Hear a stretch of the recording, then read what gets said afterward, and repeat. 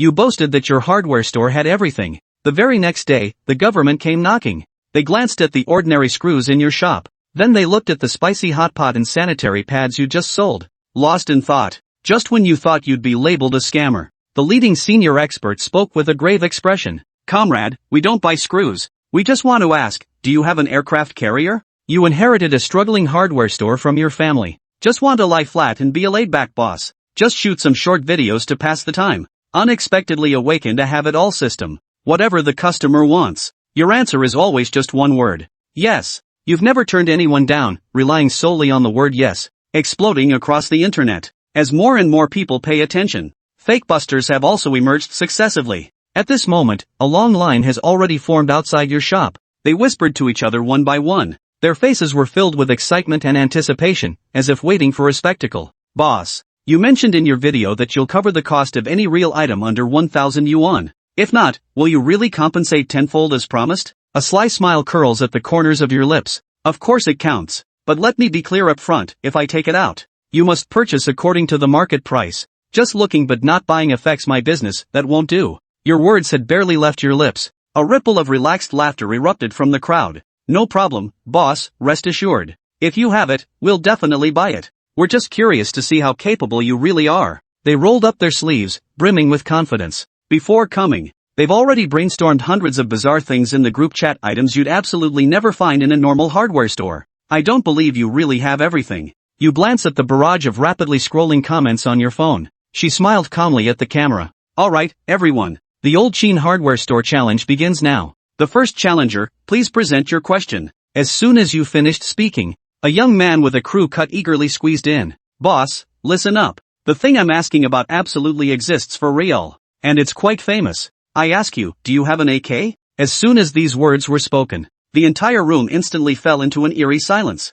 The crowd in line froze in shock. The smile froze on your face. You never would have imagined. The first challenger opened with a royal flush right off the bat. You've envisioned countless ways to make things difficult. For example, asking you to fetch an antique toy that's been out of production for decades, or a niche professional tool in a specific field. Even the option of an inflatable girlfriend. You've already rehearsed how to clap back. The buzzcut youngster noticed your bewildered expression, instantly feeling quite pleased with oneself. What's up, boss? Didn't you say you had everything? AK-47, the most famous firearm in the world. Is it absolutely real? I didn't violate your rules. You were so infuriated by his absurd sophistry that you nearly burst out laughing. Not buddies. Are you out of your mind? You came to the hardware store to buy this. How am I supposed to price you? Show me the market fair value of it. This time it was the buzzcut youth's turn to be dumbfounded. Yeah. Within the borders of Manhwa, how could there possibly be a market fair price for something like this? The price of this thing. You'd probably have to ask the criminal law. He had nothing to say, so he just waved his hand dismissively, showing someone the door without ceremony. Alright, don't disturb my business. Next, the bullet comments in the live stream room paused briefly before bursting into a flood of laughter in an instant. Starting off with a big move right from the get-go. This warrior surely knows how to make a live stream entertaining. I'm asking you to set the questions. I didn't ask you to give me a problem with a 3-year suspended sentence. Would you dare to buy this if it actually existed? Just as you were about to greet the next customer, the cold, mechanical voice in your mind suddenly piped up. Ding! Customer demand detected. AK-47 assault rifle. The goods have been generated in the special safe of the rear warehouse. Do you wish to proceed with the pickup? You startled with a fright. In a desperate hurry, I mustered all my strength within my heart to reply to the system. Are you out of your mind? This really can't be sold even if we had it. I wouldn't dare sell it even if I had it. You want me to die young? Straight into sing tears behind bars, huh? Quickly recall it. The product has been recalled. The system's voice seemed to carry a hint of grievance. You take a deep breath, calmed my wildly beating heart, shouting towards the door. Next, learning from the first person's mistake, the second customer appeared much more normal. This is a young man wearing black-rimmed glasses who looks like a college student. He adjusted his glasses. With a sly smile, asked, Boss, do you have spicy hot pot here? This question has just been raised. The scene in live stream once again erupted in laughter. What a plot twist. From AK-47 to spicy hot pot, this creativity deserves full marks. Buying hot pot at the hardware store. Let's see what the boss has to say about this. Surely there couldn't be another kitchen hidden in the back storage room? However, contrary to everyone's expectations, you just gave that boy a faint glance, calmly uttered that classic word, yes. The entire room fell silent once more. The smile on that boy's face also froze. He couldn't believe his ears. You turned and walked into the back storage, following the system's guidance. From a corner incubator, she retrieved a beautifully packaged large takeout box. You slapped the takeout box onto the counter with a thud. This is what I just ordered. Meant for breakfast, but I haven't had the chance to eat it yet. Premium combo, with 5 servings of fatty beef and 3 servings of tripe. There are also various meatballs and vegetables, with a market price of 100 yuan. That guy was completely dumbfounded. He gazed at the steaming, aromatic hot pot before him, its rich and spicy aroma filling the air. I felt a strong shock to my worldview. There really was one. The guy's hands trembled as he paid, carrying that hefty bowl of spicy hot pot. Looking utterly bewildered, they left the lineup. Even after stepping out of the shop, he kept looking back, trying to figure out what exactly this hardware store is all about. Sold the deluxe version of spicy hot pot, earn 100 dragon coins. Operating hours, 12 p.m. You chuckle inwardly. This deal is not a loss. The exchange price for this hot and spicy soup in the system mall is only 50 business points are needed. You stare blankly at the crowd and say, next. With the first 2 examples, the people behind became noticeably more cautious and shrewd. A guy dressed in trendy streetwear with dyed blonde hair smirked mischievously. Boss, those previous ones are all child's play. I just have one question. Do you have sanitary pads? This question was raised. The boys on the scene erupted into knowing laughter. The girls all rolled their eyes in unison. The barrage in the livestream completely shattered their defenses. That's incredible. Buying sanitary pads at a hardware store is even more absurd than getting malatang there. This one takes it to another level, throwing all dignity out the window just to win. This time the boss can't possibly weasel out of it, right? If this goes on any longer. I ate my phone screen on the spot. Yet, you didn't even frown. Still that classic line, you're finally awake. With that, you calmly turned around once more, entered the back storage room. Moments later, he emerged carrying a delivery box nearly half his height. He slammed it down on the floor. He tore open the box to reveal neatly stacked sanitary pads of every brand and style imaginable. Daytime, nighttime, ultra-long nighttime, cotton soft, mesh top, every type imaginable. Liu casually grabbed a pack from the box and tossed it onto the counter. Pointing at the overflowing carton, he said, these were originally stockpiled to give to my girlfriend. Since you need them, I'll sell them to you first. He paused, watching the stunned young man with the yellow hair. Then he quoted a price that made the kid's soul nearly leave his body. Total, 800 yuan. The young man's face instantly turned green. This was his carefully planned, supposedly killer move. If he had any, fine, but how could he have this many? And in such a huge box? How many damn girlfriends do you have? Even if you had a whole regiment of girlfriends, you couldn't possibly use this much. I never said I wanted to buy a whole box, the blonde guy protested, flustered. Liu stared at him expressionlessly. I didn't tell you to buy a whole box. I just sold you one. You asked if I had it, I brought it out, so you have to buy it. That's the rule. Yellow hair felt like crying. He stared at the full box of she's good, I'm good, then glanced at the crowd around him stifling their laughter and the viewers in the livestream who were already laughing hysterically. In the end, he could only grudgingly pull out his phone and scan the QR code to pay. WeChat payment received, 800 yuan. The crisp notification tone felt like the final public execution for the guy with the yellow hair. He clutched the heavy box and fled the scene in embarrassment amid a chorus of laughter. The live chat exploded with comments, and the online viewership skyrocketed within just a few minutes. Dying laughing. Not only did he kill him, but he crushed his spirit too. Boss is too hilarious. How big is that yellow-haired guy's psychological trauma area? Carrying a box of sanitary pads down the street? That's social death right there. I'm starting to believe the boss really has everything. Now I suspect his backroom might actually hide an aircraft carrier. Next. Hurry up. I want to see what could possibly stump this guy. Liu watched another hefty sales point hit his account, his mood soaring. He lifted his head, his gaze sweeping over the still long queue outside, a faint smile playing on his lips. Next. Chapter 6, a hardware store applying for a tobacco license? Is that even legit? 3 consecutive unexpected kills had turned the originally boisterous atmosphere into something rather awkward. The expressions on the faces of those waiting in line shifted from initial relaxed spectating to utter disbelief. They began to realize that this seemingly ordinary young shop owner might actually have some serious skills. The live stream's chat stream shifted from simple haha to increasingly frequent and unbelievable. Next to step forward was a boy in a school uniform, backpack slung over his shoulder, his face still bearing traces of youth. He was clearly a viewer of the live stream, aware of how the previous challengers had met their demise. So the question he posed was even more tricky and conceptual. He adjusted his glasses on his nose, cleared his throat, and asked in a tone he believed would stump the boss. Boss, all the previous items were too materialistic.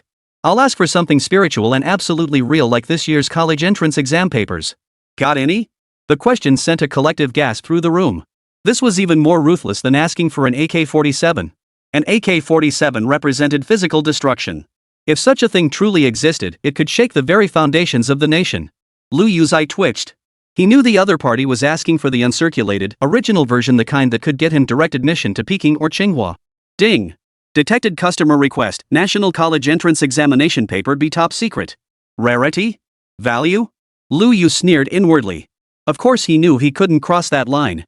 But he knew even better how to cleverly shift the meaning. He looked at the boy, whose face was full of anticipation, and nodded. His expression remained as calm as ever. Yes. Before the boy could erupt in ecstatic joy, Lu Yu swiftly added, "Passed college entrance exam papers?" Yes.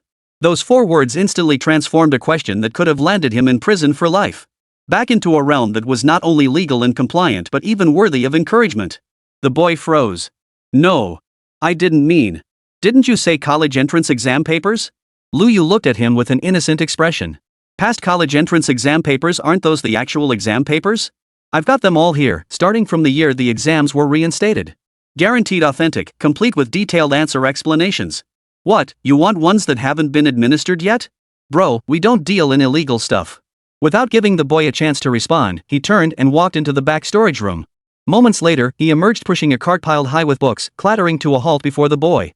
It was a full box, stacked like a small mountain, 5 years of college entrance exams, 3 years of mock tests, 38 sets essential practice questions. The kind of supplementary materials that make students weep and parents fall silent. Lu Yu patted the mountain of books and enthusiastically introduced, "Here you go, student. Seeing how eager you are to learn, I specially put together a complete set for you. Chinese, math, English, physics, chemistry, biology, all subjects covered, from basics to advanced, all in one go. Finish these, and forget about just getting into a top-tier university. 985 and 211 institutions will be waving at you. Seeing how earnest you are, I'll round it up to a neat 1,000 yuan. Here, just scan this." The student-looking customer's face instantly darkened. Staring at the mountain of workbooks before him enough to bury him alive, his head began to buzz. "This much? How long will it take me to finish? I came looking for shortcuts, not to pile more misery on myself." But the words were already out. Under the gaze of countless eyes, he couldn't back out now. In the end, he could only pay with a grimace, scanning the QR code with trembling hands. Then, under the sympathetic gazes of the crowd, he pondered how he would carry this mountain of knowledge home. Lu Yu watched his retreating figure and felt quite pleased. Not only had he made money and earned business points, but he'd also successfully guided a lost student back onto the right path, a true act of kindness. Next, the challenge continued. A middle-aged man in a jacket, his hair slicked back, strode in with righteous confidence. He looked supremely confident, clearly coming in with absolute certainty. He slammed his hand on the counter and declared in an unquestioning tone, "Boss, cut the nonsense. Give me something real, 5 packs of Licoon." With that, he let out a smug snort. Can a hardware store sell cigarettes? Of course not. That requires a tobacco monopoly retail license. The application and approval process for such a license is extremely strict. How could a hardware store possibly obtain one? Legally speaking, this was a death sentence for Lu Yu. He could already picture the look of helplessness on Lu Yu's face as he obediently handed over the 10,000 yuan compensation. He was about to strike it rich. Sure enough, upon hearing the question, Lu Yu paused a rare hesitation and furrowed his brow slightly. Seeing Lu Yu's hesitation, the man's heart swelled with joy. Victory was assured. What he didn't know was that within Lu Yu's mind, the system was racing. Detected customer demand, Licoon Night Westlake cigarettes 5 packs. Warning, selling tobacco requires relevant licenses, otherwise, it constitutes illegal activity. System store retrieving relevant credentials. Retrieval successful. Tobacco retail license duplicate copy generated.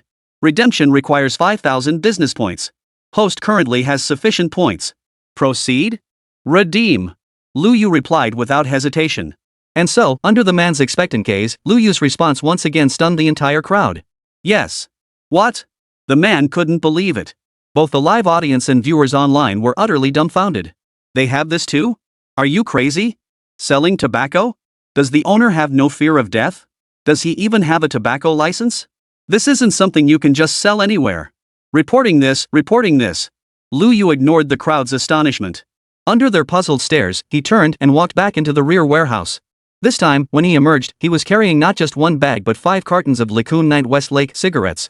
In his other hand, he held an ID card mounted in a frame. He placed both the cigarettes and the document on the counter.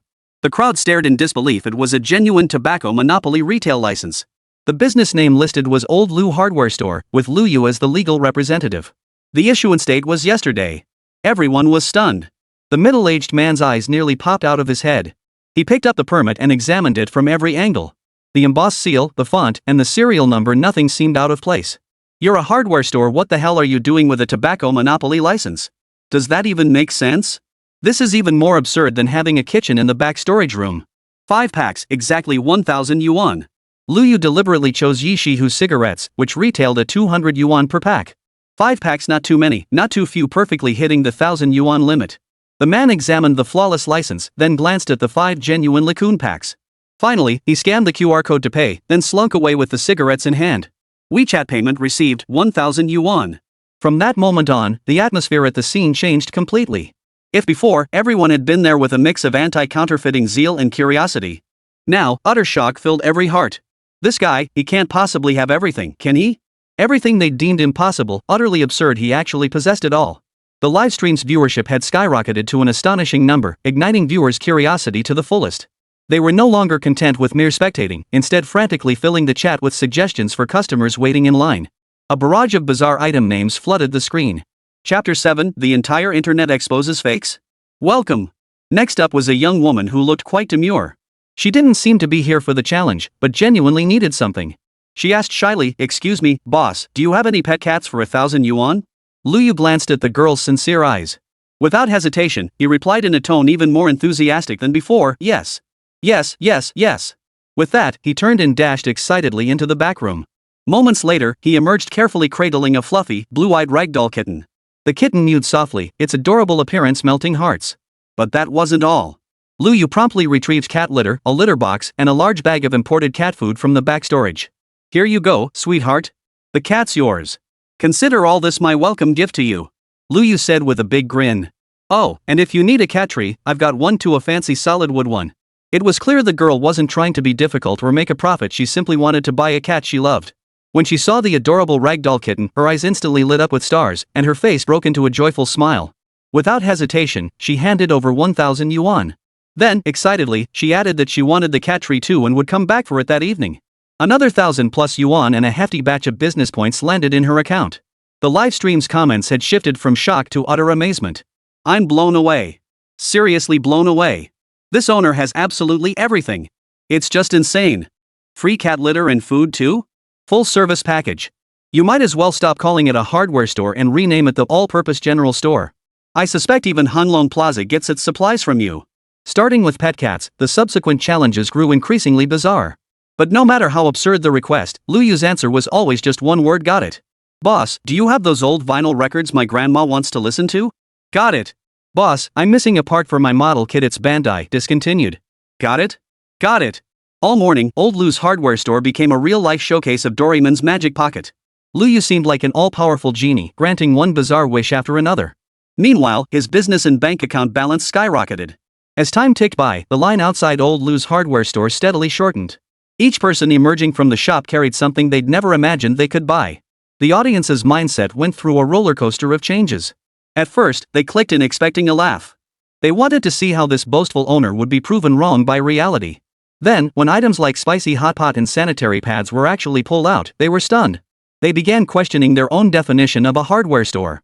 Later, when tobacco licenses, rare model parts, and even a live pet cat appeared one after another, their mindset slid from bewilderment into utter shock. The livestream's viewership, fueled by this emotional roller coaster, skyrocketed like a rocket. From around 10,000 initially, it soared past 20,000, then 30,000, finally stabilizing at the 50,000 mark. For an individual streamer, especially a newcomer without any MCN agency backing, this was nothing short of an unimaginable miracle. "I followed just to see where the boss's limits lie. This livestream is addictive. I just popped in to kill time while using the bathroom, and now I'm practically glued to the seat. Best feel-good show of the year. Way better than any TV drama. Starting today, I declare, Old Lu's hardware store in Yangcheng's Old Town is our nation's Hogwarts. The boss is the Dumbledore of hardware shops." Countless followers and gifts poured in like a tidal wave. Lu Yu's follower count skyrocketed from 50,000 to nearly 100,000 in just one morning. And it kept climbing at an astonishing rate. After all, such an entertaining, mysterious, and prank-loving content creator is a rare gem across the entire short video platform. But the online world is never all praise. When a light shines bright enough to illuminate an entire room, shadows inevitably follow. Where there are admirers, there will inevitably be skeptics and envious eyes. Just as the livestream reached its peak excitement, a discordant comment suddenly appeared in the chat stream. Pretending, right? How could a hardware store possibly have all this stuff? Use your brain, okay? This comment landed like a pebble tossed into boiling oil, instantly sending ripples across the surface. Those who had harbored doubts from the start but were silenced by the fervor found their voice, immediately joining the chorus. Exactly. They must have hired actors. Otherwise, why would a hardware store sell spicy hot pot? Or sanitary pads? It's too fake. Finally, someone called it out. I've been suspicious all along. How could it be that convenient ask for anything and they have it? The script is way too obvious. Weren't all those earlier customers plants? The guy buying cigarettes, the one buying a cat totally staged. Once the doubts surfaced, they spread like a virus. Many netizens who had initially been neutral onlookers began to waver under the influence of these comments. That does make sense. No matter how well prepared someone is, they couldn't possibly cover so many areas, right? Young people today will say anything for views. No boundaries. Sigh, just another fraud. Such a handsome guy, yet he resorts to scamming fans for money? Unfollowed. Unfollowed. Anyone nearby? I'm in the next city over and can't stand this anymore. Anyone want to join me to expose this fraud in person? The moment this call to action comment appeared, it drew countless responses. Count me in. I'm right here in Yangcheng heading over this afternoon. Let's make a group chat. Let's make a group chat. We'll go together and expose all his dirty secrets. Exactly. Make him compensate viewers live. See how he keeps up the act then. In no time, chat groups like Yangcheng Anti-Fraud Vanguard and Script Exposing Task Force sprang up like mushrooms after rain. Countless netizens, self-proclaimed champions of justice, filled with fervor to expose the scam, began converging from all directions toward this small hardware store in Yangcheng's old city district. Meanwhile, the man who started it all, Lu Yu, remained completely unaware. He had just seen off the last customer of the morning, an old-school guy looking to buy an original Nokia 8210 battery from 1999. Lu Yu retrieved the battery from the back storage, still sealed in its original packaging, and the man was so thrilled he nearly knelt before him. After sending off wave after wave of customers, Lu Yu was basking in the joy of making big money. He glanced at the long list of payment receipts in his mobile banking app. Then he sensed the soaring sales points in his mind, which had skyrocketed to tens of thousands, and he nearly couldn't stop grinning. He'd made it. This time he'd truly struck it rich. He almost forgot he was still live streaming. Until he picked up his water cup, ready to catch his breath. He noticed the screen filled with skepticism and abuse. Scammer. Refund. The script is poorly written, full of holes. Can't wait for you to go bankrupt this afternoon. Lu Yu froze for a moment before it dawned on him. He stared at the indignant comments flooding the screen. Instead of getting angry, he smiled. Skepticism? It was only natural. If he hadn't experienced it himself, he wouldn't have believed such absurd things existed in the world. And these doubts? Far from being a crisis, they presented an even greater opportunity. Clearing his throat, he faced the livestream camera and flashed a confident, unflappable smile. Friends, I've seen all the skepticism in the chat. His voice came through the microphone, clear and distinct to every viewer. I understand your skepticism. After all, the situation with my shop is indeed beyond the ordinary. He paused, his gaze sweeping across the camera, as if he could see the skeptical faces behind the screens. His tone held not a trace of panic, but rather a confident assurance.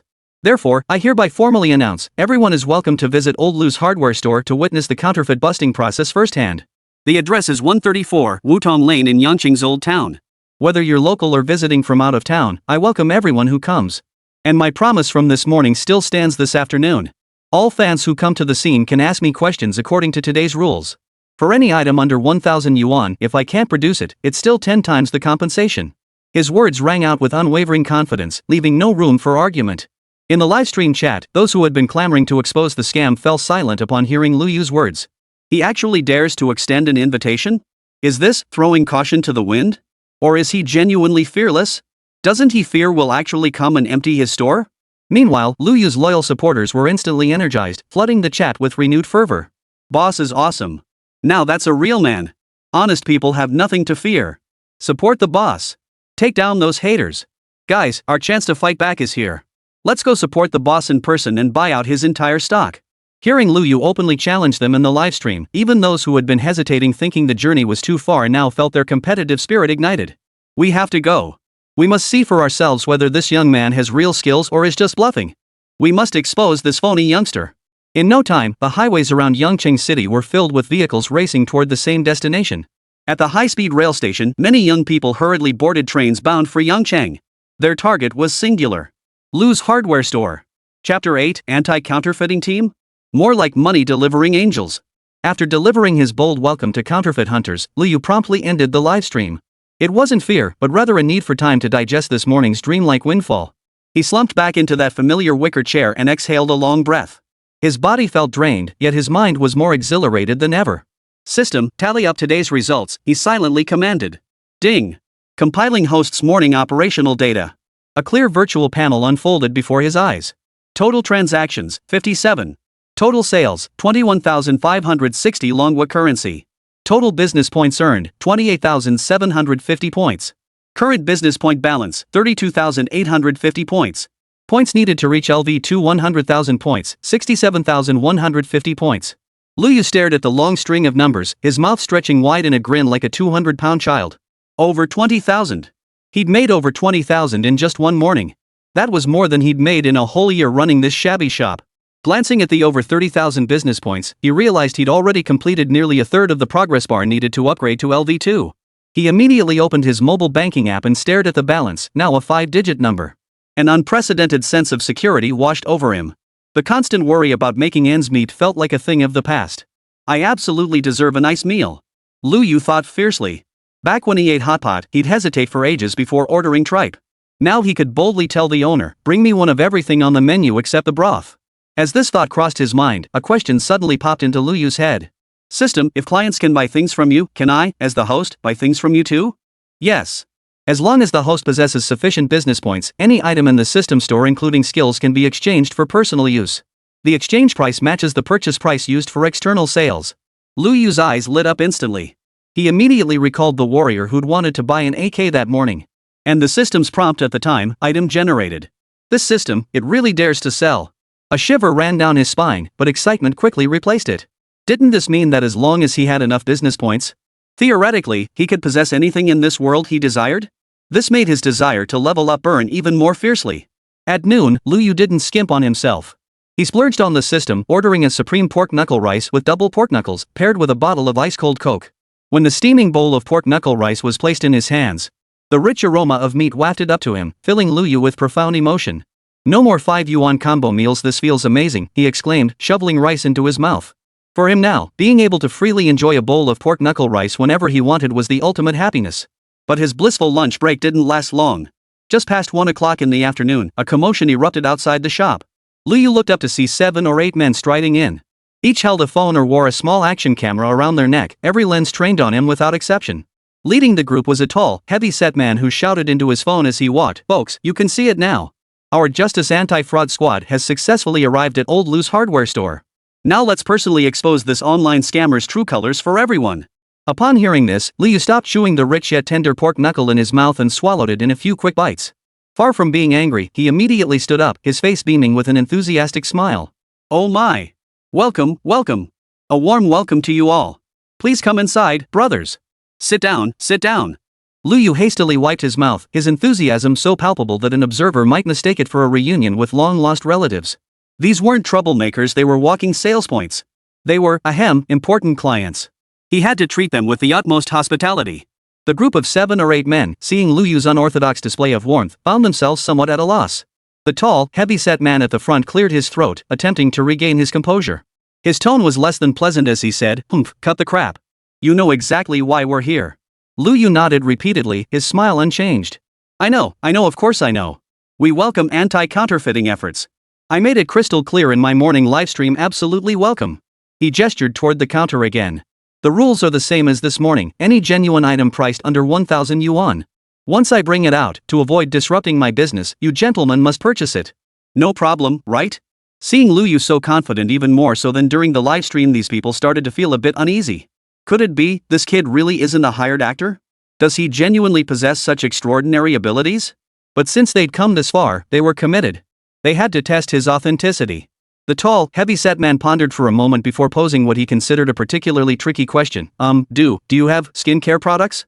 He couldn't believe it, a grown man running a hardware store reeking of motor oil would have skincare products? Could possibly stock skincare products for women? Surely it couldn't be for his girlfriend either? But he underestimated Liu's resourcefulness. Liu could even produce a whole box of sanitary pads, let alone some measly skincare products. Got it.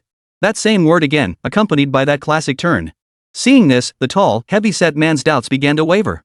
When Luyu emerged holding a small, exquisitely packaged gift box that looked expensive just by its appearance, his heart, which had been hanging by a thread, finally gave out. "Oh my, you really have an eye for quality, big brother?" Luyu placed the gift box on the counter, his face wearing a look of heartfelt regret. "This set of essence was originally meant for my girlfriend. Since you need it, I'll reluctantly part with it. Here you go, absolutely guaranteed authentic, and if it doesn't work, I'll give you your money back." With that, he deftly pulled out a payment QR code from under the counter and enthusiastically held it out to the heavyset man. "Bro, scan here. Special price for you, 999. The chubby man watched Luyu's exaggerated expressions, not a trace of reluctance in sight. He was clearly thrilled to have found such a sucker. Gritting his teeth, the man reluctantly paid. "Next up, please, our next anti-counterfeiting champion." Luyu pocketed the cash, his grin widening. With the first victim taken care of, the remaining customers looked even more grim. Yet some still refused to believe it. "I refuse to believe he has everything. To expose this internet clown, I'll give it my all." A boy who looked a bit nerdy, encouraged by his friends, mustered his courage.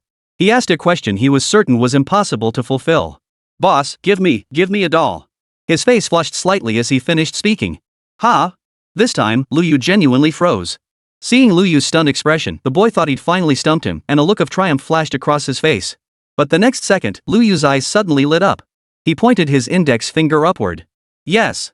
Here we go again. Another turn." This time, he carried out a long, rectangular box nearly as tall as a person. He slammed it down on the ground, patting the cover featuring a seductive woman. He winked at the boy who had turned to stone. "Bro, you know what I mean. Latest model, 1:1 lifelike replica, made with medical-grade silicone, featuring smart temperature control and multiple modes. Guaranteed quality and quantity, give you a whole new experience." Luyu leaned in, lowering his voice to a seductive whisper, "Exactly $1,000. Just scan here." The guy stared at the massive box, his face turning as red as a pig's liver. He never imagined this hardware store would carry such stuff. Under his friend's stifled laughter, he paid with tears in his eyes. Then he pondered how he'd carry this unmentionable secret out of the old street in broad daylight. Any other brothers up for a challenge? Luyu surveyed the remaining crowd, grinning like a fox that had just stolen a chicken. The less they believed it, the better. Buy more and you'll believe it. Chapter 9, Order Online? Nationwide delivery. Watching his two companions, one clutching a doll box taller than himself, the other clutching a set of skincare products, they crumbled under the stifled laughter surrounding them. The remaining anti-counterfeit warriors felt utterly defeated. They exchanged glances, their eyes filled with retreat. "This kid seems to have everything." Standing before Luyu, they stammered one after another. The sharp, cutting questions they'd prepared earlier now stuck in their throats. Their thoughts no longer revolved around how to humiliate Luyu and make him pay. Instead, they worried about how they would save face if he actually produced the answers. Thus, their questioning strategy quietly shifted. They couldn't pick anything too expensive, and certainly not something they'd never use. A middle-aged man in a windbreaker, his skin tanned dark, hesitated for a long while before finally speaking up. A seasoned angler, he pondered long and hard before settling on something both obscure and aligned with his passion. Boss, fishing rods, do you have any here?" He figured that even if the shopkeeper did have one, he could just buy it himself. It would be like adding new gear to his collection, so no loss. But when he heard the one word he dreaded most, his heart sank. "Yes." Luyu's reply was as crisp as ever. He even added a professional inquiry: "Lure rod, hand rod, or surf rod?" This question completely stumped the angler. He hadn't expected the hardware store owner to be so well versed in rod classifications. Hand rod. He stammered. "Got it. Just a sec." Luyu replied cheerfully. His light footsteps sounded as if he were heading to his own backyard to pick a cucumber. With that, he turned and headed toward the mysterious back storage room. Moments later, Luyu emerged. In one hand, he held a brand new carbon rod, elegantly packaged. In his other hand, he carried a complete, brand new tackle set: hooks, floats, sinkers, everything you'd need. "Heh, big brother, you're in luck. This is the last limited edition one-way battle rod in my shop. Paired with this competition grade line set, it comes to exactly 1,000. Scan here." Luyu positioned the payment QR code, his smile as bright as a blooming sunflower. This group had finally figured it out: no matter what you picked out, regardless of its actual value. In this shopkeeper's mouth, he always found a way to bundle it into a 1,000 yuan package. Seeing that challenging high-value items was just courting embarrassment, the people behind him finally learned their lesson. A lean-looking young man's eyes darted around as he came up with a brilliant idea. He rubbed his rumbling stomach and shouted, "Owner, give me a plate of fried noodles." "Coming right up. Deluxe seafood fried noodles. Abalone and lobster base, all you can eat. 298 yuan. Just scan here." Yu pulled a plate piled high with seafood from the insulated box, leaving the young man speechless. Those behind him witnessed the scene and their eyes lit up instantly. Brilliant. Genius. No matter how expensive it is, how much could it really cost? Surely they wouldn't charge 1,000 for a bowl of rice topped with meat? They'd been on the go all day with no dinner sorted, so why not just eat here? And so the scene that followed took an utterly bizarre turn. Owner, give me a pork knuckle rice bowl. Coming right up. Double combo with egg, 38. Owner, I'll take a braised chicken rice bowl with extra soup. Got it. Large portion, 25. Hey, got any skewers? Give me 20 lamb skewers. Got it. Freshly baked, just wait 5 minutes. The hardware store, which should have reeked of motor oil, was instead filled with the enticing aromas of various delicacies. The members of the counterfeit busting team stopped asking questions. They treated the place like a buffet, crowding around the counter and eating with great relish. After filling their bellies, the tall, heavy-set man in charge belched contentedly. His face flushed crimson as he slapped Yu on the shoulder, his tone brimming with genuine admiration. I'm impressed. Brother, no words can describe it, I'm truly impressed. Man, your backroom, it's like a treasure trove. What don't you have in there? Hearing their praise, Yu merely smiled modestly and replied, You're too kind, gentlemen. Well, about today's business, I'll need you guys to spread the word once you get back. The anti-counterfeiting brothers who had arrived in such a fierce mood were now completely deflated, each of them grinning sheepishly. Absolutely. Leave it to us. We promise to post today's video exactly as it is, not a single word changed. Right. We'll even write you a character meaning surrender just for this meal alone, it was worth it. With that, the anti-counterfeit vanguard drove off, thoroughly satisfied. Before leaving, Yu thoughtfully picked out some elegant little gifts from the shop. Items like multi-purpose spatulas and high-powered flashlights were presented to the owners. When running a business, reputation is paramount. No matter how amazing your products are, if your attitude is terrible and you can't treat people right, you won't last long. Yu understood this principle well. Therefore, he maintained sufficient warmth and respect toward every customer who walked through his door, regardless of their purpose. The first wave of counterfeit busting statements was released that afternoon with remarkable speed. True to their word, those guys posted their own videos with titles like Hit a Brick Wall, The Boss is Generous, and A Feast Fit for an Emperor at the Hardware Store. They posted them with hashtags like #The Hardware Store That Has Everything and #Lou the Boss Has It All. The videos captured their journey, from initial arrogant skepticism to stunned disbelief midway. Finally, they gathered around the counter to feast heartily, a scene of harmony that unfolded with dramatic reversal. After this series of actions, which could be called reverse PR, most skeptics online came to believe in Yu's capabilities. Of course, a few stubborn skeptics still insisted it was all staged. But their voices, in the face of facts, could no longer stir up any waves. And they couldn't affect Yu in the slightest. His most pressing concern now was to quickly accumulate the remaining 60,000 plus business points and level up to LV2. He was simply too curious about what treasures might await in a level 2 mall. Today had left him exhausted as a dog. But seeing his bank balance and business points skyrocket, he could only describe it as exhaustion mixed with pure happiness. Late at night, Yu lay on the small bed in the back storage room, scrolling through short video platforms. Watching his follower count march toward the 200,000 milestone. The immense sense of accomplishment was something gaming or reading novels could never match. Suddenly, he noticed a private message from a fan. Boss, I'm from out of town. Your live stream made me drool like crazy. Can you ship that luxurious seafood fried noodle dish? The message struck Yu like a bolt of lightning. Right. Online orders. As long as fans want it, I can ship it. Why should my customers be limited to Yangqing City? My customers could be all over Manhwa, or even the entire world. The moment this thought struck him, he couldn't hold back any longer. He leapt out of bed, hurriedly opened the backend, and began recording a new video. In the video, he announced an even bigger piece of news. Friends, to thank you all for your support, Old Lu Hardware Store is launching a trial run of order online, ship nationwide, starting today. No matter where you are in the country, anywhere our couriers can reach, you can place orders via private message for all legal, compliant items valued under 1,000 yuan. He knew this model would inevitably face challenges in its early stages, so he added, For now, we only support cash on delivery, so you can rest assured. Of course, since our delivery service is just starting, shipping costs may need to be covered by customers for now. Once we have more orders, I'll negotiate bulk rates with the courier companies. No time to waste. Yu posted the video. Then he began figuring out how to process out-of-town orders in the system and how to pack and ship items. When he pressed that publish button, the scope of Old Lu Hardware Store would expand. Its reach would extend beyond the narrow Wutong Alley in Yangcheng, truly stretching to every corner of the nation. Chapter 10, Food Blogger? Head to my hardware store. Meanwhile, hundreds of kilometers away in a city in Liaoning province, a food blogger with millions of followers on short video platforms had just wrapped up a day of filming. His name was Tang Song, known online as Old Tang Talks Food. His humorous delivery and professional restaurant reviews had earned him a devoted online following. At that moment, he and his cameraman, Xiao Li, with a satisfied look on his face as they stepped out of a renowned local restaurant. Phew, Burp Lao Tang patted his round belly and praised sincerely. This place is the real deal. Generous portions and authentic flavors. Tang, look. Photographer Xiao Li suddenly held up his phone, his face full of surprise. What is it? Another restaurant scandal? Old Tang leaned in, expecting another big scoop from the food scene. Nope, the comments and DMs are blowing up. Xiao Li handed his phone to Old Tang. The comments section of his latest video. And the private messages in the backend were flooded with the same message. Old Tang, urgent call. Heard you're in Liaoning province lately, head to Yangcheng and check out this shop. There's a super popular hardware store that'll totally blow your mind. Location, number 134 Wutong Lane, Old Town, Yangcheng City. It's called Lao Lu Hardware Store. You can find it on maps. Bro Tang, trust me this once. That shop sells absolutely everything. There's nothing you can think of that the owner can't get.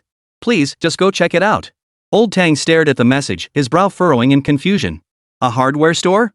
You want me to check out a hardware store? He handed the phone back to Xiao Li and burst out laughing. Are you kidding me? What's there to eat at a hardware store?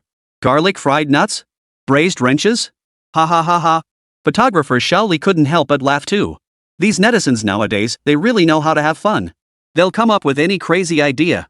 The two of them doubled over laughing, both convinced this was a fan's harmless prank. But as Xiao Li laughed, his expression gradually turned serious. He clicked on the hashtag all-purpose hardware store hashtag, which had been tagged countless times, and began scrolling through it carefully. Tang, wait. He called out to Old Tang, who was about to get into the car. This seems different from what we thought. He handed the phone back over. This time, the screen played video clips from Lu Yu's livestream customers buying spicy hotpot, stir-fried noodles, and even feasting heartily in the shop. The smile on Old Tang's face gradually faded as the videos played. It was replaced by a complex expression blending curiosity and professional instinct. This is real, he murmured, staring at the young owner calmly bringing out various dishes from the back kitchen, then glancing at the customers' expressions of disbelief. What is this? This is ING top-tier buzz. Explosive popularity. As a seasoned content creator, he instantly sensed the massive traffic potential. A hardware store selling all kinds of delicacies. Even fulfilling customers' wildest, most out-of-the-box food requests. This concept alone radiates unparalleled appeal. Imagine a professional food blogger heading to a hardware store for a review. Just the headline alone, wouldn't you want to click and see? Let's go. Old Tang decided instantly, his eyes sparkling with excitement. Navigate to Yangcheng. We're heading out now. Now. Xiao Li glanced at the sky. Brother Tang, we just finished eating and we won't reach Yangcheng until nightfall. No rush.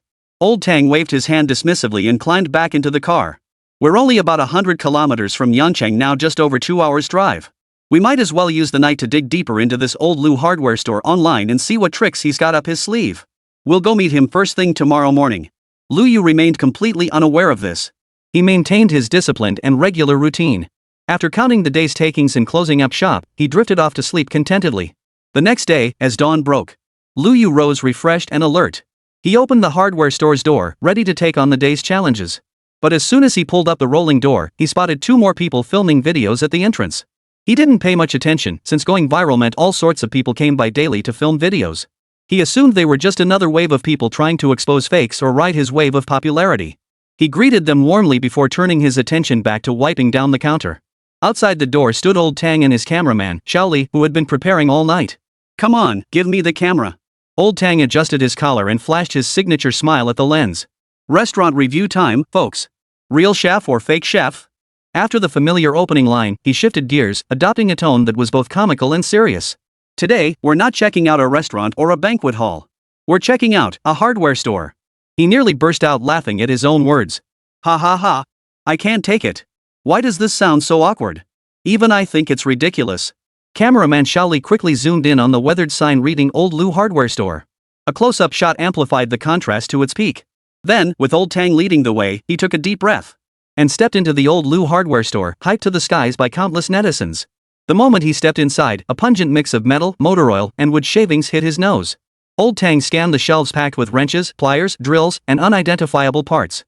No matter how he looked at it, this place had absolutely nothing to do with delicious food. He couldn't help but feel skeptical. Could this place really serve food? Had he been tricked by those online fans? What can I get for you, gentlemen? Lu Yu spotted them entering and immediately approached with warm enthusiasm. Looking at Lu Yu's young, sincere face, Old Tang suddenly felt a bit embarrassed to speak up. After all, ordering food in a proper hardware store felt like crashing the party no matter how you looked at it. What if the owner thought they were crazy and kicked them out? That would be a huge embarrassment. But then he reminded himself, he was a professional restaurant reviewer. What storms hadn't he weathered? Stealing his resolve, he tentatively asked. "Excuse me, sir. Can I order food here?" Lu Yu froze for a moment upon hearing the question, then immediately snapped to attention. He'd just launched online ordering yesterday, and today a pro showed up seems word had already spread. A knowing smile spread across his face as he delivered his signature response. "Yes. What would you like to eat?" Receiving the affirmative reply, Old Tang felt a little more at ease. He pressed on, then, "Do you have a menu, or something like that?" By the time he uttered the word menu, his face had flushed bright red, and he nearly burst out laughing. Asking the owner of a hardware store for a menu was undoubtedly the most absurd experience of his career. Lu Yu shook his head honestly. After all, this is a hardware store. Hearing this, the glimmer of hope that had just flickered in Old Tang's heart instantly dimmed into disappointment. No menu? Did that mean he'd have to resort to ordering fast food like those netizens? Order some stir-fried noodles or pork knuckle rice? That would be too unchallenging. Just as he was thinking this, Lu Yu's next words made his eyes widen instantly. Lu Yu looked at him, a faint smile playing on his lips, and said with unwavering confidence, "Here, you can order anything, any cuisine, any dish. Name it, and I'll make it. If I can't, I'll lose. Today's bill? I'll pay you back tenfold." Chapter 11, Buddha jumps over the wall at the hardware store? Damn, that smells good. Hearing Lu Yu's bold declaration, "Order anything, and if I can't make it, I'll pay 10 times the bill." Old Tang's eyes lit up instantly. As a professional food blogger, he feared nothing more than a restaurant's confidence. The more confident the shop, the more hardcore the dish, the more explosive the show effect. Seriously? Old Tang still habitually double-checked, also giving Lu Yu a way out. "Young man, I've always been straightforward in my restaurant reviews. Remember, this video will go online. Think carefully, you don't want to ruin your reputation." It was a friendly warning, but also a professional habit. He'd seen too many restaurant owners blow their own horns only to be thoroughly embarrassed by his professional critique. Lu Yu merely chuckled and waved it off nonchalantly. "Reputation? Ha ha ha. This is a hardware store, what reputation do I have to ruin?" He spread his hands innocently. "Besides, I'm not in the restaurant business. It's you customers who insist on buying food here. I can't very well turn you away and pass up the money, can I? That'd be ridiculous." His words were blunt yet honest. Old Tang found himself amused, and the last shred of hesitation vanished. He'd originally planned to just order a few home-style dishes, sample the flavors, and experience the atmosphere of dining in a hardware store. But after Lu Yu's words, he completely changed his mind. "Since you're so confident, I won't hold back." "Heh," Old Tang chuckled. Turning to the camera and then back to Lu Yu, he said solemnly, "We have a deal, young man. If you can't deliver, or if it's not up to par, I'll be sure to speak up." "No problem." Lu Yu nodded. "This kid's got something," Old Tang murmured into the camera, his voice low. The playful glint in his eyes grew even more pronounced. He began rapidly sketching out a menu in his mind. Since this young boss was so confident, he had to raise the stakes. He'd see just what kind of magic this hardware store's backroom could conjure up. After a moment's contemplation, Old Tang held up one finger. First course, Buddha jumps over the wall. He opened with a signature dish from Chinese banquets, a true masterpiece. This dish demanded intricate preparation and premium ingredients. Mastering the precise heat and timing was extremely demanding, something ordinary restaurants couldn't pull off, let alone a hardware store.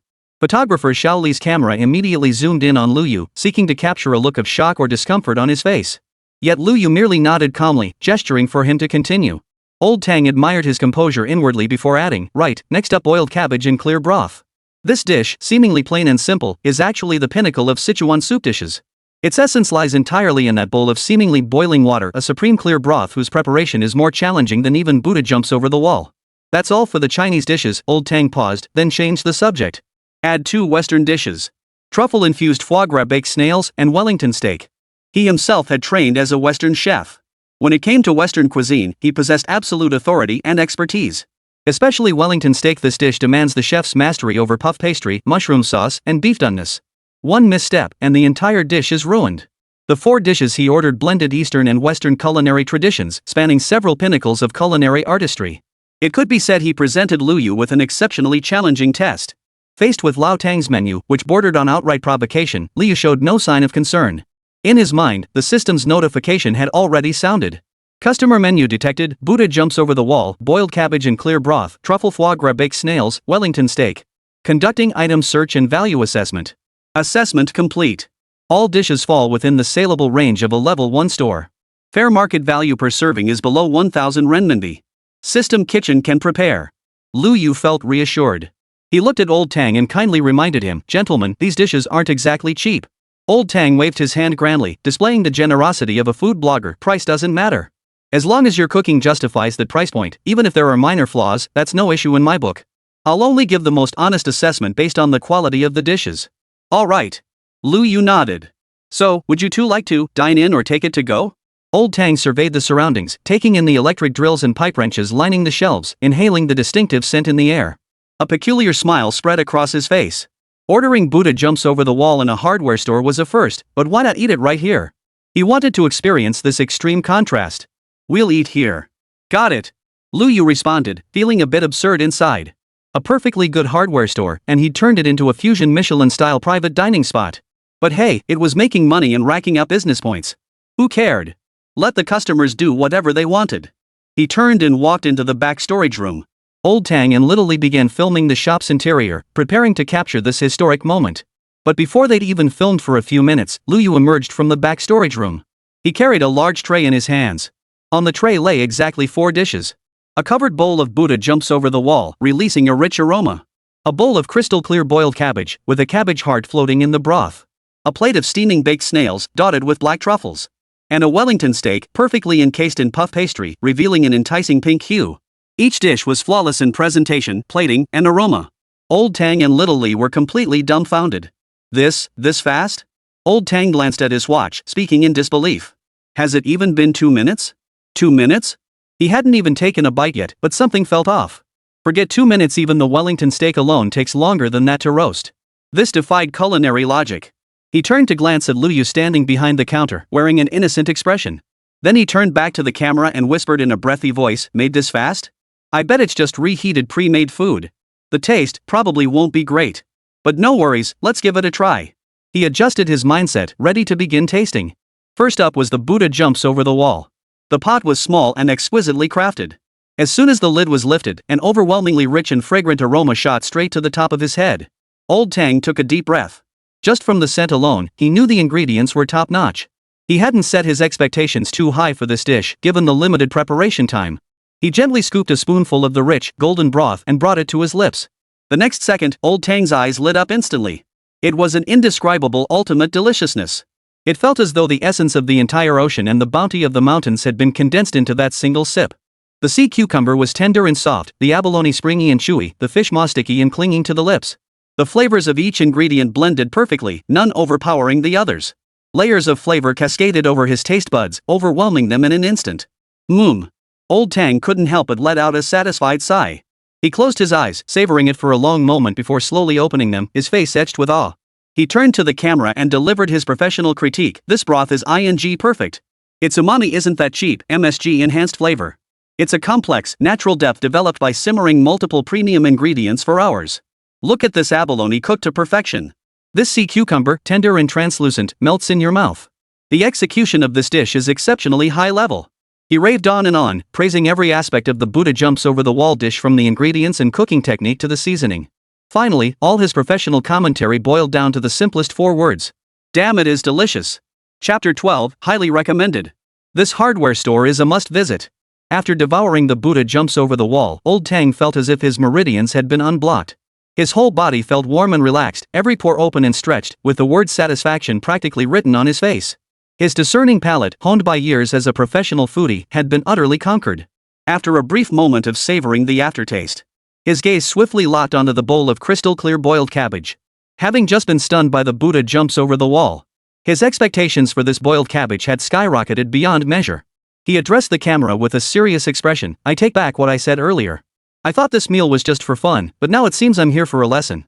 If Buddha jumps over the wall can be this extraordinary, then this seemingly simple bowl of blanched cabbage and clear broth must be no less remarkable." He carefully scooped up a spoonful of broth.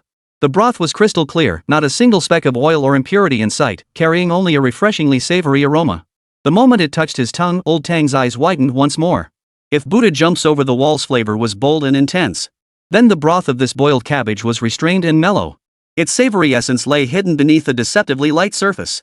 It demanded the entire mouth to savor, revealing the ultimate umami essence extracted from premium ingredients like aged hen, old duck, ham, and dried scallops, refined through repeated filtering and purification. What a soup! Old Tang couldn't help but exclaim. His eyes sparkled after finishing it. This soup is clear yet substantial, savory without being vulgar. After drinking it, my entire mouth is filled with a lingering sweetness, without a trace of heaviness. His face radiated indescribable pleasure, his hands gesturing animatedly as he spoke. He then picked up a piece of cabbage with his chopsticks. Now look at this cabbage. Only the tenderest heart was selected, then blanched in the broth to perfection. This preserves the cabbage's natural sweetness while fully absorbing the broth's savory essence. This dish embodies simplicity and purity. Great flavors are found in subtlety, truly showcasing the chef's skill. As a food blogger, he couldn't just rave about how delicious it was. He could easily explain a thing or two about the technique and craftsmanship. He offered a brief critique. In the end, all his praise and analysis boiled down to one word. Good. One word, yet it carried immense weight. It represented the highest recognition a professional chef could bestow upon this dish. Two major peaks of Chinese cuisine had been successfully conquered. Old Tang couldn't wait to taste the remaining two Western dishes. He cut a small piece of baked escargot, lifting it to his mouth along with the truffle foie gras spread atop it. The snail's springy texture, the rich creaminess of the foie gras, and the unique, exotic aroma of black truffle. These three elements fused perfectly in his mouth, delivering an ultimate luxurious indulgence. As for the Wellington steak, he couldn't find a single flaw. The outer puff pastry was golden and crispy, while the mushroom sauce inside was smooth and savory. And at its core, the tenderloin steak was cooked to a perfect medium rare. When sliced, juices flowed abundantly, tender and succulent with rich, meaty flavor. As Old Tang ate, he faced the camera, so overcome with excitement he couldn't help but spout profanities. Holy, this is amazing. The cameraman hurriedly stepped in. Easy there. We'll need to mute this later. Then he waved his hands frantically. No exaggeration, I swear they're Western-style dishes at this hardware store. I mean, his hardware store are amazing. He'd lost count of how many times he'd dropped the F-bomb. But no amount of swearing could mask his genuine excitement. Fans who regularly watched Old Tang's videos knew. Whenever he wore that blissfully satisfied expression of eating to perfection, paired with that not-so-refined catchphrase, it signaled that the dish's deliciousness had surpassed the limits of his vocabulary. He set down his knife and fork as if struck by a thought. Then he turns to the camera and says, "Hey, at this point, some fans are bound to ask me, Old Tang, which is better, the Western food this restaurant makes, or the food you make yourself?" He chuckled softly, his face wearing an expression of self-deprecating humor mixed with genuine admiration. Comparing me to this place? That's really flattering me. What I make is restaurant food, what he creates here is art. Finally, Old Tang stood up and delivered his concluding remarks to the camera. Alright, that wraps up today's restaurant review. To wrap things up, this old Lou hardware store has given me the biggest shock of my career. I'm at a loss for words to define it, but its dishes, whether Chinese or Western, have reached an extraordinary level. So, my recommendation is... He paused, then declared in a solemn tone.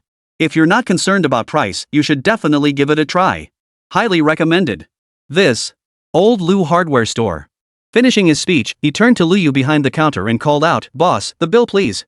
Liu had already mentally reviewed the price provided by the system. He didn't charge extra, he simply accepted whatever the system indicated. After all, the final business margin and cash were all his. Liu stepped forward. Total comes to 1,799 yuan. When Old Tang heard the total, he was still a bit surprised. Because this price? It wasn't expensive at all. In fact, it was downright cheap. He'd dined at many luxurious high-end restaurants before, paying far more for meals that tasted nowhere near as good as the dishes here. The value for money was absurdly high. This hardware store instantly earned a legendary status in his mind. He paid promptly. Before leaving, Old Tang cast one last, meaningful glance around the somewhat cramped shop. Finally, he looked at Liu and said earnestly, "Young man, take my advice, if you need to expand, just go for it. I reckon once this video goes live, the threshold of your shop might get worn down by all the foot traffic." Liu understood exactly what Old Tang meant. Given Old Tang's influence in the food scene, once this video went live, countless food enthusiasts, influencers, and even professional chefs would flock to his shop. By then, his little hardware store would be packed to the rafters. But he wasn't planning to expand just yet. Are you kidding me? He's already exhausted handling all these customers by himself every day. If dozens or even hundreds more people started lining up to order, he'd be worked to the bone. The thought alone was terrifying. As for hiring staff? That's even less likely. His back kitchen? Forget cooking utensils, there wasn't even a single scallion. Everything was conjured out of thin air by the system. If he hired someone and they accidentally discovered this boss could do magic, that would be the end of him. So he'd already made up his mind and kept his options open. In case his little shop really blew up because of old Tang's videos. He'd capitalize on the trend with scarcity marketing. Limit daily customers or switch to an appointment-only system. He certainly wanted to make money, but he absolutely couldn't risk his life. Money is never ending, but life is a one-time deal. The situation unfolded exactly as Lu Yu had predicted. Old Tang's team worked with incredible efficiency. The very next day after returning, a video titled "Eating Michelin 3-Star Food at a Hardware Store? Am I Crazy or Is the Owner Crazy?" was uploaded to major short video platforms. The video quickly ignited a storm of heated online debate with its provocative title, "Lao Tang's Brilliant on-the-Spot Reactions." And the 4 mouth-watering top-tier dishes, it quickly sparked a tidal wave of heated discussion online. Holy crap! Eating Buddha jumps over the wall in a hardware store? What kind of crazy plot is this? Bro Tang's expression? Totally not acting. How amazing must that taste? I've already booked my high-speed rail ticket to Yangcheng. Don't try to stop me. I just have to know what it's like to eat Wellington steak in a hardware store. The owner is way too cool and collected. This is what it means to be truly hidden in plain sight. Within hours of posting, the video racked up hundreds of thousands of likes. The comments section went wild, and the name Lao Lu Hardware Store gained nationwide recognition for the first time through the video's viral spread. From a hardware store that was almost exposed as a fake, it suddenly became a must-visit spot for foodies nationwide. Chapter 13, Overwhelming Wealth Too Much to Handle. As a seasoned content creator, Old Tang understood the ins and outs of traffic generation. When he released that viral video, he not only crafted the title and content meticulously, he also deliberately tagged the account hardware store owner Lu in the video description and comments section. This small action was like opening a floodgate. It channeled the massive traffic from his millions of followers precise and overwhelming straight toward Lu Yu. The question was whether Lu Yu could handle this sudden windfall. Countless new followers drawn by Old Tang's video clicked through the link to Lu Yu's homepage.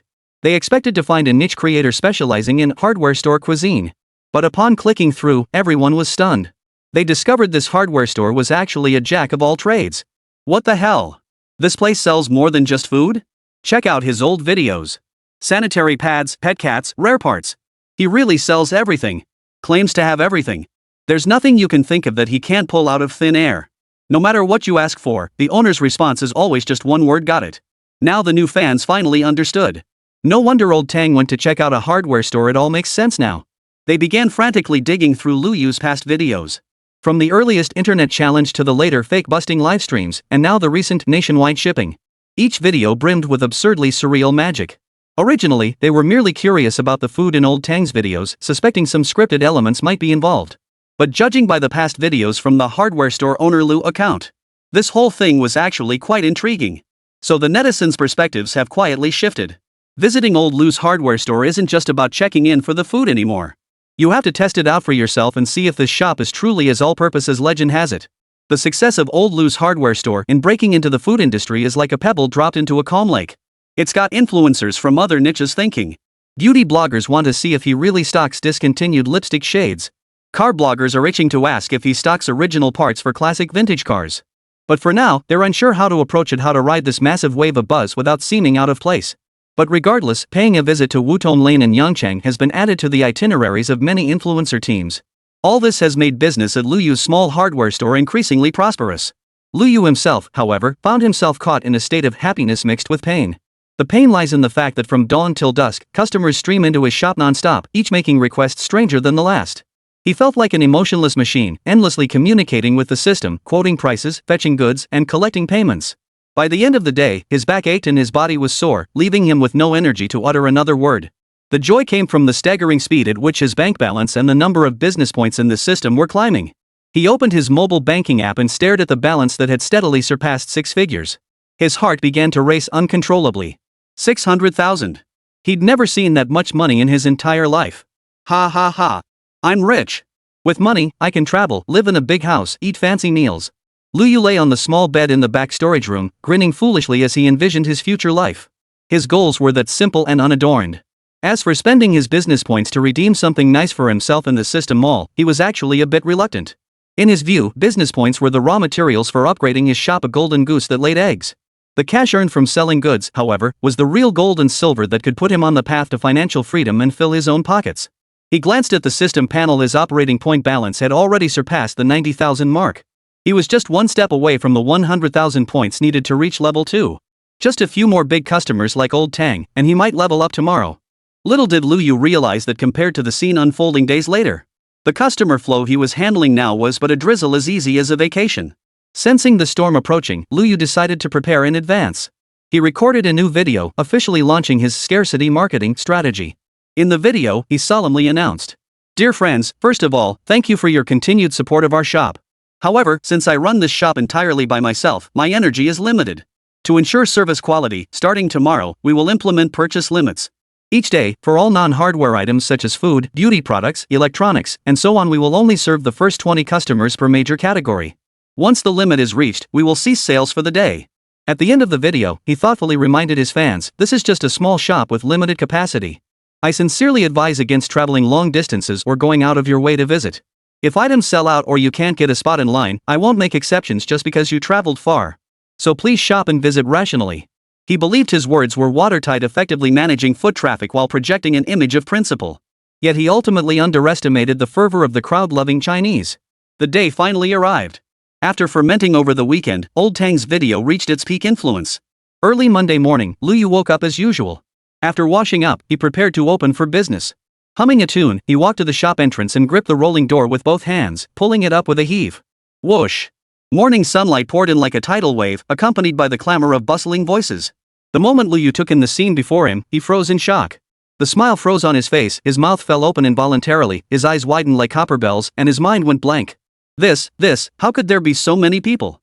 The once quiet Wutong Alley, where not even a dog could be seen, was now completely submerged in a sea of people. From his shop entrance, it stretched all the way to the alley's mouth. It curved around and stretched hundreds of meters away, a solid wall of heads as far as the eye could see. Every inch of space where people could stand was packed solid. Among them were influencers wielding selfie sticks, media reporters carrying professional equipment, students with backpacks, curious tourists, and even more locals who had heard the news and come to see. Each one craned their necks in anticipation, completely blocking the narrow Wutong lane. The scene was even more chaotic than a Golden Week tourist attraction. At the alley entrance, traffic police were already directing the crowd and managing the flow of people. Lu Yu was completely dumbfounded. He had expected it to go viral, but never imagined it would explode like this. This wasn't business, it was the Spring Festival travel rush. The moment the rolling door opened and Lu Yu appeared, the crowd erupted in a deafening roar of cheers and commotion. "The boss is here. It's really him. Just like in the video. Boss. Give me a serving of Buddha jumps over the wall. Boss. I'm first in line. I want to buy lipstick." Countless shouts, flashes, and phone cameras instantly engulfed Lu Yu. He stood frozen at the doorway, feeling dizzy and disoriented.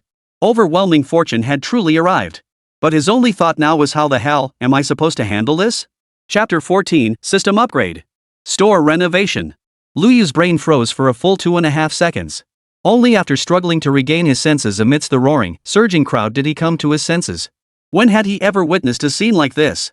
Growing up, he'd never been surrounded by so many people he'd even get stage fright just giving a speech. The spectacle before him was more extravagant than a celebrity walking the red carpet. Every pair of eyes felt like a spotlight, scrutinizing him inside and out. Any ordinary person would have been scared enough to retreat back into the shop and pull down the shutter by now. But Lu Yu wasn't ordinary. His once cowardly heart had long since hardened into steel. His strong mental fortitude allowed him to quickly recover from the initial shock. He took a deep breath, his gaze hardening once more. He knew this day marked a pivotal turning point not just for his small shop, but for his entire life. He turned back into the shop and dug out a dusty handheld megaphone from the bottom shelf. It had been used for community events years ago and had been left here ever since. He blew away the dust, skillfully flipped the switch and adjusted the volume. "Hello? Hello? Is Chioya there?" He held the horn to his mouth to test the sound. "Put." The shrill, slightly comical shout amplified by the megaphone echoed clearly throughout the entire alley. The originally noisy crowd froze in surprise at the sudden outburst. Then, a wave of laughter erupted. The tense atmosphere instantly lightened considerably. Satisfied with the effect, Lu Yu walked to the shop entrance and raised the megaphone. Summoning all his strength, he bellowed at the dense crowd outside. "Hey everyone! Friends and family! Thanks for your support. But under the current circumstances, we just can't let you all in. Please form an orderly queue. Once the line is neatly organized, doesn't obstruct traffic, and prevents crowding, we'll reopen for business." Lu Yu had grown resolute.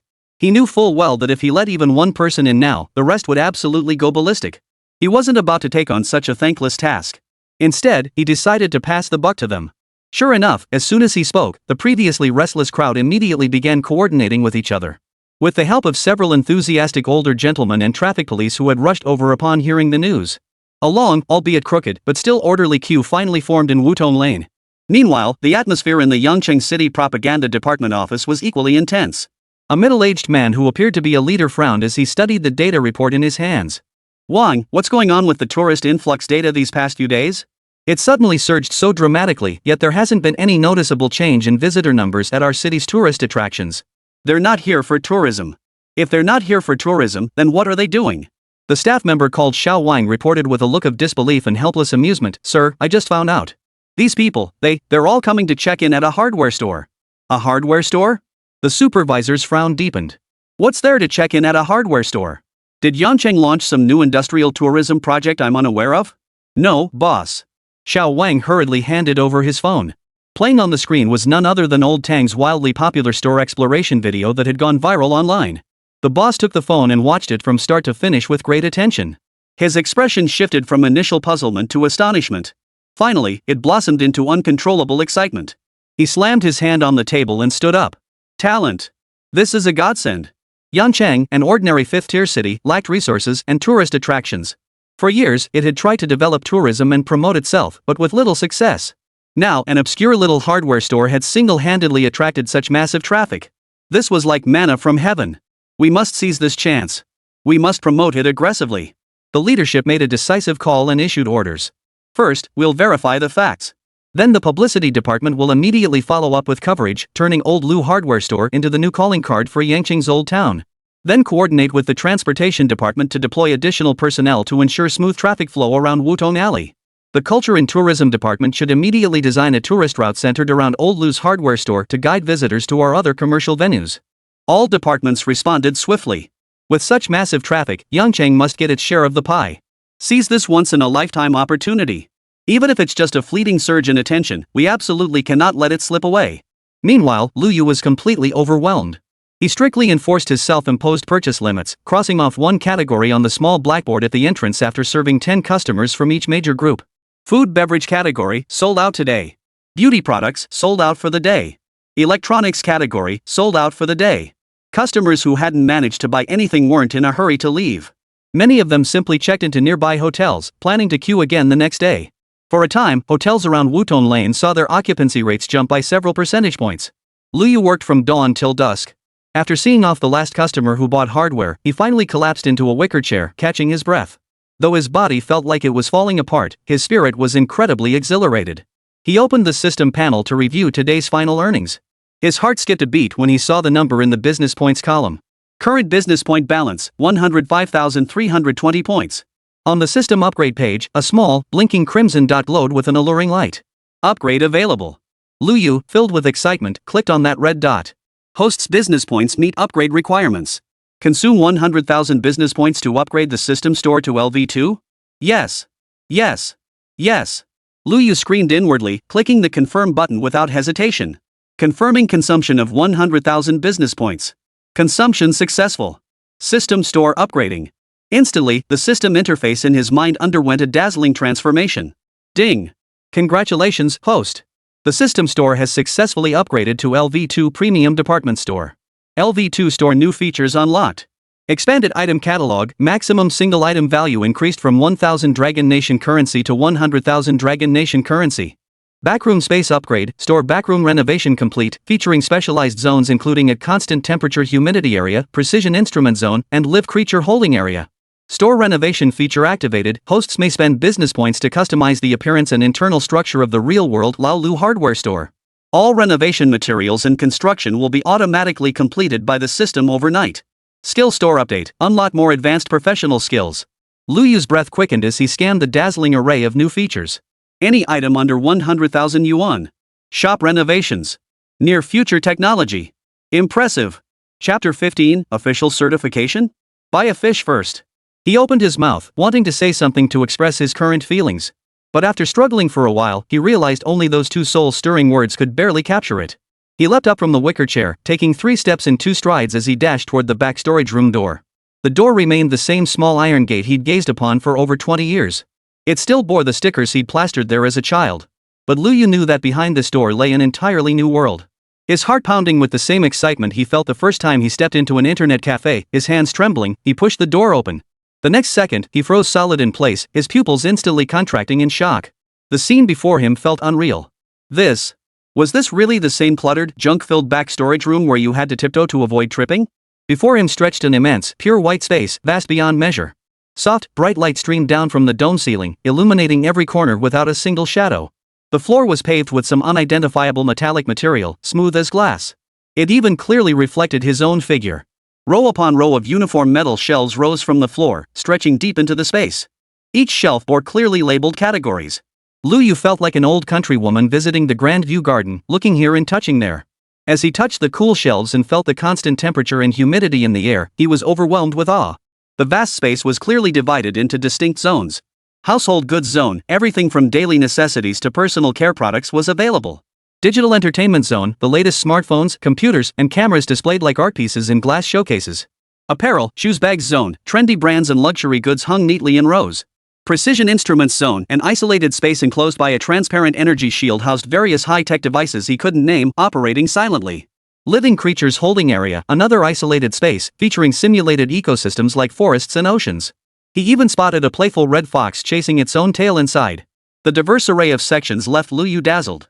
Of course, accessing these required spending business points. Awesome. Absolutely awesome.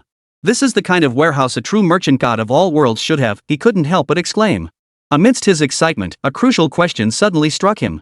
Wait, where's my little bed gone? Scanning the area, he finally spotted a small door in a corner bearing a sign that read, Post-Rest Area. Lu Yu breathed a sigh of relief. Hey, the system's thoughtful after all, knew to leave me a place to sleep. Humming a tune, he pushed open the door to the rest area. However, when he saw the furnishings inside, the smile froze on his face. In the center of the spacious, brightly lit lounge decorated with extreme luxury and meticulous cleanliness, stood a solitary piece of furniture, his own worn-out, creaky folding army cot. No way, dude. Lu Yu stared blankly into the air. For a room this luxurious, shouldn't you have given me a matching Italian leather sofa, a 200-inch giant screen home theater, and a 2-meter-wide Simmons king-size bed? Why is it still this crappy thing? This jarring incongruity felt like an insult to his aesthetic sensibilities. Ding! Comfortable living comes at a price. The system's voice chimed in at the perfect moment. The system store now offers a full set of luxury furniture. Host may redeem at any service point at any time. Lu Yu. He understood. The system's meaning was crystal clear, pay up. Thinking you could freeload a nice life without paying? Dream on. Just as Lu Yu sighed in resignation at the sight of that rickety little bed, a loud clang-clang of knocking suddenly echoed from the shop's rolling door outside. Who could it be at this hour? Just as Lu Yu was about to shout through the door, "We're closed. Come back tomorrow," the person outside spoke first. Excuse me, is this Mr. Lu Yu of Lu's hardware store? We're staff from the Yangcheng City Publicity Department and would like to discuss something with you. As the person spoke, they slipped an official ID card under the door. Lu Yu picked up the badge and saw it was indeed an official document. His heart skipped a beat. The publicity department? Could it be? He dared not delay and hurried over to open the door.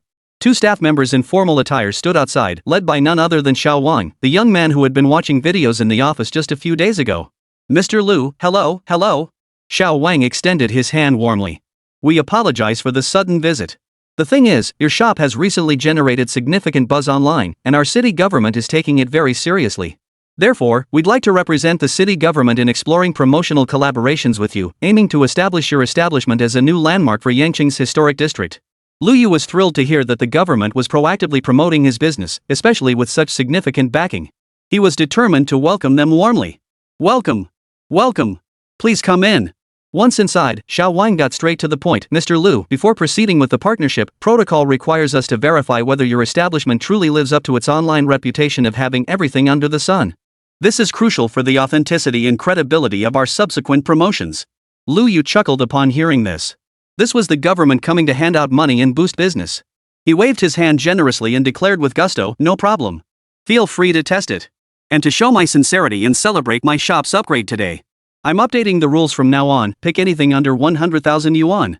Xiao Wang heard this and was a bit confused. 10,000? Boss Lu, I remember you said during your live stream that it was under 1,000 yuan? Lu Yu chuckled, times change. We've got to show the higher-ups my capabilities and sincerity, right? Xiao Wang silently nodded in admiration. This young boss had guts. He began to ponder. Items under 100,000 yuan opened up a world of possibilities. From something as small as a needle to something as large as a car, it encompassed nearly all everyday consumer goods. He couldn't believe this young man truly had everything. What an enormous, terrifyingly complex inventory and supply chain system must be behind this. If what he claimed was true, it meant this small-time boss possessed unfathomable power. Alright. Xiao Wang decided to test the waters first. He asked, Mr. Liu, do you happen to have motorcycles? Yes. Liu Yu replied with just one word, then stood still, smiling at him. Not a single unnecessary movement. After waiting a while and seeing no sign of him heading to the back warehouse to fetch the goods, Xiao Wang couldn't help but ask, shouldn't we take a look at them? Of course, Liu Yu replied.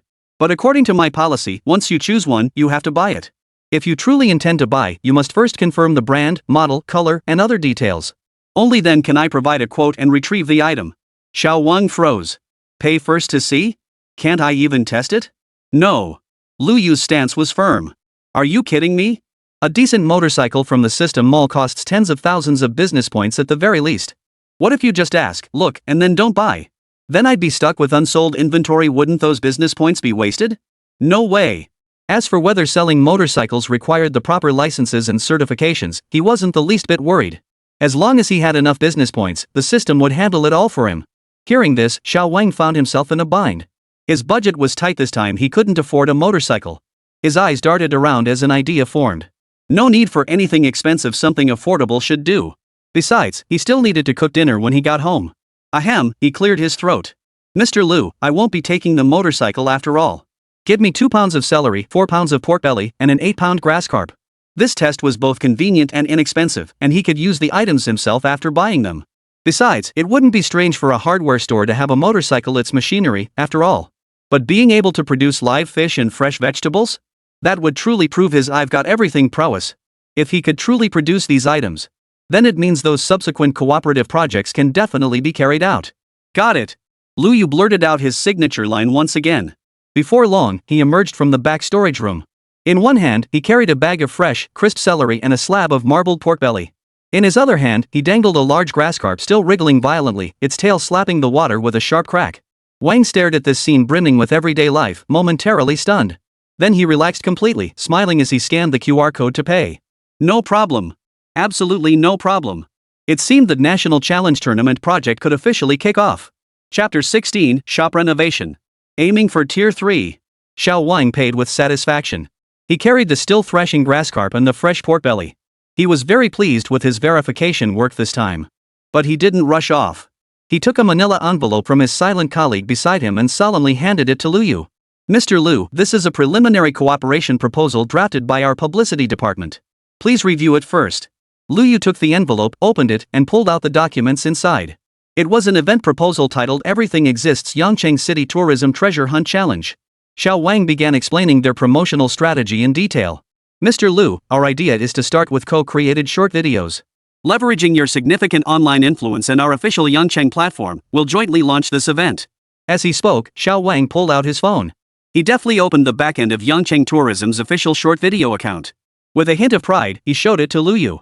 See here? Our official account is platform verified, giving it credibility. Liu Yu leaned in to take a look and nearly burst out laughing. The blue verified official account displayed a follower count of 30,000. 30,000?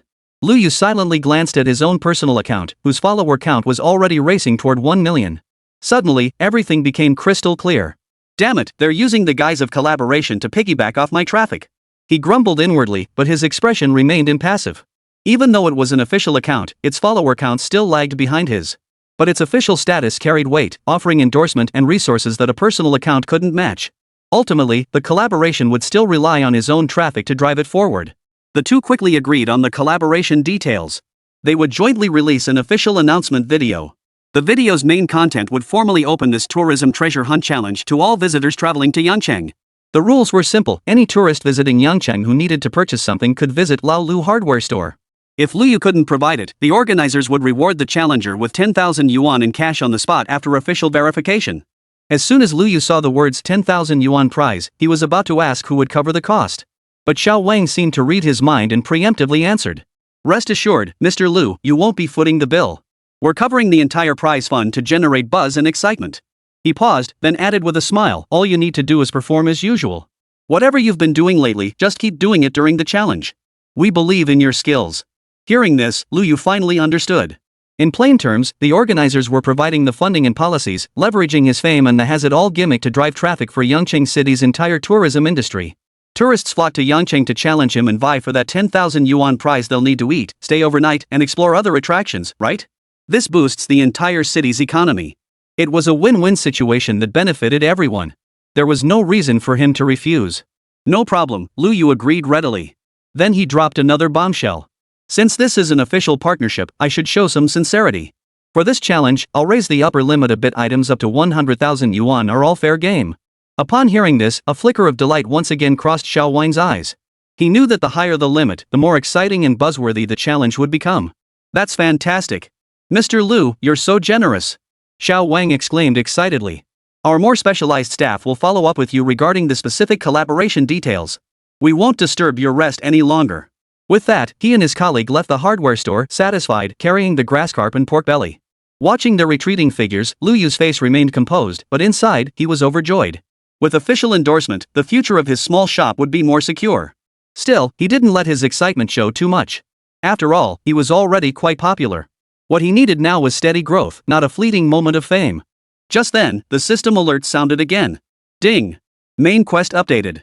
LV3 upgrade requirements released. Please check, host. Lu Yu's heart skipped a beat as he immediately opened the system panel. Level up to LV3 Universal Commerce Center. Required conditions. Business points, 5 million points. 5 million. Prerequisite skill mastery, at least 2 unlocked LV2 professional skills, e.g., fundamentals of basic mechanical exoskeleton design, introduction to artificial intelligence and practical applications, etc. Special item transactions, successfully complete at least one special order exceeding 500,000 Longwei currency. Store influence, Old Lu Hardware Store must exert real-world influence across at least 3 distinct industry sectors, e.g., food, technology, cultural tourism, and receive positive coverage from official media outlets. Lu Yu sucked in a sharp breath at this string of absurdly demanding upgrade requirements. 5 million business points. That was an astronomical figure. And those specialized skills that sounded like gibberish, plus that 500,000 yuan special order. This difficulty was at least 10 times harder than leveling up from level 1 to level 2. Glancing again at his remaining 5,320 business points, the joy of his recent upgrade instantly faded. It seemed the revolution was far from over. Little Lu still had a long way to go. Rome wasn't built in a day. Lu Yu quickly adjusted his mindset. He decided to save the remaining 5,000 plus business points for emergencies, just in case. The most urgent task now was to renovate the shop. He certainly didn't want to face another day like yesterday, with crowds so thick he couldn't even find a place to stand. System, activate the store renovation function. Shop renovation function activated. Please select a renovation template or proceed with custom design. Instantly, an interface resembling 3D modeling software appeared in Lu Yu's mind. It displayed a complete model of his small hardware store. He skipped the flashy templates and opted to design it himself. He kept the vintage-style sign reading Old Lu Hardware Store. However, he expanded the entire storefront and reorganized the interior layout. He designed a spacious and bright reception hall, small but essential. A private VIP room for negotiating large orders. He defined the overall style as understated luxury. Externally, it still resembles a traditional shop, yet internally, it reveals a hidden gem.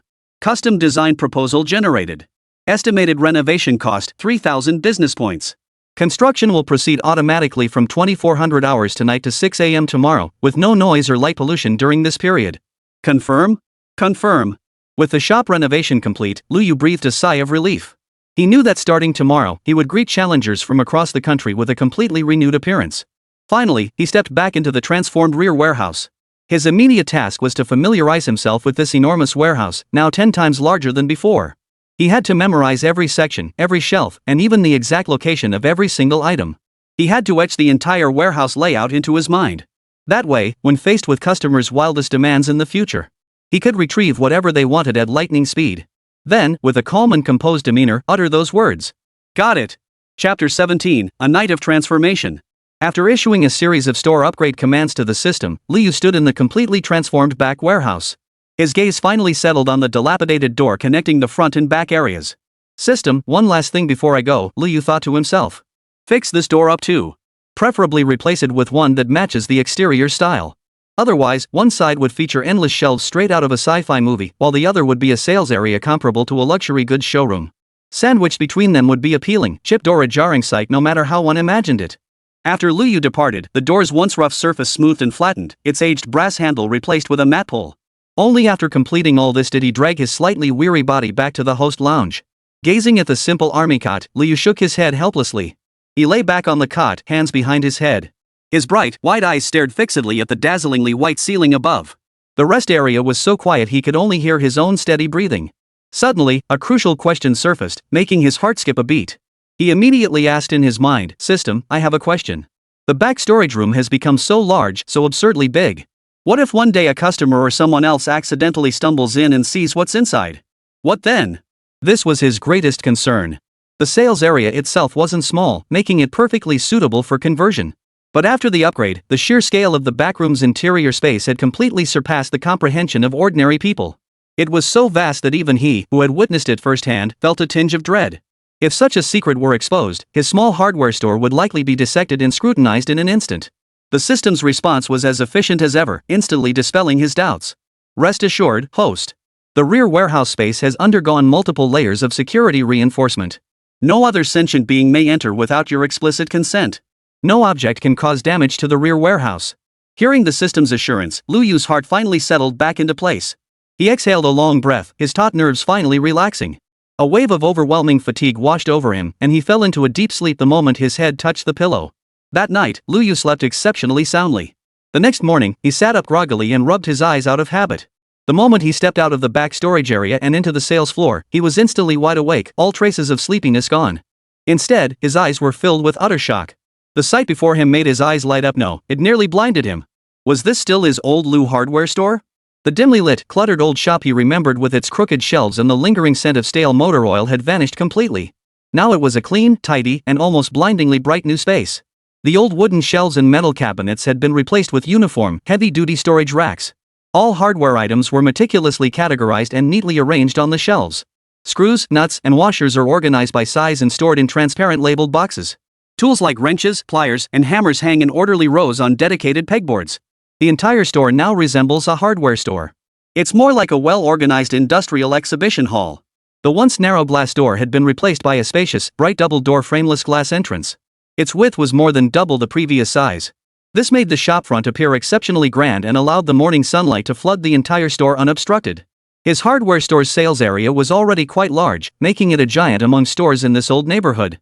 Therefore, unlike the back warehouse, there was no need to employ the system's advanced technology for spatial expansion. The system had merely performed a complete, meticulous renovation on the existing structure. A surge of pride welled up in Lu Yu's heart.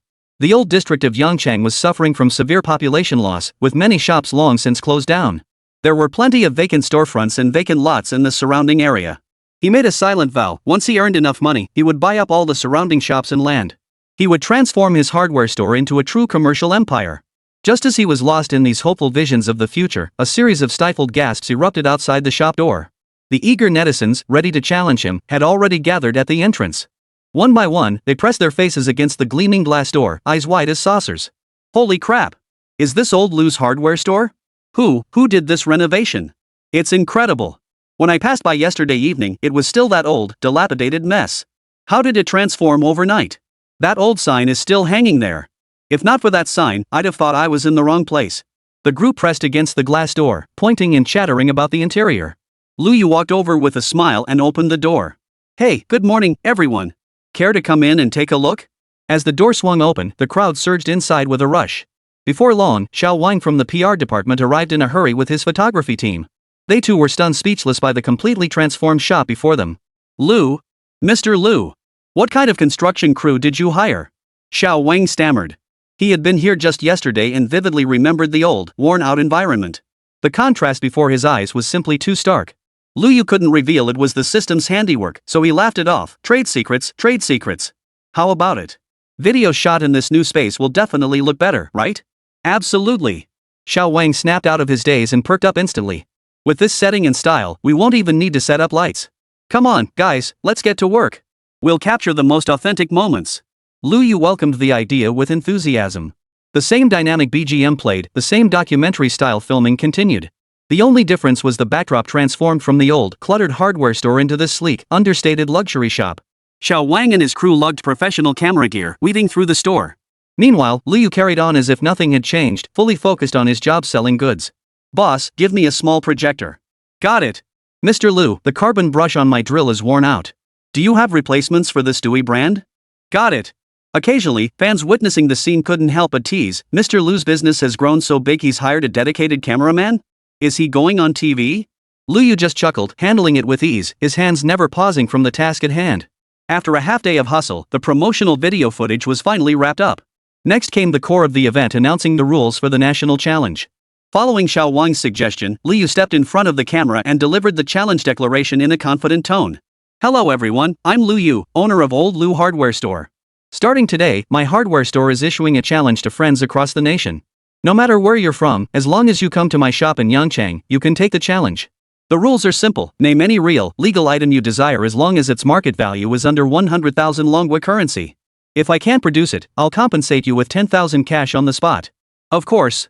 At this point, Lu Yu's lips curved into a subtle, meaningful smile. But if I can produce it, you must buy it. The production of the video's subsequent content was entrusted to the professional team from Yangchang's Culture, Tourism, and Publicity Department. As for traffic? Well, that was obviously riding the coattails of Lu Yu, the mega influencer with nearly 1 million followers.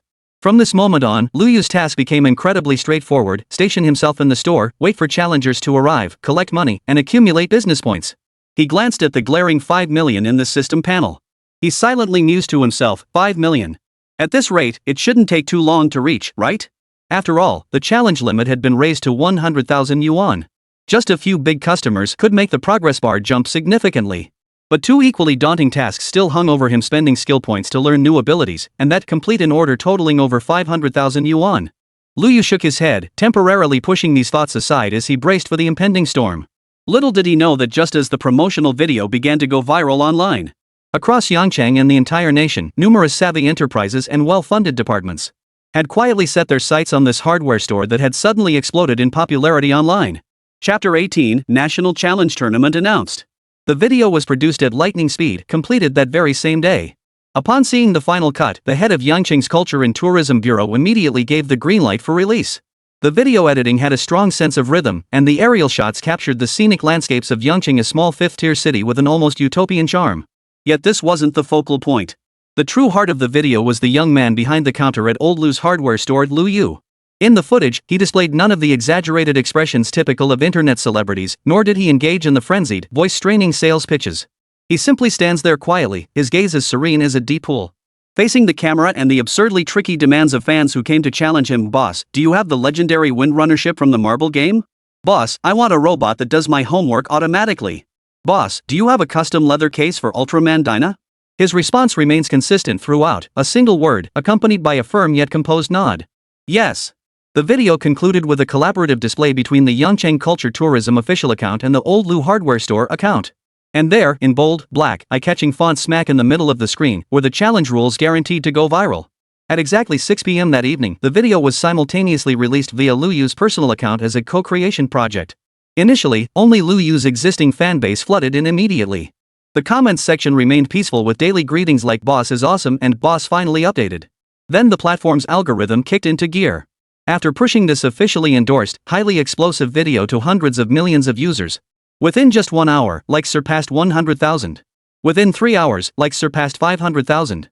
Overnight, the video's likes had surged past the million mark. Comments exploded exponentially, surging from thousands to over 100,000. And they continued to refresh at a rate of hundreds per minute. This had become a massive online spectacle, a convergence of shock and skepticism. The initial spark, of course, was the challenge rules like a depth charge detonating. Top comment: any item under 100,000 yuan? Can't produce it, pay 10,000 in compensation? Did I read that right? Is this owner made of money or just plain crazy? Are you sure this rule wasn't written by a temp worker? At Yangchang Culture Tourism, come out and explain yourselves. Are you taking responsibility for this mess? Thousands of replies instantly flooded beneath this comment. Reply 1: who doesn't get it, folks? I was just fretting over next month's Huabei payments. This is like a gift from heaven. Yangchang, right? I'm already checking flight tickets. Any brave souls want to join me for this freebie? Let's form a group. Each person makes one demand. I refuse to believe they can't deliver everything. A free 10,000 yuan each, round-trip flights covered, plus a complimentary tour of Yangchang. This outrageous fortune is finally mine. Reply 2: the person above is seriously delusional. Anyone who finished 9 years of compulsory education wouldn't dream up something this naive. This is undoubtedly a joint publicity stunt orchestrated by Yangchang Culture and Tourism, a new gimmick for city marketing. If you actually go there, they'll come up with any excuse like this item is worth over 100,000 yuan. Or simply say, we're out of stock today, come back tomorrow. Being unfamiliar with the area, what can you do about it? In the end, you'll walk away empty-handed while they laugh all the way to the bank. Reply 3. Analysis complete pure scripted nonsense. That owner's expression is way too calm. Would a normal person hear about an auto-writing homework bot and not burst out laughing? Reply 4. But still, that you have is so addictive. I've looped it 30 times already. Now my head is filled with you have. You have. You have. Feels like my mental state is way ahead of everyone else. As the heat rose, skepticism and memes took over. But soon, Lu Yu's old fans dug up those rock-solid videos he'd accumulated earlier. Remember that guy who demanded an aircraft carrier model? The shop owner actually pulled one out, a 1:700 ultra-precise version with etched parts. That stuff isn't even available on the market. And the guy who wanted a discontinued game card? The owner found that too. I'm a local from Yangcheng. I can vouch that since the shop opened, no one has ever succeeded in challenging the owner. We guarantee compensation for any successful challenge, though no one has managed it yet. This seemingly mundane defense acted like a fuse, igniting the G-spot of another group of special netizens. Oh? No one's succeeded yet? This is getting interesting. Money's no object, just love the thrill. That 100,000 yuan threshold is genius. It weeds out wild fantasies while leaving plenty of room to maneuver. Guys, I'm diving in first. Live streaming to take on this Doryman. The fun of this challenge isn't the 10 grand itself, but the process of winning. Getting this omnipotent boss to say no out loud, that sense of accomplishment is thrilling just to imagine. The minds of wealthy individuals, tech geeks, and collectors who usually keep a low profile start buzzing. They weren't short on cash. What they craved was excitement, something novel enough to get their adrenaline pumping. This competitive challenge holds a fatal attraction for them. The online fervor quickly spilled over into the real world. What's fun in Yangcheng? What are Yangcheng's local specialties? Bring some back if you succeed in the challenge. Yangcheng Challenge Guide, Lu's Hardware Store. Day 1, arrive. Day 2, take on the challenge. Day 3. Travel guides and challenge plans began flooding major social media platforms. Yangcheng, a fifth-tier city on the map of Dragon Country that no one had ever heard of. Its online search index skyrocketed thousands of times overnight. Flights to Yangcheng on major travel apps and local hotel bookings began surging abnormally. The Yangcheng Tourism Bureau's phones were nearly overwhelmed. No one could have imagined that this collaboration with Lao Lu Hardware Store would prove so terrifyingly effective. The effect was 100 times better than hiring a top celebrity endorser. The very next morning, as this online frenzy reached its peak, a sleek, jet black luxury sedan pulled up at the bustling street corner opposite Old Lu's Hardware Store. The door swung open, and a pair of polished bally loafers touched the pavement first. Following closely, a man in his 30s emerged, dressed in a crisp dark jacket and wearing gold-rimmed glasses. He stood tall and straight, his demeanor steady and efficient. His brow bore the shrewdness honed from years of negotiations and commanding situations. His name was Li Wei, the procurement manager for a major construction project in Yangcheng under Longhua Construction, a colossal infrastructure giant ranked among the Fortune Global 500. Chapter 19, The Procurement Manager's Killer Question. Managerly, it's this shop. Chen, his driver and assistant, hurriedly got out of the car and jogged over to Li Wei. Pointing to the shop across the street, which was packed to the rafters with layers upon layers of people, he said, "It's been all over the internet lately. Everyone's calling it the all-purpose hardware store. They've really hyped it up." Li Wei pushed his gold-rimmed glasses up his nose, his eyes behind the lenses carrying a hint of dismissive scrutiny. As a seasoned procurement veteran who'd dealt with top-tier suppliers worldwide for years, he'd seen more hype than Xiao Chen had eaten salt. What about Han's craftsmanship, artisan heritage? Turned out to be just a small workshop slapping on a fancy label. Or industry disruption, technological revolution, nothing more than concepts on a PowerPoint slide. To him, the scene before him was just another meticulously orchestrated influencer marketing stunt. Exploiting information gaps and the general public's lack of understanding about industrial products, especially those in specialized fields, to create an illusion of omnipotence. All to harvest traffic and ultimately monetize. An old trick, but this time they're playing big, even enlisting official endorsements. "Let's go take a look," Li Wei said indifferently. His visit today wasn't driven by genuine belief in the online rumors. On one hand, the project had indeed hit a minor snag requiring an unconventional part. His visit to Yangcheng was also to scout several promising local machining factories. Passing by here was purely out of professional curiosity. He wanted to see for himself what exactly was going on here. On the other hand, he also wanted to use this opportunity to observe Yangcheng's local business ecosystem. He wanted to lay the groundwork for some scattered purchases later in the project.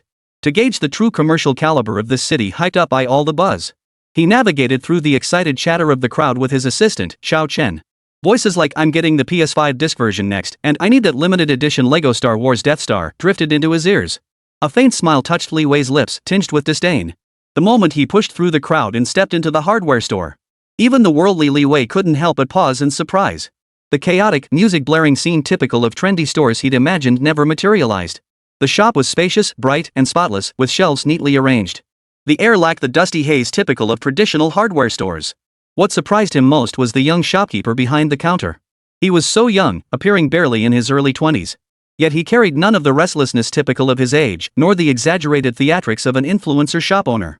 No wonder working himself to exhaustion every day, he had no energy left for showmanship. Lu Yu was currently assisting a customer. The customer was decked out in trendy brands, looking like a well-off young man. He immediately fired off a question that seemed quite challenging to Li Wei. "Boss, I want the most comfortable ergonomic gaming chair, not some mass-produced junk. I need a custom-made version that perfectly fits my body." Hearing this request, Li Wei's brow furrowed. A custom-made ergonomic chair? This was no joke. As a procurement manager, he had previously equipped the company's executive offices with such products. True top-tier customization required capturing nearly 100 data points from the user's entire body using a 3D scanner. A professional ergonomic designer then creates the model. Finally, the production line takes weeks or even months to craft the final piece. Prices easily reach tens of thousands, even hundreds of thousands. Could this tiny hardware store actually get hold of one? He can get this? Assistant Xiao Chun whispered in astonishment beside him. Li Wei remained silent, observing with keen interest. He wanted to see how this young shop owner would respond. Would he make excuses about custom orders taking time? Or pull out some so-called high-end knockoff to fool him?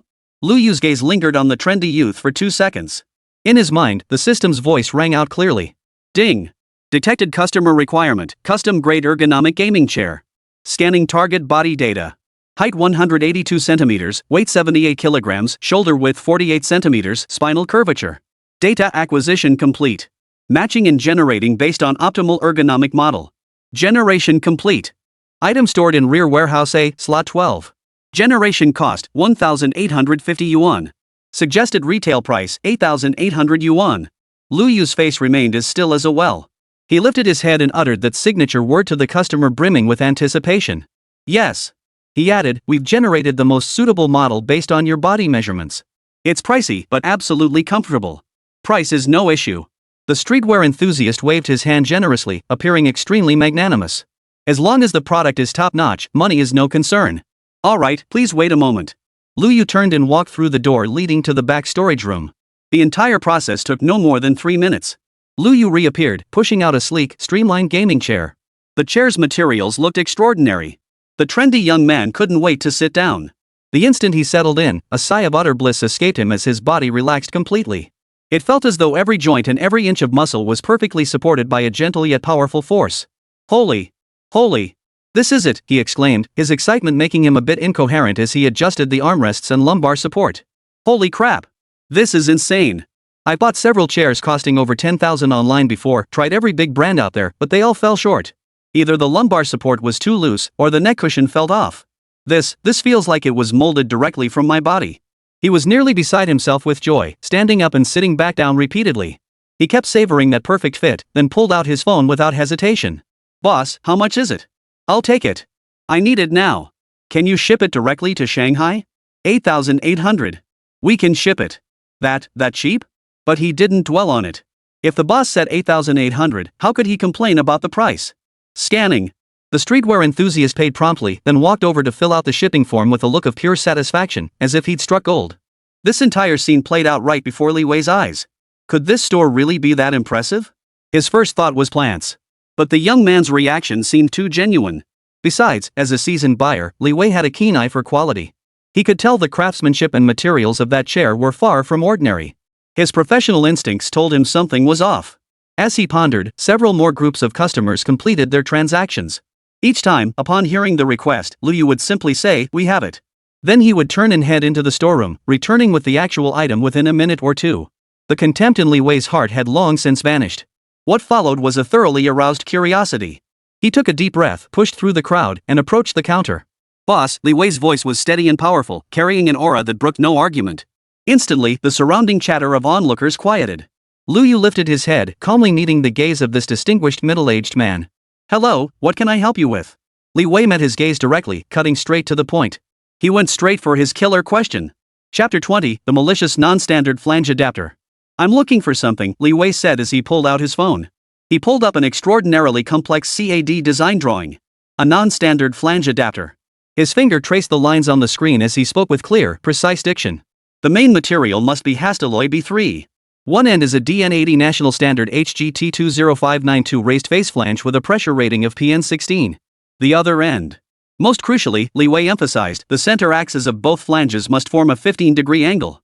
All sealing surfaces require a surface roughness of RA 1.6. The entire component must be formed as a single piece, no welding allowed.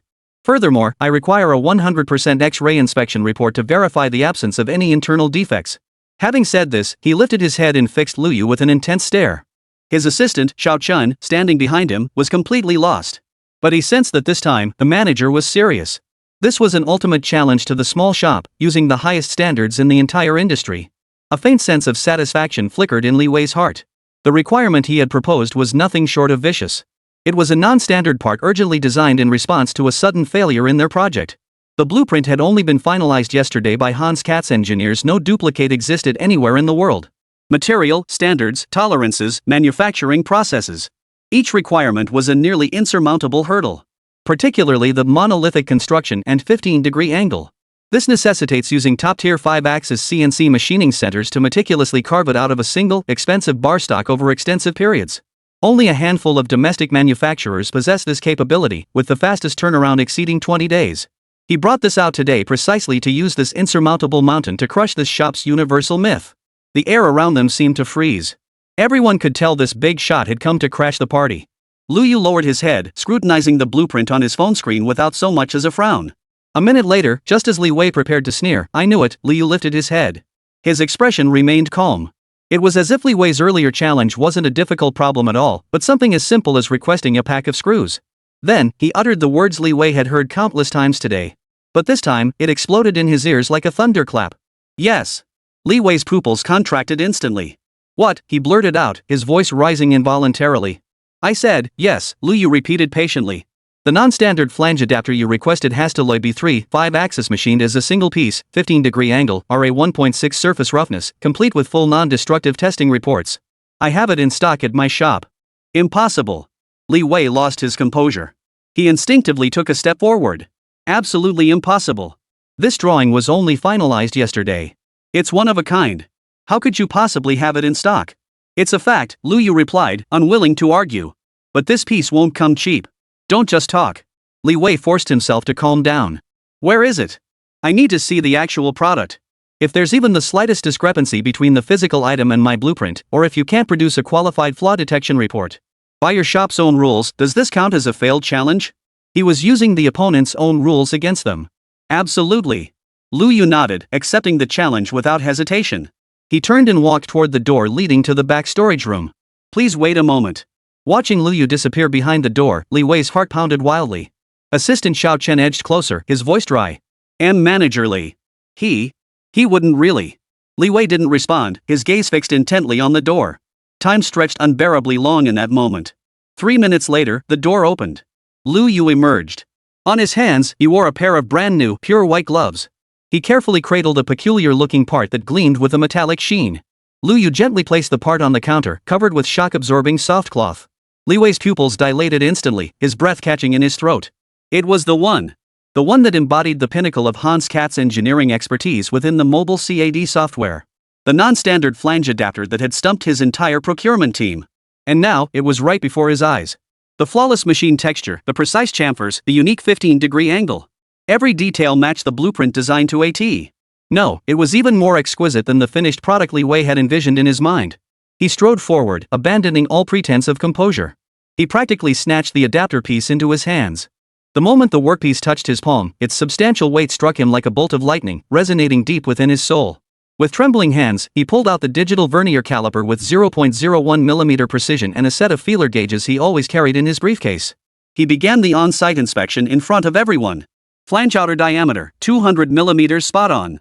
Bolt hole center distance, 160mm, not a hair off. Sealing face dimensions, raised recessed platform height.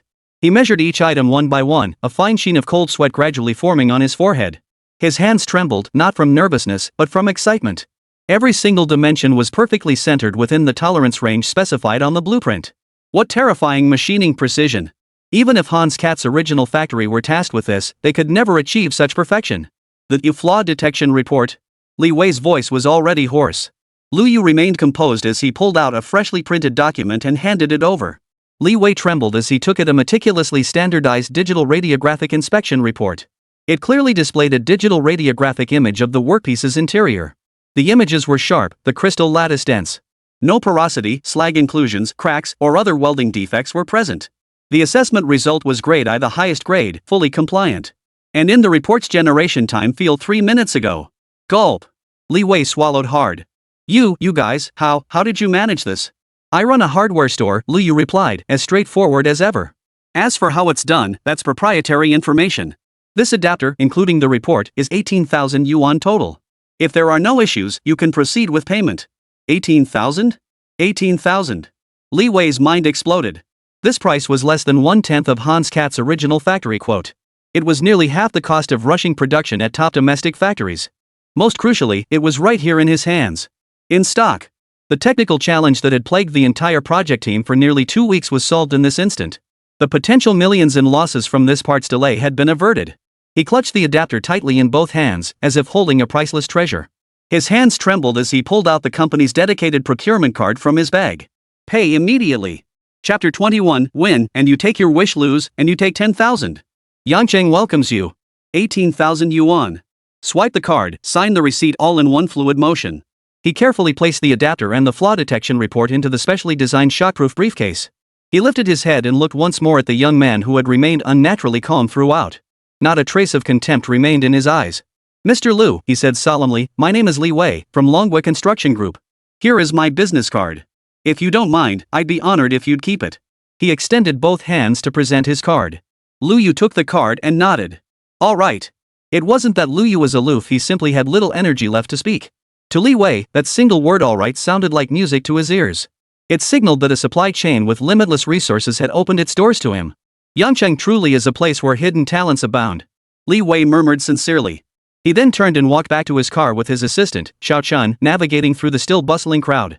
Manager, we. Xiao Chen's words were cut short by Li Wei. Head back to the project office immediately. Arrange for the lab to conduct comprehensive performance testing on this part right away. Material composition, mechanical strength, pressure resistance limit. Run every single test possible. A gleam of excitement flashed in Li Wei's eyes. Even though I've urgently contacted Hans Katz's original factory and top domestic manufacturers, the fastest they can deliver is in 2 weeks. This is a ready-made part. He tapped the briefcase on his lap lightly, a faint smile spreading across his face. This isn't just a part, Xiao Chen. You don't understand, it represents an entirely new possibility. If its performance tests meet all standards, then this measly 18,000 yuan will save us at least half a month of production delays and millions in potential losses. And this is just the beginning. If this shop can reliably supply custom parts of this caliber, I'm deciding to source every single material, component, and specialized tool our project needs from them going forward. He couldn't even begin to imagine the seismic shock this decision would send through the entire project's procurement system when he reported it up the chain. It would send seismic shockwaves through the entire project's procurement system. Lu Yu had no idea that the seemingly minor transaction he just casually completed had driven a seasoned procurement manager who had weathered countless storms into a frenzy. A potential mega order had sprouted tender buds. And Li Wei's challenge this time wasn't as quiet as his arrival. The shop was packed with onlookers, challengers, and even a few minor internet celebrities live-streaming the event. Li Wei's professional jargon, his exacting demands, and his expression shifting from shock to disbelief to sheer delight, were all captured in full by multiple cameras. That night, a clip titled "Challenging the All-Purpose Hardware Store, Only to Get Schooled on the Spot" began circulating online. In the clip, Li Wei's academic-level demands stood in stark contrast to Lu Yu's nonchalant yes. Especially when that gleaming non-standard part was brought out. The flood of comments in the livestream perfectly captured the collective sentiment of all viewers. Top comment in the discussion section, folks, I've got news for you, I'm a total idiot. I used to think it was scripted, but now I'm convinced. Reply 1, hey, you're not alone. I looked it up specifically, I couldn't understand a single word of his spiel, but I was totally blown away. Reply 2, anyone here who gets it? Can someone explain what the heck integrally formed dual-phase stainless steel 2205 with a 15-degree angle even means? Sounds super fancy. Reply 3, verified, PhD in Mechanical Engineering, University X. To the guy above, let me put it this way. For a small hardware store, this requirement is it's like asking a small restaurant chef to carve a galloping horse out of a single piece of A5 Wagyu beef complete with a 15-degree tilt and intricate internal skeletal structure without any seams. Achieving this feat is a rarity even in the global industrial sector. And this little hardware store. They actually pulled it off with a ready-made product. Reply 4, I declared the skeptic's complete route. Now I just want to know, are there still flights to Yangcheng? Forget the challenge, I just want to buy what I need. Oh, and ask the owner if they have any memory bread that'll help me ace all my final exams? Dog head emoji. With official endorsement and Li Wei's ironclad evidence, a veritable act of divine justice. Lu Yu's credibility among skeptical netizens shot from suspected hype to mysteriously impressive. Overnight, the online discourse did a complete 180. Skepticism lingered, but it had become the stubborn resistance of a minority. More people, however, found their curiosity and enthusiasm ignited. Meanwhile, Yangcheng officials clearly anticipated this unprecedented surge in attention. After just a few days of urgent preparation and meticulous planning, the old street where Old Lu's hardware store was located underwent a dramatic transformation. The street had been somewhat dilapidated to begin with most shops long closed. This, however, provided immense convenience for setting up the venue. With unprecedented efficiency, the Yangcheng municipal government demonstrated the astonishing explosive power of a fifth-tier city seizing an opportunity. Urban development, transportation, culture and tourism, public security. Every department gave the green light and cooperated wholeheartedly. After all, this was a golden opportunity to boost hometown development, attract investment, and revitalize tourism. Everyone is determined to make this event the most successful showcase of Yangcheng's city brand in its history. They were determined to make this event the most successful showcase of Yangcheng's city brand in its history. As the sun dipped below the horizon, the last golden rays gently bathed the revitalized Old Street. Lu Yoha and his team stood at the street corner, surveying the flawlessly arranged challenge site before them. A surge of pride welled up in their hearts. The once dilapidated street had been completely cleared. A brand new red carpet stretched from the street entrance all the way to the door of Old Lu hardware store. It formed a glittering path for the challengers. Giant red banners fluttered in the wind along both sides of the street. Their slogans were passionate yet tinged with humor. Welcome challengers from across the nation to Yangcheng. Your imagination is the only limit. Win, and you take your wish, lose, and you take 10,000. Yangcheng welcomes you. Challenge the all-powerful boss and witness the miracle of Dragon Nation. The street was clearly divided into several functional zones. At the entrance stands a spacious check-in area where several staff members in uniform are calibrating the electronic equipment for drawing lots. Adjacent is the cozy Challenger Lounge, furnished with comfortable seating, complimentary tea, and snacks. There were even a few arcade machines for relaxation. The most eye-catching feature, however, was the payout zone in the center of the venue, enclosed by high-strength bulletproof glass. Inside the glass enclosure, bundles of crisp new cash were neatly stacked into several small mountains. The bright red bills shimmered under the lights, radiating an irresistible, heart-racing allure. This straightforward approach spoke louder than any words about the organizers' sincerity and confidence. Chapter 22, All Systems Go. Please keep reading, everyone. The author will add an extra chapter tomorrow. There will be more occasional updates later too. The author will improve any poorly written parts. A stage about half a meter high was erected in front of the hardware store. Behind it, a massive LED screen looped Lu Yu's viral promotional video, which had garnered millions of likes. In the center of the stage stood a simple counter, Lu Yu's throne. The challenge rules were prominently displayed everywhere. All challengers must register online in advance. On site, participants draw lots using their ID cards and compete in order of their assigned numbers. Each person gets only one challenge opportunity per day. This chance is precious, use it wisely. From traffic control to security patrols, from logistical support to emergency protocols. Everything was meticulously arranged to ensure flawless execution. Lu Yu, the challenge competition officially begins tomorrow. How are you feeling? Nervous? Wang Ju, the middle-aged head of the cultural tourism department, patted Lu Yu on the shoulder and asked with a smile. He'd been running around non-stop these past few days, yet the excitement and anticipation on his face were impossible to hide. Lu Yu chuckled softly, his gaze sweeping over the land he had single-handedly transformed. His eyes held nothing but calm and composure. Nervous? The online haters have been tearing me apart, but I couldn't care less. He shrugged, his tone light. Director Wang, rest assured. I'm confident I can handle this small event. Confidence? Of course he had confidence. But this wasn't blind confidence, it was absolute trust in the system's formidable power. To him, those challengers were nothing but business opportunities and pocket change. He had to give it his all. Besides, Yangcheng Culture Tourism was showing genuine sincerity this time. All platform signing fees and gift revenue from the livestream after platform commissions go entirely to Lu Yu. It must be said, Yangcheng's approach to riding the hype wave was truly masterful. Within mere days, the economic indicators of this obscure little city skyrocketed like a rocket launch. Major hotels reached full occupancy, and even nearby county homestays became impossible to book.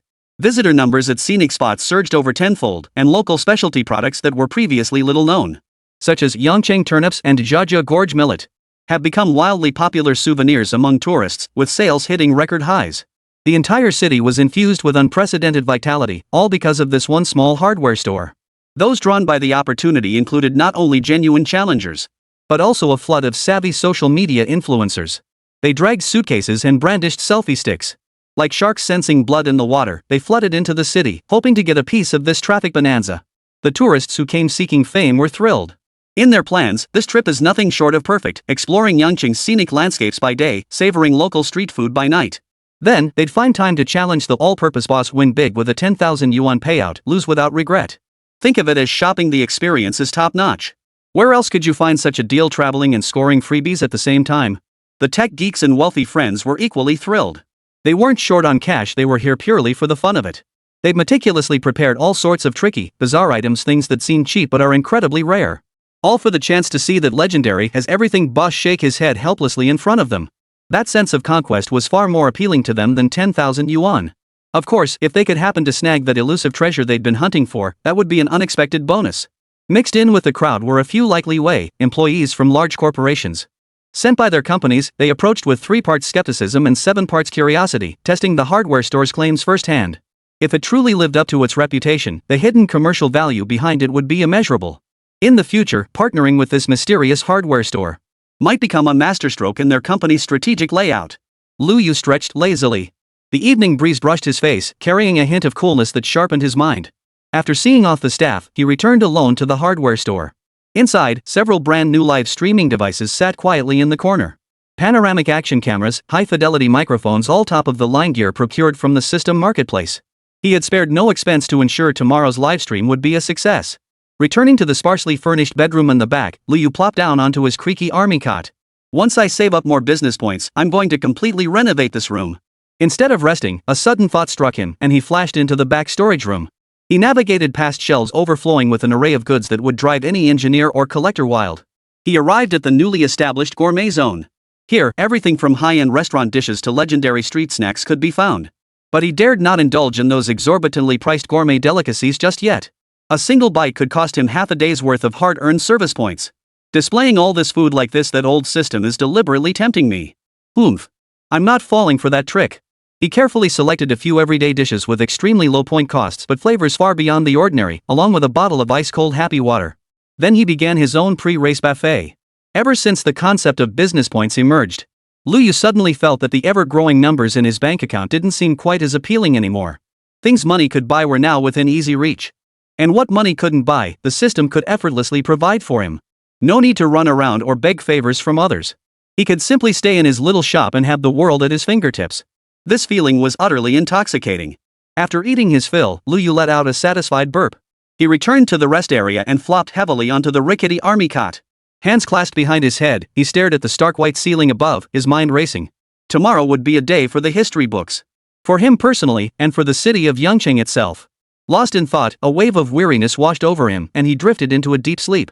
The night passed without incident. The next day, the first rays of dawn pierced the horizon. Lu Yu had already opened his eyes. His biological clock was more reliable than any alarm. Without a moment's hesitation, he rose swiftly, washed up. Then he began the final inspection of all the equipment in the store and on the stage.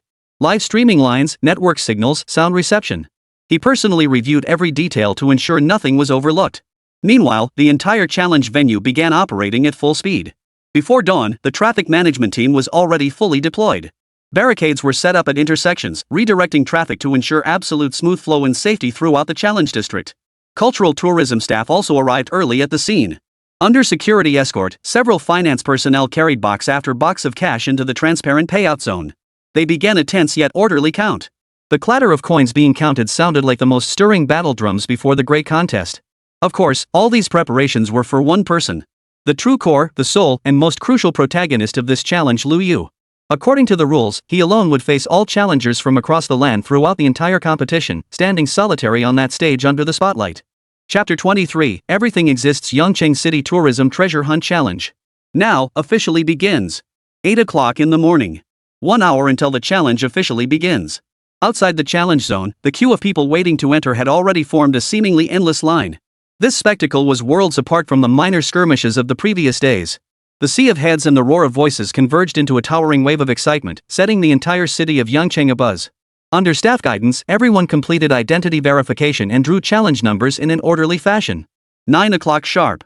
Amidst the eager gazes of the crowd, the challenge competition officially commenced. Dozens of pre-positioned live streaming cameras simultaneously activated. Luyu's personal livestream and Yangcheng Culture Tourism's official channel went live simultaneously. Netizens and fans who had clicked Notify Me on their phones earlier flooded into the livestream like a burst dam the moment it went live. The online viewer count on the screen skyrocketed at a heart-pounding speed.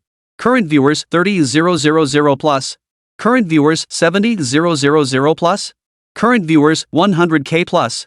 In just over 10 minutes, the cumulative number of viewers in the livestream had already shattered the 100,000 mark. And this number continues to grow at an alarming rate. While Luyu's own popularity and official promotion certainly played a role. But more crucially, it was the short video platform's pervasive algorithm. It had precisely captured the viral momentum of this nationwide celebration. It pushed the livestream to hundreds of millions of users, transforming what was originally a local event in Yangcheng into a truly nationwide livestream. Within the livestream, comments cascaded like a waterfall, while gift effects never ceased. Here it comes. Front row selling sunflower seeds, peanuts, and bottled water. Grab your stools. I'll be damned if I don't see who becomes the first to shatter the legend today. Go boss. Take down every challenger. Show them what true omnipotence means. Yangcheng Tourism just won big time. This scene is even livelier than the Spring Festival Gala. On stage, a local host specially invited by the Tourism Bureau stepped forward with a microphone in hand. With a rousing voice, he delivered an enthusiastic opening speech. He outlined the background and significance of the challenge, thanking all the friends who had traveled far to attend. Amidst thunderous applause and cheers from the entire venue, the host passed the microphone to today's star. Now, let's give a warmest welcome to our challenge champion, Mr. Luyu, owner of Old Lu Hardware Store, for a few words. Spotlights instantly converged, drawing the attention of the entire venue and billions of viewers watching the livestream. At that moment, all eyes were fixed on the young man slowly emerging from the hardware store. Luyu wasn't wearing anything special today. He wore a simple, clean white t-shirt, ordinary blue jeans, and a pair of plain sneakers. Unlike other internet celebrities, he hadn't dressed up elaborately for the occasion. Even his hairstyle was indistinguishable from any other day. It was precisely this unassuming, down-to-earth style that highlighted his distinctive aura. His posture was upright, his features handsome. Facing the roaring crowd below the stage and the countless flashing cameras, his face showed not a trace of nervousness or stage fright. Only a deep-seated confidence and composure emanated from within. Stepping behind the center stage counter, he didn't reach for the microphone. Instead, he offered a gentle smile to the entire audience. That smile swept through the crowd like a spring breeze, instantly quieting the roar of the venue. His voice, amplified through high-fidelity microphones, carried clearly throughout the venue. It also reached the ears of every viewer in every live stream room. Welcome, everyone, to Yangcheng and to Old Lu's Hardware Store. His opening remarks couldn't have been simpler. The rules, you all know them by now. He paused, his gaze sweeping over the faces below the stage, filled with anticipation, excitement, curiosity, and skepticism. I'll just add one thing. Do your best not to bore me. The words fell, and the entire venue fell silent. Then erupted into even louder cheers and screams. Too wild. But also so damn cool.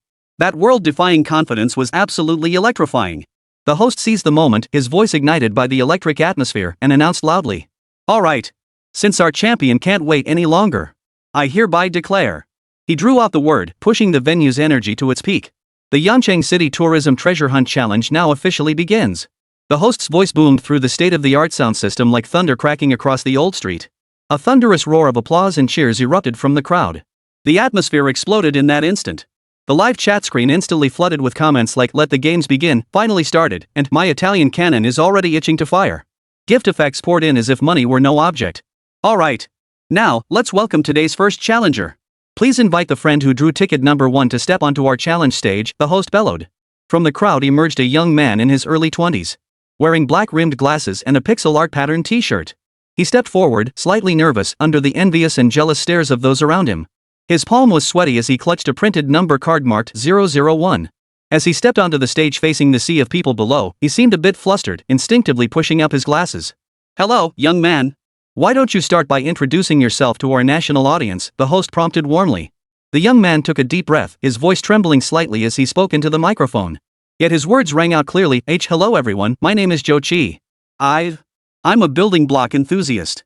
In the community, they call me Brick Expert. Brick Expert? As in bricklaying bricks, the host joked. Joe Chi's face flushed slightly as he hurriedly explained, it's from Lego bricks, the brick and building blocks. I came all the way from the neighboring province just to challenge Boss Lu. Alright, brick expert Zhou Qi.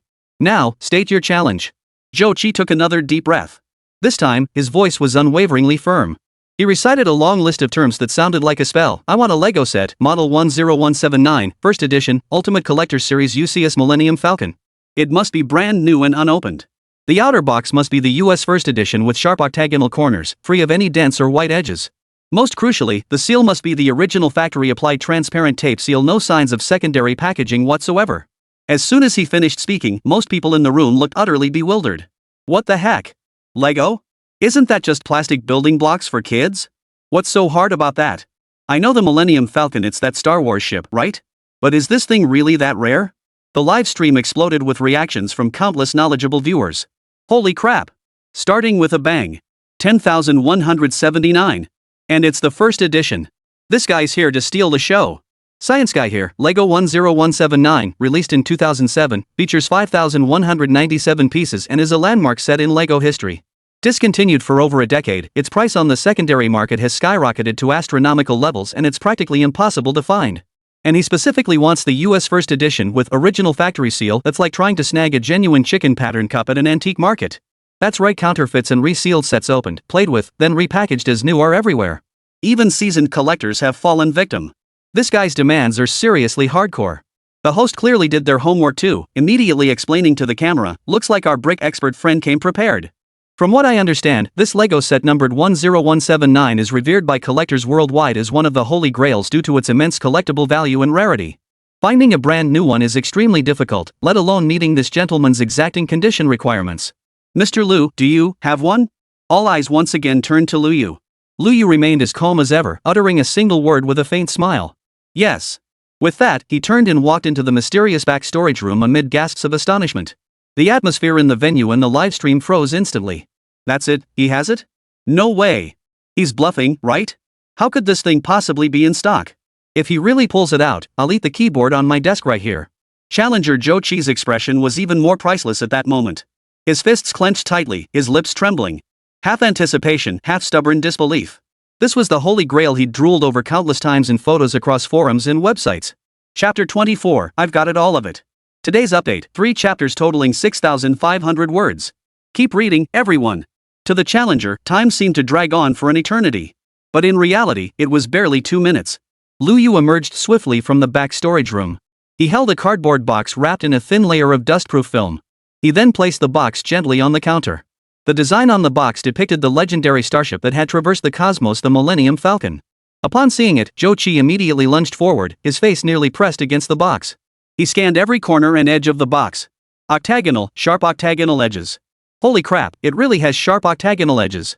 The American version.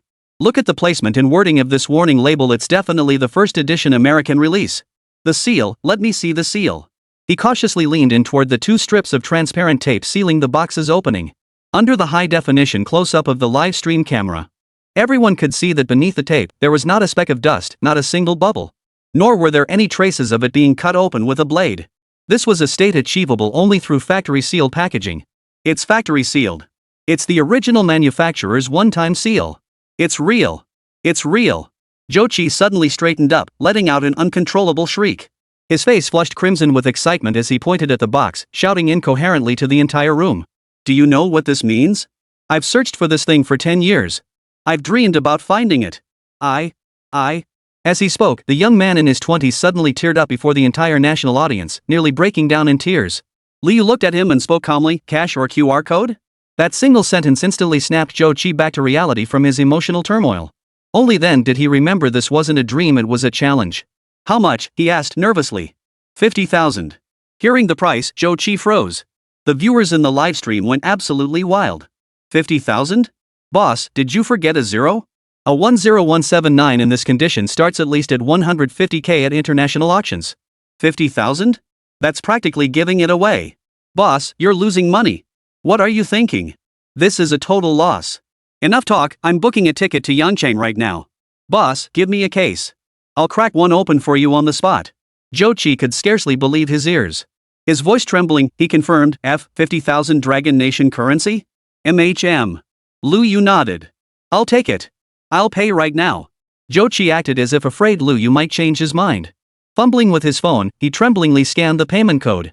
A soft beep signaled the transaction's completion. Jochi cradled the massive box carefully, holding it close to his chest. Then he bowed deeply to Lu Yu. "Thank you, boss. You've made my decade-long dream come true." With that, he carried his holy grail off stage, leaving the entire audience staring in disbelief. The first challenger challenge successful. The live stream chat exploded with chaos. The flood of comments was so thick it obscured the screen. "From this moment on, I am Boss Lu's devoted follower. Please accept my kneel." Unbelievable. My mom asked why I was kneeling while watching the live stream. This isn't a hardware store anymore, it's a wishing well and Aladdin's lamp. Scripted? Which damn screenwriter dared write this? Just deify him already. Next, the challenge match picked up pace, with one miracle after another unfolding. And now, challenger number 2. Stepping forward was a middle-aged man with an elegant, scholarly demeanor. He looked like a university professor. His challenge was highly specialized. "Mr. Lu, I'm an astronomy enthusiast. I'd like a meteorite slice specifically from the renowned Swedish Mwanjanalusta iron meteorite. It must weigh over 50 grams and come with a certificate from a reputable third-party mineral identification agency in China." Another tough customer. Iron meteorites. Renowned worldwide for their unique Wiesbaden patterns, each specimen boasts one-of-a-kind markings. This stuff is way more expensive than gold, and it's incredibly hard to tell real from fake, plus you need an authentication certificate.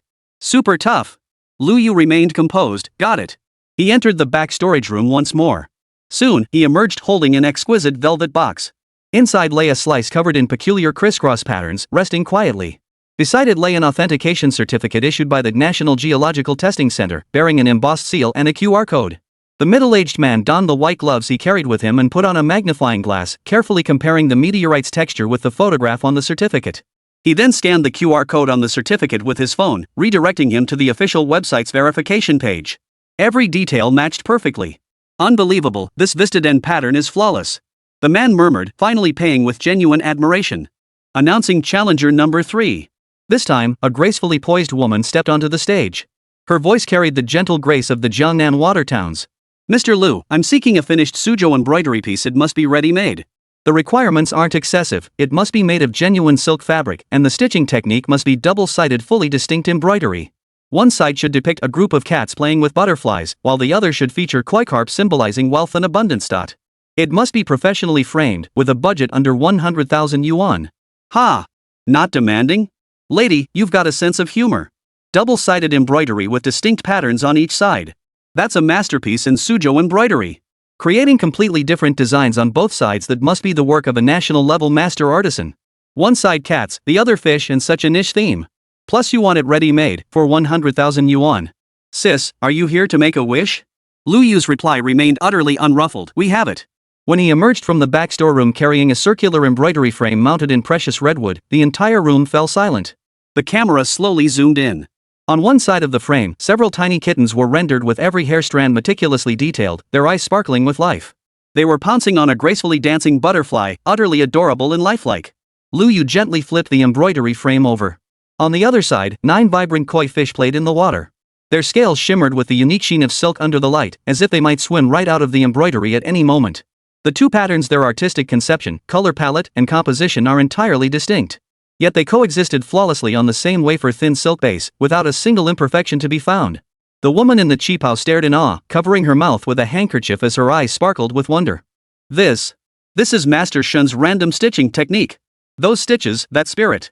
It must be one of her early works before she retired. Good heavens!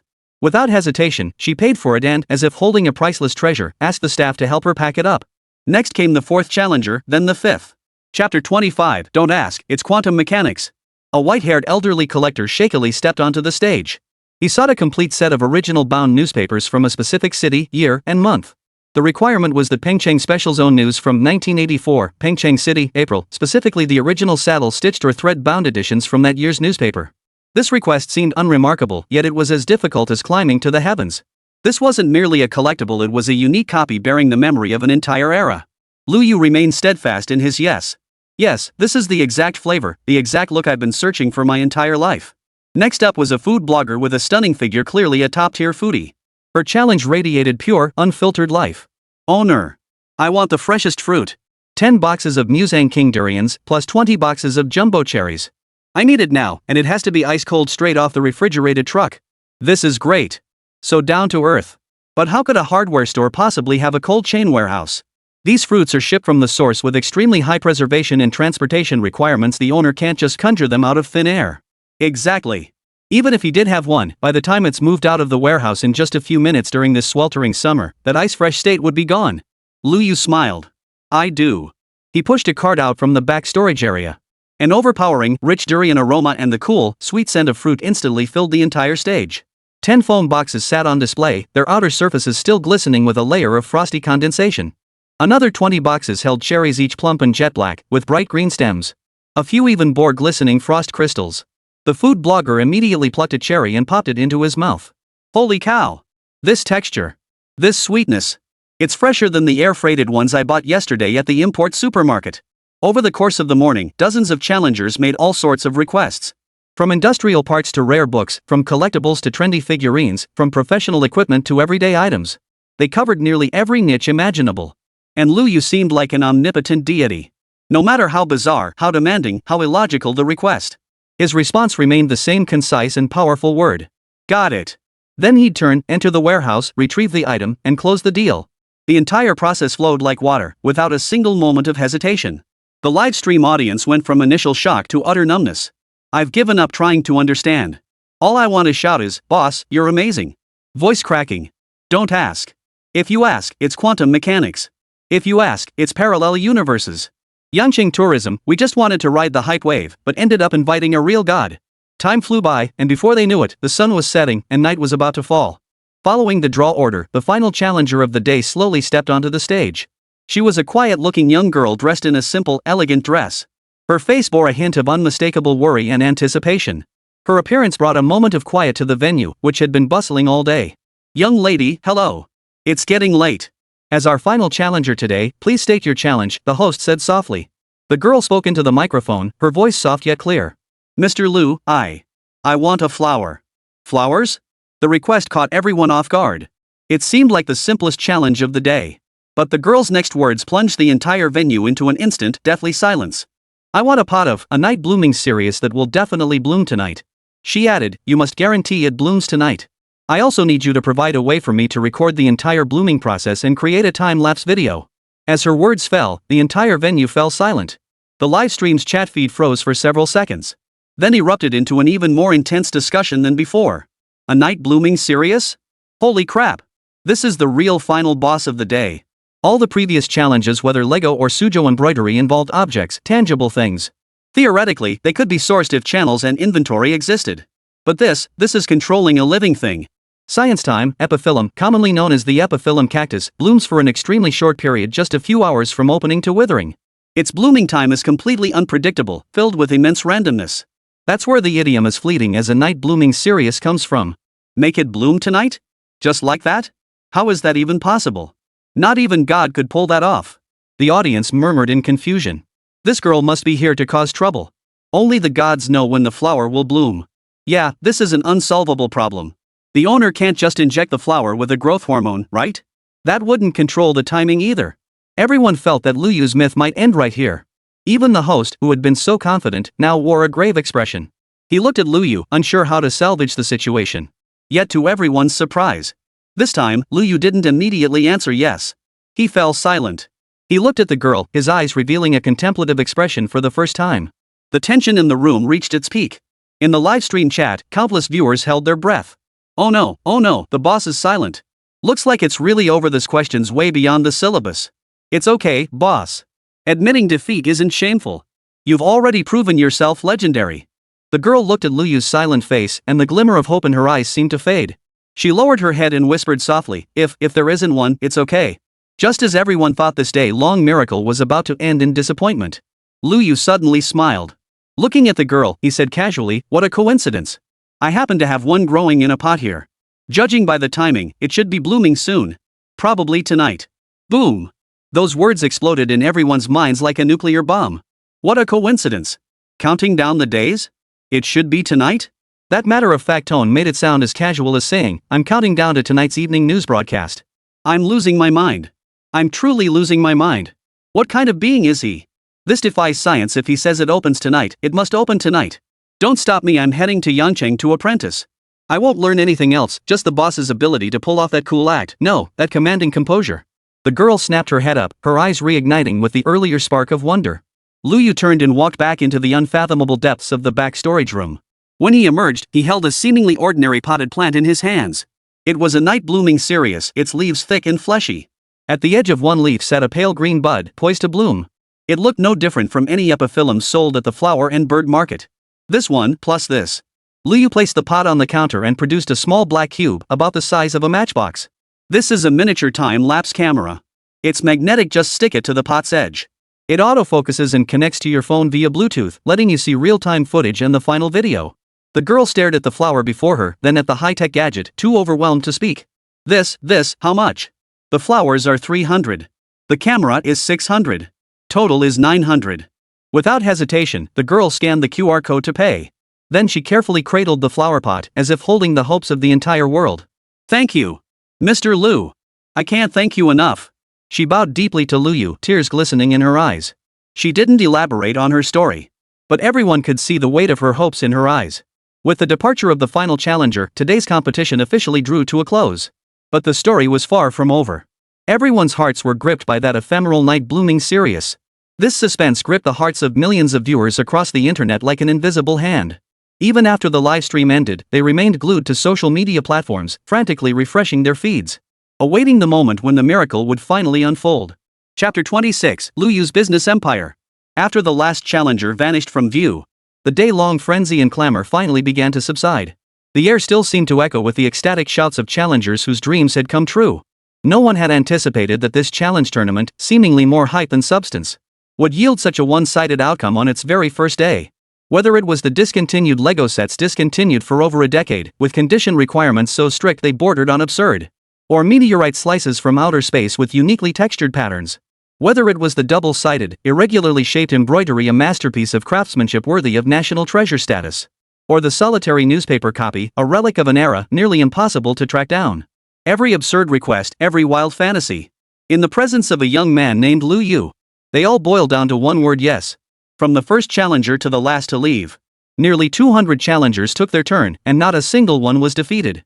They couldn't stump Lu Yu, couldn't claim the 10,000 yuan in compensation. Yet not a single one bore the disappointment of defeat. On the contrary, each face radiated excitement 100 times brighter than winning 10,000 yuan. Holding their prizes, they excitedly discussed their victories on the street, showing off their treasures to the envious onlookers who hadn't made the cut.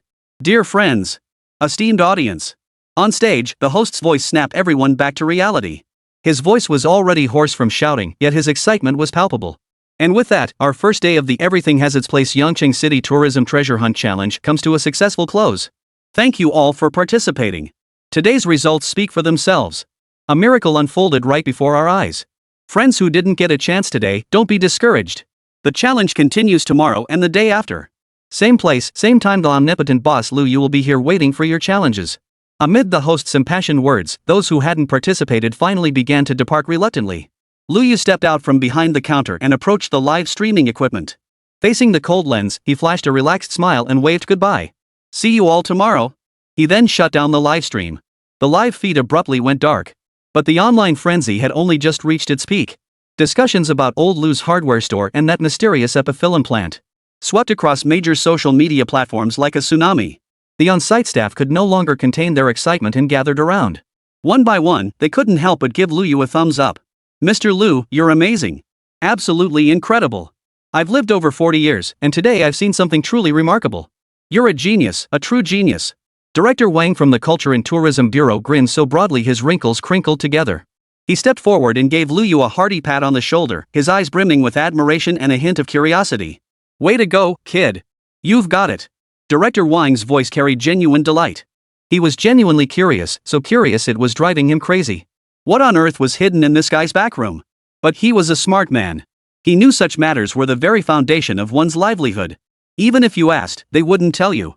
So he wisely suppressed his burning curiosity. Instead, he shifted to another question that equally preoccupied him. Little Lu, I've been observing all day and noticed something. Director Wang leaned closer, lowering his voice. From what I understand, the treasures you sold them seem to be priced quite a bit below market value. Take that Lego set, for instance. I heard from a young guy who knows his stuff that 5,000 yuan is practically a fire sale price. And that Suzhou embroidery getting a master's piece for 10,000 yuan is practically free. What's the point of this? Why are you doing it? This was indeed the question on many people's minds. If Lu Yu was in it for the money, his pricing strategy made no logical sense. Lu Yu smiled mysteriously at the remark. He glanced at the staff still bustling around and the crowd gradually dispersing in the distance before turning to Director Wang. Director Wang, what do you think the most expensive advertisement in the world looks like? Commissioner Wang froze, unable to follow his train of thought. The most expensive advertisement? Exactly, Lu Yu nodded. The most expensive advertisement isn't the one on Times Square, nor is it the one during the Spring Festival Gala. The most expensive advertisement is one that no one sees. No matter how much money I spend, if it fails to precisely resonate with my target audience, it's all for naught. He gestured toward the challengers departing with satisfaction. Today, every single item I sold is a living advertisement. That Lego enthusiast will share today's story across all his circles. The Suzhou embroidery buyer will hang that piece in the most prominent spot, showing it off to everyone. What did I gain by selling below market price? Director Wang shook his head in confusion. It's genuine word-of-mouth marketing from the bottom of their hearts. The impact of such word-of-mouth is unmatched by any commercial advertisement. Lu Yu's eyes gleamed with a depth far beyond his years. Director Wang, look at the people who came today: tourists, influencers, true enthusiasts. But do you believe that among them lie even more of the big fish I truly seek? Everything I've done today is like tossing pieces of delicious bait into a calm lake. These individual challengers are just small fish taking the bait. But the little fish's frenzy will attract the real big fish. My goal has never been to make a profit margin on each individual retail sale. These are merely to build recognition so that companies with real clout and genuine needs will see me, find me, and become indispensable to me. Hearing Lu Yu's lucid explanation, Director Wang suddenly understood, then sucked in a sharp breath. He stared at the young man before him, utterly stunned. He had assumed Lu Yu was merely a fortunate opportunist. But behind it all lay such a profound business strategy and ambition. This kid's ambitions are truly enormous. His sights weren't set on mere short-term gains or losses. Could it be that he was after control over the entire industrial chain? Good lad.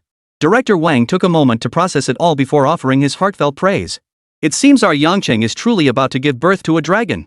His tone turned slightly anxious as he added, but once you've built something big and powerful, you won't abandon Yangcheng, will you? Our little place couldn't handle you stirring things up and then just leaving. Lu Yu chuckled softly, avoiding a direct answer. Instead, he drew an enormous circle in the air with his finger. It encompassed nearly the entire old district. Well, that depends on whether Yangcheng can provide sufficient support within the circle I've drawn. Bureau Chief Wang paused for a moment, then instantly grasped Lu Yu's meaning. What he wanted wasn't just a storefront, it was an entire district. A commercial empire map that belonged to him. Commissioner Wang was instantly filled with boundless enthusiasm. He pounded his chest and roared with laughter. No problem. As long as you keep bringing this incredible wealth and development to our hometown.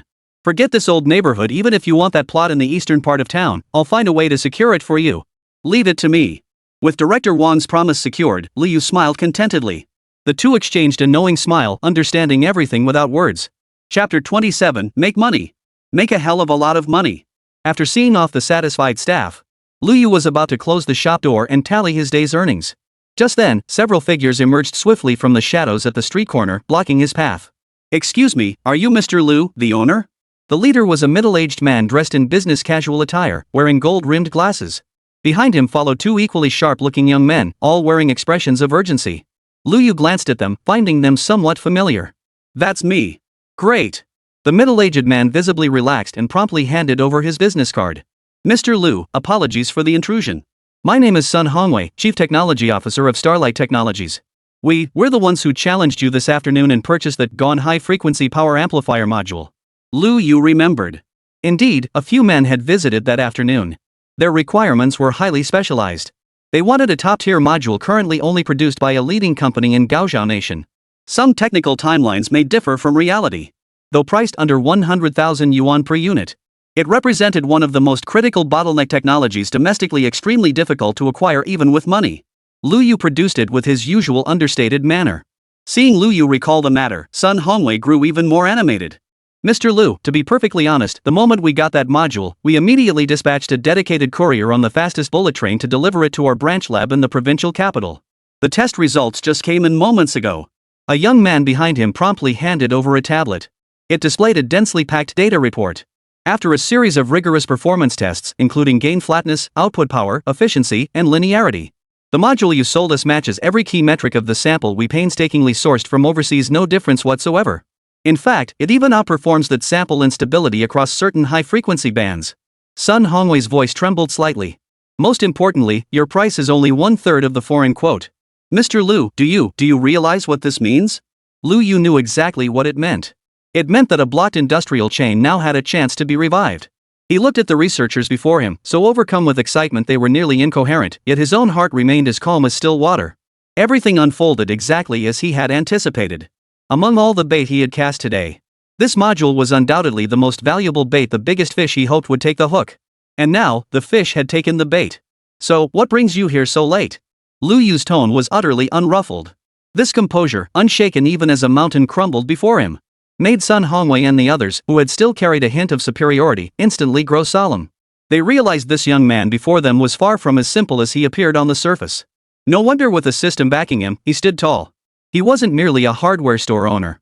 He was a master holding all the trump cards. Mr. Liu, let's get straight to the point, Sun Hongwei said, shedding all unnecessary emotion and adopting an extremely solemn tone. We at Starlight Technology hope to establish a deep strategic partnership with you, with your hardware store. We envision you becoming the most crucial link in our upstream supply chain. We are prepared to make long-term, substantial purchases of these high-end components from you. Here it comes. Liu Yu thought to himself. He shifted his body slightly and gestured invitingly. It's windy out there. Let's talk inside. He led the visitor into the VIP reception room, which he had slightly modified from a business counter. The minimalist modern design featured comfortable leather sofas, with the faint aroma of tea lingering in the air.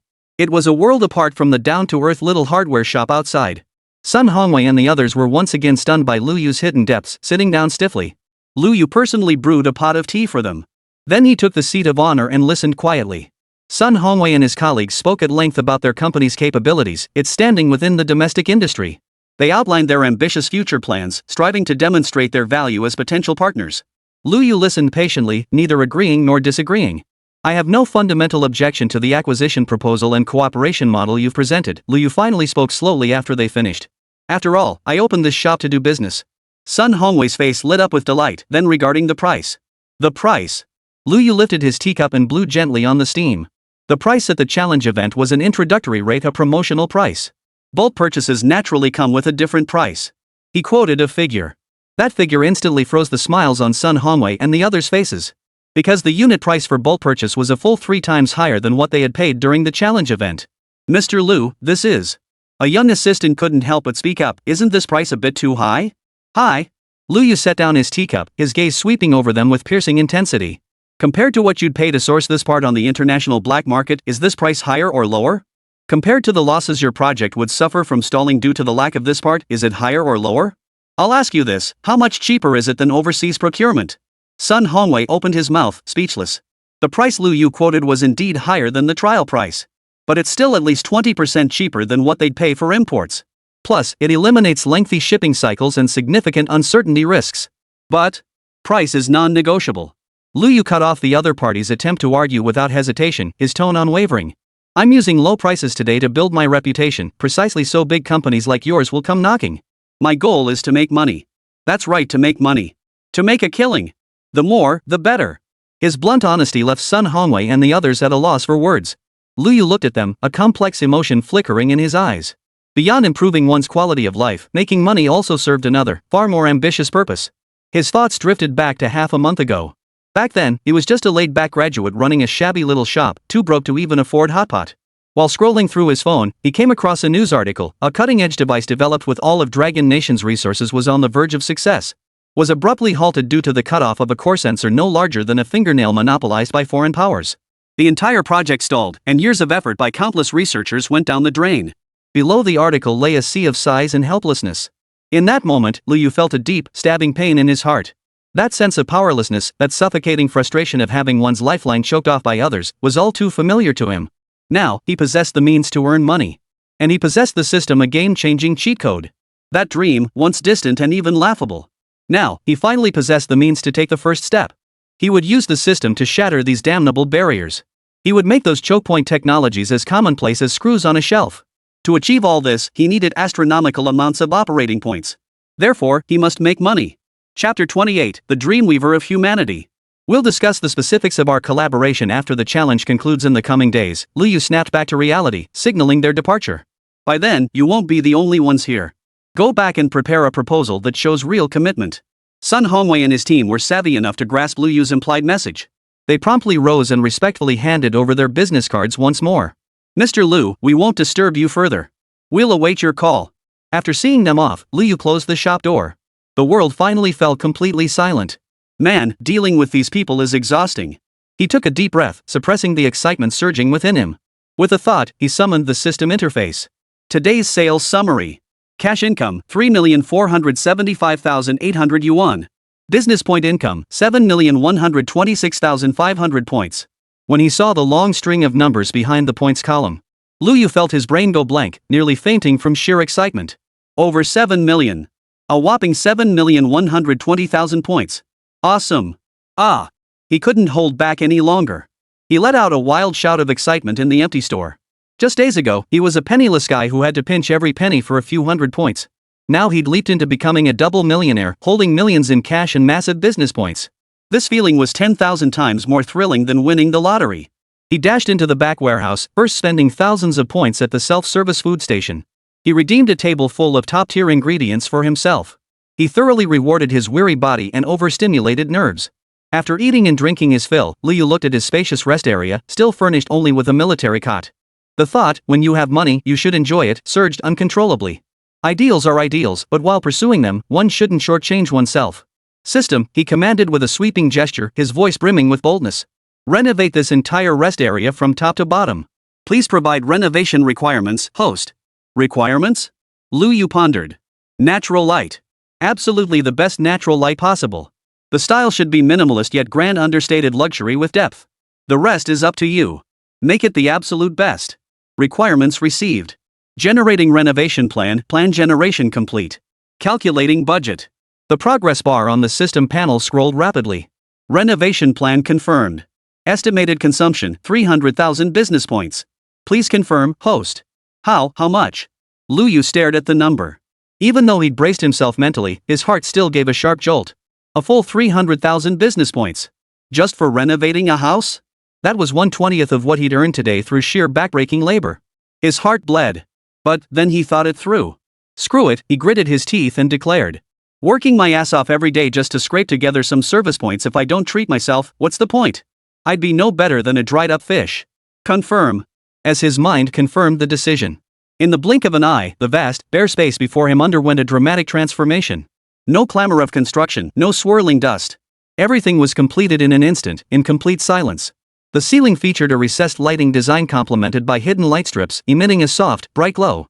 The open concept layout of the living room, bedroom, and study was cleverly divided by structural elements and furniture, creating a sense of spaciousness. Giant floor-to-ceiling windows, minimalist yet stylish furniture. Accented with potted plants and art pieces. This is no longer merely a resting area. It was a true luxury penthouse. Lu Yu stared in disbelief, feeling as though he were dreaming. He instinctively walked over to the enormous floor-to-ceiling window. Outside, no longer the monotonous walls of the back warehouse. He couldn't help but let out a curse. Outside the window stretched an endless, dazzling sea of purple lavender. A gentle breeze swept through, causing the sea of flowers to undulate, as if even the air carried a faint floral fragrance. Is this real? He tentatively pushed open the window, and a wave of fresh, floral-scented air truly washed over him. System notice, the view outside the window can be freely switched based on the host's mood and preferences. Options include but are not limited to tropical islands, aurora-lit snow-capped mountains, fjords, etc. Lu Yu was utterly captivated by this divine feat. Only 300,000? This is worth 3 million, damn it. This 300,000 business point investment was money well spent. It was an absolute steal. He excitedly ran around his new home. Touching this, examining that, he resembled a child who just received a new toy. Not a trace remained of his serious demeanor during the negotiations. Finally, he flopped onto the plush bed big enough to sleep 3 or 5 people. Gazing at the scattered lights on the ceiling that resembled a starry sky, I closed my eyes contentedly. Sleep. Tomorrow, another tough battle awaits. The morning sunlight carried a touch of just right warmth. It streamed through the gleaming glass door of old Lu's hardware store, spilling onto the floor and across Lu Yu's face, slightly weary yet intensely alert. Yesterday's all-day challenge had nearly drained him of all his energy. But the sense of fulfillment was like a shot of adrenaline, keeping him awake all night. The next day was just like yesterday. No, it was even crazier than yesterday. The challenge had only just begun. Boss. I'm here. A young man with 2 massive dark circles under his eyes, clutching a design blueprint tightly in his hand. The moment the host announced the start of the competition, he was the first to burst in. The live stream's chat comments, the instant the broadcast began. Like a flood bursting through a dam. Here it is. My electronic pickles are finally live. Front row selling sunflower seeds, peanuts, and folding stools. Come see what mind-blowing gadget Lucian S got up his sleeve today. Where's that guy who wanted to go full on yesterday? Did he go off to maintain cosmic peace today? Dude, you think he's Ultraman or something. But fair's fair, boss Lou is truly the one and only. The challenge's heat, after fermenting overnight. Far from fading, it swept across the entire internet with even greater intensity. If on the first day, people still approached it with a mix of curiosity and skepticism, by the second day, the atmosphere had completely shifted. That measly 10,000 yuan in compensation?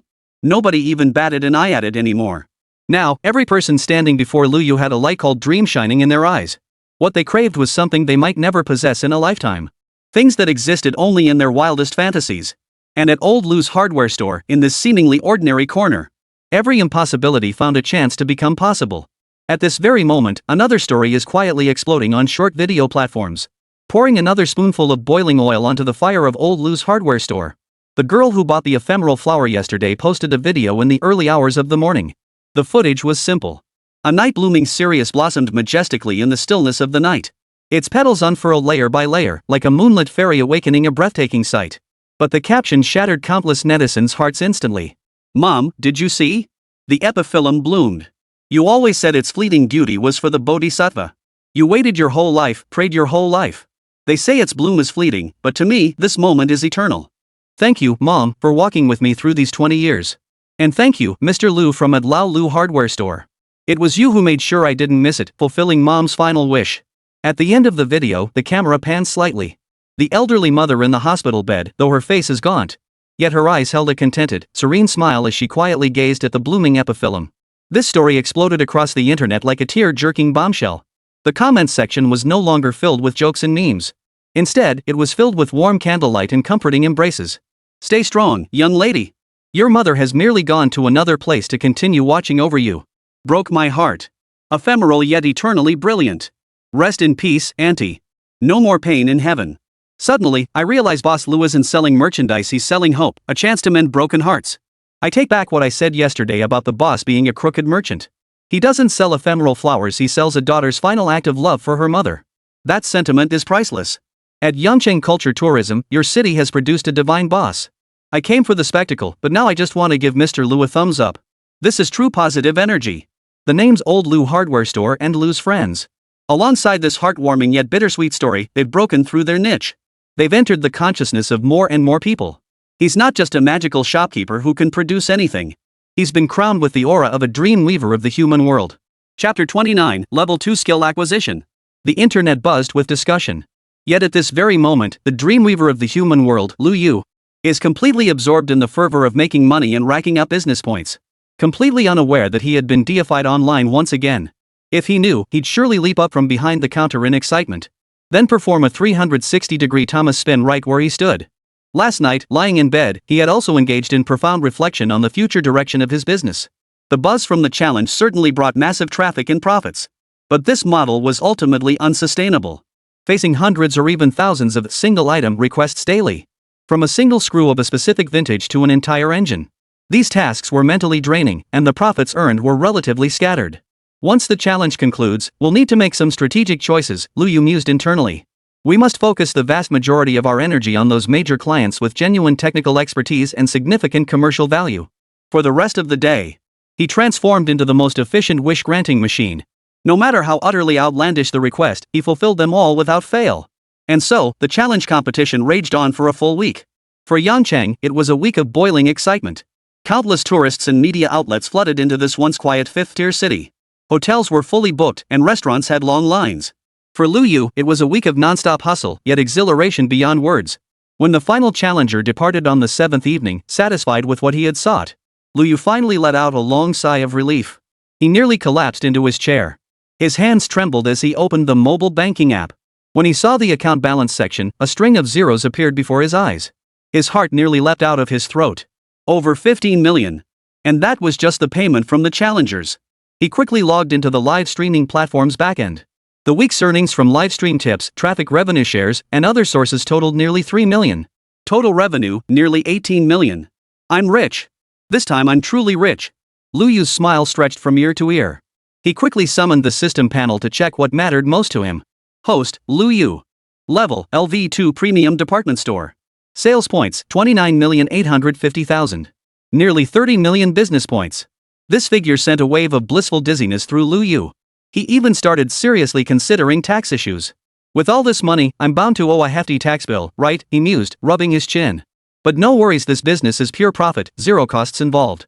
I won't feel a pinch no matter how much I pay. Not a single penny less than what's owed. I must be a law-abiding, exemplary taxpayer. Lu Yu had caught this wave of staggering fortune with steady hands. And Yanchang, too, caught this wave of unprecedented traffic. Under the orderly guidance of the authorities and the enthusiastic participation of all citizens, the entire challenge event proceeded in an orderly fashion. It left an exceptionally favorable impression on all visiting tourists. Not only did they fulfill their wishes here, but they also felt the warmth and hospitality of this city. Online discussions about Lu Yu and Lao Lu hardware store have evolved into a nationwide meme-making frenzy. Hilarious comments keep popping up everywhere.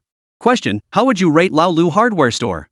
Top-rated answer, seriously, I'm in Yangchang, just got off the plane. The owner is super nice and has everything you need, though prices are a bit steep. I just spent 100,000 on a regret pill, and now I regret buying that regret pill. Aladdin's lamp, 3 wishes. Lu friend, go ahead. The World's Unsolved Mysteries Research Center announced its dissolution. All members headed to Old Lu's hardware store in Yangchang for team building and learning. I used to think money could make the devil grind the millstone. Now I realize money can make Lu Yu find you the devil and even let you grind the millstone with him. Amidst the jubilant atmosphere, Lu Yu and Yangchang achieved a perfect win-win. After a full week of hustle, night fell. After seeing off the last group of fans lingering at the shop entrance for photos, Lu Yu finally locked the shop door and pulled down the roller shutter. The world instantly fell silent. Exhausted, he sank into his boss chair, spinning round and round with a silly grin on his face. The stillness after the chaos felt almost unreal. System, he murmured silently. A pale blue light screen silently unfolded before his eyes. The system that has everything. Host, Lu Yu. Level, LV2 Premium Department Store. Upgrade requirements, 1. Master at least 2 LV2 tier skills. Current progress, 02. 2. Complete 1 special order exceeding 500,000 yuan. Current progress, 01. 3. Achieve over 5 million in sales points completed. Current business points, 29,850,000. Glancing at the upgrade requirements, Lu Yu's lips curved into a faint smile. Currently, only 3 LV2 skills. And 1 special order worth 500,000 yuan. For him now, this was practically a piece of cake. That 500,000 yuan order? Any one of the potential clients coming tomorrow would easily need it. The immediate priority now was to purchase skills. As a hardware store owner, how could I not have some hardcore industrial skills? Lu Yu rubbed his hands together. Full of anticipation, he clicked on the skill store within the system mall. He swiped past the flashy lifestyle skills section and basic science section. His gaze locked precisely on the industrial skills section. You're the one. The moment he clicked in, a dazzling array of skills cascaded before his eyes like a waterfall. It nearly blinded him. LV2 Precision Mechanical Design Manufacturing Basic, 120,000 business points required. LV2 Intermediate Welding Techniques, 10,000 business points required. LV2 Material Structure Analysis and Application Basic, 100,000 business points required for exchange. Staring at these dazzling skills and the long string of zeros behind them, Lu Yu couldn't help but gasp. Just a week ago, these skills would have seemed like pure fantasy to him. But now, staring at his nearly 30 million business points balance, he stood tall and straight. Small change. He scanned the list carefully. Skills like repairing everyday items weren't immediately necessary. A millionaire like him going around fixing things? Of course, if there were high-end precision repair skills, he'd definitely consider them. Ultimately, he based his choices on his future plans. He selected several skills that would be most immediately useful and could form a technical closed loop. The first was LV2 Precision Mechanical Design and Manufacturing Basic. This skill would grant him more professional insights at the blueprint level. The second was LV2 Material Structure Analysis and Application Basic. Design alone isn't enough, you need the right materials to bring it to life. This skill will teach him how to understand and even utilize the most suitable materials. Just these two. Lu Yu confirmed the purchase without hesitation. Chapter 30, Shock. Old Lu's hardware store owner explodes the business world. Hundreds of CEOs camp outside overnight to seek partnership. Ding. Detected host purchasing LV2 skills, Precision Mechanical Design Manufacturing Basic, Material Structure Analysis Application Basic. Total cost, 220,000 business points. Confirm? Confirm. Purchase. Purchase successful. Business points deducted. Skill knowledge system is being imported. Estimated integration time, 720 hours. 720 hours? Lu Yu's eyes widened as he counted on his fingers. That's over a month? Just as he was about to complain about the system's inefficiency, a new prompt popped up. Detected sufficient operation points. Would you like to activate Instant Integration Service? The Instant Integration Service reduces skill learning time to 1 second, but requires an additional service fee. Instant Assimilation Fee 4 Precision Mechanical Design and Manufacturing Basic Level, 100,000 business points. Instant Integration Fee 4 Material Structure Analysis and Application Basic, 100,000 business points. Proceed? Lu Yu stared at the 200,000 service fee, his lips twitching involuntarily. Holy crap! Holy crap, he blurted out. This service fee costs more than the skill itself. You're wasting your talent not going into finance with this system. You're a total rip-off artist. Though his mouth raged, his body remained honest. Time was money, and he couldn't afford to wait a month. Spend it. Just spend it. Lu Yu's heart ached. Still, he gritted his teeth and reluctantly waved his hand. So what if it costs a few 100,000 more in business points? Small potatoes, this guy can handle it. The wool ultimately comes from the sheep. He'd have to rely on this wicked system to recoup his losses through arbitrage later. Ding! Payment successful. Total deduction, 200,000 business points. Skill Instant Assimilation activated. The words had barely left his mouth when Lu Yu felt his brain explode with a thunderous roar.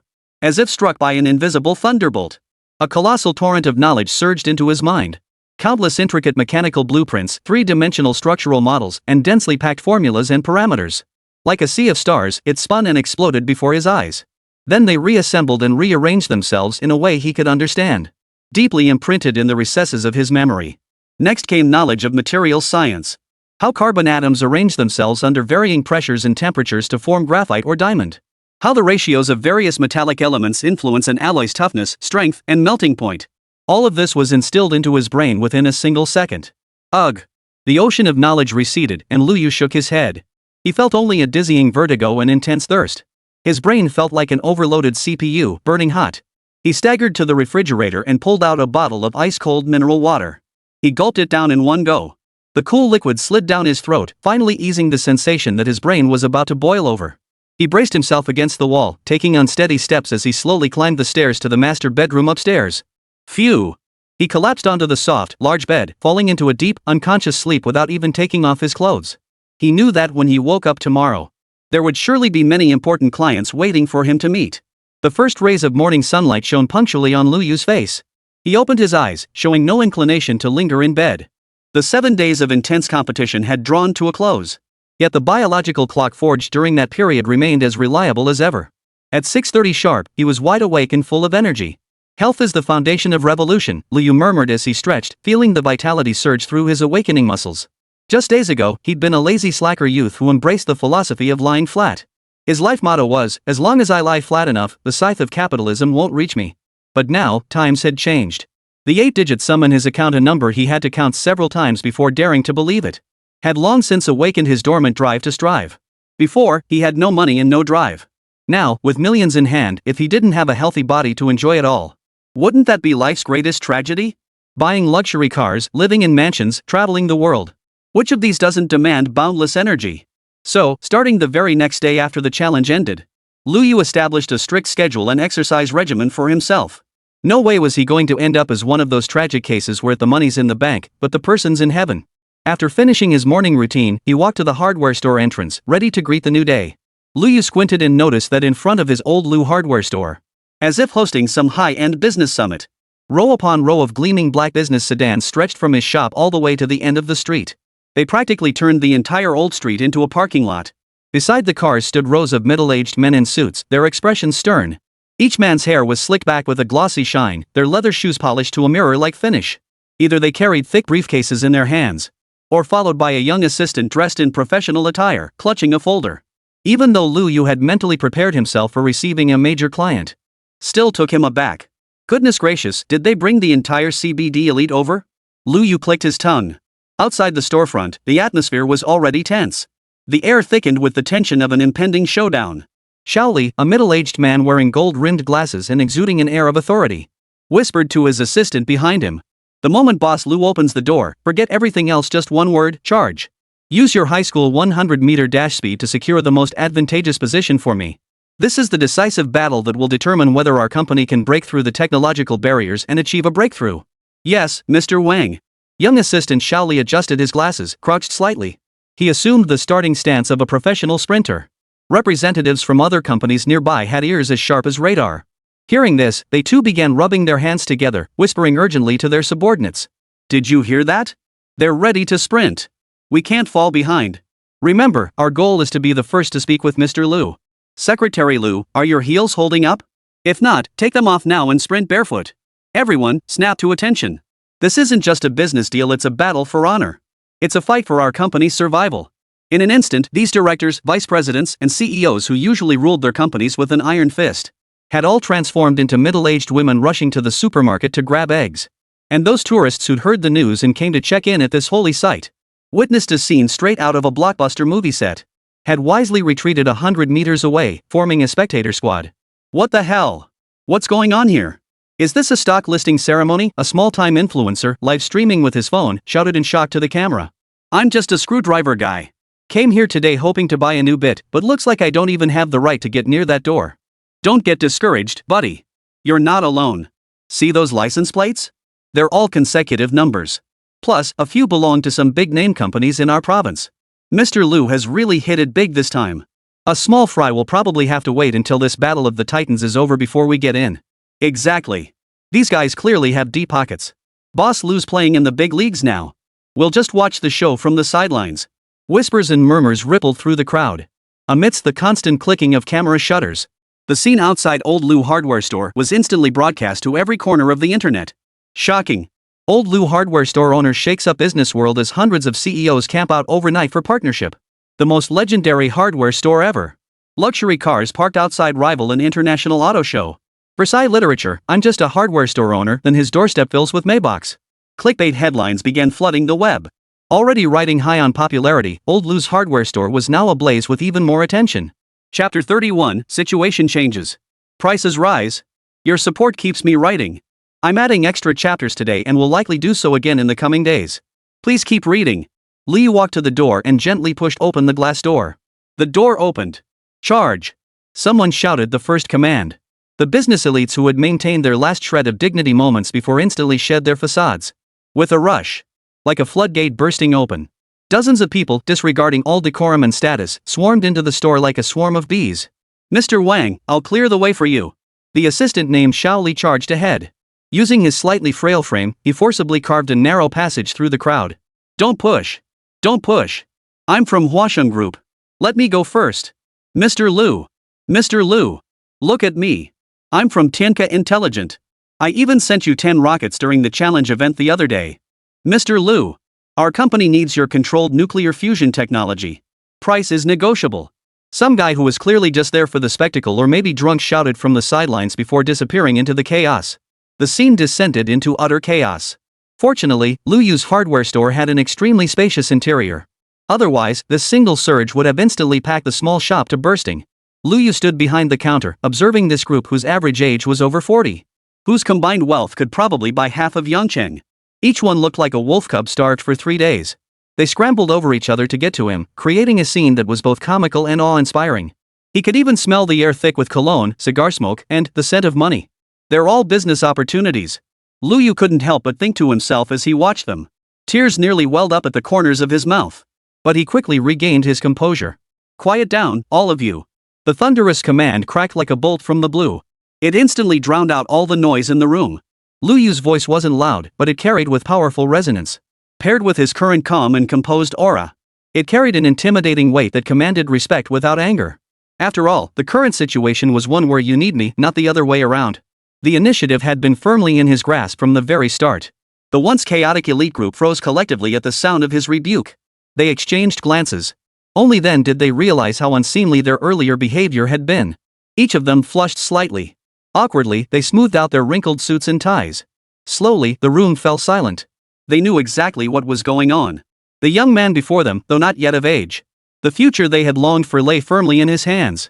Here, titles like general manager or director meant nothing. The only boss here was Liu Yu. Everyone, I know you're all in a hurry, but please calm down first. Liu Yu braced his hands on the counter, his gaze slowly sweeping over each person present. One at a time. Line up and take a number just like going to the bank. Got it? He pulled a stack of numbered tickets he'd printed himself from under the counter. In bold black font, they read, numbers 1-100. The crowd exchanged glances. Who dared say anything? Like kindergartners waiting for candy from their teacher, they obediently formed a long line. One by one, they received their numbered tickets from Liu Yu. Alright, since you're all here, I assume you're familiar with my products. Liu Yu cleared his throat. He needed to lay the groundwork first, to avoid wasting words later. Before we begin formal negotiations, I need to clarify one fact for everyone.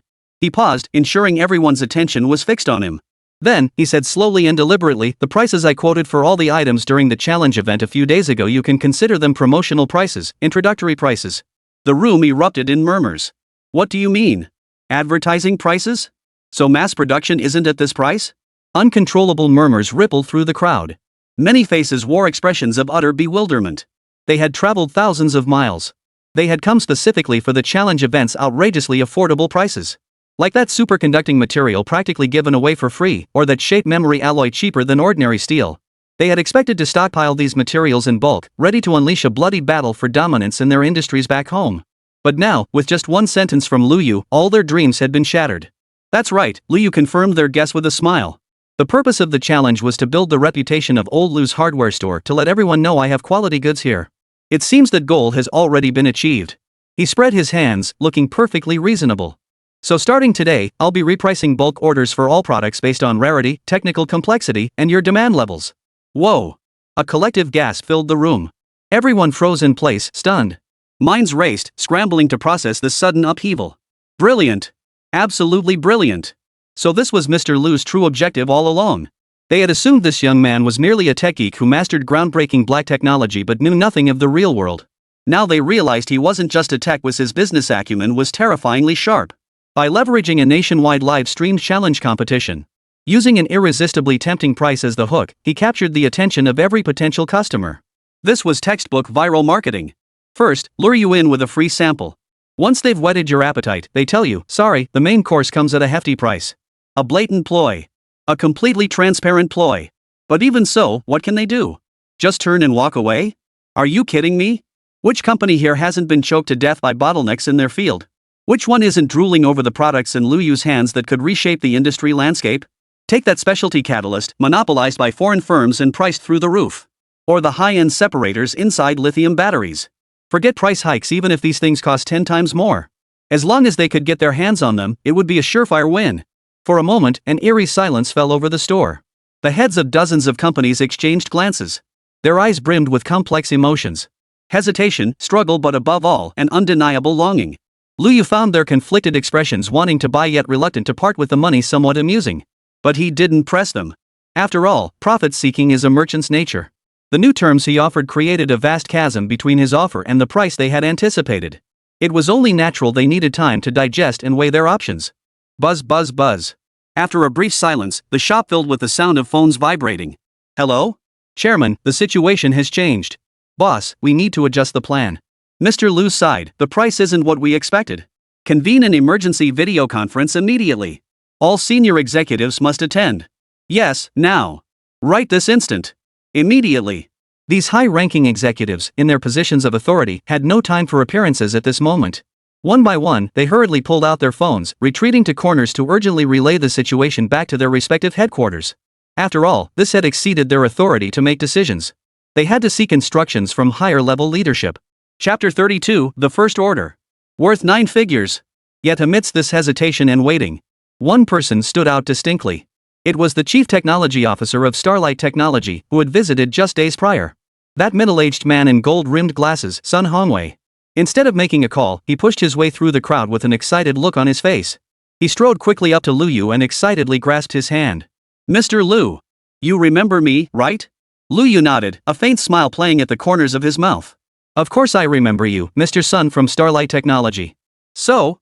Did you go back and discuss it? You're here today with a sincere offer? We've brought it. We've brought it. Sun Hongwei nodded repeatedly, his eyes brimming with eagerness. Our chairman said price isn't an issue. As long as supply is guaranteed, everything is negotiable. Mr. Liu, can we be the first to discuss it? Of course. Liu Yu stepped aside, repeating that inviting gesture. He led Sun toward the VIP reception room. My rule is first come, first served. Those who commit first get priority. under the gaze of dozens of envious and jealous eyes. Sun Hongwei walked tall and proud as he followed Lu Yu through the mysterious little door, becoming Lu Yu's first major client of the day. Inside the reception room, the aroma of tea wafted through the air. As both parties took their seats, the outside clamor faded, and the atmosphere grew more solemn. "Mr. Sun, I won't beat around the bush," Lu Yu said, personally pouring him a cup of tea before getting straight to the point. "I can provide a long-term supply of the gallium nitride high-frequency power amplifier modules you require. However, the price will vary depending on the specific model, power rating, operating frequency, and application scenario." He slid over a pre-prepared, system-generated simplified quotation sheet. "Here are tiered pricing options for several standard models. Please take a look." Sun Hongwei quickly took it, adjusted his glasses, and studied it carefully. As Lu Yu had mentioned, the prices listed on the quote sheet ranged from tens of thousands to hundreds of thousands of yuan, depending on the module's performance parameters. For instance, modules for standard 5G base stations were relatively inexpensive. However, for modules used in 5.5G core networks, or even in cutting-edge fields like military radar and satellite communications, prices increased exponentially. But even the most expensive model is still at least 20% cheaper than what they could obtain through special channels from overseas. For them, who routinely require tens of thousands of modules, the cost savings would be astronomical. Not to mention the elimination of lengthy wait times, exorbitant public relations expenses, and the immense risk of sudden supply disruptions. Sun Hongwei's heart began to race uncontrollably. He knew this quotation held the lifeline of Starlight Technology's future. But he was, after all, a seasoned veteran of the business world.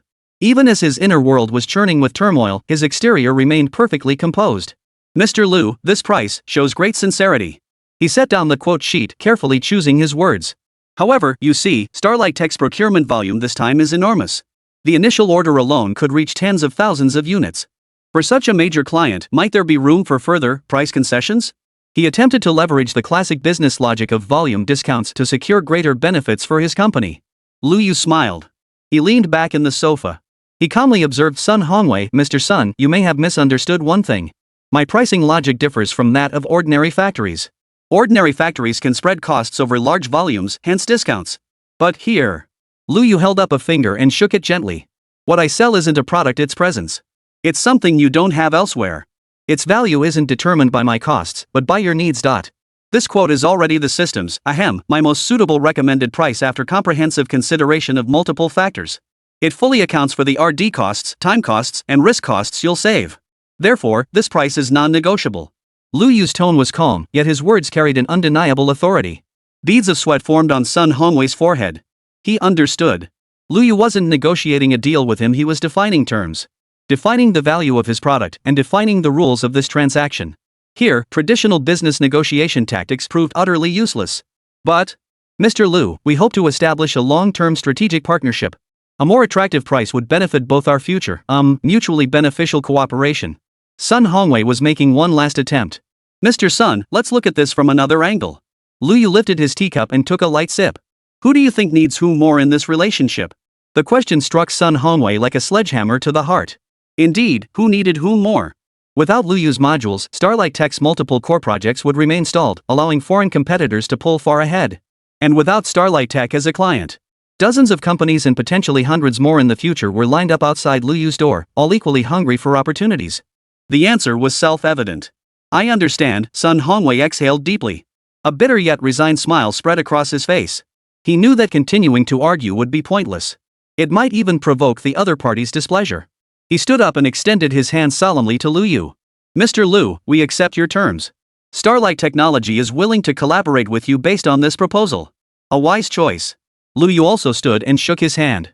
"Then let's discuss the details of the first order," Sun Hongwei said, fully settling into his role. "We urgently need 3 models. First, the SG5GE28 model for our next-generation 5G enhanced base stations. We require 5,000 units. The second, SGS80K12, requires 3,000 sets. The third and most urgent is SG-RAD-X7. This one has a rather specialized application. We need 1,000 sets." Lu Yoshin's mind flashed, and the system interface instantly appeared in his mind, automatically calculating the total price. He quoted a 9-digit figure, measured in hundreds of millions. Sun Hongwei's eyelid twitched. But he nodded without hesitation. "No problem. We've drafted the contract. Please review it. If everything looks good, we can pay the 30% deposit right now." Ultimately, both parties swiftly finalized all details in a friendly atmosphere. A procurement contract worth hundreds of millions was formally signed in the VIP reception room of this small hardware store. Sun Hongwei stepped out through the small door, holding the signed contract, feeling refreshed and invigorated. The bigwigs waiting in line outside all turned to look at him questioningly. Sun Hongwei merely smiled faintly, saying nothing. But the unmistakable joy and relief radiating from him spoke volumes. He had succeeded. He had secured the first deal. This scene ignited the resolve of everyone still watching and hesitating. We can't wait any longer. If we do, we'll miss out. Who cares about the price? As long as we get the goods, it's a win. The crowd stirred once more. This time, they were scrambling for the chance to be the second person to enter that VIP room. Lu Yu stood at the doorway, watching this group of bigwigs scrambling like they were snatching up limited edition luxury goods. A smile touched his lips once more. His business empire was officially laid to rest today. And his lambs to the slaughter. Ah, no, the harvesting of his esteemed partners. It had only just begun. Chapter 33, You're playing contract tricks on me? System legal, activate. Lu Yu emerged from the small VIP room. The moment he appeared, the company executives who had been anxiously waiting in the lobby, feigning composure, swarmed around him in an instant. The scene was like a fan meet and greet. Mr. Lu. Mr. Lu. It's our turn now, right? Mr. Lu, let's talk first. I'm number 2 on the list, right after Mr. Sun. What's with the number 2, number 3? Mr. Lu, our company is right here in Liaoning province. We'll be seeing each other all the time. Do us a favor and sign with us first. The remaining corporate titans had lost all trace of their usual composed, strategic demeanor. Each of them swarmed around Liu like cats drawn to fish, closing in until there was no room to breathe. The same gleam shone in every pair of eyes. A desperate hunger for survival, a ravenous greed for opportunity. In this ever-shifting market, securing Lu Yu's supply contract one step ahead meant one more layer of confidence to weather the risks. It meant one more chance to stand out in the brutal competition. Their greatest concerns boiled down to two things. First, though Mr. Lu appears young, his supply sources might not be as abundant as imagined. He could run out after signing just a few contracts. Second, competitors might beat them to the punch and snap up all the strategic materials they coveted, leaving them with nowhere to turn. Yet they ultimately underestimated Lu Yu. As long as the items these business tycoons needed didn't exceed 100,000 yuan per unit, not only could he satisfy the dozens of companies present, even if another reinforced company showed up, he could supply them without batting an eye. Competition? Forget it. He was solely focused on making money. Everyone, please calm down. Lu Yu raised his hand and gently pressed downward. His voice was soft, yet carried a soothing power. The noisy crowd fell miraculously silent. I understand your excitement, but we must follow the rules. We'll proceed in the order of the numbered tickets you just received, one by one, ensuring everyone gets a chance. His gaze swept across the entire venue. Finally, it settled on a middle-aged man holding a number 2 card. Sir, please come this way. A middle-aged man with a receding hairline and gold-rimmed glasses immediately pushed his way forward. He excitedly waved his number card. It's me. It's me. Mr. Lu, I'm from Windspeed Motors. Alright, to the VIP room, please. Lu Yu now held absolute control, dictating the pace of the negotiations entirely. He needed neither haggling nor pretense. The price he quoted was the system's standard retail price. Profits were transparent, with no deception. The terms of cooperation he proposed were even more straightforward. There is only one core principle: payment before delivery, no credit extended. What they sought were the core materials that could transform the company's fate. What Lu Yu wanted was cold, hard cash and soaring business points. One was willing to strike, the other to endure. With supply and demand clearly defined, negotiations proceeded smoothly. But the larger the deal, the greater the risk. Especially with contracts worth hundreds of millions. The hidden intricacies and pitfalls were numerous enough to drown a person. Lu Yu was clever, but he wasn't a professional legal expert. He was now negotiating a supply contract for new high-strength lightweight alloys with Mr. Li of Fengqi Motors. As he looked at the thick contract document dozens of pages long handed over by the opposing lawyer, his brow furrowed slightly. System, is there any way to quickly review this contract and avoid getting screwed over? He asked inwardly. Ding! The system store offers a temporary legal advisor service. Service details: the system simulates a top-tier legal team to conduct a thorough, line-by-line scan and analysis of the contract text. All risk points, ambiguous clauses, and hidden traps will be flagged. Service fee, 0.01% of the contract value in business points. This contract involves 120 million yuan, requiring 12,000 business points. 12,000? Are you kidding me? Lu Yu felt a sharp pang of pain in his heart. After working his fingers to the bone all day, the system was about to siphon off over 10,000 points with just a few clicks.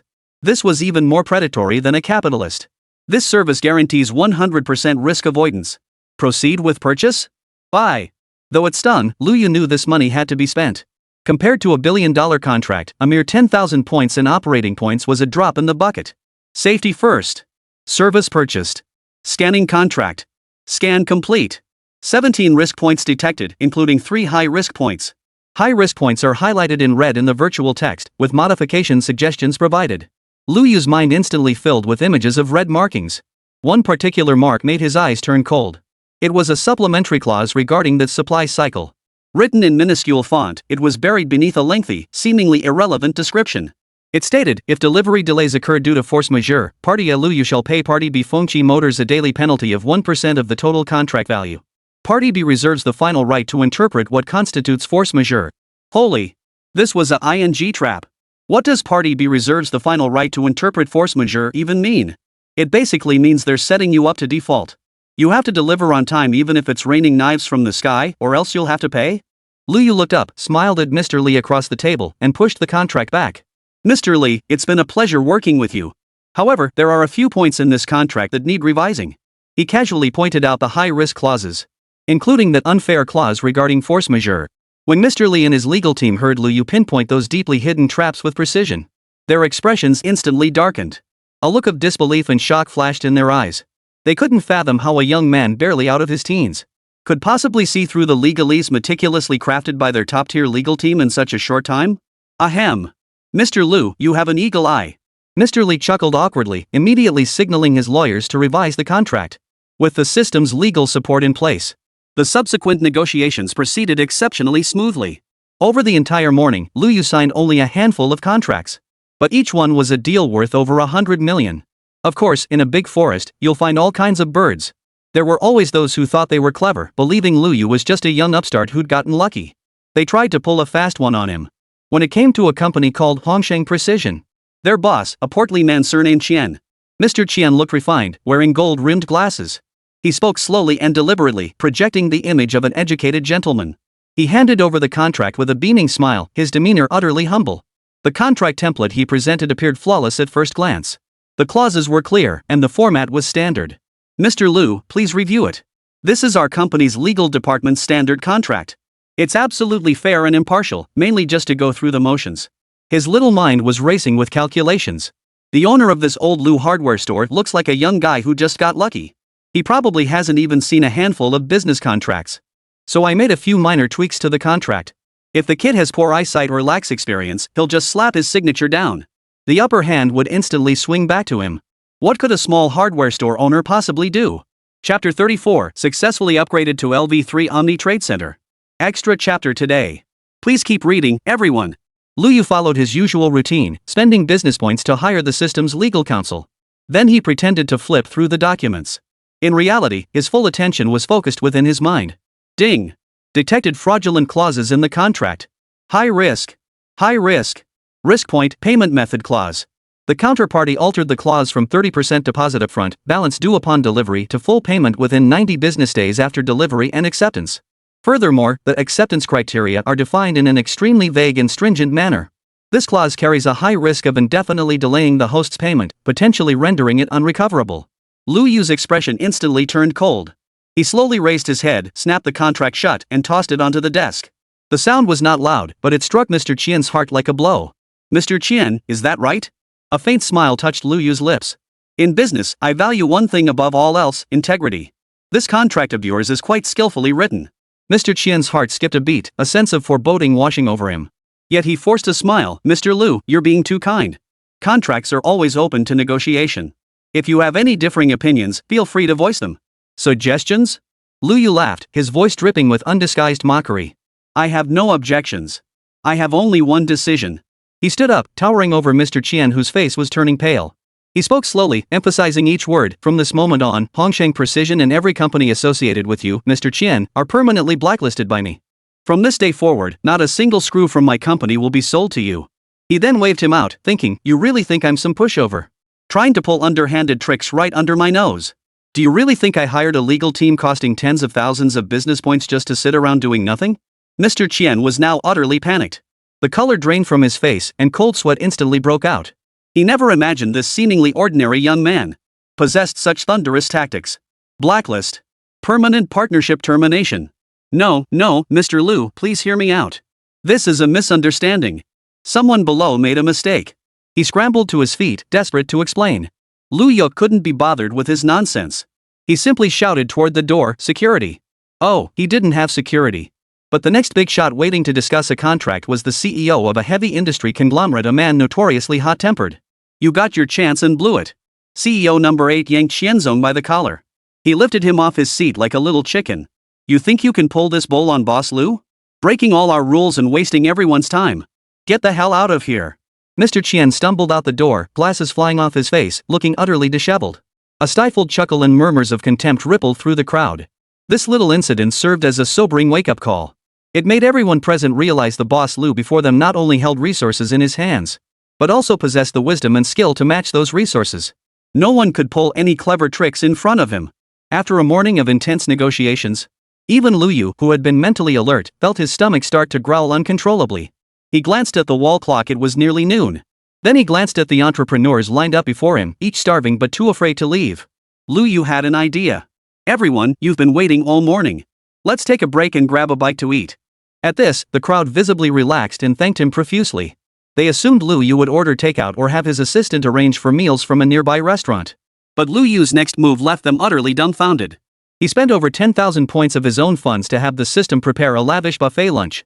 From top-tier sashimi to French cuisine, to the Buddha jumps over the wall and blanched Chinese cabbage that old Tang had praised to the skies, everything imaginable was present. As Liu Yu rolled steaming dishes out from the back storage and filled the entire hall with them, everyone was utterly dumbfounded. This hardware store truly had everything. What delicacies haven't these big shots tasted? Michelin-starred restaurants around the world were as commonplace to them as the local Shaxian snacks down the street. At first, they maintained their dignified composure. They merely took symbolic bites, prioritizing filling their stomachs. But the moment the first bite touched their lips, everyone's expression mirrored old Tang's back then. Holy! What kind of divine flavor is this? This abalone is fresher than what I had in Hokkaido. Dignity? Composure? In the face of such deliciousness, it all went to hell. No one knew who started it first, but the whole scene instantly spiraled out of control. Hey! Don't hog it! That Wellington steak is mine. Save some for me. At least leave me some soup from that Buddha jumps over the wall. Damn it! What company are you with? Better not be doing business with our Tianhong group or I'll make you regret it. Damn it! Who the hell took my crab roe rice? A group of bigwigs who usually wore suits and ties were nearly coming to blows over a bite to eat. The scene descended into utter chaos. Liu Yu shook his head helplessly, smiling as he asked the system to add another serving. The bigwigs ate with relish, seemingly forgetting why they were even there. Liu Yu took advantage of this rare moment of peace to quietly open the system.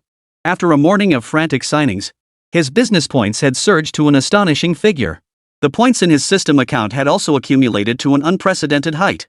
It was on the verge of breaking into 9 digits. Ding! Host has met all requirements for LV3 upgrade. Sales points, 5 million achieved. Prerequisite skills, mastered precision mechanical design and manufacturing basic and material structure analysis and application basic achieved. Special order, completed Starlight Technology order exceeding 500,000 yuan. Achieved. Store influence, covering multiple sectors including food, technology, and cultural tourism. Achieved. Proceed with upgrade immediately? Upgrade. Liu Yu's heart surged with excitement. Upgrade confirmed. System Mall is evolving into LV3 Omni Trade Center form. A burst of light and shadow, even more dazzling than before, flashed through his mind. He felt his consciousness being pulled away, drifting through the vast sea of stars. Ding! Congratulations, host! The system has successfully upgraded to LV3 Omni Trade Hub. LV3 Store new feature unlocked. Product catalog expanded again. The maximum value per item for saleable goods has been increased from 100,000 Dragon Nation coins to 1 million Dragon Nation coins. 1 million. System staff junior hosts may expend business points to hire AI-generated staff. Examples: receptionists and warehouse managers to assist with daily operations. Customized services by expending substantial business points. Reverse engineer or create high-end products already existing on Blue Star. Liu Yu felt his heart surge with excitement. 1 million credit limit. He could even hire employees to handle tasks for him. This was like upgrading from a bird gun to a cannon. To a star-destroying warship. Chapter 35, Operating Beyond Scope? License change. However, when he saw the requirements for LV4, he nearly choked on his own blood. Upgrade to LV4 Cosmic Hub City. Required conditions. 1. Cumulative business points reach 100 billion. 2. Complete one flagship project with significant national influence. Requirements: 1. The project must resolve a long-standing social or industry pain point. 2. The project must receive positive coverage and recognition from national-level official media. 3. Generate at least 10,000 new jobs for Yangcheng and significantly enhance the city's comprehensive strength. 3. Host's personal social prestige reaches the highly respected level. Put. The water I just swallowed nearly sprayed out. If I recall correctly, advancing from level 2 to level 3 only requires 5 million business points, right? Lu Yu couldn't believe it and counted the zeros again. 4. That really is 4 zeros. Could it be that the unit was labeled incorrectly? Did they write 10,000 instead of 10 million? 100 million. Business points. Holy crap. You really think highly of me. It'd taken till the year of the monkey and the horse to make up that difference. But he quickly regained his composure. A trillion might seem distant, but at least it's something to look forward to. But what the hell were those last two conditions? Solve societal pain points? Require national media coverage and endorsement? Personal reputation deemed highly respected? System, do you have some kind of misunderstanding about me? I'm just a hardware store owner who wants to quietly make a living. These upgrade requirements are absolutely ridiculous. Just as Lu Yu felt overwhelmed by the pressure of his future path, a minor incident involving him erupted. That Mr. Qian, who had been publicly escorted out, now sat in the backseat of his Maybach, his face ashen, eyes filled with venom. The more he thought about it, the angrier he became. Had been humiliated by the owner of a hardware store. He dialed a number and spoke in a cold, icy tone. Hello, old classmate? It's Qian Ming. I need your help with something. Look into old Lu's hardware store on Wutong Lane in Yangcheng's old district. Right, tell them we received a tip that they're operating beyond their licensed scope, selling everything under the sun. And their books are definitely fishy. Accuse them of tax evasion. Dig deep. Almost simultaneously, he dialed another number. This call went to the relevant tax authorities, also reporting old Lu's hardware store. In his view, commercial activities of such massive scale couldn't possibly be free of shady dealings. As long as they investigated, they would definitely uncover problems. Then, all old and new grievances would be settled at once. At the Yangcheng Industrial and Commercial Bureau, operator Xiao Wang had barely hung up the phone when his brow furrowed deeply. Lao Lu hardware store? Operating beyond licensed scope? Tax evasion? His colleague beside him overheard and stared at him as if he were an alien. Did you hear that right? Reporting old Lu's hardware store? This whistleblower must be from out of town. Don't they use the internet? Throughout all of Yangcheng, and indeed the entire Liaoning province. Who didn't know old Lu's hardware store was the future hope of Yangcheng? Xiao Wang dared not delay. After all, this was a formal complaint. By procedure, it had to be reported up the chain. He immediately reported the situation to his supervisor, who then urgently relayed it to the top leadership. After hearing the report in the office, the leader slammed the table in anger, bursting into laughter and curses. What? Reporting old Lu's hardware store for operating beyond its licensed scope? Bull. That's utterly ridiculous. Without our department leading the charge and processing his business scope change overnight, how could those media outlets stir up such a commotion right under our noses? Does he think we're all blind and deaf? Tell that whistleblower to go check old Lu's hardware store's current business license himself. The business scope section clearly states, except for items prohibited or requiring permits under laws and administrative regulations, the business may independently choose and conduct business activities. That's the maximum support we can offer. Meanwhile, the Tax Bureau faced a mirror image of the situation. Upon receiving the report, the Tax Bureau leadership reacted even more fiercely. Slander. This is outright slander. How dare they slander Yangcheng's tax model and exemplary enterprise? Every transaction at Old Lu hardware store is conducted under our real-time monitoring and guidance. Each one is lawful, compliant, and transparent. Investigate. Find out who made this accusation. I suspect malicious defamation aimed at undermining our city's business environment. Old Lu hardware store is now the locomotive driving the entire city's development. Now someone wants to come and reap the rewards, wreaking havoc? Not a chance. Who doesn't know that Old Lu hardware store is Yangcheng's prized asset? It's the golden goose driving our city's economic growth. Think you can touch it? First ask the millions of Yangcheng residents if they'll stand for it. In the end, Qian Ming's malicious accusations sank without a trace, failing to stir even a ripple before fading into oblivion. Lu Yu, however, remained completely unaware. He was happily immersed in the bustling work of signing new contracts. The thrill of making money was simply exhilarating, especially watching the rapidly scrolling transaction points and account balances on the system panel. He felt an inexhaustible surge of energy coursing through his veins. What reassured him most was that the moment each contract was signed, the system notification chime sounded precisely on cue. Ding! Contract with Huaxing Group successfully signed. Total value of contracted goods, 320 million yuan. All items generated and stored in rear warehouse A7 zone, ready for immediate delivery. LV3 was merely the beginning. That seemingly unattainable LV4, perhaps it wasn't so unattainable after all. As evening fell, the afterglow of the setting sun spilled across Yangqing's streets like spilled orange soda, bathing everything in a gentle glow. The doors of Old Lu hardware store finally closed slowly, blocking out the reluctant bigwigs lingering outside. Lu Yu let out a long sigh, his entire body feeling as if the bones had been pulled out. From opening in the morning to closing at night, he had attended to nearly 20 company representatives one after another, with barely a moment's pause. "Gentlemen, we'll have to call it a day," Lu Yu said apologetically to the remaining group of executives still waiting expectantly. "My energy is truly limited, my brain feels like it's about to boil dry. We'll continue the remaining contracts tomorrow and guarantee efficiency." Though they were reluctant to accept it, they understood negotiations of this caliber demanded immense mental energy. Seeing the unmistakable weariness on Lu Yu's face, they could only nod in resignation, agreeing to resume the battle tomorrow. After seeing off the last group of guests, Lu Yu immediately locked the front door from the inside. He collapsed onto the plush sofa in the VIP room like a pile of mud. These people were all shrewd operators, seasoned veterans of the business world. Their words were watertight, digging traps without a trace. Every quote was dissected into 8 parts, nitpicking every detail. Even with the optimal pricing strategy provided by the system, he was utterly drained by the intense mental exertion and verbal sparring. Chapter 36, The Brand New Backroom. Blinding Lu Yu's eyes. Huff. He closed his eyes and massaged his throbbing temples. Bai Tian's voice still echoed in his mind. "Mr. Lu, we genuinely want to partner with you. Could you perhaps offer us a special price as a gesture of goodwill? Mr. Lu, our company has massive purchasing volume. We're absolutely a long-term, stable major client. It's about volume over profit margins, right? Please reconsider? Mr. Lu, you're still young. Think long-term. Partnering with us means unlocking the entire South China market. Like hell I believe you, you sly old fox." Lu Yu silently cursed under his breath. He'd heard these sales pitches so often his ears were practically calloused. Friendly price? Is my friendship worth so little? Small profits, quick returns? You want me to earn a few pennies from you while crying my eyes out? But to be fair, despite the exhaustion, the results were gratifying.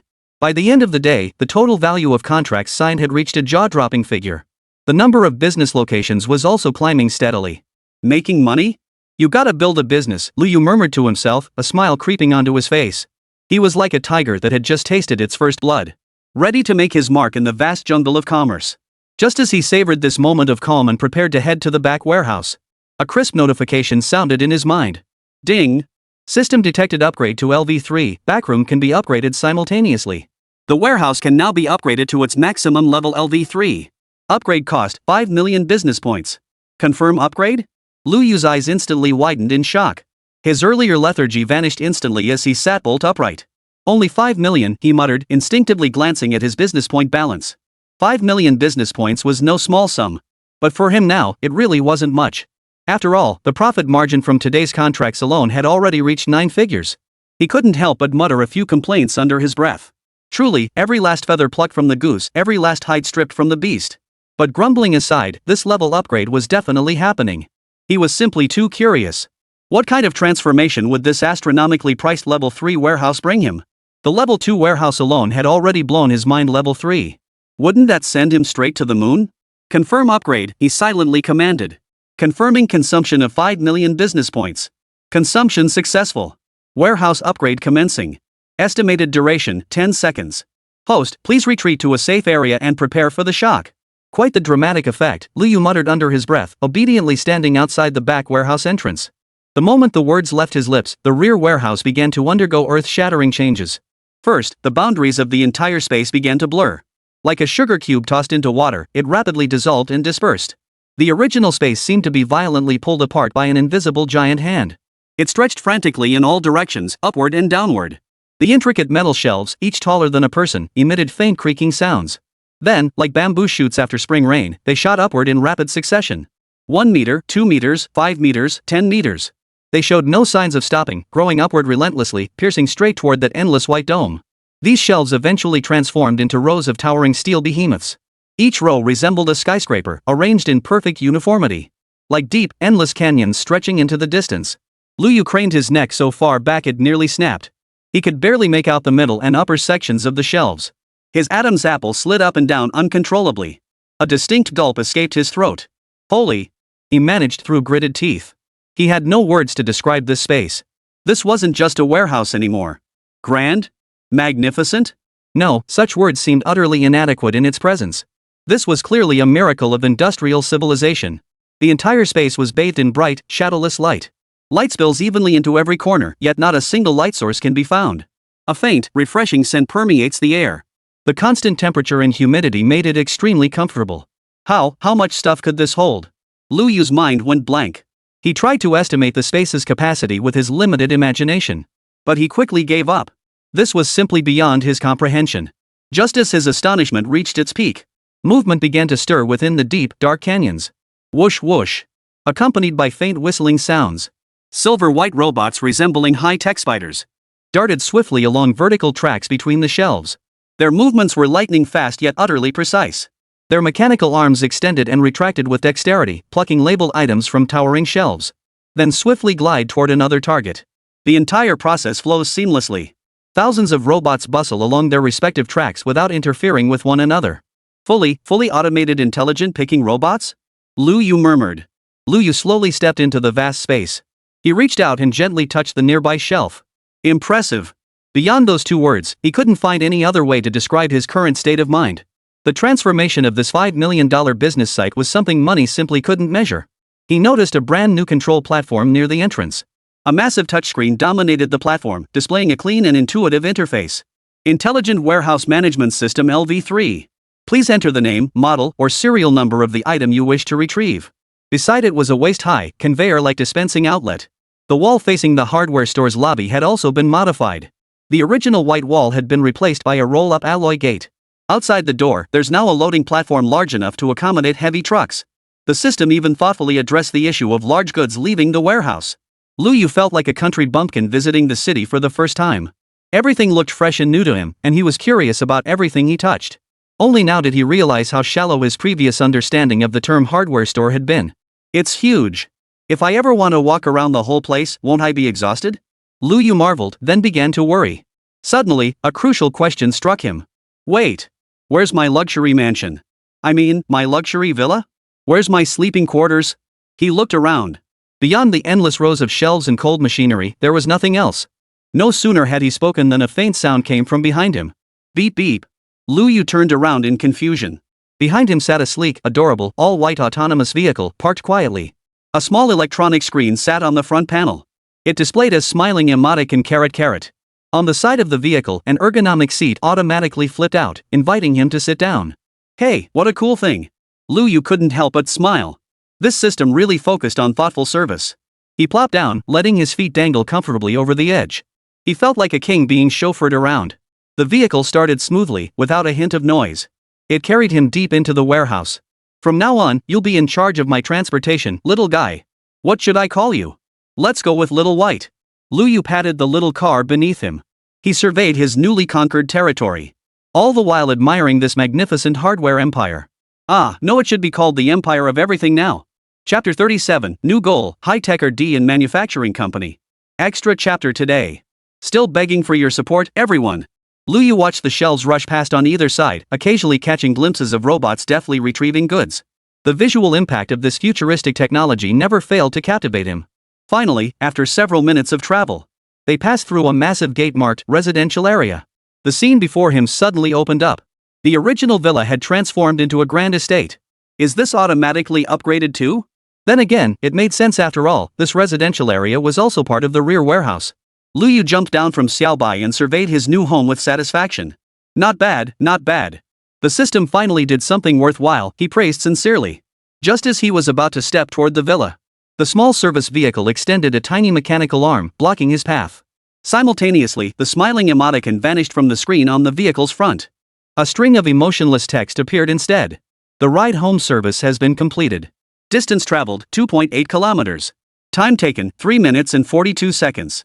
According to internal transportation service fees, the charge is 30 service points. Lu Yu's smile froze instantly. The air seemed to freeze in that moment. He read the words on the screen slowly, one by one. Then, in disbelief, he pointed at himself, then at the screen. You? Charge? 30 business points? His voice cracked. This service is provided by Smart Butler 007. Prices are clearly marked, no deception to young or old.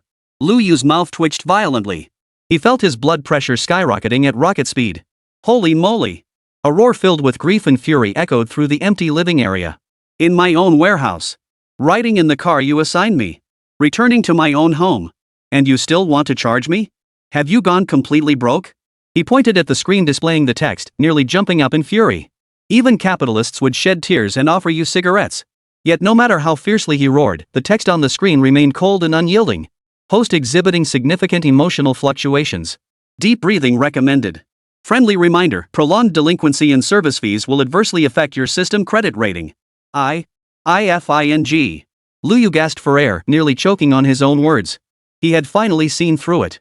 This system only acted human when granting upgrades or rewards for completing tasks. The rest of the time, it was nothing short of a complete and utter crook. It schemed relentlessly, seizing every opportunity to siphon business points from his pocket.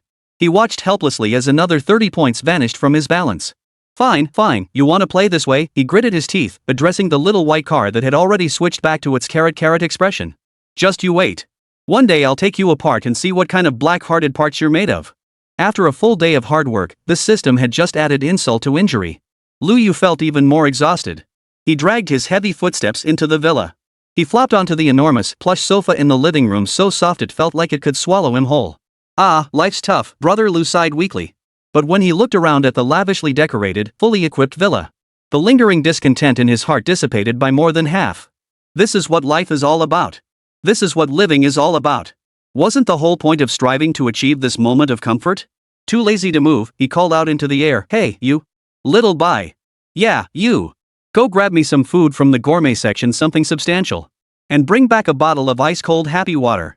Beep beep. Xiao Bai cheerfully responded. The screen displayed, food delivery service, base fee 10 business points, dynamic pricing based on dish complexity and distance. Then he dashed off in a flash. Lu Yu. He couldn't even muster the energy to complain anymore. Forget it, let it be. He might as well consider it paying to keep a dad around. The meal was delivered quickly and placed on the coffee table in front of him. While devouring his meal, Lu Yu pulled up all the contracts signed that day. Based on the delivery dates in these contracts, draw up a detailed shipping schedule. Get those smart employees started on preparing and packing the goods. He issued orders like a true boss. Command received. Shipping schedule generated. Assigning tasks to warehouse robots. Watching the orders process methodically on the light screen, Lu Yu felt an unprecedented sense of accomplishment surge through him. He was no longer alone, he now commanded a logistics team of unimaginable power. But then he remembered these robots were probably money-guzzling beasts. Another headache. Well. They can't work for free, can they? Lu Yu wasn't about to become one of those despicable capitalists. After a hearty meal and drinks, he leaned back on the sofa, pondering the task that gave him the most headaches: create 10,000 local jobs. 10,000. That's no small number, he muttered, rubbing his temples. I run a hardware store, how am I supposed to create 10,000 jobs? Just as he was at a loss, the system alert sounded once more. Detected that the host is troubled by the mission objective. The system can provide constructive solutions. Lu Yu's eyes lit up, but caution quickly followed. Go ahead. How much is the consultation fee this time? He was already psychologically scarred. Paid solution available. Fee, 1,000 business points. Includes complimentary feasibility analysis report and preliminary framework concept. Fine, I knew it. Lu Yu rolled his eyes. His face practically screamed, I knew you were eyeing my business points. Fine. 1,000 it is. Spit it out. Solution generated. Please review. A light screen unfolded before Lu Yu, clearly listing several directions. Option 1, establish a large-scale labor-intensive manufacturing plant. Examples, garment factory, electronics assembly plant, etc. Advantages, rapidly absorbs large labor pools. Disadvantages, low technical content, thin profit margins, and challenging management. Option 2, develop a chain retail empire. Centered around Old Lu hardware store, open branches nationwide. Advantages, strong brand influence. Disadvantages, long development cycle, substantial upfront investment, and extremely high demands on the management team. Option 3, establish a high-tech R&D and manufacturing company. Leverage the system's technical support to develop and produce cutting-edge products. Advantages, high technological barriers, substantial profits, attracts top talent, significantly drives urban industrial upgrading.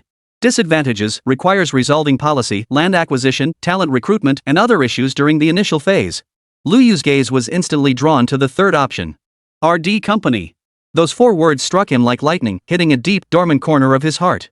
As a child, his dream had been to become a scientist. Though he hadn't fully grasped what scientists did back then, he knew they were extraordinary. But he hadn't lived up to his potential, and he knew exactly what he was made of. So his childhood dream was buried deep within his heart. Then came that recent video of someone getting choked. It only made his thoughts grow stronger. And now, the opportunity was right before him. Chapter 38, a client from the Military Affairs Department. The customized service unlocked at level 3. Wasn't this tailor-made for reverse engineering? With just a sample, he could reverse engineer the design blueprints, even optimize and upgrade them. That's it. This is the one. Luyu slapped his thigh. I'm going to start my own R&D company. One that will make the whole world take notice. Once this idea took root, it spread like wildfire, impossible to extinguish. Let's do it, he declared, clenching his fist. Tomorrow no, I'll find time soon to discuss this with all the departments in Yangcheng. Land, policies, talent. As long as I can present technology they can't refuse, all these issues will be resolved. The vision of leading a top-tier research team to conquer one technological challenge after another filled him with excitement. Breaking through foreign blockades, Liu trembled with excitement. That was the true calling of a great man. Having mapped out the broad direction for the future, he rose and walked to the villa's fitness area. He meticulously performed a complete set of health-preserving boxing techniques he had exchanged from the system. The sensation of unblocked chi and blood, coupled with a light sweat, left him feeling invigorated. The body is the capital of revolution, a truth he understood better than anyone now. After washing up, he lay down on the oversized luxury bed in his bedroom. The soft bedding enveloped his body, so comfortable it drew a satisfied sigh from him. Outside the window, the starry sky shone brilliantly, serene and profound. Liu closed his eyes, his mind already sketching the grand blueprint of his technological empire. Tomorrow would be another day brimming with challenges and opportunities. The next day, early morning. The sky still held a hint of sleepy haze. Liu sprang out of bed with a single leap. The entire motion was fluid and seamless, without the slightest hesitation. Excellent. Another day brimming with energy. He flashed a smile at his reflection, one he considered quintessentially business savvy. He now held hundreds of millions in cash and carried a KPI of billions in sales targets. The task was heavy, but his mindset was strong. Health is the foundation of revolution, and the engine of wealth. Liu hummed a tune as he quickly finished his morning routine. He used to think people who constantly preached early to bed, early to rise keeps the doctor away were a bit too old-fashioned. Now he understood, once your bank balance starts growing rapidly, your will to survive and desire for self-care skyrocket accordingly. Xiaobai, breakfast's ready. Whip up something quick. Liu called out to the living room. Beep. The round, money-obsessed robot slid out from somewhere. A smiling emoticon with crinkled eyes instantly appeared on its tiny LCD screen. Xiaobai executed a smooth drift, kicking up a gentle breeze. With a whoosh, it shot into the food zone. Liu leaned against the doorframe, cup in hand, amusedly watching Xiaobai's impatient retreat. In less than 2 minutes, Xiaobai glided back steadily, balancing a massive tray. Liu stared at it, his lips twitching involuntarily. He glanced at the system panel. The price of this breakfast, 888 business points. Holy crap, I'll be damned. Liu set down his water glass, bent over, and fixed Xiaobai with a scrutinizing gaze. Spill it, kid. Did you take a kickback? Who eats breakfast that expensive? It was clear Liu still hadn't gotten used to the lifestyle of the wealthy. This was already cheap. Xiaobai's screen instantly switched to a pouty emoticon. Its tiny body swayed from side to side in protest. Cut the crap. Think I don't know your little tricks? Liu tapped the screen with his finger. Every time you pick expensive dishes from the gourmet section, the system takes a cut of the sales points proportionally, right? Xiaobai's screen flickered and the pouting expression vanished. It emitted a series of beeps, effectively admitting the truth. Liu sighed helplessly and shook his head. In the end, he couldn't bring himself to scold the little thing any further. He picked up a Wagyu donut stick and took a bite. So delicious, he mumbled indistinctly. Never mind, never mind. You've already eaten it, he waved his hand dismissively at Xiaobai. But this is a one-time thing. Next time, get me something more down to earth. Even though I'm rolling in cash now, we can't go overboard like this. We can't abandon our good traditions, we gotta spend our money wisely. Speaking of money, Liu was reminded of the 100 billion business point upgrade requirement hanging over his head. He savored the luxurious breakfast while mentally calculating. Billions are sitting idle in my cash account, I won't be able to spend it all anytime soon. Business points may have incredible purchasing power, but they're still system currency, gotta use them sparingly. I need to find ways to circulate this cash, make money work for me. Otherwise, this 100 billion will sit idle until the cows come home. After eating his fill, Liu straightened his clothes and took a deep breath. Preparing to face today's new round of business bombardment. The number of corporate representatives arriving today was likely no less than yesterday's. He walked to the shop entrance and peered through the massive tempered glass door. The scene before him still took him aback slightly, exceeding his expectations. Gone was yesterday's chaotic scene of business elites crowding the entrance. The line was still long, but everyone was queuing up in an orderly fashion. Even their conversations were hushed to near silence. The company presidents who had been eager to be the first ones in yesterday.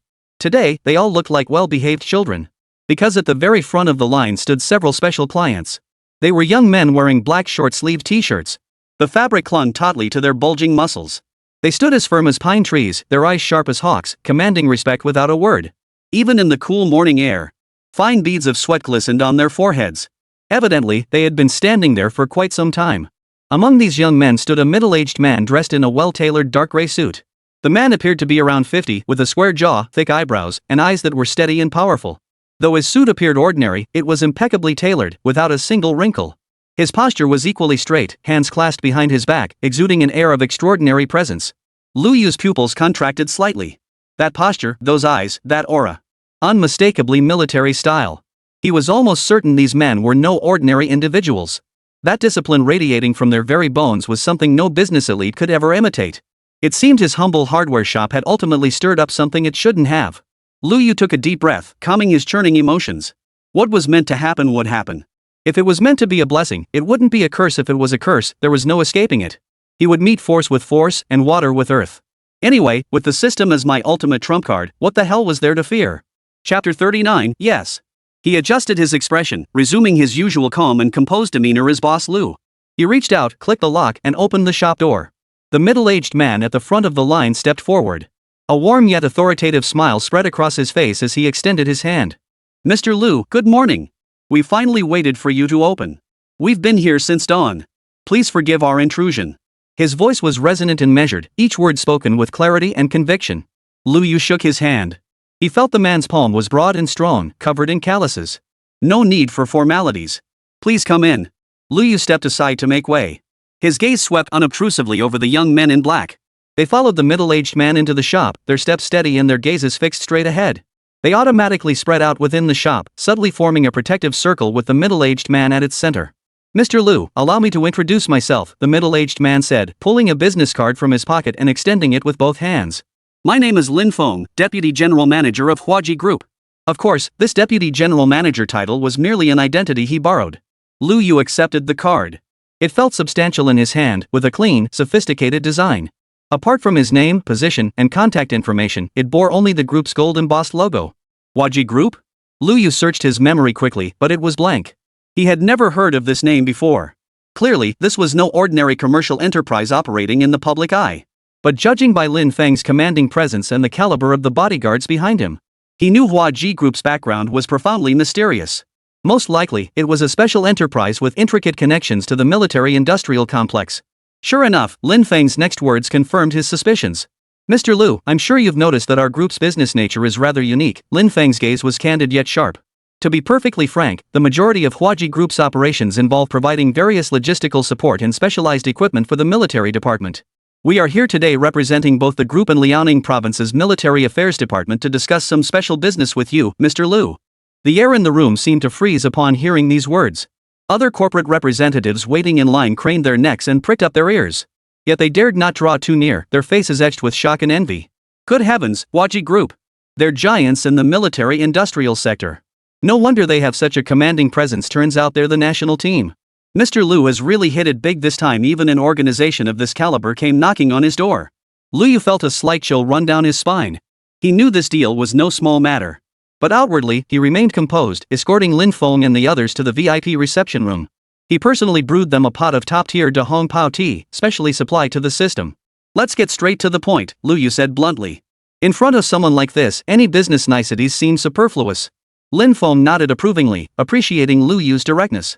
Alright, Mr. Lu is a straightforward man, so I won't beat around the bush either. Lin Feng's expression turned serious. We've been closely following your store's recent everything challenge. From the initial high-precision bearings to the subsequent specialty alloys and then the gallium nitride power amplifiers. Each one has precisely targeted the pain points of some of our nation's current bottleneck technologies. Frankly, this has surpassed the bounds of normal commercial activity. His gaze locked onto Lu Yu, tinged with scrutiny. Lu Yu lifted his teacup and blew gently on it. He replied calmly, I'm just a hardware store owner. My principle is simple, whatever my customers need, I provide. Whether those items are bottlenecks or not doesn't concern me. My only concern is whether my customers are satisfied. His words were watertight. It clearly stated his position while deflecting the blame. Lin Feng heard this, and a hint of amusement flashed in his eyes. We naturally trust Mr. Lu's business integrity. That's why we're here today, to be your customers. He paused, his tone growing more deliberate. We've heard that you claim to be able to produce any item priced below 100,000 yuan. Therefore, we'd like to challenge you ourselves. No problem. Lu Yu set down his teacup, patted his chest, and declared with great confidence. Just name it. If it's under 100,000 yuan in my store, there's no such thing as I don't have it. If I can't produce it, forget the challenge rules, I'll personally add 100-fold compensation. Despite facing these iron-willed individuals before him, Lu Yu felt like a greenhorn just out of the gate. But backed by the system, his confidence soared higher than the heavens. Excellent. Straightforward. Lin Feng let out a hearty laugh at the words. The tension finally eased from his stern face. He admired young people with such responsibility and confidence above all else. After the laughter subsided, he took a black folder from his assistant. He placed it solemnly before Lu Yu. Mr. Lu, here are the items we require this time. Please take a look. Lu Yu understood immediately this was the real purpose of today's meeting. He opened the folder to find a neatly printed list of requirements inside. Or rather, a technical specification sheet. He only skimmed the title briefly: Technical Requirements for Key Materials and Structure of the 4th Generation Dragon Scale Individual Combat Helmet. That title alone made Lu Yu's heart skip a beat. He forced himself to remain calm and continued reading. The contents of the list were highly technical. It was filled with complex parameters and standards. To the average person, it might as well have been written in hieroglyphics. But the instant Lu Yu glanced at the form, the system's voice echoed in his mind. Ding! Detected high-level targeted requirement, high-performance tactical helmet. Analyzing requirements. Analysis complete. Matching inventory. Match successful. Generating product information. In an instant, a virtual light screen unfolded across Lu Yu's retinas. Clearly displayed were the detailed specifications of a helmet. Its performance parameters perfectly matched the requirements on the request list Lin Feng had handed over. In fact, it surpassed the specifications in several key metrics. Lin Feng and the others behind him now stared intently at Lu Yu. Their eyes brimmed with unmistakable anticipation and tension, tinged with a hint of longing. They had long heard the saying, anything from old Lu's hardware store is guaranteed to be top-notch. But what they needed this time went far beyond mere quality. This matter concerned the lives of countless frontline soldiers. It meant a generational leap in the nation's individual soldier equipment. How they longed to hear that legendary phrase from the lips of this owner, who seemed almost too young. That legendary, iconic phrase. Lu Yu closed the folder, lifted his head, met Lin Feng's expectant gaze, and let the corners of his mouth curve upward. A confident smile spread across his face. Then he delivered the word with crisp precision. Yes. Chapter 40, KBF-4 Modular Tactical Helmet System Custom Edition. The author will be posting 3 updates daily for the next few days. Stable daily updates. The single word landed with authority, like a divine pillar anchoring the sea. Whoosh. Hearing that word, Lin Feng and the few behind him exhaled in unison. Tense shoulders relaxed, and clenched fists slowly uncurled. Lu Yu watched their relieved expressions. A surge of pride welled up within him. The feeling of contributing to the nation stirred something far more profound than mere financial gain. He said nothing more. For the system in his mind had already clearly displayed the product's detailed specifications. The standards were so high that even he, the handler, was stunned. Product name, KBF-4 Modular Tactical Helmet System Custom Edition. Composite structure. This composite structure delivers unparalleled ballistic protection and impact resistance while ensuring extreme lightweight performance. Protection standards, far exceeding conventional benchmarks. Impact and blunt force trauma resistance, minimizes secondary head injuries to the greatest extent possible. Physical properties. Structural design, total helmet weight does not exceed 1.1 kilograms, achieving over 20% weight reduction compared to traditional helmets, significantly alleviating neck strain for wearers. Structural design, features a high-cut design, providing ample space for tactical headsets and communication devices. Internal suspension system, features the latest memory foam padding and a knob adjustment system for a perfect fit across diverse head shapes. Lu Yu was stunned by this string of impressive performance specifications. Though he didn't fully grasp the technical details, the phrase far exceeding conventional standards spoke volumes. Mr. Lin, Lu Yu snapped back to attention, looking at Lin Feng. Your requirements on the list? My product meets them all. In fact, in certain aspects, the performance surpasses them significantly. How many do you require this time? Lin Feng had clearly calmed down from his earlier excitement. He pondered for a moment before replying. Mr. Lu, we understand that products of this caliber involve extremely complex manufacturing processes. Our primary purpose this time is to procure a batch of samples for our R&D department to conduct comprehensive performance testing. If the test results meet expectations, the subsequent orders will be astronomical. Lu Yu understood immediately. This was a reasonable process, inspecting the goods first.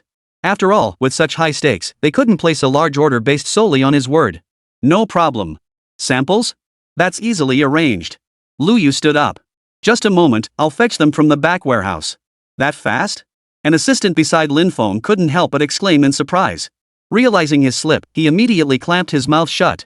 In their minds, cutting-edge products of this caliber wouldn't require layers of approvals from some secret lab? At the very least, there should be a complicated process, right? How could it feel as casual as grabbing a bottle of soy sauce from the supermarket downstairs? Lu Yu merely smiled without explanation. He turned toward the back warehouse door of the hardware store, silently issuing a command to the system. System, retrieve 10 KBF4 helmets and deliver them to Shipping Bay 1. Command received. Rear Warehouse Intelligent Management System activated. Retrieving goods from Zone S7 Special Protection Equipment Warehouse. Goods delivered to Shipping Bay 1. This was the latest intelligent management system in the rear warehouse following the system upgrade. The entire warehouse functioned like a precision automated hive. All he needed to do was issue a single command. Lu Yu had barely stepped into the rear warehouse's buffer zone. A conveyor belt immediately delivered several rigid engineering plastic cases labeled Precision Instruments, Handle with Care right before him. He opened the boxes to find tactical helmets meticulously secured within molds. The helmets were finished in a matte wolf brown, their lines sleek yet powerful. The polyurea coating on the helmet surface had a fine, matte texture. From the NVG mounts to the arc rails, the craftsmanship was meticulously refined to perfection. Lu Yu picked one up and weighed it in his hand. It was remarkably light, even lighter than he had imagined. He examined it closely. Beyond the helmet's structural design differing from common tactical replica helmets on the market, this one prioritized ergonomics. Visually, it didn't appear particularly groundbreaking. But he had absolute trust in the system's products. System made, always top-notch. It's just that this client has a special status. He couldn't help but take extra care. He carefully closed the box and carried it in batches to the VIP reception room. He placed them gently on the coffee table in front of Lin Feng. Mr. Lin, here are the goods you requested. 10 pieces total, priced at 3,000 yuan each, for a grand total of 30,000 yuan. Lu Yu announced the price. This price was determined by the system after factoring in material costs, manufacturing complexity, and the civil-military cooperation discount. It was practically selling at cost. Lu Yu understood that when doing business with the national team, one must think long-term. One couldn't just focus on the petty gains right in front of them. This is both a business and a responsibility. 3,000? Lin Feng visibly froze upon hearing the price. He exchanged an incredulous glance with his team behind him. In their view, if a helmet truly possessed such game-changing capabilities, not just 3,000, but even 30,000 each, they'd consider it a steal. Lu Yu's offer was practically a charity price. Lin Feng gave Lu Yu a deep look. His eyes brimmed with complex emotions. Gratitude, admiration, and above all, a profound sense of recognition, as if he'd found one of his own. He said nothing more. Because he knew that some bonds couldn't be measured in money. All right. We'll make the payment right now. Without a moment's hesitation, Lin Feng immediately signaled his assistant to process the transfer. The entire transaction was astonishingly swift. After the 30,000 yuan hit the account, Lin Feng and his group didn't even pause to sip their hot tea. They rose immediately to take their leave. They cradled the massive box with utmost care, as if it contained not a helmet but a priceless national treasure. Mr. Lu, thank you. I'll contact you the moment we have the sample test results. Lin Feng shook Lu Yu's hand firmly once more at the door, speaking with solemn earnestness. Take care. Looking forward to our next collaboration, Lu Yu nodded with a smile. Watching them hurry away, they climbed into the green Jeep with special license plates parked at the entrance and vanished at the end of the street. Lu Yu finally let out a long sigh of relief. Phew. Finally got rid of those big shots, he muttered to himself. System, are you sure this helmet's performance is reliable? Don't let me down. Rest assured, host. System certified, quality guaranteed. Should the product's performance fall below specified parameters, the system will automatically execute 100-fold compensation. Lu Yu quickly cut off the system's cold, mechanical voice. He was merely confirming out of habit. He never doubted the system's capabilities. He didn't overthink it. After all, it was just a sample. Even if it truly failed to meet requirements, the worst-case scenario would be a 100-fold compensation of 3 million. To him now, that was peanuts. He turned to face the corporate representatives who had been waiting impatiently. A professional smile returned to his face. All right, everyone, let's continue today's negotiations. Next up, who's next? Chapter 41, the highest level test plan. Meanwhile, the green Jeep raced down the road at breakneck speed. The atmosphere inside, however, was a stark contrast to the chaos outside filled with uncontrollable excitement. Lin Feng clutched the box in his arms tightly. "Old Lin, do you think this is reliable?" asked another representative from the Military Affairs Department in the passenger seat, glancing through the rearview mirror. "I don't know." Lin Feng shook his head, yet his eyes burned with intense fire. "But I have this strong feeling we might have struck gold today. A treasure big enough to reshape the landscape of individual soldier protective gear in our country. 3,000 pieces each. At this price, it feels like a dream." Lin Feng murmured to himself, watching the scenery rush past outside the window. If the performance is truly as he claims, even if it only meets 2/3 of the specifications on the list, no, even if it's just half, it would be a revolutionary breakthrough. Enough speculation. Lin Feng took a deep breath and declared with unwavering resolve. "Step on it. Head to the Liaoning Military Equipment Research Institute at top speed. I need to see the test data myself. Notify every relevant expert at the institute immediately. Put all other work on hold and prepare for the highest priority equipment evaluation." "Yes, sir." The driver slammed the accelerator to the floor, and the jeep's engine roared to life. At an even faster pace, they sped toward the place that would determine the future of countless soldiers. The group carried several hard-shell engineering plastic cases. They entered a heavily guarded military research facility specializing in special materials and equipment in Liaoning province. A solemn atmosphere permeated the air. This was one of the nation's foremost research centers for individual soldier equipment. Researchers hurried about, their faces bearing expressions of exhaustion and excitement. Lin Feng's arrival instantly drew everyone's attention. "Little Lin, you finally made it." A white-haired elder wearing thick black-rimmed glasses approached briskly, his eyes sharp and alert. His name was Zhang Qingde, the institute's chief engineer and the overall supervisor of this test. Old Zhang had dedicated over 40 years to the field of protective materials. The equipment he had tested and the defective items he had rejected could fill an entire warehouse if stacked together. "Thank you for your help, Old Zhang," Lin Feng said without further pleasantries. He held out the box to Zhang Qingde. "I've brought the items.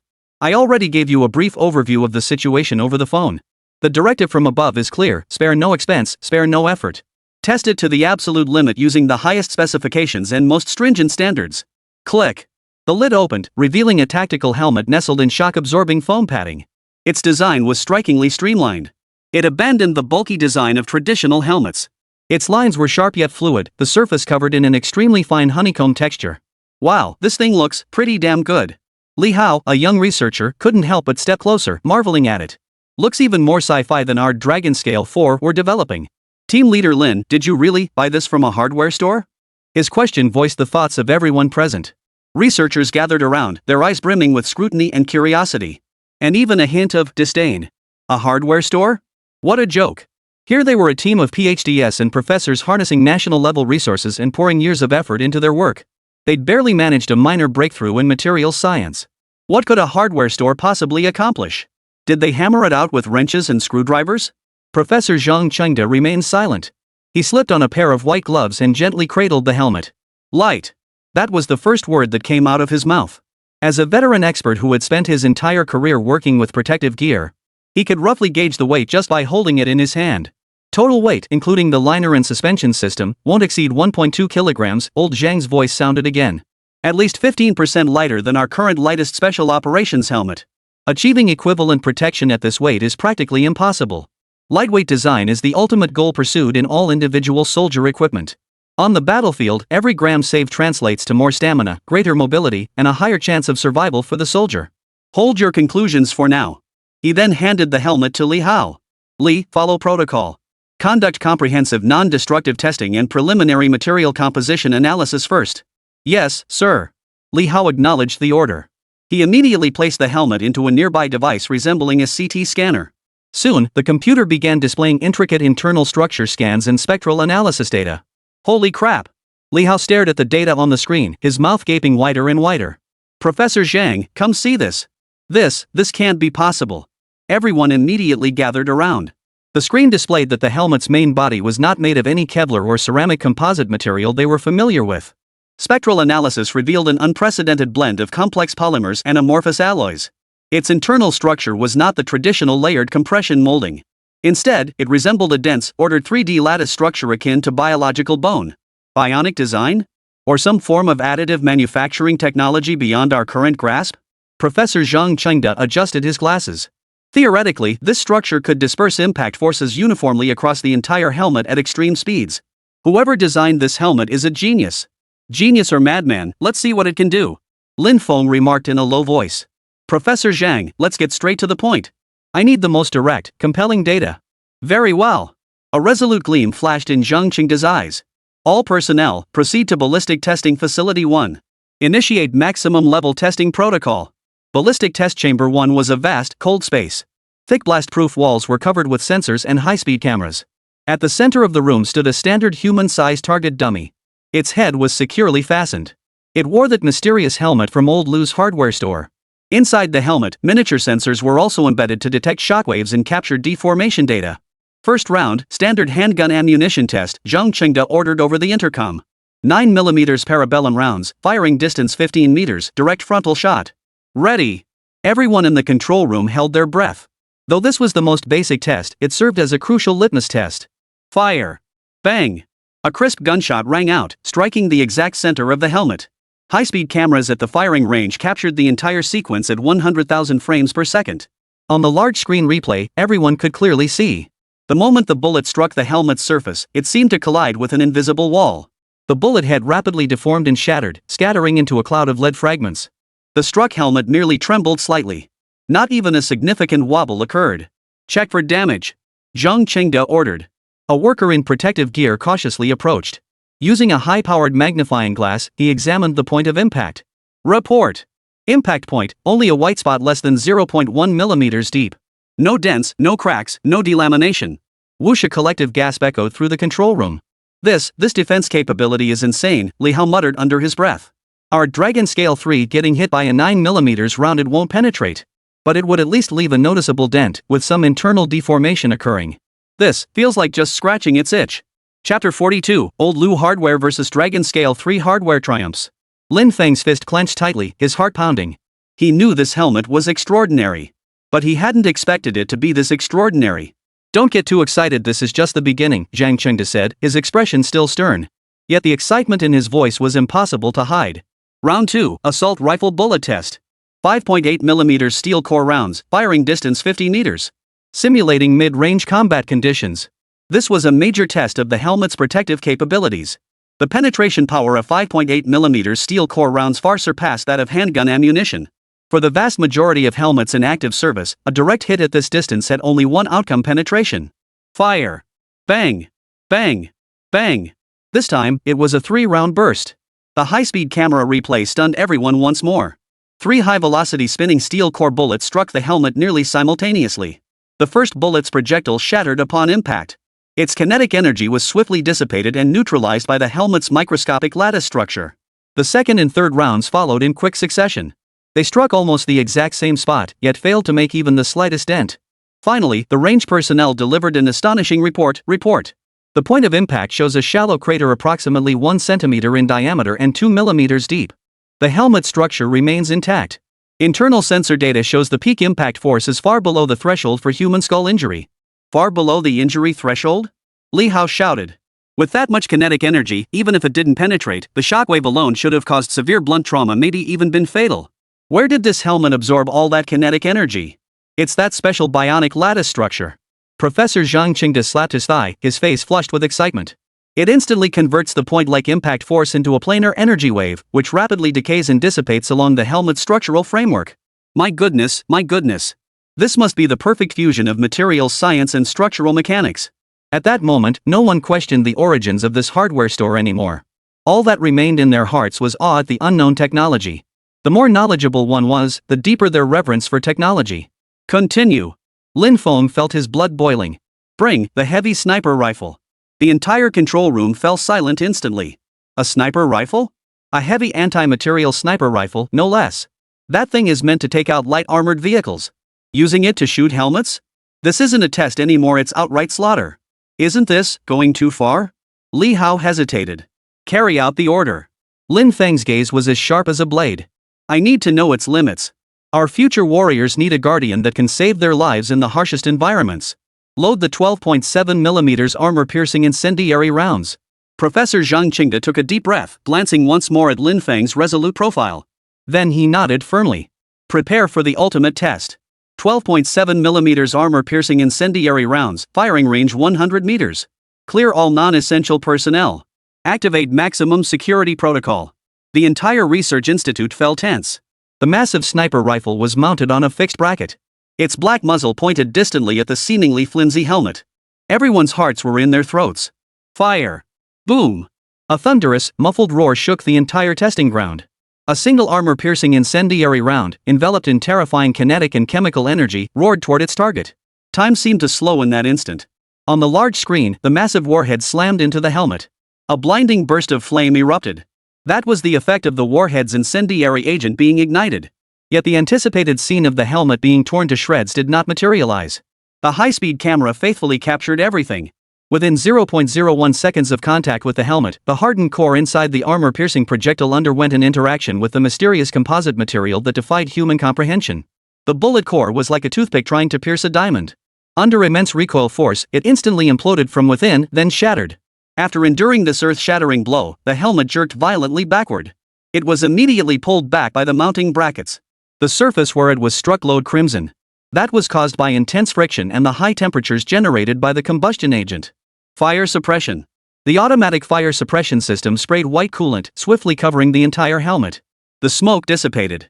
Staff members trembled as they pushed the camera closer. The screen revealed a startlingly destructive mark at the helmet's point of impact, an irregular bowl-sized dent with melted edges, but it didn't penetrate. Li Hao's shout was already choked with emotion. It held. It actually withstood a 12.7mm armor-piercing incendiary round. After a deafening 10-second silence, erupted in thunderous cheers and applause. Professor Zhang Chengde excitedly removed his glasses and vigorously wiped his eyes with the back of his hand. He kept murmuring, "Remarkable, truly remarkable. This is a warrior's guardian angel." Lin Feng stood frozen, fists clenched. He stared at the helmet on the screen, damaged yet still standing tall. It was as if he could see future battlefields, where soldiers remained unscathed amidst hails of bullets and shrapnel. At this point, testing the planned fragmentation simulation rounds had become unnecessary. But ballistic protection was merely one of the hard metrics. Other comprehensive performance metrics were equally crucial. Next, impact and penetration resistance tests were conducted in a new laboratory. A 5-kilogram conical steel block was dropped from a height of 3 meters, striking the top of the helmet with force. Sensors recorded the impact force inside the helmet as equivalent to a moderately hard punch from a fist. Subsequently, a hydraulic press drives a sharp steel cone. It slowly pierces the helmet's side with 1 ton of pressure. The result? The tip of the steel cone was forcibly pushed until it became blunt. The helmet's surface bore only a faint white mark. Is this even a helmet? It's practically a small fortress you wear on your head. Even old Zhang, who'd seen it all, couldn't help but let out a curse upon witnessing these test results. Every face beamed with exhilaration. Finally, it was time for the comfort test. A young tester, built similarly to an active duty soldier, was called over. He took another brand new helmet and immediately exclaimed in surprise. "This helmet is incredibly light. It feels like wearing an oversized safety helmet." He deftly adjusted the suspension system and placed the helmet on his head. He shook his head from side to side and performed several tactical evasive maneuvers. "How does it feel?" Lin Feng asked. "Report." "Perfect." Xiao Wan's eyes lit up like light bulbs. "It's incredibly lightweight, with a stable center of gravity. It doesn't wobble even during intense movements. The key is its scientifically designed inner lining, ventilated and breathable, not stuffy at all. It's incredibly comfortable. Way better than the tin cans we're using now." Hearing the most direct feedback from the wearer, the final lingering doubts in everyone's minds vanished. Robust protection, exceptional structural strength, extreme lightweight design, unparalleled comfort. This helmet from Old Lou's hardware store demonstrated generational advantages in every aspect. This is no longer just a premium product. It's a game-changer poised to reshape the future of individual soldier protection. All test data was swiftly compiled, forming a report so detailed it's downright terrifying. Each data point included a comparison with the current top-tier Dragon Scale 3 helmet.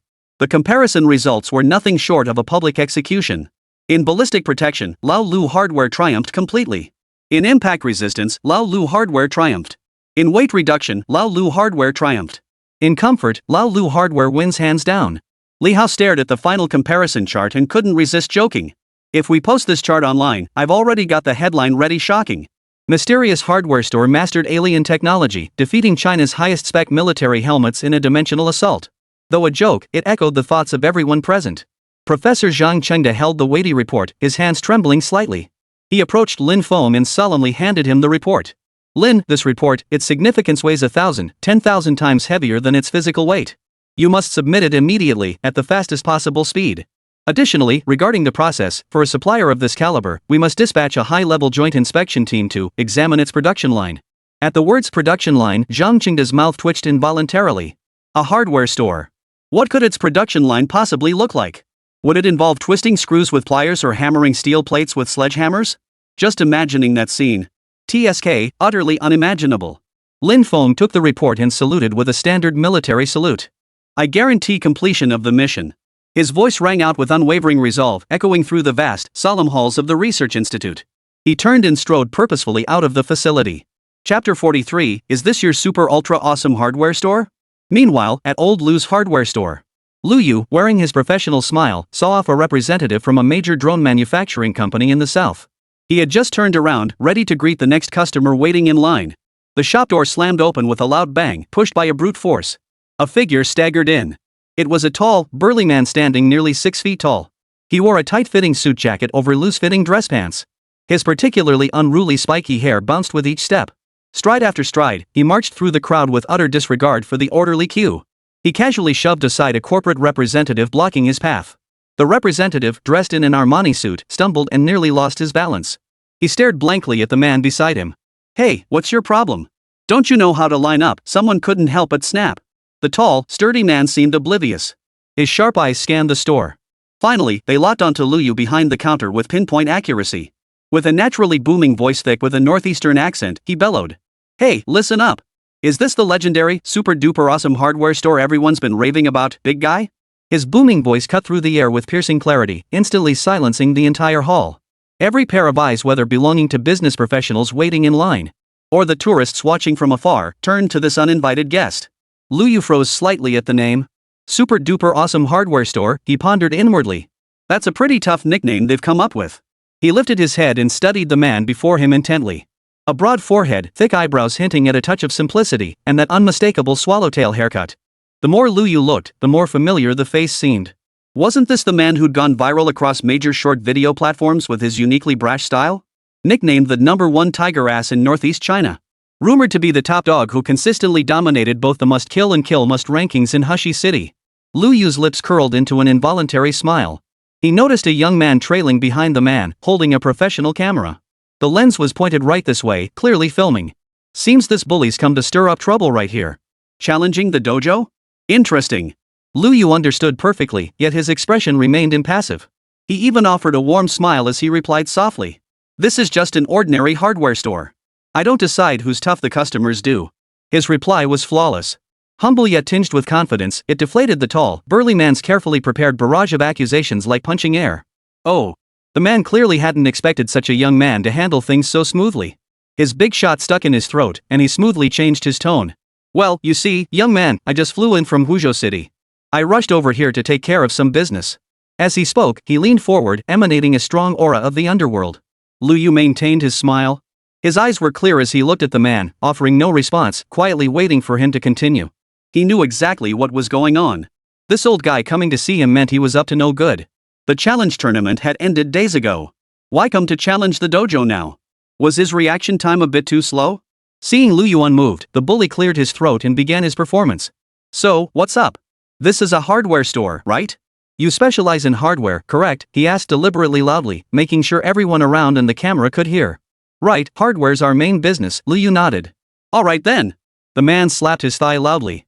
Alright then, give me a plate of spicy dried tofu with chili peppers, the kind where the tofu's stewed to mush, with that sauce that's perfect for mixing with rice. Put. No sooner had he finished speaking than a corporate representative waiting behind him couldn't hold back and burst out laughing. The atmosphere in the entire hall instantly lightened. The business executives, who had been growing restless from waiting in line, suddenly lost their impatience. One by one, they crossed their arms with renewed interest, preparing to enjoy the spectacle. After all, watching the spectacle is ingrained in the very DNA of the people of Dragon Nation. It was the ultimate form of relaxation outside of work. Buying dried tofu with chili peppers at Old Lu's hardware store at this hour wasn't too outlandish. It was mainly that kid's accent that was just too funny. Lu Yu's smile remained unchanged, but a hint of amusement flickered in his eyes. Whose City's Big Tiger's performance wasn't over yet. He completely ignored the surrounding laughter. He kept staring at Lu Yu with that look, honest yet sly, and said, Done. Now get me some lace boxers, black ones with bows. My boyfriend loves seeing me wear that stuff. Boom. The crowd erupted in chaos. If the spicy tofu dish was merely an appetizer, then this my boyfriend likes was a veritable depth charge. Holy. That's a lot to process. Wait, what did he just say? Boyfriend? This guy's got some serious game. He's a badass. Folks, you gotta understand this scene just popped into my head. The representatives nearby, who were in a hurry to sign the contract. Not a trace of their usual business-like seriousness remained on their faces. They were all doubled over laughing, tears practically streaming down their faces. Look at him, that fierce look on his face. I'm not surprised he pulled this off. This guy really gets the power of live streaming. The brash guy glanced at the group of well-dressed intellectuals beside him, who were laughing so hard they were falling over. Far from feeling embarrassed, he puffed out his chest. His expression turned serious as he declared, "What's so funny? I never joke around. Everything I say is the truth." After that, he turned his head toward Luyu again. His burly frame leaned forward again, closing the distance between them until they could almost feel each other's breath. Lowering his voice, he asked in a tone he deemed mysterious. "It's not over yet. When it's done, bring me another 100 crabs minus 98 and they've gotta be alive. My girlfriend's turning 60 today. I figured I'd surprise her with a birthday gift. 100 minus 98, that leaves 2, doesn't it? This guy's got some twisted logic going on. Boyfriends, girlfriends turning 60. This guy's life is more complicated than the contracts we sign," remarked a certain Mr. Wang. Sure Hubie turned back to Luyu. His eyes held a hint of anticipation and challenge. Almost cheek to cheek, he asked, "Bro, do you actually have any girls here?" He was already bracing for Luyu's awkward denial. "This is a hardware store, we don't sell that stuff." All these reactions would make perfect video material. Luyu stared at that face, practically screaming, "Come punish me." He knew this guy was purely in it for the show. But that innate, unapologetic boldness? It didn't seem like an act. It seemed to radiate from his very core. He fought back laughter, his lips curling wildly, but his professional composure as the boss ultimately prevailed. He cleared his throat. Under the expectant gaze, he uttered a single word in a perfectly neutral tone. "Yes." Chapter 44, Dispatching an Inspection Team. Plus a new order. Huh? That single word landed squarely on Sure Hubie's forehead. You gotta hand it to him, his acting was spot on. Knowing full well that the other party had everything, he still managed to pull off such a reaction. Even a top-tier celebrity couldn't pull off that level of believability. His expression froze instantly. For the first time, his eyes, which had been brimming with defiance, revealed utter bewilderment. "Huh? This is a hardware store, right?" he blurted out reflexively, his voice stumbling slightly. He'd been navigating the online world for so long. His specialty was buying jeans at sock shops, ordering rice bowls at fruit stands, and getting pedicures at barbershops. His specialty was mismatched requests. His crowning achievement had been driving one shop owner so mad he couldn't get out of bed for 3 days. But today, his pride and joy, his signature move, had failed? Luyu had no time to waste chatting nonsense with him. A long line of eager customers was waiting behind him. He turned and tapped lightly on the countertop in the back storage area. A soft beep sounded. A thermal takeout box, a sleek black gift bag, and a plastic bag containing 2 lively, large crabs, tightly bound with rope. Neatly arranged, they appeared on the conveyor belt. Luyu swiftly placed the 3 items on the counter and slid them toward this jerk. Spicy tofu with chili peppers, hot off the stove, best eaten warm. Lace panties, size XL, latest style. 2 crabs, full weight guaranteed, fresh and lively. He pointed to the QR code on the counter and stated concisely, "Total is 56 yuan. Scan here." With that, he didn't even bother glancing at the stone-faced Sure jerk standing there. He waved directly at the next customer in line. "Let's discuss this in the VIP reception room." Sure Hubie stared blankly at the takeout box, gift bag, and plastic bags in his hands. He, the undisputed top of both the Who City kill list and the kill to kill list. Today, he'd hit a brick wall. Big brother, seriously? You really have everything, he muttered to himself. For the first time in his career as a challenger, he obediently pulled out his phone. He scanned the QR code. A beep sounded as the payment went through. Amidst the murmurs and a mix of awe and fear in the crowd's eyes, he silently picked up the 3 items. He turned and strode out of the hardware store with that same unapologetic swagger. The moment he stepped outside, Sure Hubie let out a long sigh of relief. The shock on his face gave way to delight. He addressed the camera. "This is exactly the buzz I needed. When I get back, this video's gonna rack up hundreds of thousands of likes, no doubt. Bro, you nailed it." He knew full well this hardware store was no ordinary place. He'd watched the challenge videos before coming. As an internet celebrity, his keen instincts told him. This place was a goldmine for views. Just show up and you'd leave loaded. Though he'd arrived a bit late, today's results were absolutely explosive. Meanwhile, in a highly classified meeting room within Liaoning Province's Military Affairs Department, Lin Feng sat upright, facing several commanders of the military district, their shoulders adorned with gleaming stars. The atmosphere was solemn and serious. He had just submitted the detailed test report on the tactical helmets from Old Lou's hardware store, along with the on-site video footage.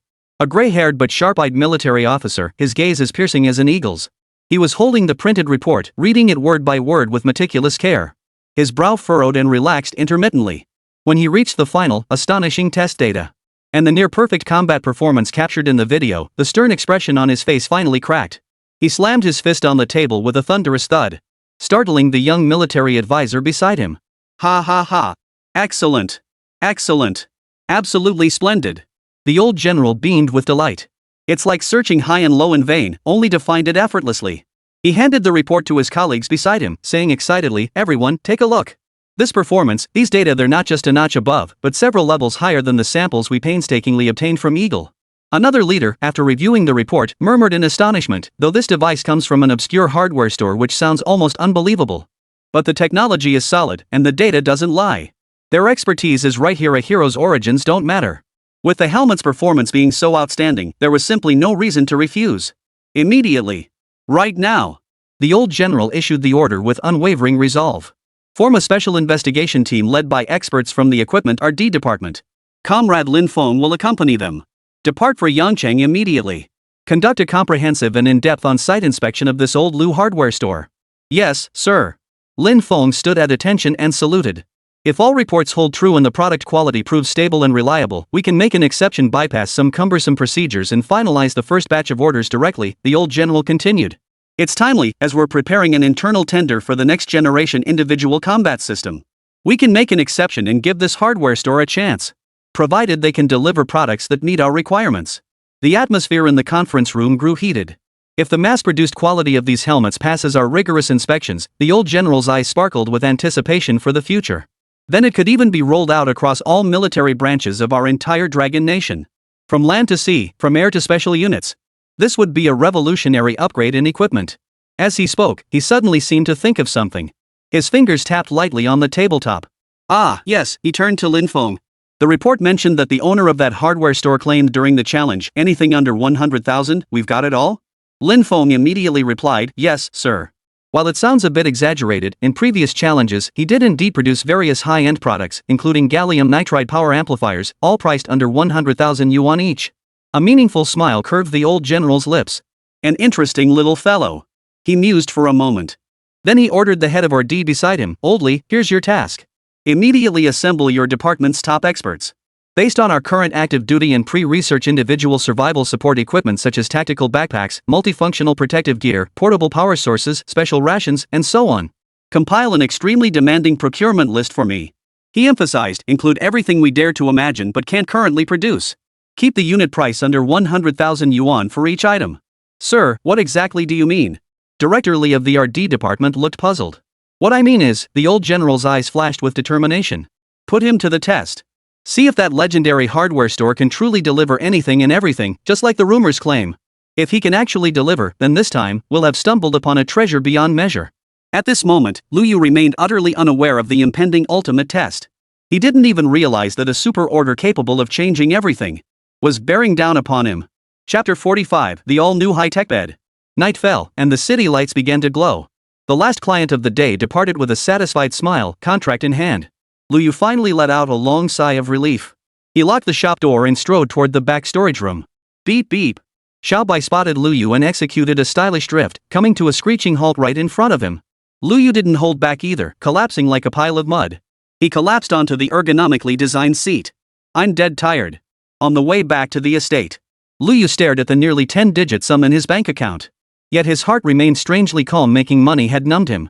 If anyone else heard him say that, they'd slap him silly. It was bloody infuriating. Not long ago, he'd been fretting over monthly sales barely exceeding 1,000 yuan, dreaming of one day winning 5 million in the lottery. But now, this string of numbers meant nothing to him. Nothing compared to the rapidly climbing sales points on the system dashboard. Money. I've got too much of it, but no time to spend it. Lu Yu let out a sigh that was both blissful and helpless. From the start of the challenge until now, he'd been spinning like a top, working non-stop. Hardly a moment's rest. He'd made a fortune, but his quality of life. It seemed that aside from living in a bigger place and enjoying finer food and goods, essentially, it's still just work and home. Just making money isn't enough. I need to learn how to spend it, make money work for me, not chase after it. He made up his mind. Tomorrow, the hardware store would be closed for the day. He was going to visit all the relevant departments in Yangcheng to negotiate land acquisition for his factory. And the formal establishment of my own high-tech R&D company. He couldn't just stay holed up in this hardware store forever. After a few minutes' walk, Xiaobai led Lu Yu to the sofa. Then came the seats bounce feature. It flung Lu Yu straight onto the sofa. Lu Yu squinted his eyes, thinking only of eating something delicious. Beep. Xiaobai thoughtfully fetched a fragrant dinner from the estate's gourmet section. Let's eat. Lu Yu grabbed his chopsticks and dug in heartily. Then he glanced at the dollar symbol that had appeared on Xiaobai's screen beside him. He looked every bit the money-grubbing miser. After finishing his last bite, Lu Yu wiped his mouth. He laughed and scolded, all right. Today's earnings are settled for you. Go on, you little thing, go play somewhere else. Beep beep. Xiaobai emitted a cheerful sound. Then it zoomed out of the mansion, heading to the estate to find its own fun. Well fed and content, Lu Yu stretched out on the sofa and opened the system interface. He began browsing through business-related skills. Since he was starting a company, this illiterate boss had to learn some real skills. The system store offered a dazzling array of company-related skills. Mastering modern enterprise management, start from scratch and rapidly grasp core management knowledge including corporate structure, human resources, and strategic planning. Price, 50,000 business points. Advanced financial analysis and capital operations, understand financial statements, navigate capital markets, and make money work for you. Price, 80,000 business points. Crisis PR brand building, calmly navigate negative sentiment and forge an unbreakable commercial brand. Price, 45,000 business points.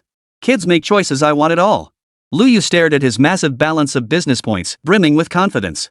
He followed the system's recommendation directly. He redeemed the entire Business Tycoon Accelerator package. Then he proceeded to purchase the Instant Integration service.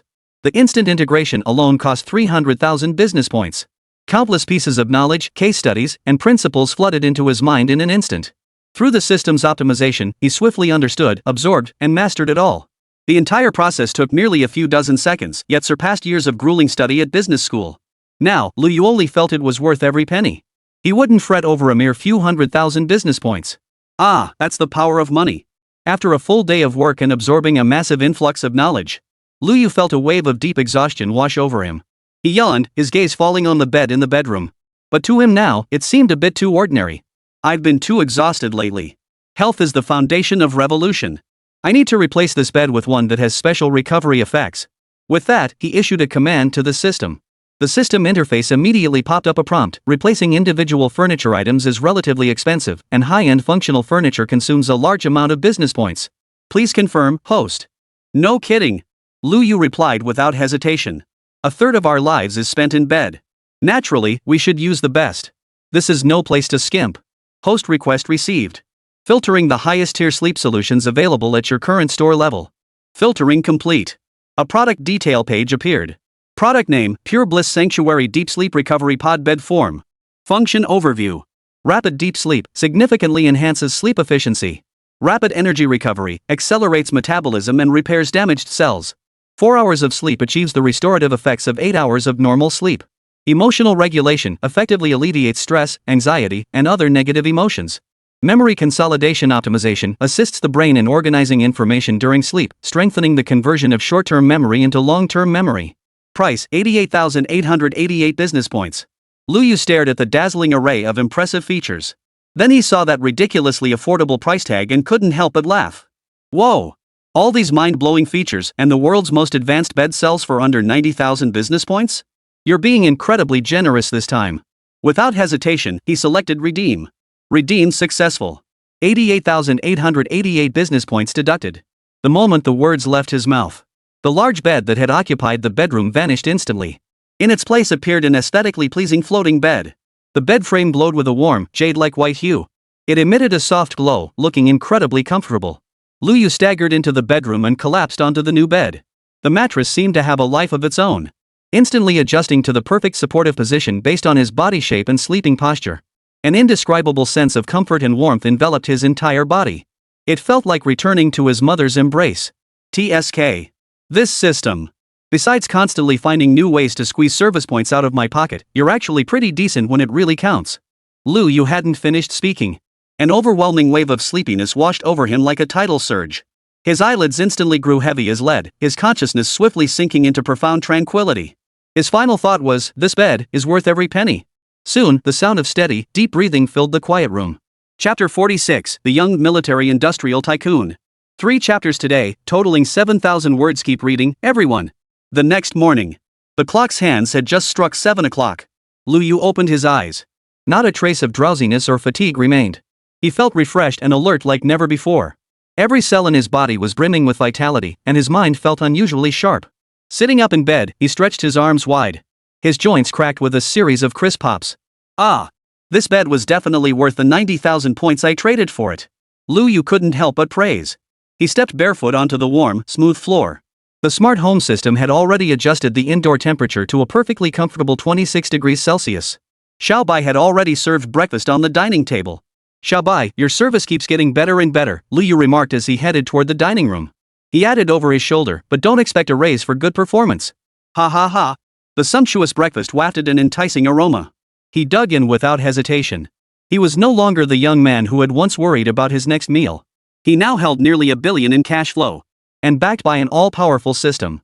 His quality of life was skyrocketing at a rocket-like pace. After savoring this extravagant breakfast, Lu Yu changed into a tailored outfit that was both respectable and relaxed. He gave his hair another quick fix, and the young man in the mirror looked dashing and spirited. Let's go handle business. He entered the front hall of the hardware store. At the shop entrance, Lin Feng stood ramrod straight. His expression was as stern as ever. But behind him stood more than just a few attendants. Behind him stood a survey team of over a dozen people. Though dressed in plain clothes, attempting to blend in with ordinary citizens, the distinctive air of efficiency and composure about them was impossible to conceal. Each pair of eyes was sharp as an eagle's, their stances as firm as pine trees. Seems yesterday's helmet left quite an impression on them, Lu Yu thought to himself. System made, truly top-notch. As for the corporate representatives who were bending over backwards to collaborate with him, he could let them stew for a few days, giving them a taste of what it meant to be at the mercy of the client. But for the military affairs department, a vital component of the state apparatus, necessary respect and priority handling were non-negotiable. This wasn't merely a business consideration, it was a fundamental civic duty. With a click, Lu Yu opened the hardware store door. Sorry to keep you waiting, please come in. He greeted them with a warm smile, stepping forward to welcome them. Mr. Lu, we arrived too early and disturbed you, Lin Feng replied politely, his expression softening slightly at the sight of Lu Yu opening the door. The others behind him nodded their greetings to Lu Yu in turn. Yet their eyes brimmed with curiosity. They simply couldn't reconcile the young man before them who looked barely over 20. With that military industrial tycoon who could produce groundbreaking high-tech equipment. The contrast was simply too stark. Lu Yu led the group to the VIP reception room. After everyone settled in, Lu Yu personally brewed De Hong Pao tea for them. The rich aroma of tea instantly lightened the atmosphere in the reception room. Without much small talk, Lin Feng got straight to the point. He retrieved a neatly bound report from his briefcase. He placed it gently on the coffee table and slid it toward Lu Yu. His eyes held an unmistakable look of admiration. Mr. Lu, let me be blunt.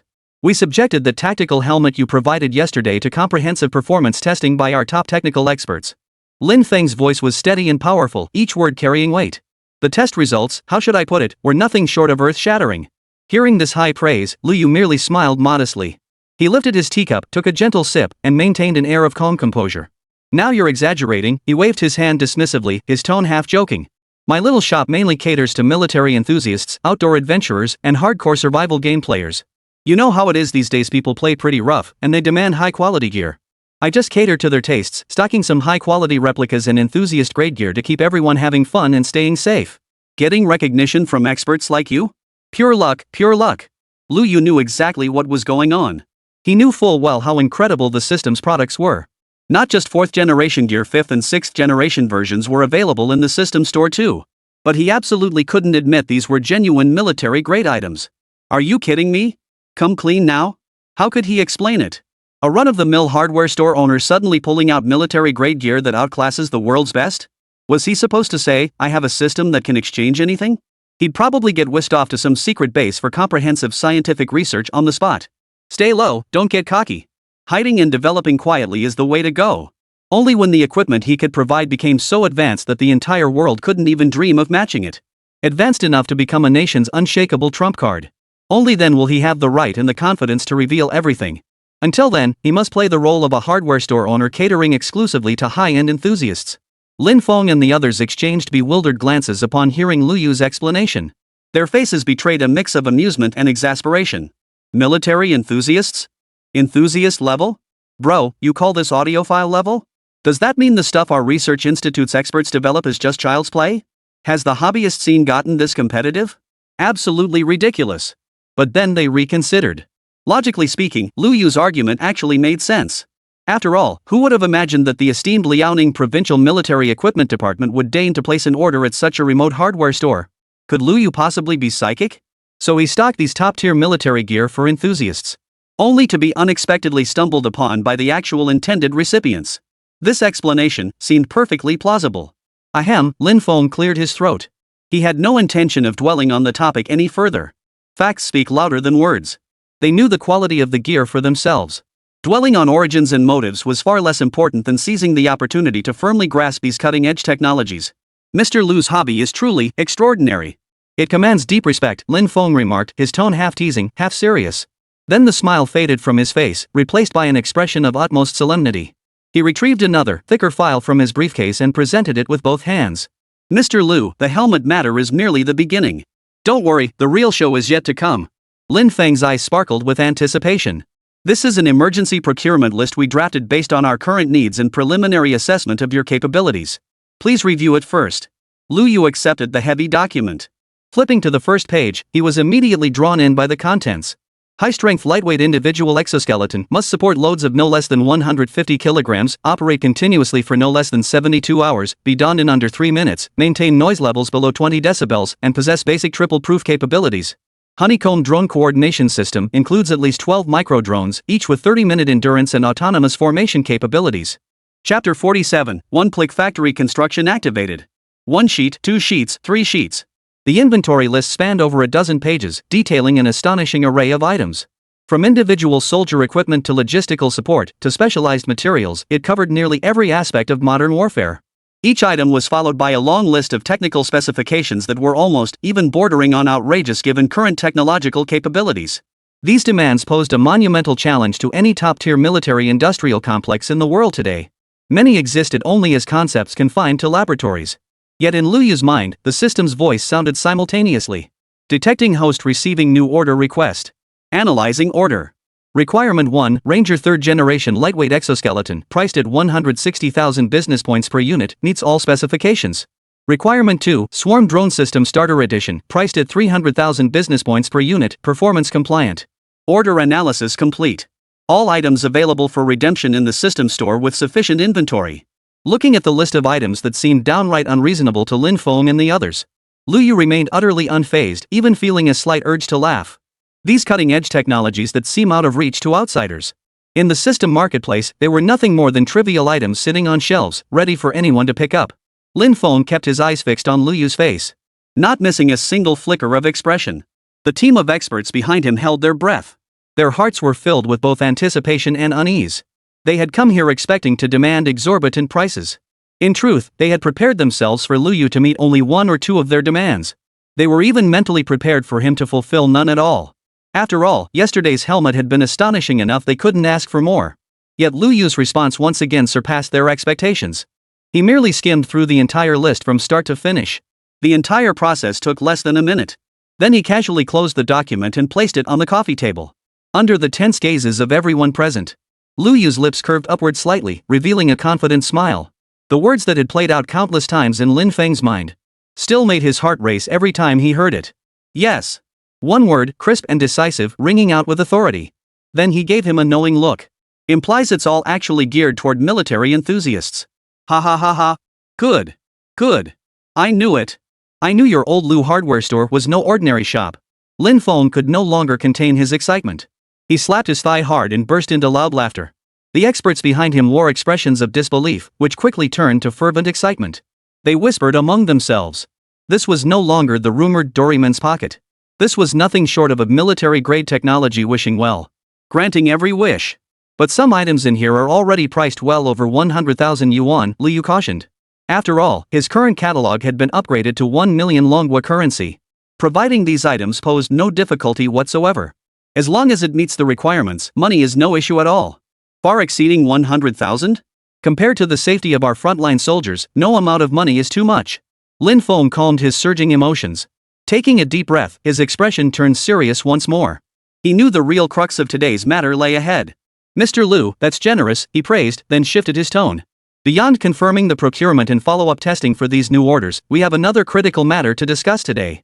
He gestured towards several representatives from the military equipment department standing behind him, who appeared to be in charge of production and quality control. We need to conduct an on-site inspection of your helmet production line, Lin Feng stated earnestly. Rest assured, this is merely a routine inspection. We won't touch your core technologies or trade secrets. We simply wish to observe the production environment, quality control processes, and production capacity. After all, this equipment is of critical importance. We must ensure the stability and reliability of the supply chain. He paused, then offered an incentive no company could refuse. Once the inspection confirms your production capacity is satisfactory, we will immediately initiate special approval procedures to formally grant you the qualification of Liaoning Provincial Military Equipment Department Special Grade Supplier. At that point, all your related production activities will receive the highest level of protection and support. Production line? Lu Yu's smile stiffened slightly. Well, it finally came.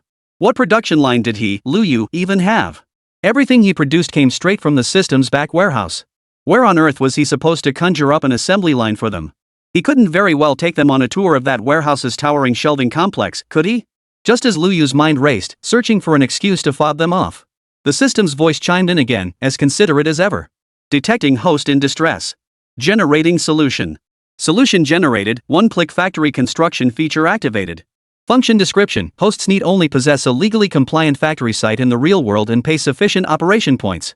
The system will then instantly complete the full deployment and debugging of the corresponding production line within 24 hours according to the host's requirements. This includes all hardware equipment, software systems, environmental protection facilities, and security systems. The generated production line will feature technology 5-10 years ahead of current global standards, with core modules encrypted via black box technology, rendering them impossible to reverse engineer. Lu Yu's eyes lit up instantly. This system was like offering a pillow when you wanted to sleep. This proposal is excellent. Lu Yu felt completely reassured. It's just a factory building, no big deal. He remembered it clearly. To attract investment, Yangcheng City had planned a large high-tech industrial park in the eastern part of the city. It was filled with standardized factory buildings that had been completed but hadn't yet been sold or leased.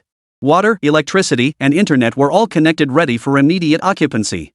With nearly $1 billion in cash at his disposal now, buying a few factory buildings was no problem. He could easily buy up half the entire park. When the Ministry of Defense wants to inspect the helmet production line? No problem, system will handle it. Need an exoskeleton production line in the future? No problem, system will handle it. Batteries, drones, specialty alloys. Whatever production line you want, just let the system arrange it. This not only ensures flawless inspections and secures top-tier supplier certification. It will also establish a massive physical industrial base in Yangcheng, creating tens of thousands of jobs. It also perfectly aligns with the upgrade tasks in the system mall. Killing 3 birds with 1 stone, why not? Realizing this, Lu Yu instantly regained his composure. He offered Lin Feng a slightly apologetic smile. Mr. Lin, distinguished leaders, here's the situation. He began crafting his justification with solemn earnestness. As you can see on the list, I can retrieve these samples from my inventory right now for you to take back for testing. However, regarding the production line, it might take a few days. Lu Yu adopted an expression that suggested there was a valid reason.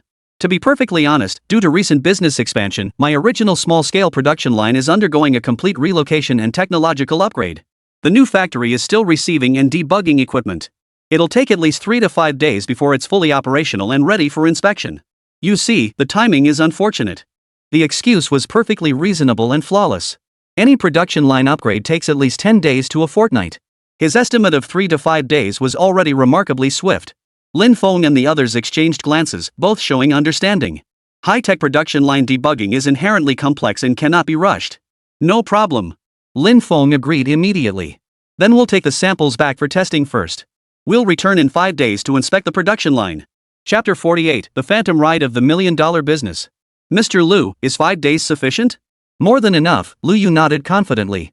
With that, he gave no opportunity for further discussion. Holding the document list, he turned with a flourish and headed toward the back warehouse. Everyone, please wait a moment. I'll go fetch your goods.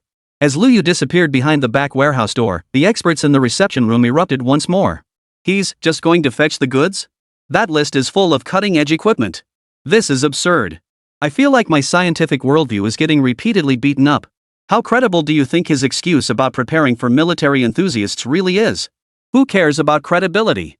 As long as the gear is real and the specs are rock solid, he could claim he bought it from aliens and we'd still buy it.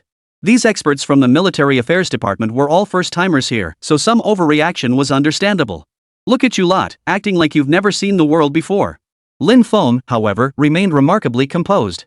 But the slight tremor in his hand as he held his teacup gave him away. Before long, Liu rolled out one metal case after another, each stamped with the old Lu Hardware Premium Customization logo. When the boxes were opened, they contained precisely the various equipment samples listed on the inventory. Each piece was crafted with the utmost precision. After settling the payment, they carefully loaded these treasures onto the truck. As they departed, Lin Feng clasped Lu Yu's hand firmly and declared solemnly, "Mr. Lu, see you in 5 days. We can't wait to witness the miracle." After seeing off the satisfied Lin Feng and his group, Lu Yu returned to the shop entrance. Sure enough, the corporate representatives had returned today, just as persistent as ever. Only, their numbers had dwindled considerably. Evidently, the notice he'd posted on the door, "This store is undergoing internal reorganization. Bulk order negotiations postponed by 1 day," had indeed had some effect. For those representatives who remained undeterred, attempting to strike up conversations or hand over business cards, Lu Yu didn't even bother to give them a friendly look this time. He simply waved them off. "Didn't you see the notice? It says it's postponed. Don't bother me while I'm locking up." That's right, Lu Yu was now this unapologetically assertive. With the system in hand, the world was his oyster. He was now playing the big fish in the pond, bullying none other than you, the capitalists who usually lord it over everyone else. Under the resentful stares of the representatives, Lu Yu slammed the rolling shutter down with a clatter. He locked it and turned to leave. But after taking just 2 steps, he slapped his forehead and turned back. The corporate representatives at the entrance saw this.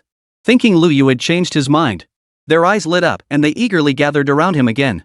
"Mr. Lu, have you reconsidered our company's cooperation proposal?" But Lu Yu didn't even glance at them. He walked straight to the door, unlocked it, pulled open the rolling gate, and slipped inside. Then, with a loud clang, he locked the door shut right in front of them.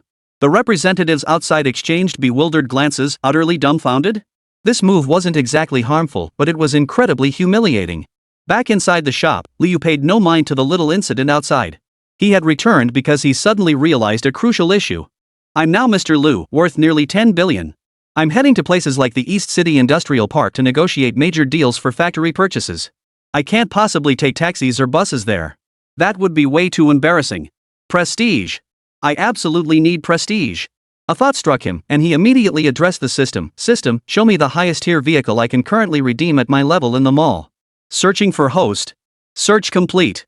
Recommended vehicle, Phantom GT 2035 Concept Smart Coupe. Price, 990,000 business points. Description, a top-tier personal vehicle engineered by the system using automotive technologies projected for the next decade.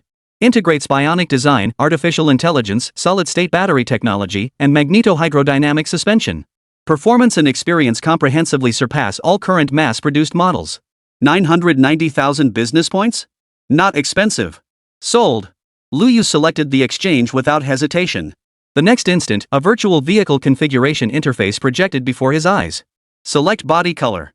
Among the options, besides conventional colors, there was an option named Stardust Black Dynamic Color Changing Coating. That's the one. Sounds super high-end. Please select interior style. Futuristic tech, black with orange stitching.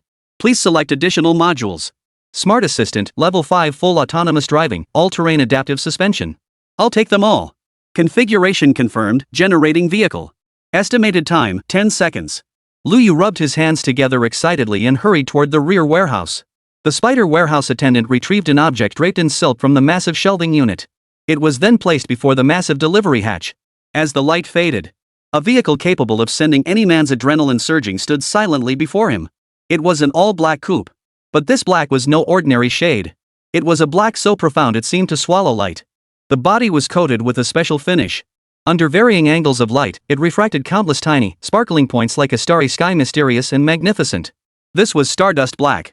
The body's lines perfectly blend power and elegance. Unlike traditional supercars, it doesn't radiate overt aggression. Instead, it resembles a cheetah lurking in the darkness, its muscular lines flowing in full. The low-slung front end features intelligent LED headlights that resemble a pair of sharp eagle eyes, seamlessly blending into the body when unlit. No traditional door handles are found anywhere on the vehicle. Doors open via touch-sensitive activation. A massive, streamlined glass canopy stretches from the front to the rear, offering unparalleled visibility. Lu Yu circled the car, growing more impressed with every glance. He reached out and lightly touched a faintly glowing logo on the door. Hum. Accompanied by a faint hum of electricity, the gull-wing doors silently unfolded upward. revealing the equally futuristic cockpit within. He slid inside, his body instantly cradled by the zero-gravity seat upholstered in memory gel and genuine leather. Instead of a traditional dashboard, a seamless OLED curved display stretched across the entire front panel. As he pressed the start button, a sleek boot animation played across the screen. A virtual AI assistant appeared in the projection zone before the passenger seat. Phantom system activated. Welcome aboard, Mr. Liu Yu. Begin your journey. Liu Yu gripped the uniquely designed steering wheel. Feeling the warm, smooth texture of the fine leather, his heart swelled with excitement. He slowly maneuvered the vehicle out of the rear garage, and the hardware store's gate rose automatically. The Phantom GT 2035 glided silently onto the street. The corporate representatives who hadn't yet dispersed froze in place. Their eyes widened in disbelief, mouths agape. Briefcases clattered to the ground, unnoticed. Holy. What kind of car is this? Bugatti? Koenigsegg? No way. I've never seen this brand before. And that design is straight out of a sci-fi movie. Quick, snap a photo. Post it in the car enthusiasts group and ask around. This has to be some major automaker's top secret concept car. Amidst the stunned gazes of the crowd and the relentless clicking of camera shutters, Liu Yu drove the Phantom like a black lightning bolt, vanishing into the distance. He raced toward the industrial park that would soon bear witness to his grand vision. Chapter 49, Special Service Process Guide Expedited Edition for Urgent Matters. Inside the car, Liu rested one hand on the hand-stitched steering wheel beneath the starlight dome. His fingertips glided over the cool, smooth metal paddle shifters. The custom sound system played light classical music with perfect acoustics. A faint smile touched Liu Yu's lips as a wave of emotion washed over him. After all these years of studying for his driver's license, passing every test from Subject 1 to Subject 4, he'd always assumed his life would be spent hauling goods in that second-hand Wuling pickup. Who would have thought? He never imagined he'd get to drive such a futuristic sports car. He couldn't resist gently pressing the accelerator, and a powerful surge of acceleration gently pressed him back into his seat. The street scenes outside the window began to speed by in reverse. As for the origins, license plates, insurance, purchase tax, and all the other complicated paperwork for this Phantom of unknown value, all those tedious formalities, Liu Yu hadn't lifted a finger. The moment he decided to take delivery, the omnipotent system had already arranged everything flawlessly. All documentation was complete, every detail flawlessly aligned. All he had to do now was enjoy the ride. Meanwhile, outside old Liu's hardware store, the group of corporate representatives who had just been humiliated by Liu Yu were watching that black silhouette vanish at the end of the street. Mr. Wang, sporting a receding hairline, watched the taillights vanish into the distance and couldn't help but click his tongue. He sighed to his assistant beside him. See that? Now that's real power. I was wondering earlier, how could this young Mr. Liu possess such overwhelming presence that he dared challenge all of us? Now I understand. Assistant Shaoli pushed his glasses up and nodded in deep agreement. I've figured it out. Mr. Liu is undoubtedly the heir apparent of some top-tier high-tech conglomerate, the kind worth hundreds of billions. Opening a hardware store in Yangchang? Purely for life experience. Could be some kind of air trial his old man set up for him. A representative from another company nearby chimed in, nodding in agreement. Exactly. I kept wondering how a tiny hardware store could suddenly produce cutting-edge stuff like gallium nitride and special alloys. If there isn't a colossal research empire backing this up, I'd never believe it. So, what do we do now? Mr. Liu's attitude clearly shows he doesn't think much of us. Mr. Wang took a deep breath, his gaze hardening once more. What do? We grin and bear it. We're the ones needing favors here. Even if Mr. Liu were to point his finger at me and yell, I'd still have to smile and nod. Mr. Zhang nodded vigorously. Right. Mr. Wang is absolutely right. Complaining won't help. We need to get back and prepare a more sincere proposal and secure even stronger funding. They understood that to board Liu Yu's tech juggernaut, they had to demonstrate absolute sincerity and formidable strength. Yancheng, a typical fifth-tier small city. On ordinary days, the most common luxury cars on its streets were BMWs, Mercedes-Benzes, and Audis. Even the occasional sighting of a Porsche caused a minor stir. But today, a Phantom GT 2035 radiating regal presence. Like a black tiger charging into a flock of sheep, it instantly captured the attention of the entire street. Holy crap! What kind of car is that? A young guy on an electric scooter nearly missed the traffic light. Holy crap, that car is so sleek. Girls waiting for the bus pulled out their phones and snapped away at the vehicle. That's gotta be Yangcheng's richest guy's car, right? Wait, isn't he driving a Maybach? Wherever Liu Yu's Phantom went, it instantly drew heads, turning at a staggering 200% rate. Liu Yu remained outwardly composed. The youthful vanity within him was thoroughly satisfied. He even felt a wicked sense of amusement as he gently rolled down the window while waiting at a red light. He flashed a friendly, handsome smile at the stunned passengers on the bus next to him. As the light turned green, Lu Yu smoothly pulled away amid a sea of envious glances, quickly disappearing from view. How to describe this feeling? One word: awesome. He savored the thrill of being the center of attention. He contacted Director Wang of the Tourism Bureau through his car's smart system, the same official who had been a tremendous help during the challenge event. The call connected, and Director Wang's enthusiastic voice immediately filled the air. Mr. Lu, tourism in Yangcheng has tripled this month. You're now our city's golden brand. Director Wang, you're too kind. We're just helping each other out, Lu Yu chuckled, getting straight to the point. Here's the thing. I plan to formally register a tech company in Yangcheng and need to purchase a batch of factory buildings to set up production lines. The procedures for this are quite complicated, so I'd like to consult you about any support policies available in Yangcheng. Commissioner Wang's voice instantly rose at the other end of the line. This was exactly what they'd been waiting for. Heaven help us, he was finally ready to build a factory. All their preparations were finally paying off. This is fantastic news. Director Wang quickly regained his composure. Policies. We absolutely must have them. We'll give you the most favorable policies possible. The fastest approval process. We guarantee all procedures will be completed within a single day. Director Wang was no pushover. Ever since visiting Lu Yu's one-stop hardware store, he'd sensed something extraordinary. The influence behind this young man was simply unfathomable. Now he was proactively proposing to invest and build a factory in Yangcheng, this fifth-tier small city. This wasn't just investment, it was a godsend. A company capable of casually producing all sorts of cutting-edge tech setting up shop in Yangcheng. How many high-paying jobs would that create? How much growth will it spur across upstream and downstream industries? How much will it contribute to Yangcheng's GDP and tax revenue? Director Wang could calculate this with his toes. Mr. Lu, hold on a moment. I'll immediately send you contact details for all relevant municipal departments and a customized green channel workflow diagram just for you. Commerce, taxation, land resources, planning, industrial parks. I'll personally call each of their top leaders. Today, their sole priority is to fully support you. Less than a minute after hanging up, Lu Yu's phone dinged. A document personally compiled by Director Wang had arrived. Opening it, Lu Yu was astonished by the efficiency. Document title: Specialized Service Process Guide for the Establishment of Future Technology Yangcheng Company, Limited. Special Expedited Edition. The contents were detailed to an almost alarming degree. Step 1: Company Registration, Administrative Bureau of Industry and Commerce. Location: Room 301, Municipal Administration for Industry and Commerce VIP Reception Room. Contact person: Director Zhao. Mobile number provided. Step 2: Tax Registration, Municipal Taxation Bureau. Location: Municipal Taxation Key Account Service Center. Contact: Director Li. Mobile number provided. Process: Present business license for immediate processing and on-site issuance of certificate. Tax policy: Applied for the highest level tax incentives under the High-Tech Enterprise Program. Estimated time: within 20 minutes. Step 3: Factory Site Selection and Purchase, High-Tech Industrial Park Management Committee. Location: Director's Office, Park Management Committee. Contact person: Director Lu. Mobile number provided. Available factory spaces: all grade A, B, and C standard factory buildings and customizable land plots within the park are available. Purchase policy: eligible for Yangcheng City's maximum investment incentive subsidies. Property transfer procedures can be completed on the same day as selection. Estimated timeframe depends on site selection duration. Subsequent procedures completed within 1 hour. Chapter 50: Future Technology Yangcheng Company, Limited officially established. The company name was casually suggested during his earlier conversation with Director Wang. He never imagined the other party would take it so seriously. At the end of the document, Director Wang added a note: Mr. Lu, thank you for contributing to Yangcheng's development. For any issues, feel free to call me anytime, 24/7. Lu Yu couldn't help but chuckle upon reading it. This wasn't just a guide to getting things done, it was practically concierge-level, full-service assistance.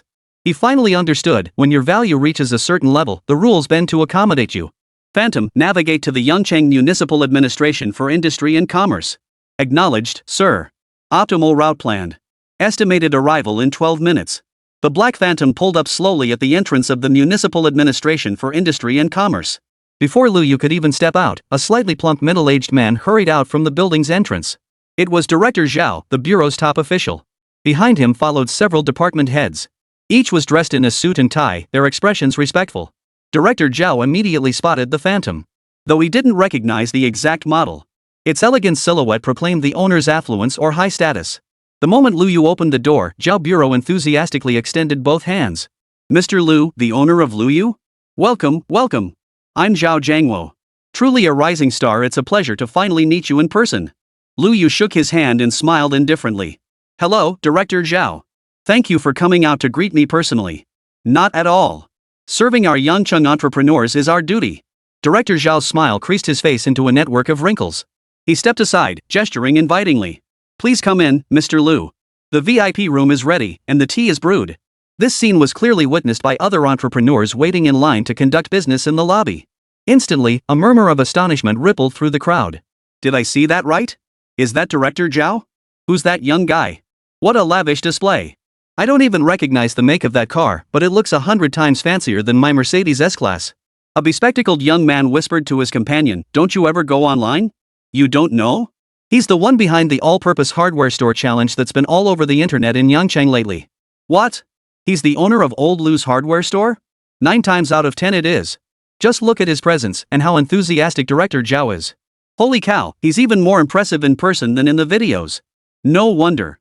Someone who can pull off all that cutting-edge tech deserves this treatment. He probably doesn't even blink at a few 100 million. Amidst the sea of envious stares, Lu Yu was escorted by Director Zhao and others into the VIP lounge. The subsequent business proceedings unfolded so swiftly it felt surreal to Lu Yu. Before he could utter a word, Director Zhao had already filled out every form. All he needed to do was sign in a few places. Lu Yu continued to utilize the system's legal functions, briefly scanning the forms for any potential pitfalls. No risks beyond extensive preferential policies. Hearing this, Lu Yu finally felt completely at ease. He thought to himself, could it be that all departments in Yangcheng are this supportive? As Lu Yu pondered this, a staff member handling the transaction inquired. Mr. Lu, is the company name Future Technology Yangcheng Company Limited acceptable? We've already secured the registration for you. Yes, that's fine. For the registered capital, we recommend listing 5 billion yuan. What do you think? This will greatly benefit your company's future image and credibility. Lu Yu didn't even lift his eyelids, no problem. All right. Director Zhao clapped his hands excitedly. He then instructed the staff behind him, Wang, stamp it immediately. Issue the certificate at top speed. In less than 20 minutes, a brand new business license was delivered to Lu Yu's hands. Company name, Future Technology Yangcheng Company Limited. Registered capital, 50 billion renminbi. Legal representative, Lu Yu. After completing the formalities, Director Zhao clasped Lu Yu's hand firmly and said earnestly, Mr. Lu, it is an honor for all of Yangcheng that your technological flagship sets sail from our city. Should you encounter any procedural or policy challenges during operations, please don't hesitate to reach out to me at any time.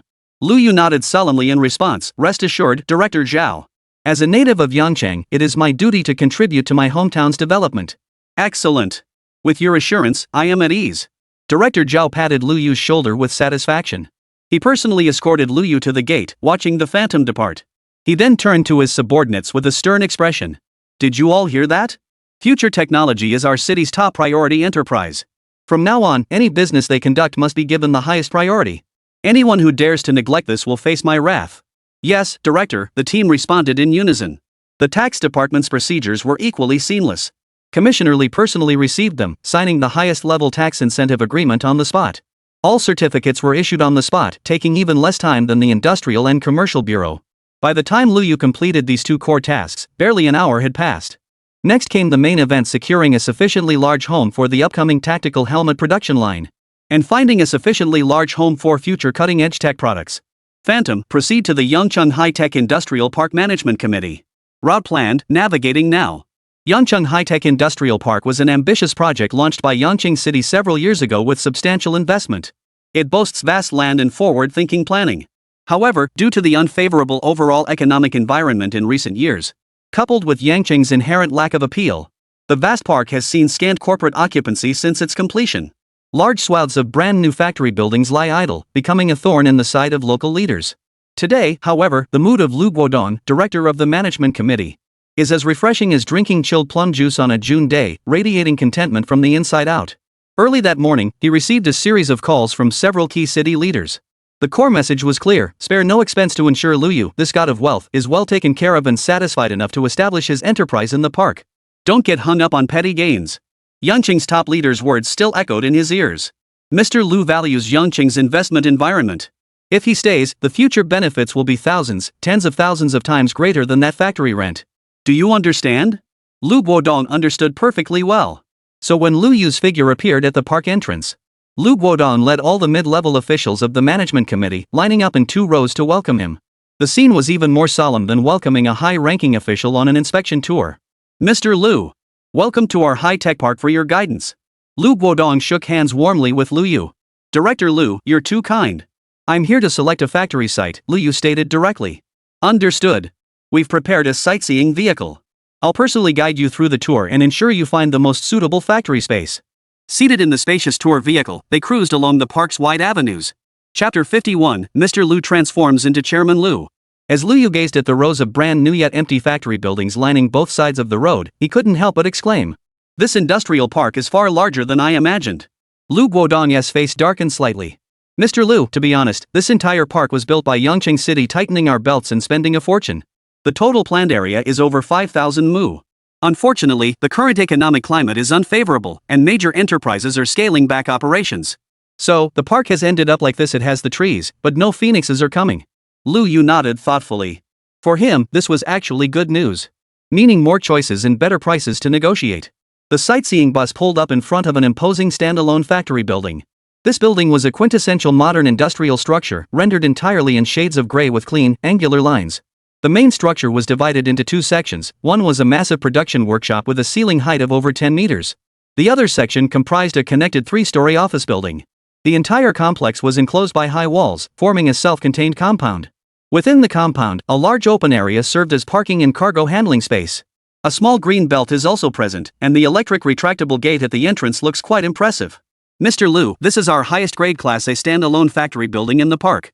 It covers 15 mu, approximately 2.5 acres, with a total floor area of 8,000 square meters, 6,000 square meters for the workshop and 2,000 square meters for the office building.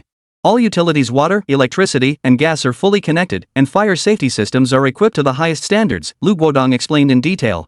Lu Yu stepped out of the car but didn't rush inside.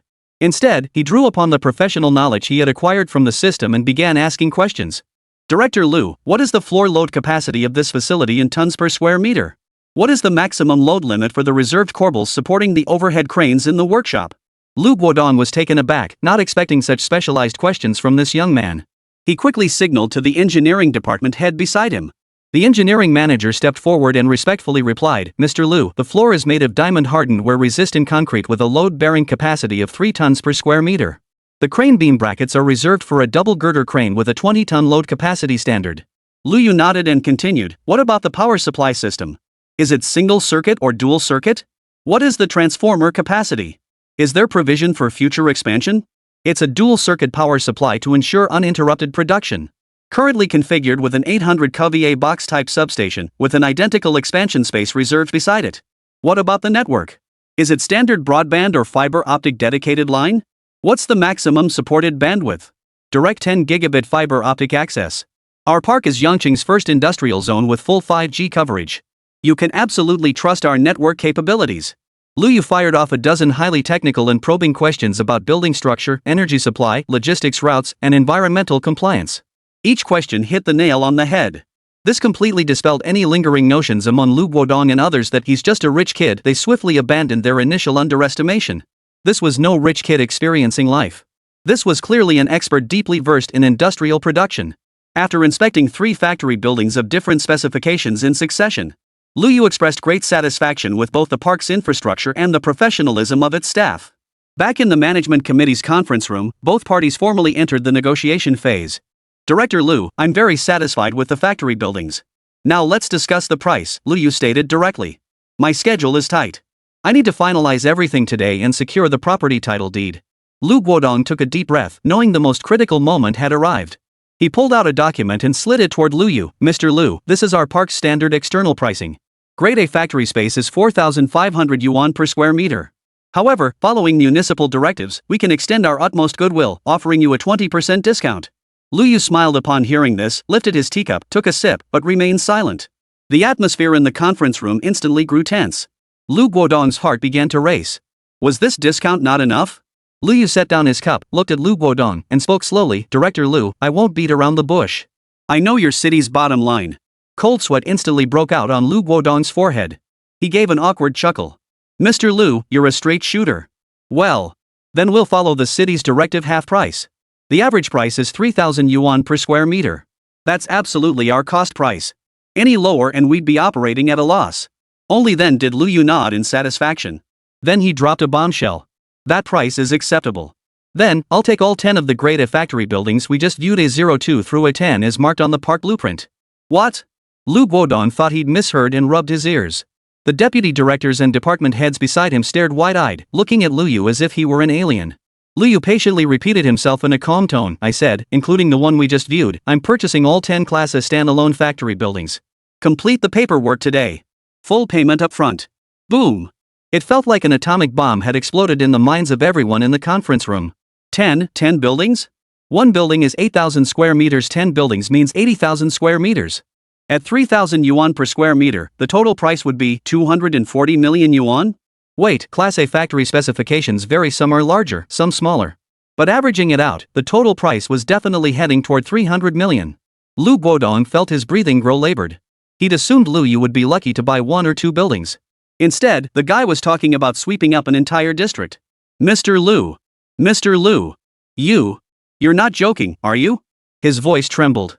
Lu Yu pulled out the complete set of qualification certificates and application materials prepared by the system from his briefcase and placed them gently on the table. Do I look like I'm joking? I have significant future use for these factories. Part of them will be used to produce tactical helmets. The rest would lay the groundwork for future projects like drones and exoskeletons. The inspection team from the military equipment department would arrive in 5 days. He had to prepare the site in advance. Do it! Do it now! Do it immediately! Lu Guodong slammed his fist on the table, his face flushed with excitement. Everyone get moving. Finance, property rights, legal affairs. Even if we have to pull an all-nighter today, we must complete the transfer procedures for all 10 factory buildings for Mr. Lu. Over the next few hours, the entire high-tech park management committee plunged into an unprecedented frenzy of activity. Documents, contracts, and seals flew about like snowflakes.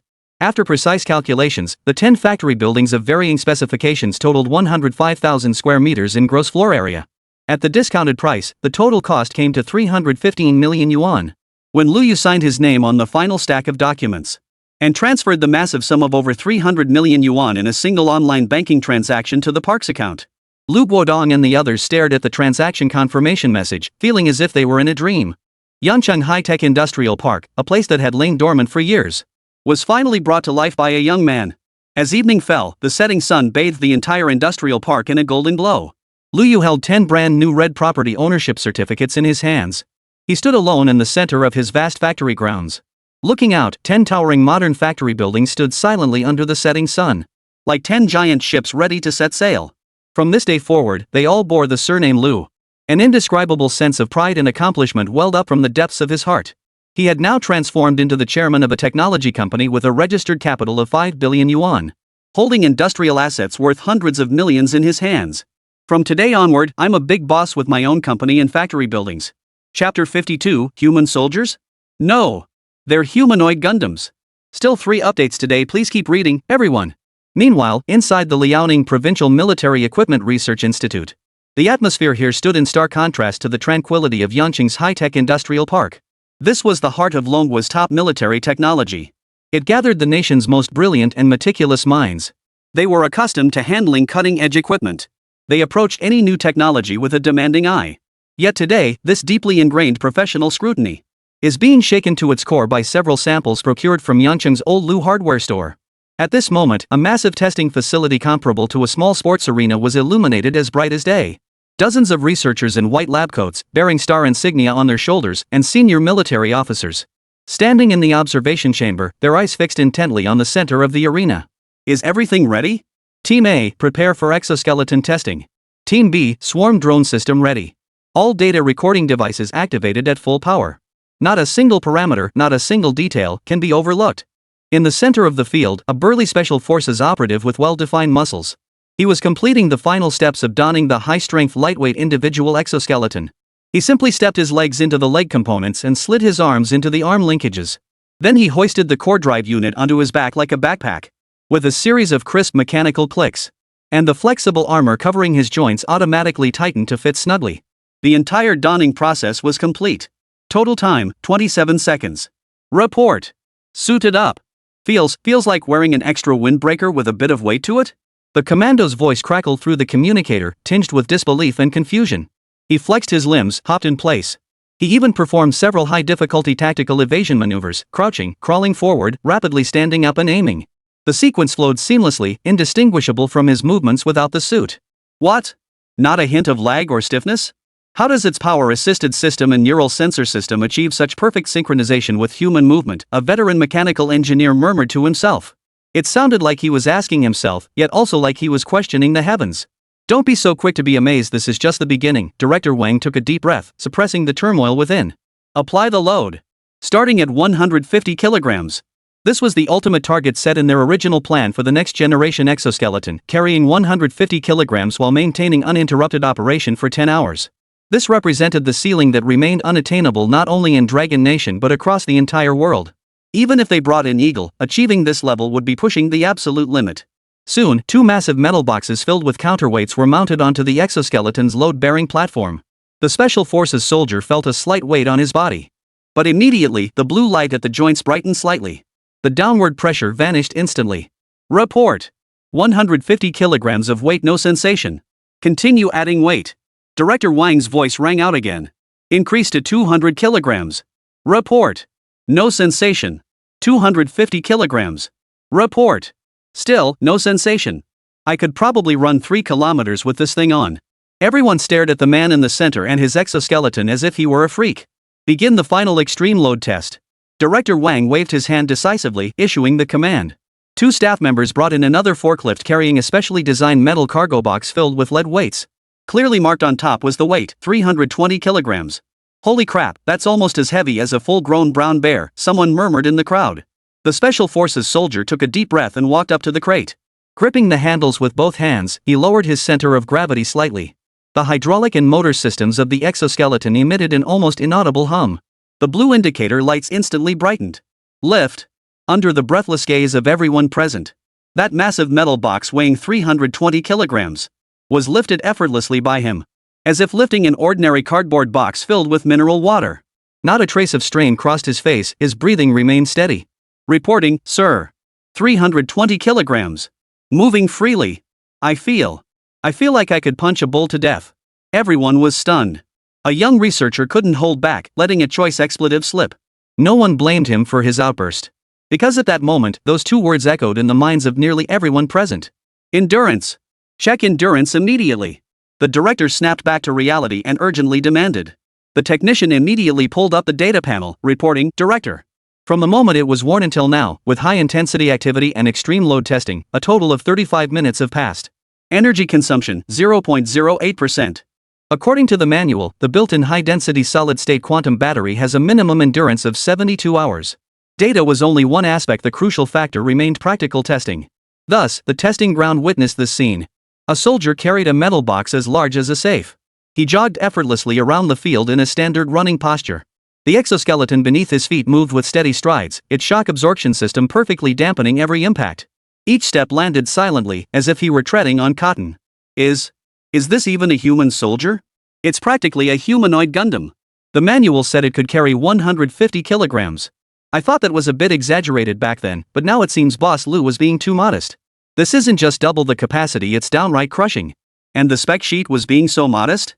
The most outrageous part is the endurance. The manual states under standard combat load, endurance time is no less than 72 hours. Notice the phrasing, no less than. That means 72 hours is just the bare minimum. Good heavens. Our goal is still 10 hours of non-stop operation under a 150 kilograms load. This gap is just too huge. Shock barely covered the emotions of everyone present. They watched that figure still running effortlessly ahead. It was as if they were witnessing the boundless potential of the Dragon Nation Army's future tactical capabilities. With this exoskeleton, an ordinary soldier could transform into a mobile firepower platform, carrying ammunition and heavy equipment once requiring an entire squad, traversing mountains and valleys as if on level ground. Mountain warfare, jungle combat, enemy rear penetration combat effectiveness would increase exponentially. Quick! Switch to the swarm drone test feed. The director, clad in a white lab coat, pounded the console in excitement. The large screen suddenly displayed the drone test footage. At the adjacent test site, Team B personnel were already on high alert. Chapter 53, Redefining Old Lou's Hardware Store, the Future Tech Military Factory. Before Team B's testers stood a device resembling a briefcase. Upon opening it, 50 palm-sized drones were neatly stacked inside. Swarm drone system, codenamed Celestial Net. The manual states they possess autonomous coordination, intelligent path optimization, and multitask processing capabilities, Team B's leader explained swiftly. Mission parameters: conduct comprehensive, no blind spot reconnaissance of Simulation District 3 and mark all predefined hostile targets. Execute. With the command issued, 50 drones activated simultaneously, emitting a synchronized hum. Then, like a swarm of black wasps whose nest had been disturbed, they soared into the sky. In midair, they swiftly formed the complex formation without the slightest hint of disorder. Then they surged toward the simulated urban area in the distance. The command center's large screen displayed real-time footage from the drone swarm's perspective. 50 individual feeds were intelligently stitched into a seamless, dynamic panoramic map. They're dispersing. No, they're intelligently grouping based on the building structures. Look! Units 3 and 5 have entered the signal blocking zone. Unit 7 immediately broke formation, ascended to higher altitude to act as a relay node, and restored the signal. Holy crap! Look at their reconnaissance paths. The system isn't following our preset grid search pattern, it's independently planning a more efficient, stealthier route. It factored in every possible blind spot. This tactical planning capability surpasses even our simulations. Just as everyone gasped in awe, red markers began lighting up across the map on the screen. Snipers atop the warehouse, militants disguised as civilians, explosives hidden in the sewers. All pre-designated targets were precisely and flawlessly marked within a mere 3 minutes. Mission completion rate 100%. Mission duration 3 minutes 12 seconds. System autonomous optimization efficiency increase 47.2%. The entire RD center fell silent as they stared at the staggering data on the screen. At that point, only minor modifications would be needed on the drone. It will instantly transform into a versatile combat unit capable of battlefield reconnaissance, attack operations, and more. After a long moment, the old man exhaled a deep breath. His eyes gleaming with excitement, he declared, enunciating each word deliberately. This is no longer just equipment, it has the potential to reshape the rules of future warfare. The tactical helmet alone was already astonishing enough. But now, having witnessed the true capabilities of this gear firsthand, he finally grasped just how valuable they truly were. This old Lu hardware store? It's no ordinary hardware store, it's clearly a hidden, cutting-edge military technology factory. He spun around abruptly and barked orders at his aide behind him, immediately. Right now! Organize the highest-level inspection team for me. We're heading to Yangcheng in 5 days. I need to see for myself what the production line capable of making this gear actually looks like. This was the report Lin Feng delivered upon his return. Lu Yu's side was upgrading the production line, so the inspection wouldn't be possible until 5 days later. Though the old man was eager to see it sooner. He could wait those 5 days. Also, secure that bulk order at any cost. Remember, at any cost. At that moment, in Yangcheng High-Tech Industrial Park, Lu Yu stood before the 10 massive factory buildings he had just purchased. His heart swelled with the satisfaction of a wealthy landowner. The afterglow of the setting sun bathed the brand new industrial complex, reflecting a radiance that symbolized wealth and promise. Ah, the simple life of a wealthy man is often this dull, Lu Yu sighed with a touch of self-deprecating humor, though the corners of his mouth couldn't help but curve upward wildly. He was now the founder, sole shareholder, and chairman of Future Tech Yangcheng Company, Limited.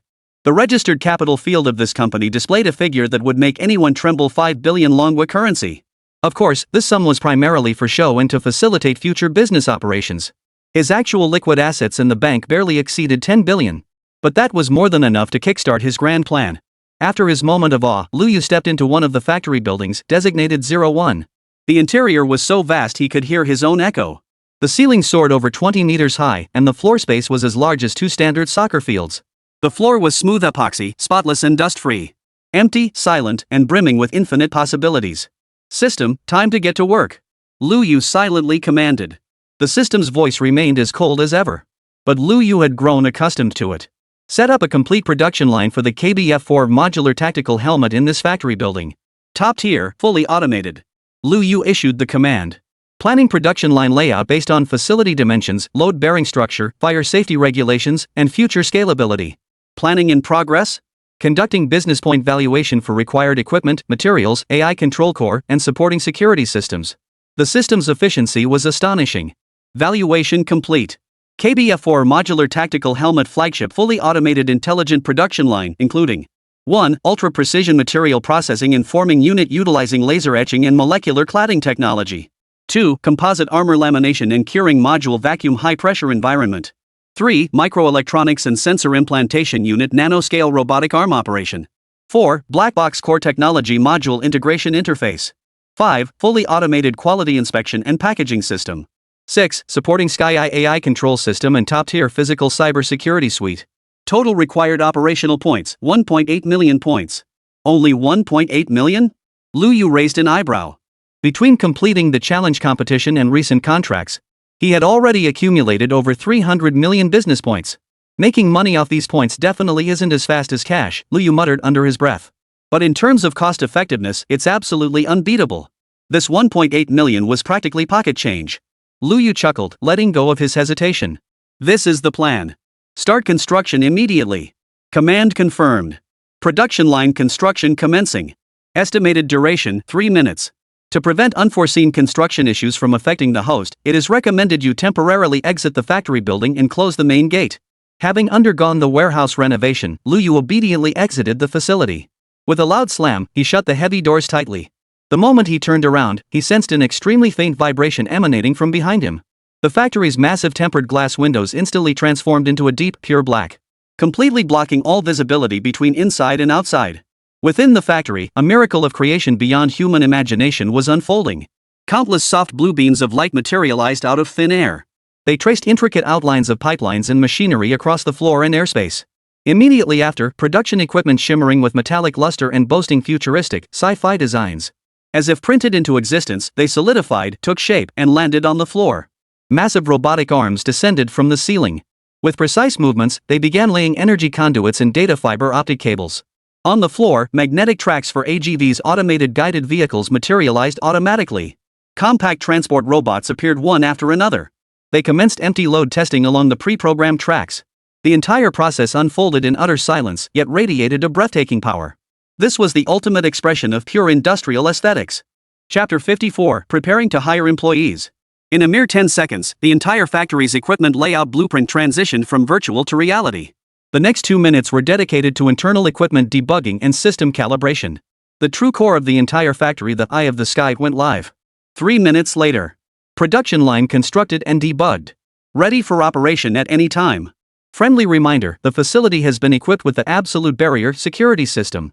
Any physical or informational probing without your authorization will be blocked or misdirected. Lu Yu took a deep breath and slowly pushed open the heavy door. The sight before him instantly left him speechless. The once empty and lifeless factory floor had now transformed into a futuristic technological laboratory. This is even more sci-fi than the futuristic labs in movies. Row upon row of uniform production units stretched to the far end of the facility within the meticulously planned clean room. Silver-gray robotic arms hovered silently above their workstations. The air carried a crisp scent mingling metal and ozone. The space was eerily quiet. Only the faint hum of cooling fans from server cabinets could be heard. Yet beneath this silence surged power potent enough to overturn the world. It's breathtaking. Lu Yu couldn't help but utter in awe. He, the owner of this small hardware store. Who would have thought he'd one day own such a futuristic company? He walked to the beginning of the production line. Following the system's operating instructions, he pressed the Start Production button on the control panel. He set the production quantity 1. Command received. Raw materials being replenished automatically. A wall beside the production line silently slid open, revealing a deep storage vault. The system had thoughtfully prepared the first batch of raw materials needed for production. Tray after tray of composite ingots, gleaming with a metallic sheen, were conveyed onto the assembly line. What followed was a spectacle of mechanical beauty at its finest. The ingots entered the first unit, where high-energy laser beams began precise cutting. Sparks flew as the rough form of the helmet shell emerged. It was then transported into a massive vacuum pressure chamber. Multiple layers of ultra-thin armor materials with distinct properties are stacked and compressed, forming a composite helmet shell that combines lightweight construction with ultra-high defensive capabilities. Then, an incredibly dexterous robotic arm. Precisely implanted sensor arrays and microelectronic components into the pre-reserved recesses of the helmet body. The process was so swift that the naked eye could only perceive a blurred afterimage. The most critical stage arrived. A black box module, entirely encased in black metal with no markings whatsoever, was retrieved from a separate secure passageway by another heavy-duty robotic arm. It was securely installed into the core position inside the helmet. Lu Yu knew this contained the very essence of the helmet's technological prowess. It contained technology that simply did not exist anywhere else in the world. This was his absolute trump card, the confidence that allowed him to face the military technology department's inspection. Finally, after automated spraying, quality inspection, and polishing, a flawless KBF or modular tactical helmet glided slowly along the conveyor belt and came to a stop before Lu Yu. The entire process, from raw materials to finished product, took less than 3 minutes. Lu Yu extended his slightly trembling hand. He cradled the helmet, still warm to the touch, in his hands. Its matte black finish, sleek yet powerful lines, and cold metallic texture. And that perfectly balanced weight. It was identical to the sample he had retrieved from the rear storage room earlier. That peculiar sensation surged through him once more. Once, he had been nothing more than a porter, taking things off the shelves in the back warehouse. But now, he was a creator. He had witnessed this masterpiece of advanced technology with his own eyes. Born in his own factory, launched by his own hands on the production line. This sense of accomplishment far surpassed the thrill of seeing a few extra zeros in his bank account. Perfect. Liu Yu clenched his fist, his heart swelling with ambition as vast as the surging energy within the factory. With the tactical helmet production line now operational, the next steps would be straightforward. He followed the same approach, stepping into the adjacent 02 factory building. System, set up a production line for high-strength, lightweight individual exoskeletons top-tier specs, fully automated. Planning and valuation in progress. The exoskeleton production line involves high-precision servo motor cores and other components, making its structure more complex. Total required operating points, 3.5 million points. Bye. Liu Yu didn't even blink. Another 3 minutes passed and yet another state-of-the-art production line rose from the ground.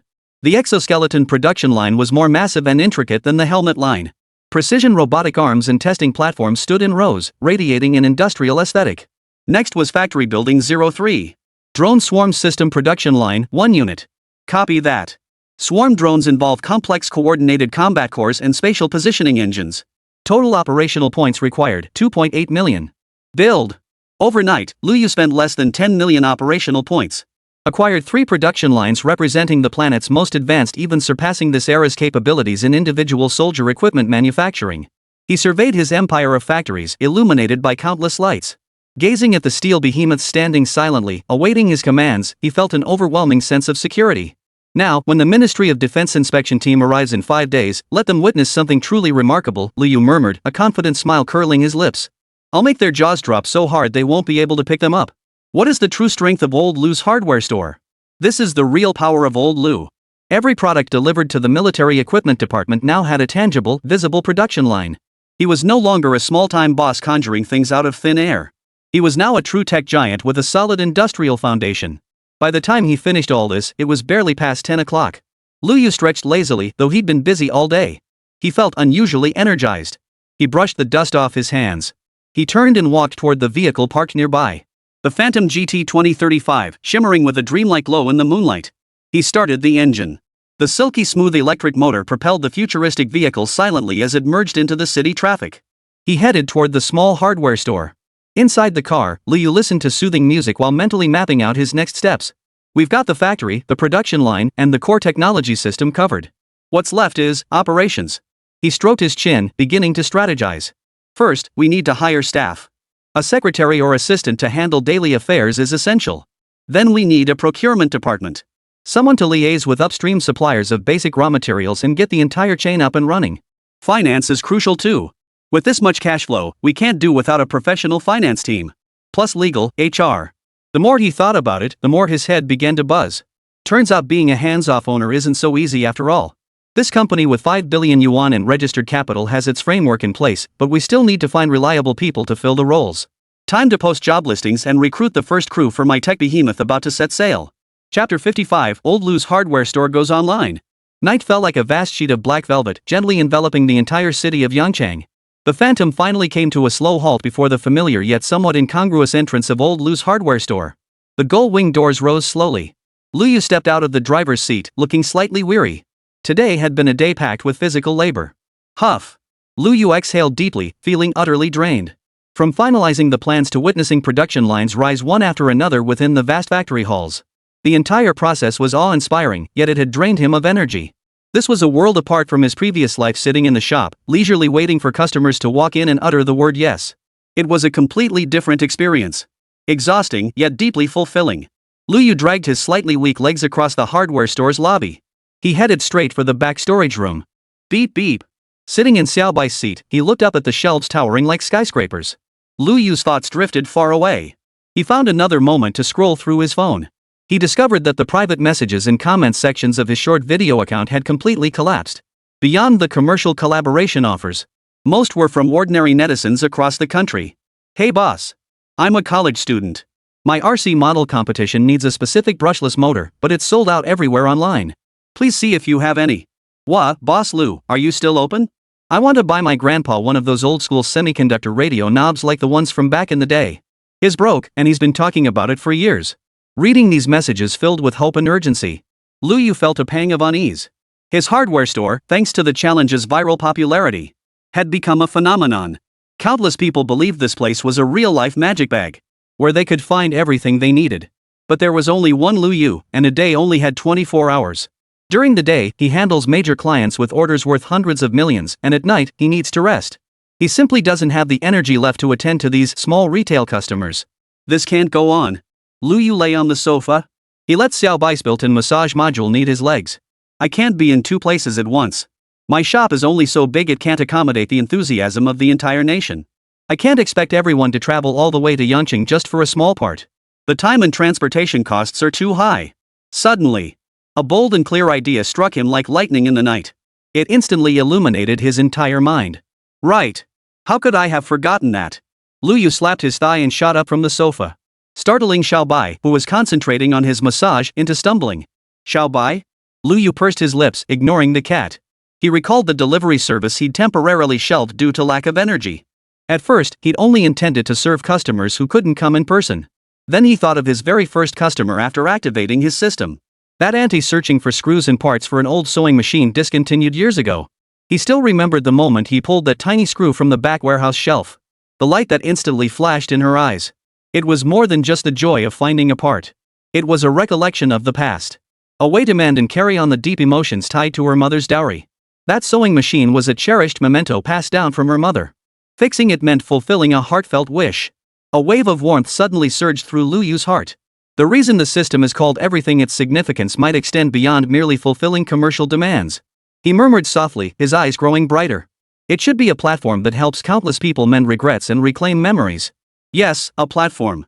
A platform where people from every corner of the earth to effortlessly find that special thing in their hearts. A website. An online version of old Lu's hardware store. Once this idea took root, it spread like wildfire. It could no longer be contained. Let's call it Everything's Got It, Lu Yu exclaimed, slapping his thigh in excitement.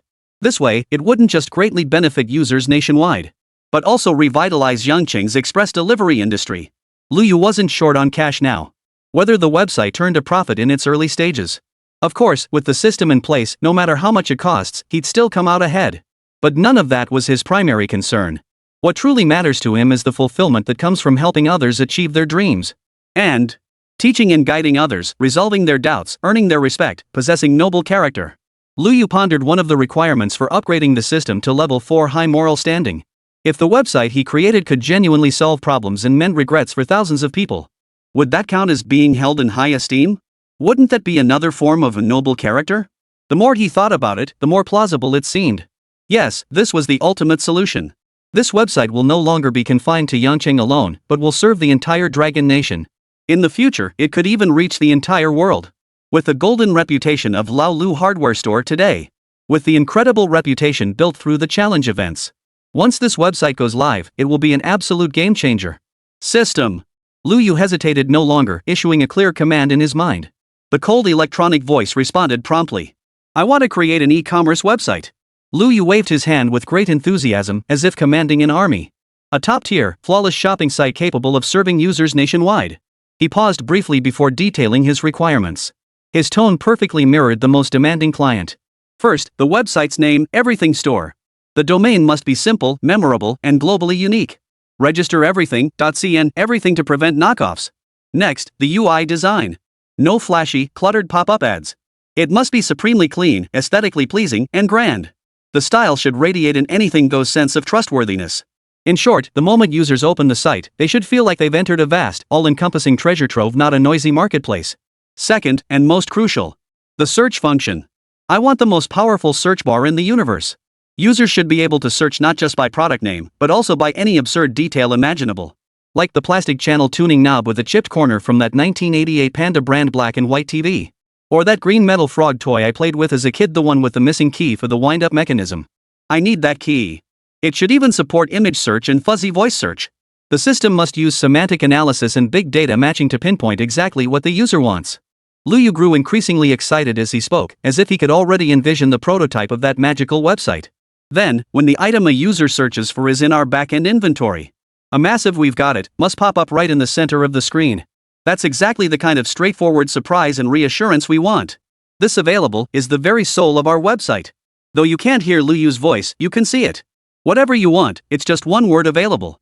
Ding. Requirement recorded. UI UX design proposal, God tier search engine algorithm model, iconic yes, character special effects. Not done yet. Lu Yu added. This website's backend must integrate seamlessly with our warehouse's intelligent management system. Every online order must instantly generate picking instructions and send them directly to those robots. Have them pick, pack, and label a one-stop service. Mentioning this made Lu Yu wince.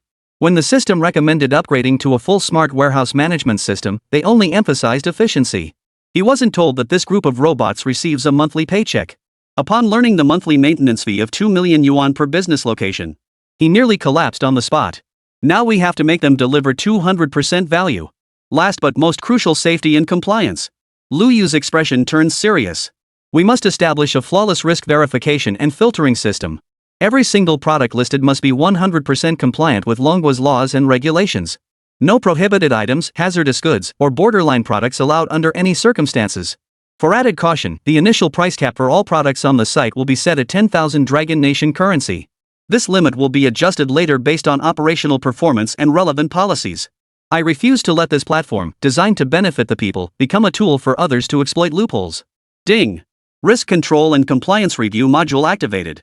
Integrating National Prohibited Goods Database, real-time legal updates interface, price monitoring, and alert system. Lu Yu had thought this through thoroughly. He certainly didn't want any website loopholes to land him in unnecessary trouble. Chapter 56, Searching High and Low for Treasures? Why not just take a stroll through everything under the sun?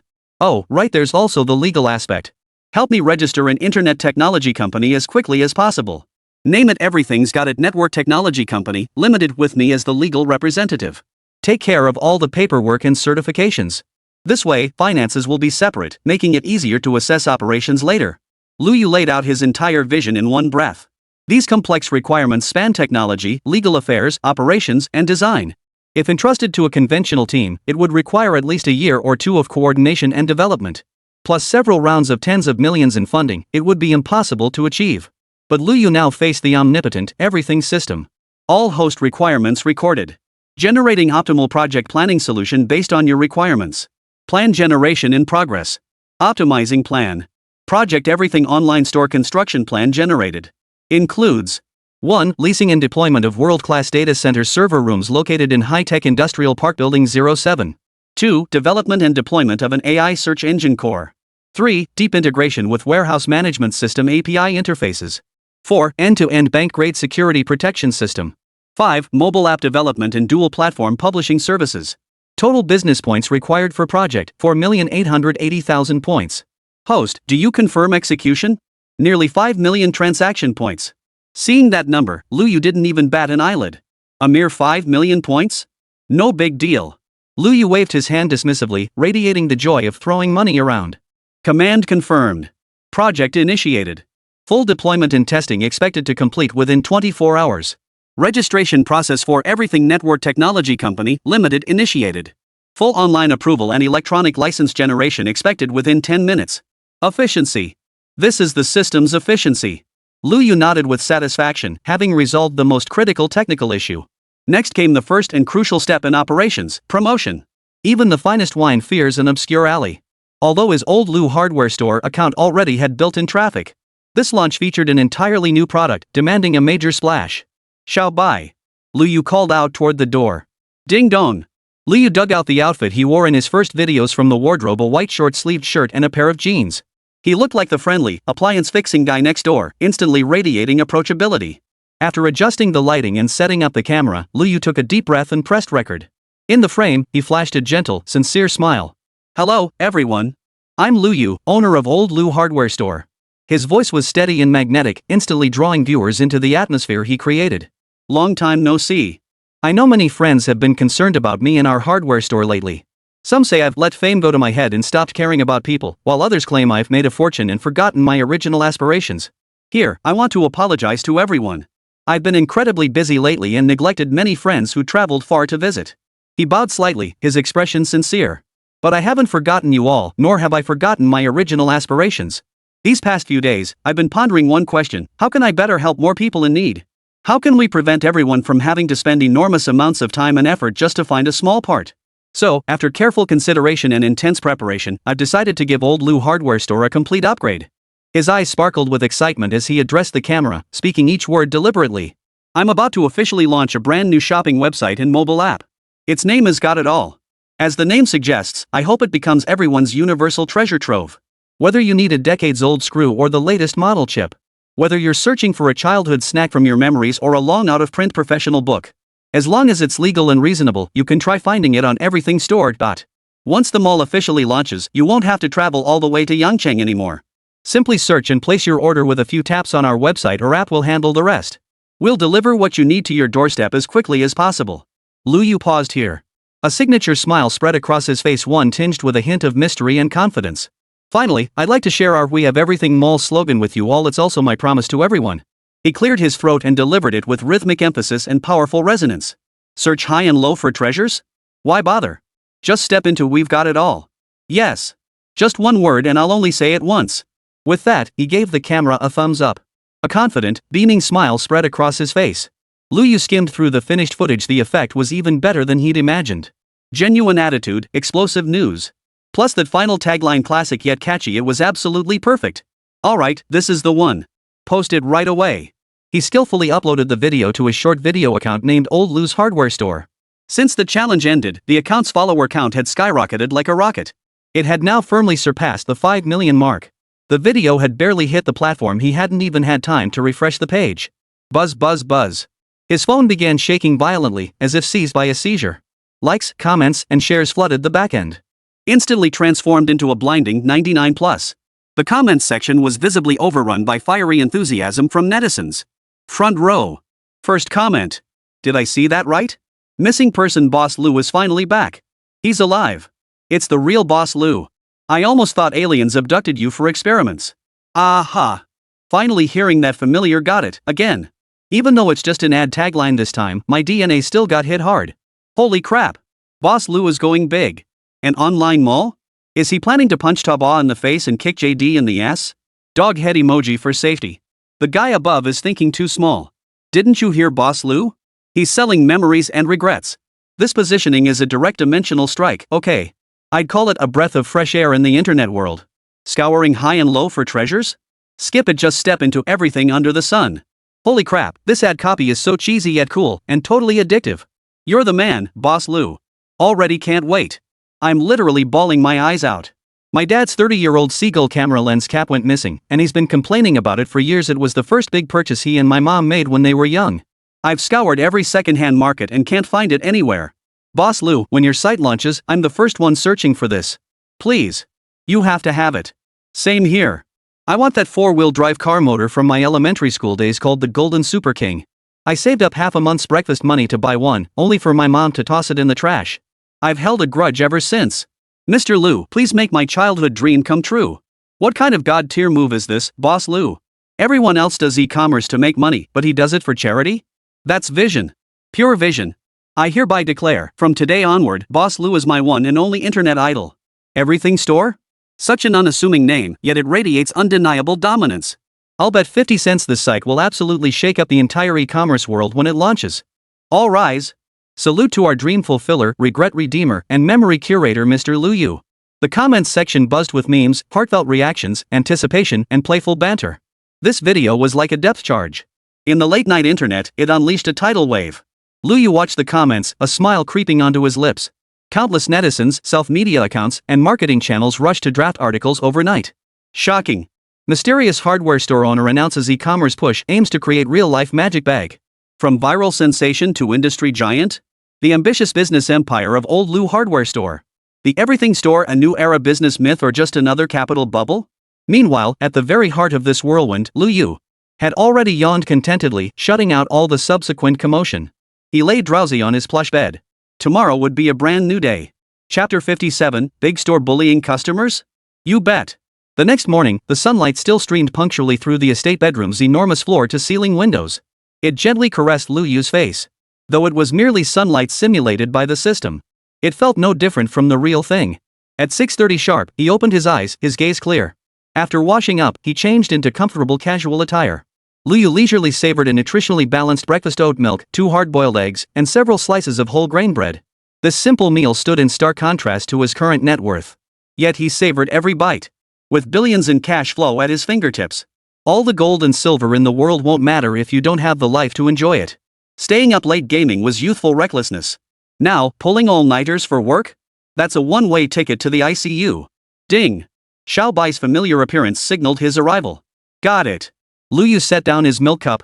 Wiping his mouth with a napkin, he rose and headed for the door. From the luxurious estate, past the massive warehouse complex, to that unassuming hardware store. This journey had become his daily buffer zone for shifting his mindset. He settled into the comfortable seat of Little White. Instead of closing his eyes to rest as usual, he pulled out his phone and deftly opened the short video app in the background. At a glance, Luyu felt his temples throbbing.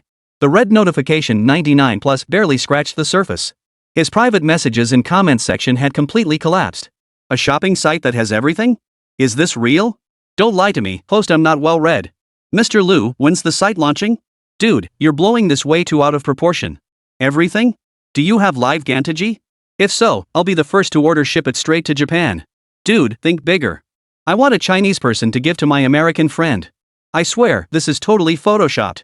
Scammers are getting smarter using challenge contest buzz for new fraud schemes. Don't fall for it. At Cyber Police, someone here is suspected of false advertising. Recommend a thorough investigation. Am I the only one who thinks Boss Lu is pulling off a major stunt? This move is satirizing the consumerism trap. I get it now. Got it +1, Boss Lu is out of this world. Enough said, Lu, God reigns supreme. Hurry up with the website, my wallet can't wait.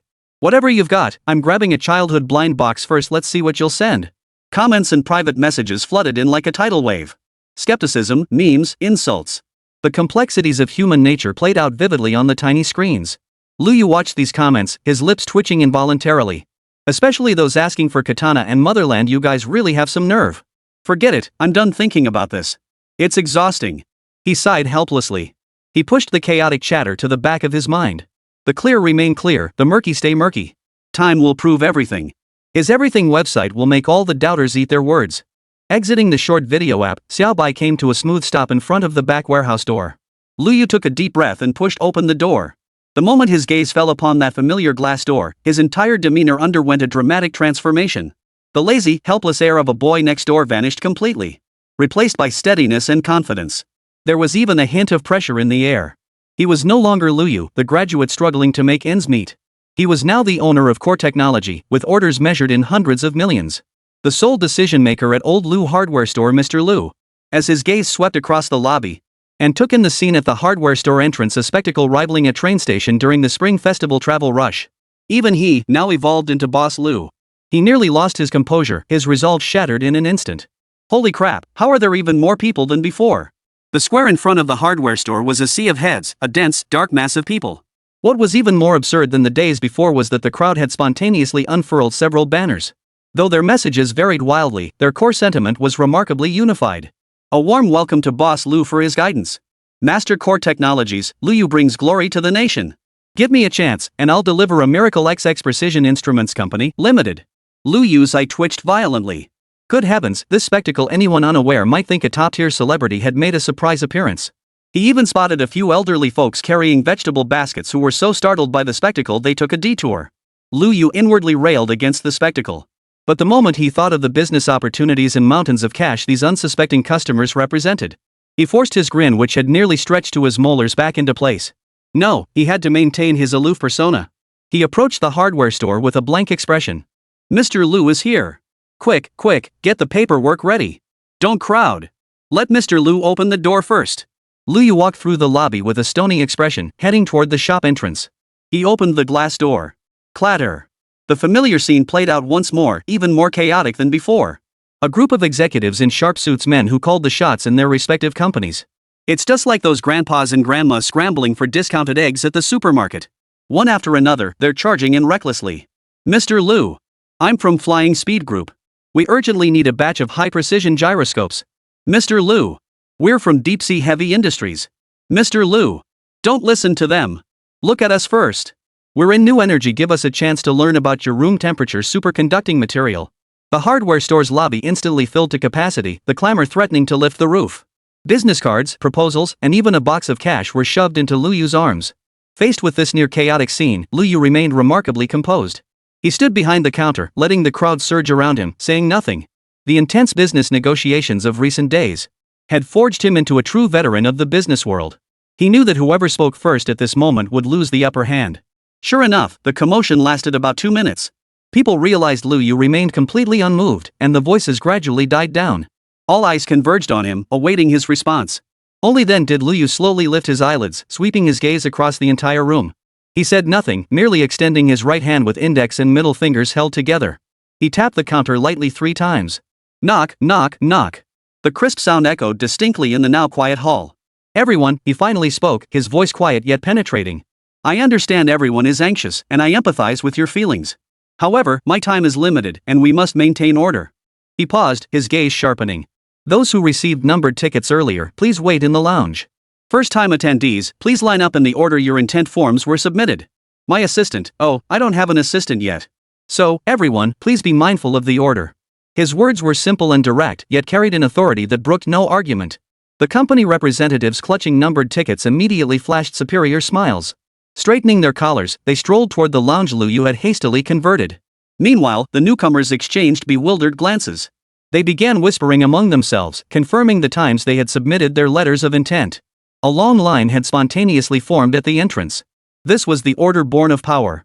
Over the next 3 days, Lu Yu transformed into a high-speed money-making machine. His work ethic left everyone who negotiated with him in awe. Next up, Tiangong Machinery. Lu Yu sat on the reception room sofa, holding a cup of hot tea, speaking without lifting his head. A middle-aged man with a receding hairline immediately sat across from him, his face plastered with a broad smile. He pushed a thick proposal across the table. Mr. Lu, hello. I'm Lu Bin from Tiangong Machinery. We're here to discuss the procurement of core components for industrial mother machines. We're looking to procure a batch of core transmission systems and CNC systems. Here's our procurement list and target price range for your review. Lu Yu took the list, glanced at it briefly, then placed it on the table. He picked up his teacup and gently blew on the steam rising from it. Seeing Lu Yu's reaction, Mr. Lu's heart sank. He tentatively asked, Mr. Lu, are you dissatisfied with our quote? Well, it's still negotiable. We're very sincere. Lu Yu set down his teacup, finally meeting his gaze directly. His tone was cool and measured. Mr. Lu, this isn't a street market. I've made my pricing clear. The challenge event is promotional pricing.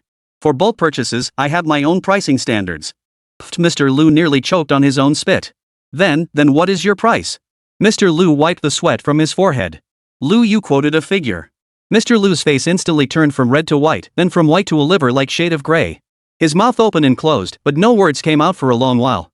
This price was a full 10% higher than their absolute ceiling. Mr. Lu, this price, isn't it a bit too high? Mr. Lu's voice trembled. We came to you precisely because we support domestic products. This is high. Lu Yu smiled, a hint of mockery in his tone. Mr. Lu, I'm not selling a pile of scrap metal. I'm selling technology, a monopoly precision and stability you couldn't buy from abroad no matter how much you paid. How much will your production efficiency increase with my system? How much will your product pass rate improve? How many high-end orders you never dared dream of before could you secure? You should be better at crunching these numbers than I am. He leaned forward slightly, locking eyes with Mr. Lu as he enunciated each word. My product is worth every penny. If you think it's expensive, it only proves your company isn't yet worthy of my technology. The door's over there. No need to see you out. Next. No. Mr. Lu. President Lu panicked instantly. He understood exactly what Lu Yu meant. If he walked out that door today, Tiangong Machinery might truly be welded into the low-end market forever. I'll buy it. The price. I need to report the price to the board. Give me 10 minutes. Lu pleaded, almost begging. Lu Yu waved dismissively, signaling him to do as he pleased. This was Lu Yu's current negotiating style. No beating around the bush. No playing games. My product, my price, my rules. Take it or leave it. What does it mean to bully customers because you're big? Lu Yu, with his tiny hardware store, has taken this phrase to its extreme. Yet strangely, these customers who are being bullied all seem to relish it. They're terrified of being struck off his customer list. Besides, are there any decent people among them? Even if there were, it wouldn't concern Lu Yu. Chapter 58, the interview scene with hundreds of people. 3 days, 3 full days of intense work. Lu Yu barely left the hardware store. Meals were brought to the door by Xiao Bai. He saw off batch after batch of company representatives.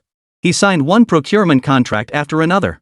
It wasn't until dusk on the third day, when the last satisfied customer departed, Lu Yu finally had time to collapse onto the sofa and exhale a long breath. He opened the company account and stared at the long string of zeros that nearly blinded him. Yet his heart felt strangely calm, even somewhat numb. Units, tens, hundreds, thousands, 10,000, 100 million, 500 million. A full 50 billion in cash flow. And this was merely the 30% to 50% down payments from these companies. If all the final payments came through, this figure would at least double. Making money, so this is what it feels like? Lu Yu murmured to himself.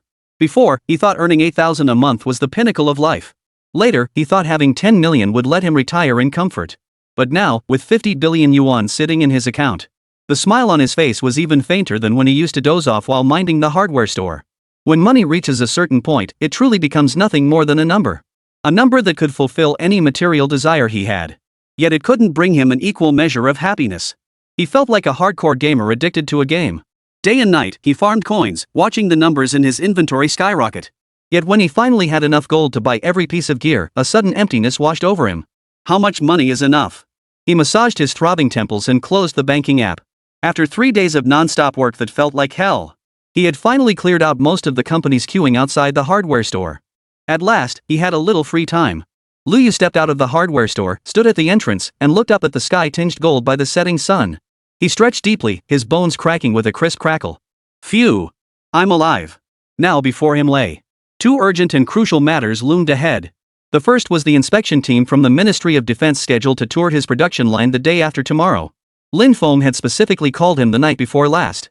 His tone on the phone was unusually stern. Lu Yu, the inspection the day after tomorrow, absolutely no mistakes can be made. Lin Feng said in a deep voice on the other end. This time, it's not just our department heads coming, there are several others. In short, they're extremely high-ranking. Higher than you could ever imagine. They're not just here to inspect your tactical helmets. They're assessing your entire production capacity, technological reserves, and security clearance levels. This concerns cooperation on a series of major projects down the line, and also, you know what I mean. Lu Yu certainly understood. This was no longer just about money. If they could become an official supplier to the Ministry of Defense and secure their endorsement, Lu's hardware store would be donning the toughest armor imaginable. In the future, no matter what earth-shattering black technology he unveiled, whether sourced from the system mall or born from his own whimsical research projects, it would have the most authoritative endorsement and the strongest backing. He could throw caution to the wind, focus solely on completing system tasks and upgrading his shop's level. At the same time, he could make tangible contributions to this nation and the land beneath his feet, generating massive tax revenues, solving critical technological bottlenecks. This proved far more meaningful than merely being a wealthy individual. As for his personal life, that estate and that phantom had already surpassed all his wildest dreams. He was already deeply content. The second matter was the official launch of the Everything Store shopping platform.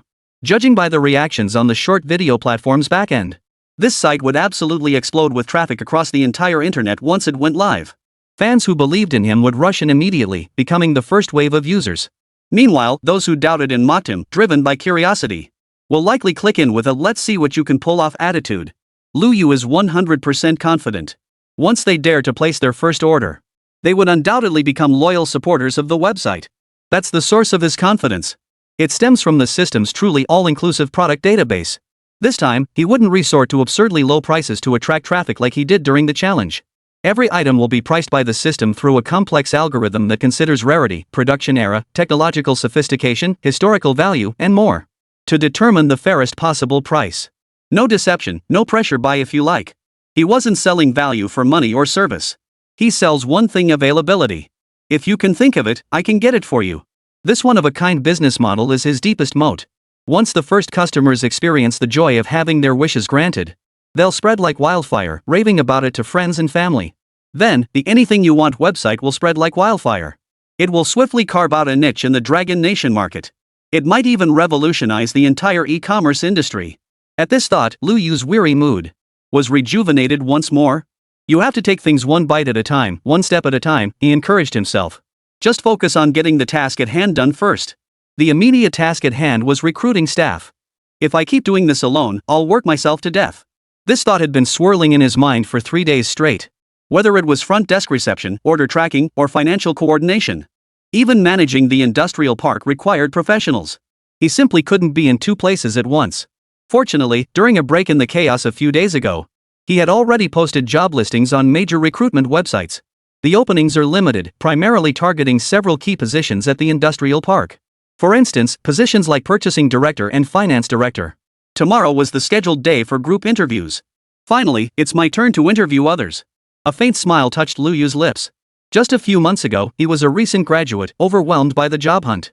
He'd sent out countless resumes, only to have them disappear without a trace. He had finally secured a few interview opportunities, only to be turned away by HR with all sorts of bizarre excuses. That sense of defeat and uncertainty about the future still felt vividly real. But who could have imagined that fortune would turn? How long has it really been? Now I've transformed into someone interviewing the very HR managers who once turned me down. That feeling? One word, exhilarating. Early the next morning, Lu Yu finished getting ready. He settled into the Phantom, started the engine, and drove smoothly toward the high-tech industrial park. Half an hour later, the Phantom slowly approached its destination. But the smile on Lu Yu's face gradually froze. He hit the brakes. The car came to a halt over 100 meters from the factory gates. He stared in disbelief at the scene before him. What the hell is this? At the entrance of Building 01, a sea of people thronged the area, banners fluttering everywhere. Oh wait, no flags. But the sheer scale of the crowd was 10 times more overwhelming than anything he'd ever seen outside his hardware store. A dense, dark mass of people stretched from the factory gates all the way to the roadside. People of all ages and attire were present. There were well-dressed professionals with slicked-back hair. Others wore plain work clothes, their eyes gleaming with determination. Holy! Lu Yu couldn't help but curse under his breath, completely stunned. How many people are here? He quickly pulled out his phone, opened the job posting he'd posted, and carefully checked the details. 1 purchasing director, 1 finance director, 2 HR positions, assistants. At most, there were only 14 or 15 positions. But looking at this crowd before him, forget 14 or 15 people. Even if you added a zero, there were easily over 140 people. What's going on? I distinctly remember the positions I posted, there weren't this many, were there? Lu Yu stared at the hopeful faces pressed against the car window, completely dumbfounded. He just wanted to hire a few people to help lighten his workload. This made it impossible for him to conduct interviews. Chapter 59, Small Town, Big Paycheck. As far as the eye could see, everyone was dressed in formal attire. Men in sharp suits, women in elegant pantsuits. The parking lot was packed to the brim with vehicles. Damn! This setup is a bit beyond my understanding, Lu Yu muttered to himself. He felt a twinge of unease. But since he'd come this far, he had no choice but to bite the bullet. He then drove his sleek, almost dazzling Phantom slowly through the side entrance. All eyes instantly focused on the vehicle. The door opened, and Lu Yu stepped out of the driver's seat. In the sunlight, his youthful face, upright posture, and composed demeanor stood out. He wasn't wearing a formal suit. Instead, a well-tailored casual outfit accentuated his distinctive confidence. It was an aura that flowed naturally from him, as steady as a mountain. Yet it carried the sharp-edged characteristic of youth. Who is this guy? So young could he be the interviewer? Judging by his demeanor, he doesn't seem like an ordinary person. Don't you guys use the internet? That's Mr. Lu from Old Lu Hardware Store. A sharp-eyed young man in the front row exclaimed. Just days ago, he'd been glued to Lu Yu's livestream watching the challenge competition. Holy crap! Is this real? Future Tech is his? Whoa, that's insane. With 5 billion yuan in registered capital. The crowd erupted instantly, whispers spreading like a tidal wave. Originally, they had been drawn solely by the exceptionally generous benefits offered by Future Tech. Against the backdrop of a global economic downturn, rampant domestic internal competition culture, and the incessant mantra that 996 is a blessing, a newly established company dared to offer salaries comparable to top-tier firms in first-tier cities. Offering salaries comparable to top-tier companies in first-tier cities was nothing short of a breath of fresh air. No, it was a tsunami. Base salaries were absurdly high, with weekends often 9 to 5 hours being the bare minimum. Full social insurance and housing fund contributions at the maximum rate, plus a 13th month's salary, year-end bonus, project bonuses, paid annual leave 15 days upon joining, holiday benefits, annual physicals, team building trips. Each perk hits the sweet spot for today's working stiffs. Before arriving, everyone had done their homework. This company called Future Tech had only been established a few days ago. But the staggering 5 billion yuan in registered capital listed in its business records sufficiently hinted at the formidable capital backing it. Everyone assumed it was a new venture incubated by some mysterious tycoon or corporate giant. But no one could have imagined that the boss was none other than the man who had recently stirred up a storm across the internet. Lu Yu listened to the murmurs of the crowd, a faint smile playing on his lips. He stepped to the front of the crowd, raised his hand, and gently lowered it. A simple gesture, yet it seemed to carry an invisible magic. The once chaotic scene fell silent within mere seconds. Everyone held their breath, eyes fixed intently on him, awaiting his next words. It seems you all have excellent sources, Lu Yu's voice boomed through a portable megaphone, clear and steady. That's correct. I am Lu Yu, owner of Old Lu Hardware Store and founder of Future Tech. I'm delighted to see so many outstanding talents gathered here today. Your choice of Future Tech is a vote of confidence in me, and a crucial investment in your own futures. He didn't waste time on grandiloquent speeches, cutting straight to the point. I know everyone here today has a clear purpose. Future Tech needs talent, and I believe each of you here is exactly the kind of talent we're looking for. However, with so many applicants, we need to streamline the process for efficiency. Those applying for different positions, please line up in separate queues according to the categories on the signs behind me. These are President's Assistant, Human Resources, Finance, Marketing, Legal Affairs. As soon as Lu Yu finished speaking, the crowd swiftly and orderly began to move. No crowding, no cutting in line. Everyone found their designated line at top speed. I remember the interview scenes in novels weren't supposed to be like this. Lu Yu silently complained to himself as he looked at the perfectly aligned lines before him. His imagination had envisioned a far more chaotic scene. He should have stepped forward to command the room with his dominant presence. The reason he dared to offer such an outrageous salary was naturally rooted in the system and that nearly 5 billion yuan in cash. In his view, talent, especially top-tier talent, was the most precious asset any company could possess. Rather than being stingy with salaries, leading to employee discontent and slacking off, it's better to go all in, giving them security and respect. He understands that workers scramble to get into a company for a measly 4 or 5,000 yuan salary. Enduring endless overtime and emotional manipulation from superiors daily is profoundly oppressive and despairing. In such an environment, employees see no hope. Creativity and motivation naturally become out of the question. The dragon-slaying youth must not become the dragon himself, Lu Yu admonished himself inwardly. He aimed to build a company where employees felt happiness and pride. The salary standards he set were benchmarked against the highest levels offered by domestic tech companies of comparable caliber. Then, he doubled them. For instance, a director at a large industrial enterprise might command a top monthly salary of around 80k. Lu Yu's director-level positions started at 100k plus per month with no upper limit. Where there's great reward, there will be great courage. He firmly believed that such an enticing offer would attract far more than just ordinary talent. More likely, they would be hidden geniuses and masters of their craft, unrecognized and underappreciated in the civilian world. Alright, everyone, follow me. Lu Yu turned and led this massive job-seeking army. They marched in a mighty procession toward the office building. Following the overly young CEO, the crowd was filled with both nervousness and anticipation. Many among them were returnees from first-tier cities, or held high-ranking positions in local enterprises. Yet now they followed in lockstep, like elementary school children on a field trip. When they stepped into the office building, which looked no different from the adjacent factory workshops, a collective gasp of awe escaped them, though this time, it was only in their minds. If the exterior embodied the unadorned factory aesthetic, the interior resembled a futuristic headquarters straight out of a sci-fi blockbuster. The spacious, bright lobby soared at least 10 meters high. The dome ceiling featured a soft light screen simulating blue skies and white clouds, creating a refreshingly serene atmosphere. The floor was seamless terrazzo polished to a mirror-like finish, while the walls were accented with tech-inspired metallic lines and pulsing ambient lights. A subtle, sophisticated woody fragrance permeates the air.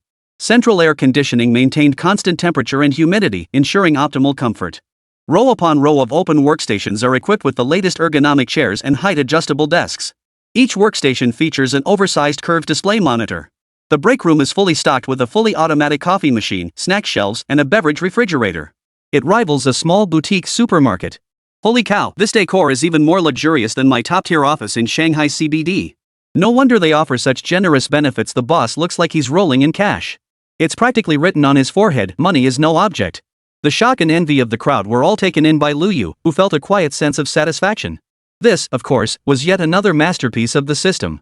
The interior design plan directly applied a 5-star comfortable office environment template. It emphasized a people-oriented approach.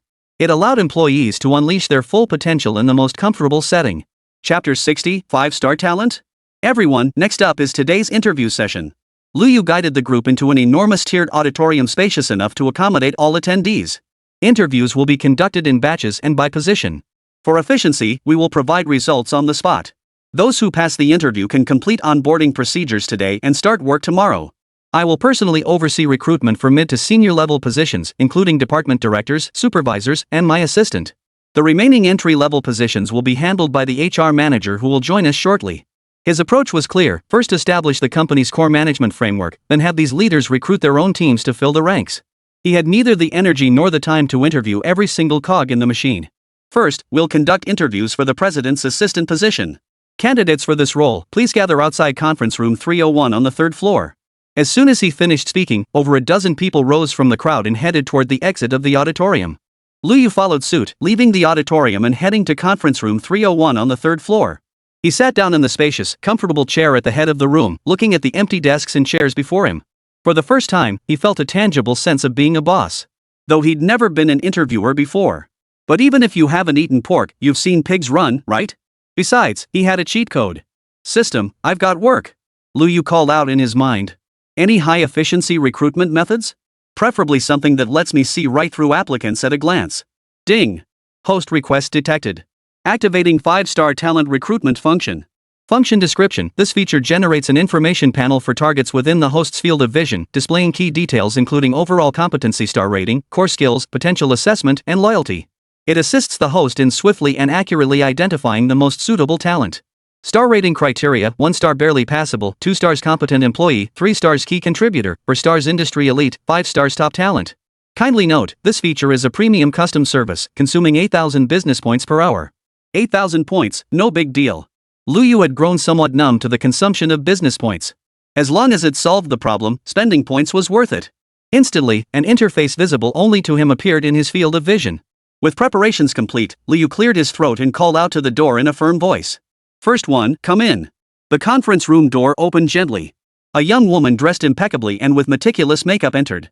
She appeared to be around 25 or 26, her face adorned with a standard professional smile. She held a polished resume in her hand. Mr. Liu, hello. My name is Wang Lily. She bowed slightly as she handed over the resume. Liu Yushan took the resume with a casual hand. But his gaze was already fixed on the virtual panel floating above her head. Name, Wang Lily. Age, 26. Overall rating, 1 star. Core skills, basic office software operation, photo editing skills proficient, office tea ceremony etiquette. Potential assessment, D. System evaluation, resume contains significant exaggerations. Actual work capabilities severely mismatch descriptions. More adept at cultivating office relationships than handling substantive tasks. Liu Yu's lips twitched slightly. Wow, what a thunderous opening. This feature is practically a workplace truth detector. What the heck are these Photoshop skills expert and office politics mastery? He kept his expression neutral, flipping through the resume casually. It read, proficient in various office software, excellent multitasking skills, previously independently managed million-dollar projects. Miss Wang, Liu Yu said calmly. Your resume is impressive. Now, please take 1 minute to explain your understanding of the role of president's assistant and what you consider your greatest strength.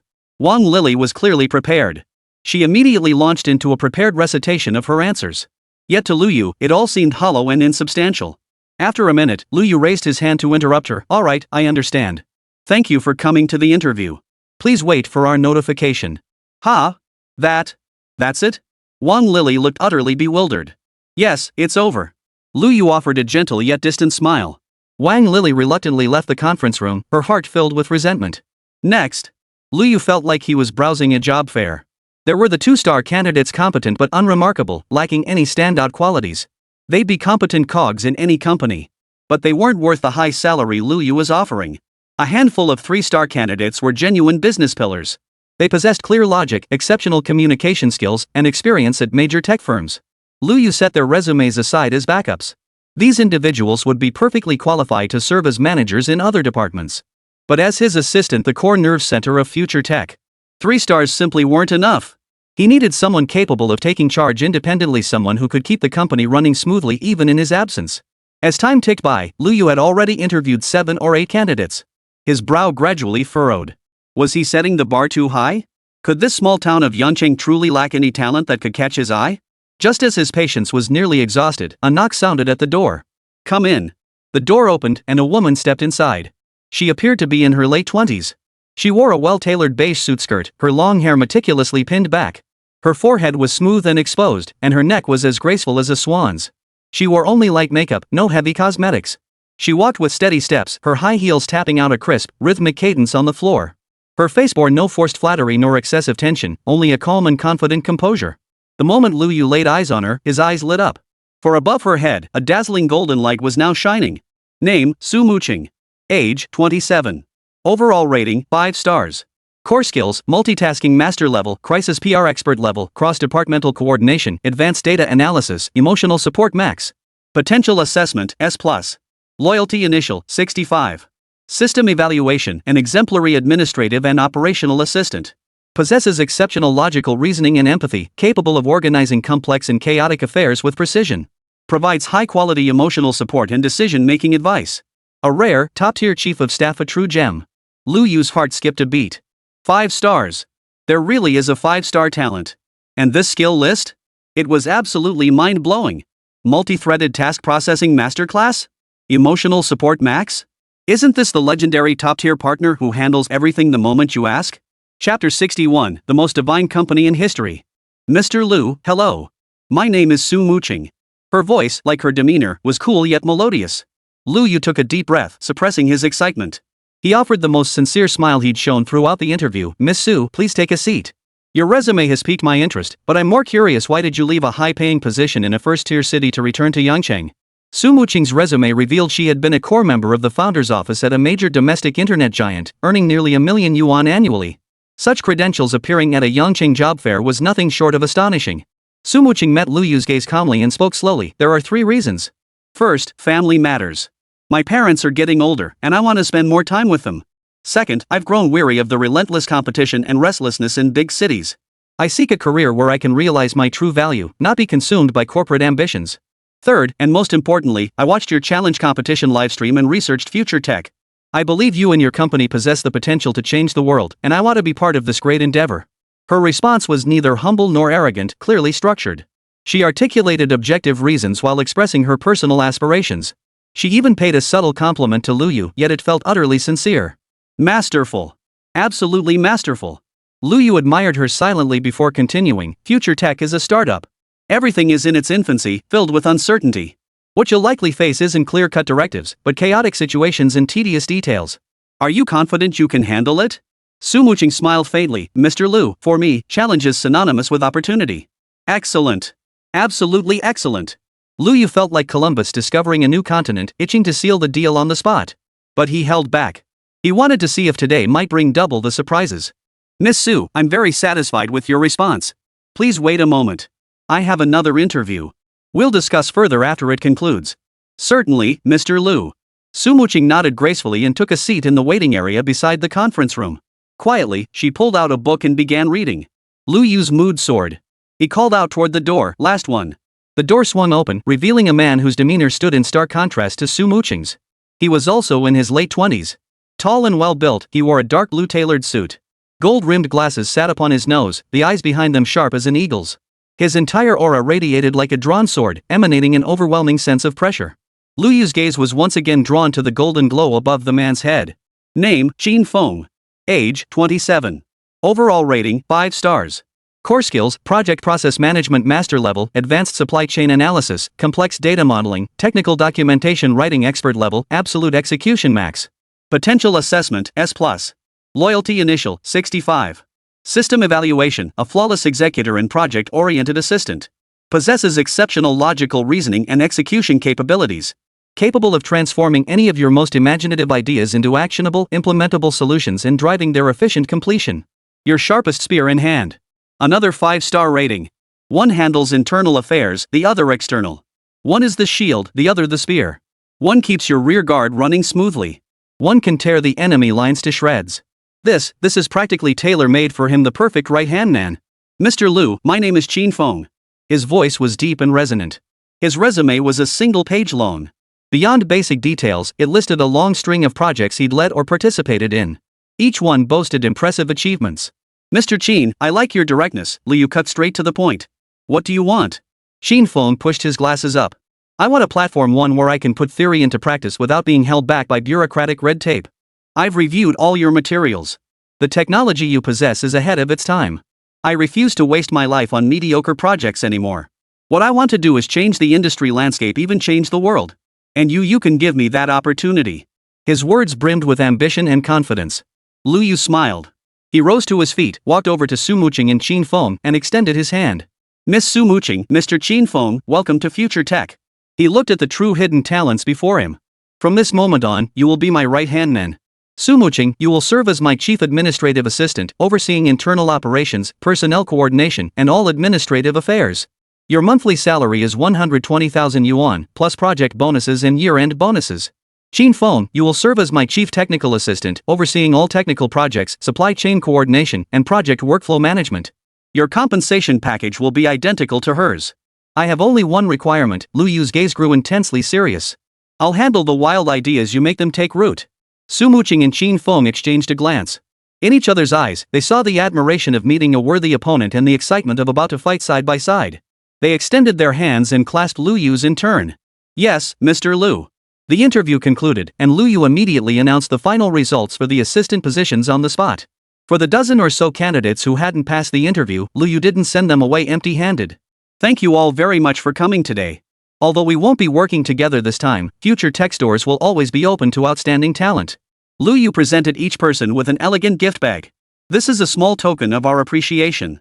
Inside is a gift, and we've also reimbursed everyone for their round-trip travel expenses to attend the interview. The group curiously opened the gift bags. Inside, they discovered a sleek, custom-designed power bank with a futuristic tech aesthetic. Bearing the Future Tech logo, it was exquisitely crafted, clearly not a cheap item. There was also a thank you card. This left everyone speechless. They'd interviewed at countless companies, and rejection was nothing new. But being turned down while having their travel expenses reimbursed and receiving gifts? This was absolutely unprecedented. In an instant, the lingering disappointment among the applicants vanished. Were swept away, replaced by profound admiration. Mr. Lu, this is too generous. Yeah, Future Tech is so generous. This kind of generosity is incredible. Even though I didn't get the job, I'm a fan now. Soon, posts like these flooded local forums and social media. Title, the most amazing company ever. Rejected but still got gifts and travel expenses reimbursed. What kind of boss is this? Content, went for an interview today at the newly opened Future Tech in Yangcheng that startup with 5 billion yuan in registered capital. The boss is Mr. Lu from Old Lu Hardware Store. The place was packed, the competition was fierce. Even though I didn't get the job, the boss is handsome and kind-hearted. Not only did he thank us, but he also gave each unsuccessful candidate a custom power bank and reimbursed our round-trip transportation costs. With this kind of generosity, this company is bound to take off. Way ahead of the competition. The comments section exploded instantly. Holy crap! Is this real? How could such a good thing exist? Feels like I missed out on a fortune. What's this called? This is corporate culture. This is humanistic care. I suggest promoting it nationwide. Damn awesome. I'm sold. Who wouldn't want to work for a boss like this? Tens of thousands spent on gifts and travel expenses earned the company invaluable reputation and goodwill during its startup phase. This deal was a steal.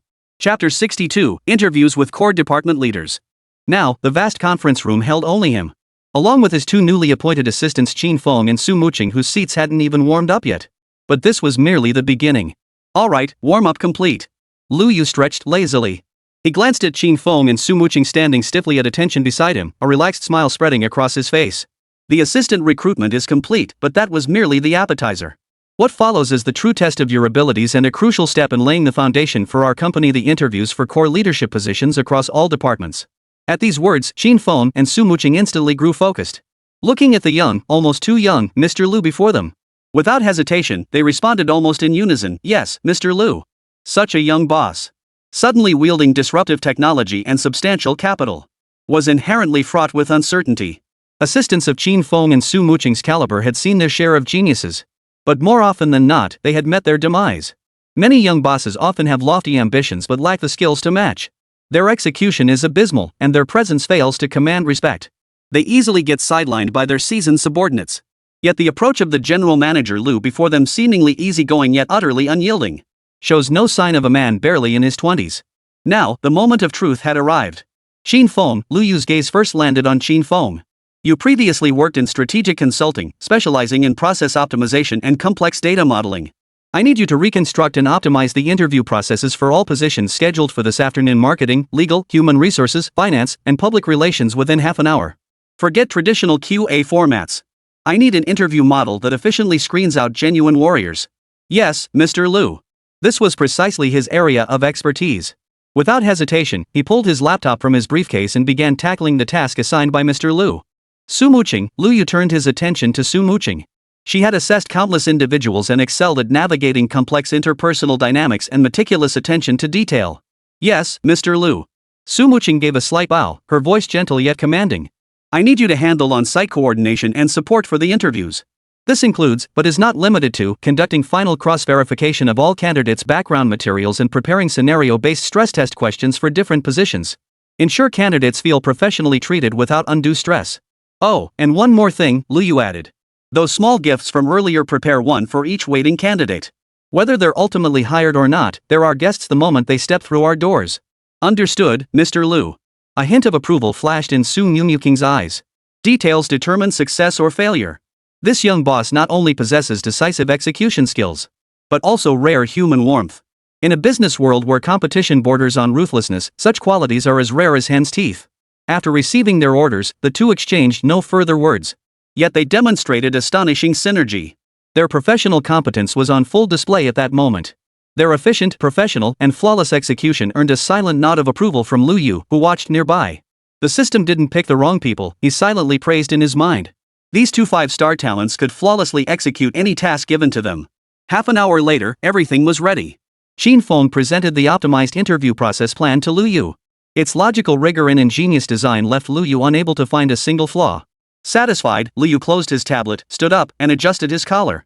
He strode purposefully toward the auditorium. Let's go meet the future pillars of our company.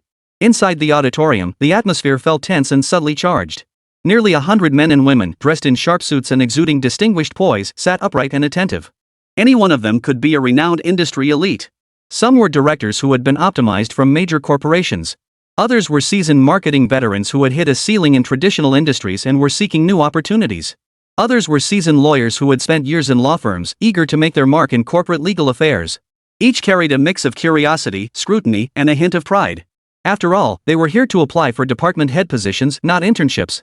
As each person harbored their own thoughts, the lecture hall door slid open quietly. A striking figure stepped inside. It was none other than Su Muqing. A gentle yet professional smile graced her face. Her presence instantly brightened the atmosphere in the entire auditorium. Su Muqing surveyed the room and announced in a clear, pleasant voice, "Good afternoon, everyone. I am Su Muqing, assistant to President Liu. First, thank you all for taking time out of your busy schedules to attend this interview. Mr. Liu is ready. We will now begin the interview for the position of marketing director. Mr. Li Jia, the candidate whose name has been called, please follow me. The rest of you may take a short break. We have coffee and refreshments prepared for you." Her demeanor was elegant and poised. Instantly, she stabilized the order and atmosphere of the room, demonstrating exceptional professionalism. Everyone understood immediately this must be Mr. Liu's newest right-hand person. Recruiting an assistant of this caliber speaks volumes about the boss's taste and capabilities, clearly no ordinary figure. Li Jia, former marketing director of a game project at Tencent. A man approaching 40, his hairline already retreating for the sake of dreams. He took a deep breath and followed Su Muqing into the adjacent private meeting room. The ambience here differed from the assistant interview room. Giant floor-to-ceiling windows flooded the space with light, making it bright and airy. Seated at the head of the long conference table was a young man. He looked like a college graduate fresh out of school. "Please sit down," Liu Yu's voice was calm and magnetic. Beside him, Qin Feng sat upright, playing the role of interview note-taker. Li Jia pulled out a chair and sat down, thinking to himself, "I didn't notice anything earlier, but now I feel his presence, he's got something special."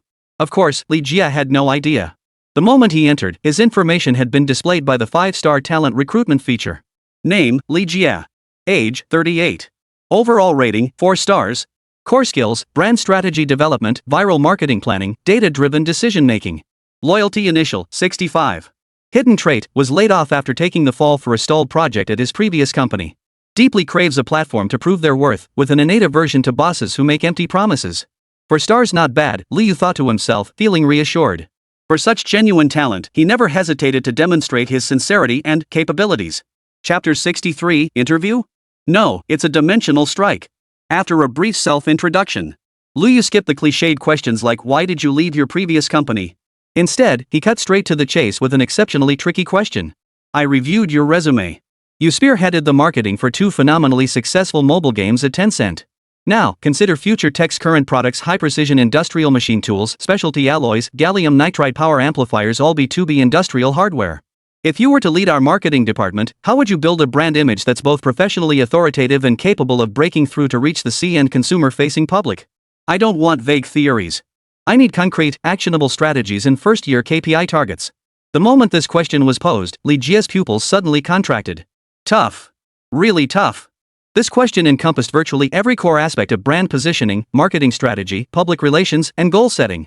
Most interviewers would only ask about your understanding of our products or give you a simulated case study. But Lu Yu? He just tossed the company's strategic challenges for the next few years right at you. It was both a test and an assessment of whether you were qualified to think at his level. Li Jie paused for a moment, his mind racing. He integrated the marketing methodologies honed over years at Tencent with this unique case before him.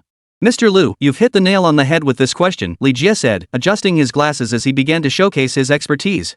For a company like Future Tech with such high technological barriers, my approach is dual-track parallelism and dimensional reduction attack. He covered everything from building B2B authority to consumer-facing science popularization and emotional marketing.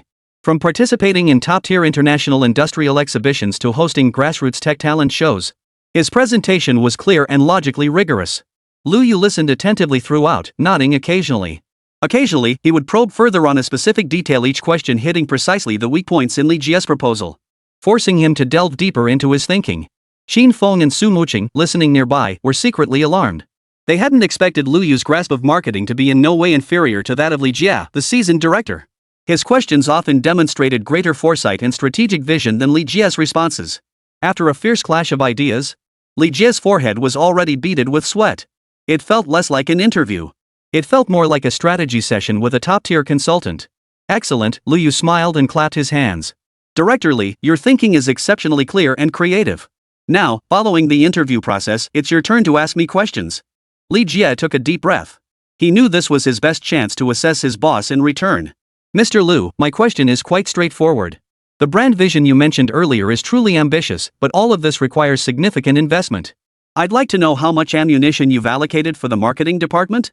And when marketing campaigns face short-term setbacks and immediate returns aren't visible, as the decision-maker, how much room for trial and error and patience can you afford the marketing department? This question is the pain point for all marketers. How many grand plans have been killed by bosses' demands for more and their short-sightedness? Lu Yu smiled, leaning forward slightly. Looking straight into Li Jie's eyes, he said slowly and deliberately. Budget? No ceiling. As long as your proposal convinces me. As for room for trial and error, I'll grant you 3 opportunities for strategic failure. As long as you extract valuable lessons from each setback, the money spent on those failures isn't a cost, it's tuition. At Future Tech, what we lack least is the money to pay tuition. Ha! My Lu Yu group rakes in 5 billion yuan in net profit from weekly orders alone. Would we skimp on a few peanuts for you? Boom! Fireworks seemed to explode in Li Jie's mind.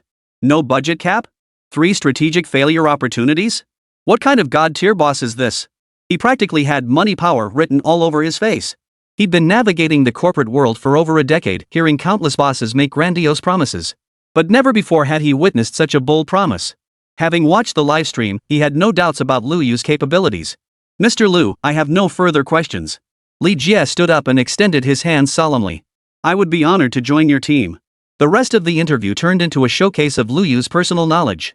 Facing Zhang Wan, the candidate for general counsel, a legal trailblazer from China's top-tier Red Circle law firm who had handled multi-billion-dollar M&A deals, Lu Yu immediately presented a case of near-impossible difficulty. Attorney Zhang, suppose our company has patented a core technology domestically but, for certain reasons, has yet to complete patent in major industrial nations worldwide. Meanwhile, a competitor based in Hanscat reverse-engineered our technology and beat us to filing a patent application in the EU. Simultaneously, a disgruntled former employee anonymously leaked partial technical documents on overseas social media. As general counsel, what would be your response strategy? Please elaborate from multiple dimensions including intellectual property litigation, trade secret protection, cross-border evidence collection, and public relations management. Zhang Wan, a seasoned 5-star talent accustomed to high-stakes situations. Upon hearing this question, her elegant smile froze for a moment. The question was too complex, involving conflicts between different legal systems, private international law, cybersecurity regulations, and more.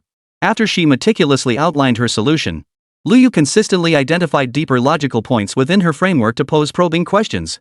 One by one, questions so specialized they would make lawyers' scalps tingle rolled effortlessly from Lu Yu's lips. Zhang Wan was utterly stunned. She looked at the young man before her. She felt she wasn't facing a boss, but a legal veteran with deep expertise. Finally, when Zhang Wan couldn't help but ask Lu Yu about his vision for the company's legal department, Lu Yu's response left her utterly convinced. Our company's legal department must never be merely a department that provides remedies after the fact. I need you to ensure that before any new technology is developed or new market is explored, the legal department must hold veto power. I authorize you to use the highest possible budget to build an impenetrable global patent barrier for all our core technologies. Our goal is to make anyone who dares to copy us too afraid to even file a lawsuit. Because they know astronomical damages and severe legal consequences await them. Though the technology granted by the system is beyond others' capabilities. But appearances must be maintained. Lu Yu's words sent a rush of excitement through Zhang Wan's veins. She never imagined she'd encounter a boss who would grant such immense authority to the legal department. A man will die for his true friend. The ancients truly did not deceive me. Meanwhile, Qin Feng and Su Muqing, who were taking notes nearby, had shifted from initial shock to a numb acceptance. Just what kind of prodigy was their boss? Marketing, legal affairs, finance. He seemed to know everything, mastering every field. Every time he interviewed a top candidate for a position, he could demonstrate a depth of understanding in their specialized field that matched or even surpassed theirs. This isn't an interview at all. This is clearly a dimension-lowering attack. They finally understood why Lu Yu dared to hire people like them. Because he possessed the absolute strength to command the room. Time passed and an entire afternoon went by. Lu Yu efficiently completed interviews for all core positions. In the end, over a dozen elite talents from diverse fields successfully passed the interviews. They became the first founding members of Future Tech. Lu Yu also showed great respect to those who didn't make the cut. Each had their round-trip travel expenses reimbursed and received a thoughtful gift. This dignified approach left even the unsuccessful candidates feeling satisfied. Some even expressed upon leaving that they would continue to follow the company's progress, hoping for future collaboration opportunities. Chapter 64. Am I doing an okay job as a boss? As evening fell, the afterglow of the setting sun bathed the conference room in a warm golden hue. The newly appointed department heads, along with Qin Feng and Su Muqing, gathered together. Before them lay the employment contracts freshly printed by the system through the print room. Welcome to the Future Tech family, Lu Yu said with a sincere smile. Before signing, please carefully review the contract terms, especially the sections regarding compensation and benefits, as well as the confidentiality agreement. Though they had already formed an impression during the interviews. But when they opened the thick contract and saw the black and white terms printed on the white paper, they collectively gasped in shock. Marketing Director Li Jie stared at his compensation section, his eyes nearly popping out of his head. An annual salary of 3 million yuan, not including project bonuses and year-end dividends. This salary is higher than what I earned at my peak at Tencent. Li Jie felt his heart pounding wildly. He had assumed that leaving a major tech company would inevitably mean taking a pay cut. Instead, he doubled his salary overnight. Legal Director Zhang Wan was even more stunned by the benefits package. Beyond the industry-leading base salary, the contract included perks like a high-end education fund for children, annual premium health checkup packages for parents, and family overseas travel funds. These benefits were so meticulously detailed, they practically covered every aspect of your entire family's life. Is this real company benefits? Zhang Wan murmured to herself. I used to think tech giants offered the ultimate benefits, but compared to this, theirs feel like bare-bones apartments. A wave of suppressed gasps rippled through the conference room. They didn't know what others received. Of course, none of that mattered anymore. Because the compensation offered by CEO Lu far exceeded their wildest expectations. This is a dream company. Absolutely a dream company. If anyone ever tells me bosses are just capitalists again, I'll lose it. Everyone was shouting this in their hearts. Seeing the crowd's excitement, Liu smiled faintly. This was precisely the effect he had sought. By offering compensation far exceeding industry standards, he bought out all their worries, igniting their passion for work. Without hesitation, they signed their names and pressed their crimson fingerprints. From this moment on, they officially became part of Future Tech. After signing the contracts, Liu cleared his throat, his expression turning serious. Alright, welcome everyone. Now that you've officially joined the company, I'll announce several core regulations. These are ironclad rules. No one is permitted to violate them. A chill ran through the crowd. Here it comes. They knew there was no such thing as a free lunch. Such generous benefits inevitably came with an extremely strict management system. Military-style management? Last place elimination? KPI hell? Everyone began mentally preparing for the worst-case scenario. First, Liu held up one finger. All technical information within the company is classified as top-level trade secrets. Especially the production workshops without my personal authorization, no one, including all directors, is permitted to enter without permission. Everyone nodded in agreement. This was only natural. Second, Liu continued. Regarding working hours. I advocate for efficient work and firmly oppose meaningless internal competition and fake overtime. The company operates on a 5-day workweek. Weekly overtime is capped at 10 hours and must be strictly limited to urgent project situations. All overtime must be compensated at triple the regular wage rate. The conference room fell silent as people exchanged glances. Some couldn't believe their ears. Limit overtime? And triple pay? What kind of move is this? Lu Yu ignored their astonishment and dropped another bombshell. Third, and most crucially, after work hours belong to you and your families. From the moment you step out of the company gates, you are not permitted to respond to work messages in any form or answer any work-related calls. If anyone including myself, Lu Yu, disturbs you outside of working hours, you have the right to refuse the call or message. If you face any form of punishment for this, the company will compensate you with 1 year's salary. I want my employees to be efficient warriors during work hours, but after hours, they should be husbands who can spend time with their wives, fathers who can help their children with homework, and sons or daughters who can cook a warm meal for their parents. Work exists to enhance life, not to let life be swallowed by work. When Lu Yu finished his final sentence, the entire conference room fell into a deathly silence. Seconds later, eyes began to redden. Li Jia, a middle-aged man who had spent over a decade navigating the corporate world, felt a wave of warmth surge to his eyes. He recalled countless late nights when, due to an urgent request, he had to leave his sleeping wife and child behind and turn on his computer. He recalled every parent-teacher conference he had missed because of endless meetings. Zhang Wan, this trailblazer in law enforcement, also quietly turned her head and wiped the corner of her eye. She had sacrificed so much personal time for her career. She couldn't even recall the last time she'd enjoyed a peaceful meal or movie with friends. To outsiders, these so-called social elites appeared glamorous and successful. But the bitterness and exhaustion behind it all were known only to themselves. And now, this young boss had articulated their deepest longing with the simplest words. Mr. Lu. Wang Hai, the CFO, choked back tears. You can count on us. We'll work our asses off. We'll make this company a huge success. We won't let you down. Right. We'll fight to the end. This company, I'm in it for the long haul. For a moment, the room was filled with passionate fervor. This was genuine, heartfelt belonging and drive. Far more effective than any hollow motivational platitudes or KPI evaluations. Watching this scene unfold, a wave of warmth washed over Lu Yu. He knew that in this moment, the company's spirit had truly coalesced. He raised his hand to signal for quiet. Alright, I know everyone's enthusiasm is running high right now. Now, I have some unfortunate news to share with you all. Lu Yu's expression softened with a hint of regret. You've just started, and you might be working your first overtime shift. The group paused, then burst into laughter. No problem, Mr. Lu. Just tell us, we'll work until whatever time you need. For this amazing company, 996 is pure blessing. Jokes flew around, the atmosphere light and lively. Tomorrow, the inspection team from the Military Equipment Department will conduct a crucial review at our company. It concerns a major project for our future, Lu Yu explained. The system, I've already compiled all the necessary materials. They're on the company's shared server. Tonight, everyone will need to put in some extra effort. Please return to your temporary workstations to familiarize yourselves with the relevant materials and reporting procedures for your respective departments. We must ensure everything goes flawlessly tomorrow. Of course, he added, tonight's overtime will be paid at triple the rate, and I've already arranged dinner. Got it.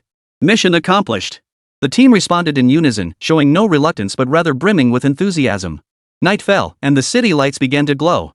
The future tech office building remained brightly lit. The newly appointed directors were in their respective offices, methodically reviewing documents and discussing the details for tomorrow's reception. Each face radiated genuine smiles and hopeful anticipation for the future. Lu Yu stood at the window of his office. Gazing into the night sky, an unprecedented sense of pride and fulfillment welled up within him. A faint smile touched his lips as he quietly toasted himself in his mind. Not too shabby for a boss, huh? Chapter 65, Welcoming the Military Affairs Department Inspection Team. The night was as dark as ink. Yet the office buildings within the future technology park were ablaze with light.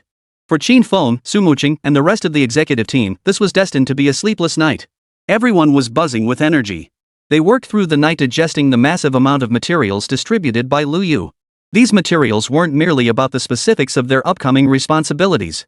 It also contained Lu Yu's forward-thinking plans for future markets, technological iterations, and even the global supply chain layout. Their eyes brimmed with determination and awe. That night, they gained a thorough grasp of all knowledge within their respective domains. Facing the upcoming inspection by the Military Affairs Department the next day, they were now able to respond fluently and with complete confidence.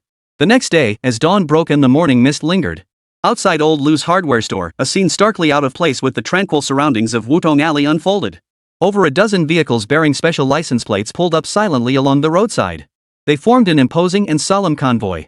Leading the way were several rugged, muscular-looking jeeps. Their bodies were jet black and polished to a mirror-like shine, resembling lurking beasts. Following closely behind was a row of black luxury sedans. Each one gleamed like a mirror, solid and substantial, exuding an unspoken authority. Some early rising neighbors caught a glimpse from afar, instinctively slowed their pace, lowered their voices. Some even took detours. An aura of awe permeated the air. Whoa, what's all this commotion? Filming a movie? Shoo! Keep your voice down. Look at those license plates, then look at the people standing beside the cars, those physiques, those eyes. These are definitely not ordinary people. Just the other day it was business tycoons crowding the door, and today, is this the national team stepping in? Holy crap, Boss Lou is going to the moon. Online, some curious onlookers secretly snapped photos and posted them. It immediately caused a huge stir. Shocking. Mysterious motorcade spotted outside old Lou's hardware store. Suspects include high-ranking military officials. I witnessed it. I was nearby. That aura made my legs go weak from 100 meters away. The guards at the entrance had eyes like hawks. I didn't dare look twice. 666. Brother Lou, the real deal. Few words, all action. Just closed a $1 billion deal days ago, and now he's got the Ministry of Defense buzzing? This plot twist is faster than a rocket launch. Inside the shop, Lou remained oblivious to the online frenzy.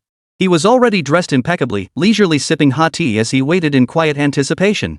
After confirming all reception details with the system last night, his mind was as steady as an old dog. The glaring morning light streamed into the hardware store's lobby. Suddenly, he spotted Lin Feng standing at the doorway. And behind Lin Feng stood several figures of extraordinary bearing. Lu Yu immediately stepped forward to greet them. Mr. Lu, I hope I'm not disturbing your rest? Lin Feng's face bore his familiar, cheerful smile. Yet his eyes held an added note of deference not usually present. You jest. It is my honor to await the arrival of our distinguished guests, Lu Yu replied with a smile. Then, Lin Feng began introducing them. Let me introduce you. This is Elder Zhou, and these are Engineer Wang. Lin Feng kept his introductions concise. He only mentioned surnames and the honorifics Mr. or Engineer. He made no mention of specific positions or ranks. The people behind him were all dressed in well-tailored casual attire. They looked like a group of energetic retired officials and scholars. Yet when Lu Yu stepped before them, an indescribable sense of pressure washed over them. It wasn't an artificial display of authority. Rather, it was an aura that had naturally settled upon them after long years in high positions. Especially the eldest among them, old Zhou. Though his face bore a smile and his gaze was gentle. His eyes, seemingly capable of seeing through everything, held a depth and authority as vast as mountains and seas. Lu Yu felt a chill run down his spine. Holy cow, is this the legendary aura of a big shot? Truly extraordinary. Lin Feng seemed to notice his slight unease. He gave Lu Yu a discreet pat on the arm. His eyes silently urged him to relax. Just then, old Zhou extended his broad, warm hand and clasped Lu Yu's firmly. Comrade Lu, how do you do? The old man's voice was loud and strong, brimming with warmth. Hello, Comrade Zhou. Lu Yu responded immediately, neither deferential nor arrogant. We old folks have been looking forward to meeting you for quite some time. Old Zhou laughed heartily. That invisible sense of pressure vanished instantly, replaced instead by the appreciation and expectations of elders toward their juniors. This little hardware shop of yours has solved quite a few major problems for us. Mr. Zhou grasped Lu Yu's hand, recounting each achievement as if listing treasured possessions. We subjected your KBF-4 helmet to comprehensive testing by our most elite experts. Its protective performance and information modules, every single aspect far surpasses our current equipment, even outshining Eagle's latest generation of comparable products. And your honeycomb drone system? It's practically tailor-made for future information warfare. And don't even get me started on that exoskeleton. Young Lu, you're truly our lucky charm. The old man's words overflowed with genuine praise and excitement, without a trace of pretense. True masters are found among the common folk. Old Zhou exclaimed, patting Lu Yu's shoulder with deep emotion. Some of our departments have poured countless manpower and resources into this for over a decade, yet their results still fall short of what your little shop has produced. Remarkable. Truly remarkable. Such high praise left Lu Yu feeling a bit embarrassed. Scratching his head, he offered a slightly bashful smile. You flatter me, Mr. Zhou. I've just been lucky, tinkering around with some small gadgets. Being able to contribute to the nation is my greatest honor. His words were profoundly humble, yet they perfectly articulated his stance. Several middle-aged men who appeared to be engineers now watched Lu Yu with eyes brimming with curiosity. As top experts in their respective fields, they understood exactly what Lu Yu's innovations signified. This was no ordinary improvement or upgrade, it was nothing short of a complete revolution. Old Zhou nodded with satisfaction. What he admired was not merely Lu Yu's technical prowess. It was the young man's steady composure in the face of honor, free from arrogance or impatience. Excellent. Well said. Old Zhou chuckled. But we didn't come here today just to hear your modesty. We're quite eager to see those gadgets of yours. Lin Feng mentioned you've already refurbished the production line? Yes, old Master Zhou, Lu Yu nodded, finally getting to the point. Phase 1 of future tech is complete and ready for inspection by our leaders at any time. Excellent. Then let's depart immediately. Open our eyes, us country bumpkins, and witness true cutting-edge technology. Old Joe waved his hand enthusiastically. Lu Yu gestured invitingly. He pressed the car key fob. A sleek, futuristic sports car parked nearby flashed its lights. Two sleek gull-wing doors slowly rose. It was none other than the world's sole Phantom GT 2035. A hint of surprise flashed in the eyes of Joe Lau and the others upon seeing the car. "Heh, young people just love these trendy things," Old Joe remarked with a smile, offering no criticism whatsoever. In his view, for a young man with such earth-shattering talent, it was perfectly natural for him to have a few personalized hobbies. Lu Yu settled into the driver's seat. As the gull-wing doors closed, the convoy of over a dozen jeeps and black sedans moved with precision, following the Phantom GT 2035 in perfect order. Forming a mighty convoy, they sped toward the high-tech industrial park. Chapter 66, Reality is defined by those who control core technologies. Meanwhile, at the entrance of the future tech factory complex, Qin Feng, Su Muqing, and the entire company's senior management stood in a row, dressed in suits and ties, looking up expectantly. Each face bore an unmistakable mix of tension and excitement. "Here they come!" Li Jie exclaimed sharply, his keen eyes spotting them first. Everyone followed his pointing direction. There, leading a massive convoy of black vehicles, was General Manager Lu's sports car, slowly approaching. Originally, they had assumed the so-called inspection team would consist of no more than 3 or 5 representatives from the Ministry of State Affairs. But when they saw the endless line of vehicles trailing behind General Manager Lu's flashy ride, even these seasoned business elites, accustomed to grand spectacles, couldn't help but gasp in astonishment. "My goodness, isn't this a bit too grand?" Su Muqing murmured, her palms already sweating. "This is an inspection group? This is clearly an entire reinforced brigade." Qin Feng struggled to steady his own breathing. The convoy came to a smooth halt as doors opened one after another. First to emerge from the SUVs were squads of young men and women, standing tall and poised. Without pausing, they immediately dispersed with professional precision. They occupied key positions around the perimeter, conducting surveillance and reconnaissance of the surrounding area. That aura of professionalism instantly enveloped the entire area. It made Qin Feng and the others feel a bit breathless. This display is enough to make me crack right here on the spot," a senior executive muttered under his breath, his voice trembling slightly.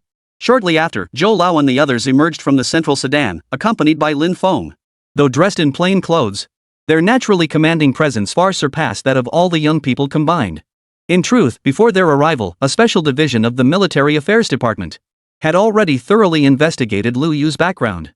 A file classified as top secret was placed before Zhou Lao and the other core leaders. Its contents were almost unbelievably simple. Lu Yu, male, 23 years old. Parents died in an accident at an early age raised by his grandfather. Graduated from an ordinary university with a degree in mechanical engineering. After graduation, unable to find suitable employment, he inherited his grandfather's small shop named Old Lu Hardware Store.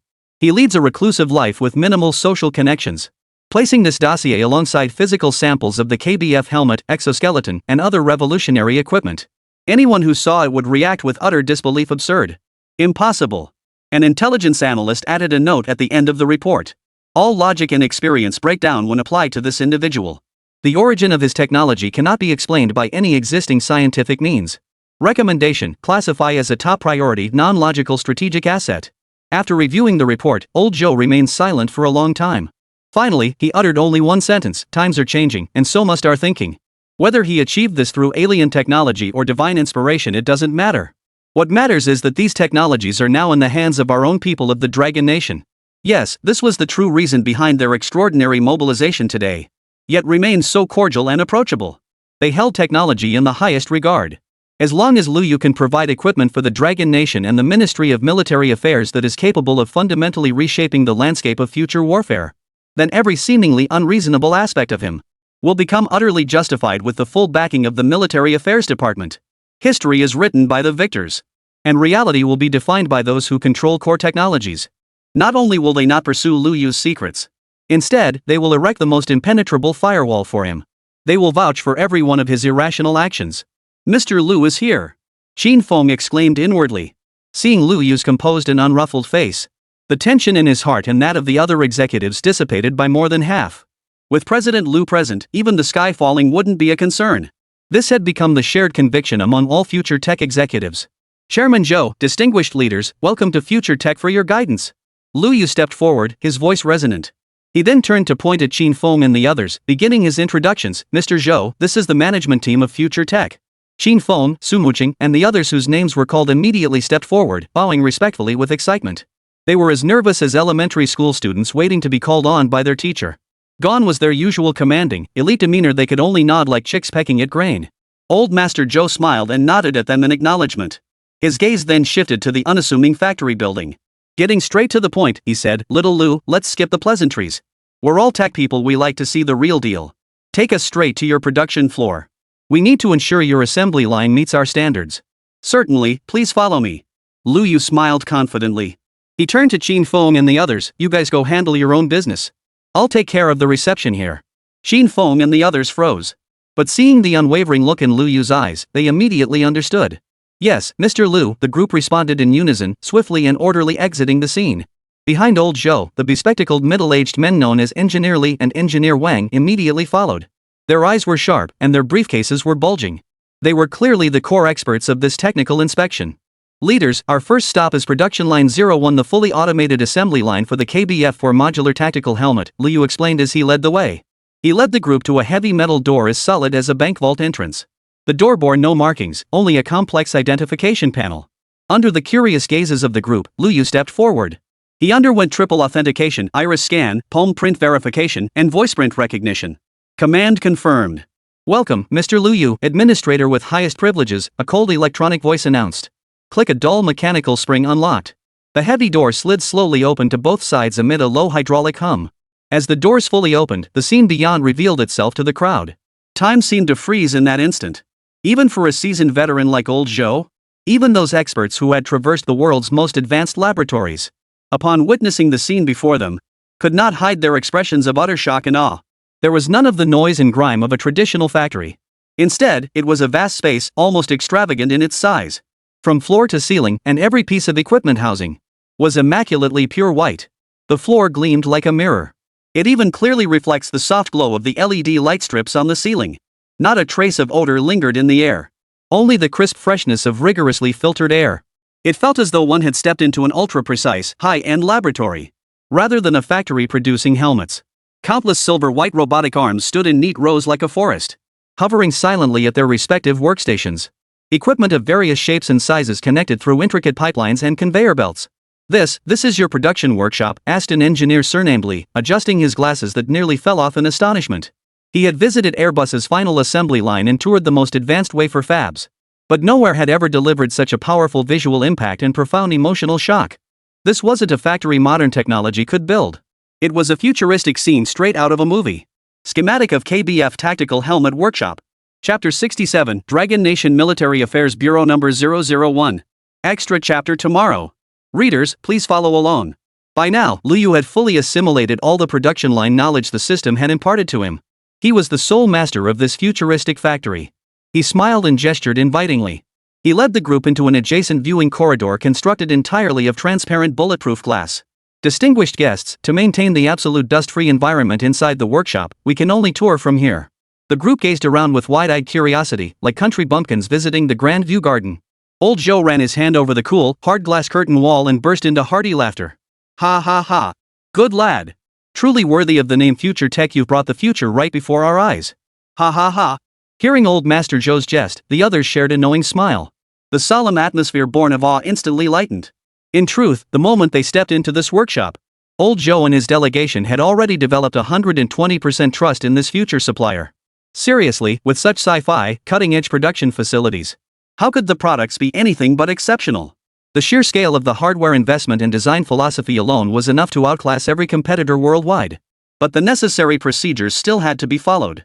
Liu began his show-off moment, or rather, his professional presentation.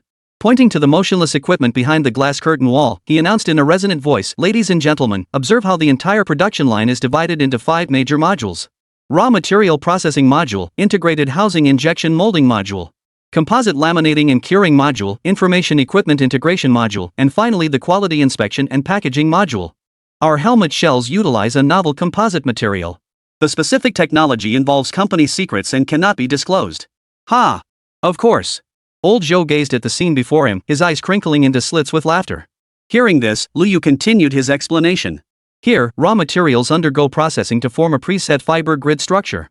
Then, through that plasma high-temperature high-pressure integrated injection molding machine over there, the composite materials are fused at the atomic level, achieving one-time molding. This process ensures the helmet shell has absolutely no structural weaknesses. Lu Yu's explanation was clear, fluent, and professional.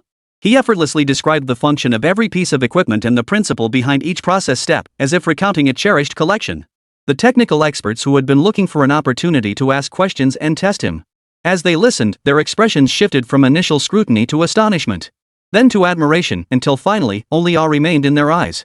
They realized that many of the technical terms and process principles Lu Yu mentioned were completely unfamiliar to them.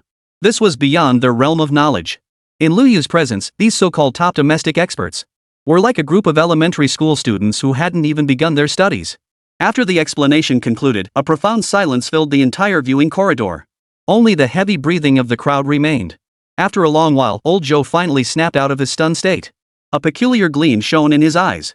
With a hint of childlike curiosity, he said to Lu Yu, "Young Lu, talk is cheap. Could you demonstrate one for us right here? Let us country bumpkins witness the magic of this future technology with our own eyes?" Lu Yu had been waiting for this very moment. He smiled and snapped his fingers. "Of course. Serving our esteemed leaders." He turned and walked to a standalone console at the end of the corridor. The console's design was equally sleek and futuristic. It featured only a massive touchscreen and several biometric sensors.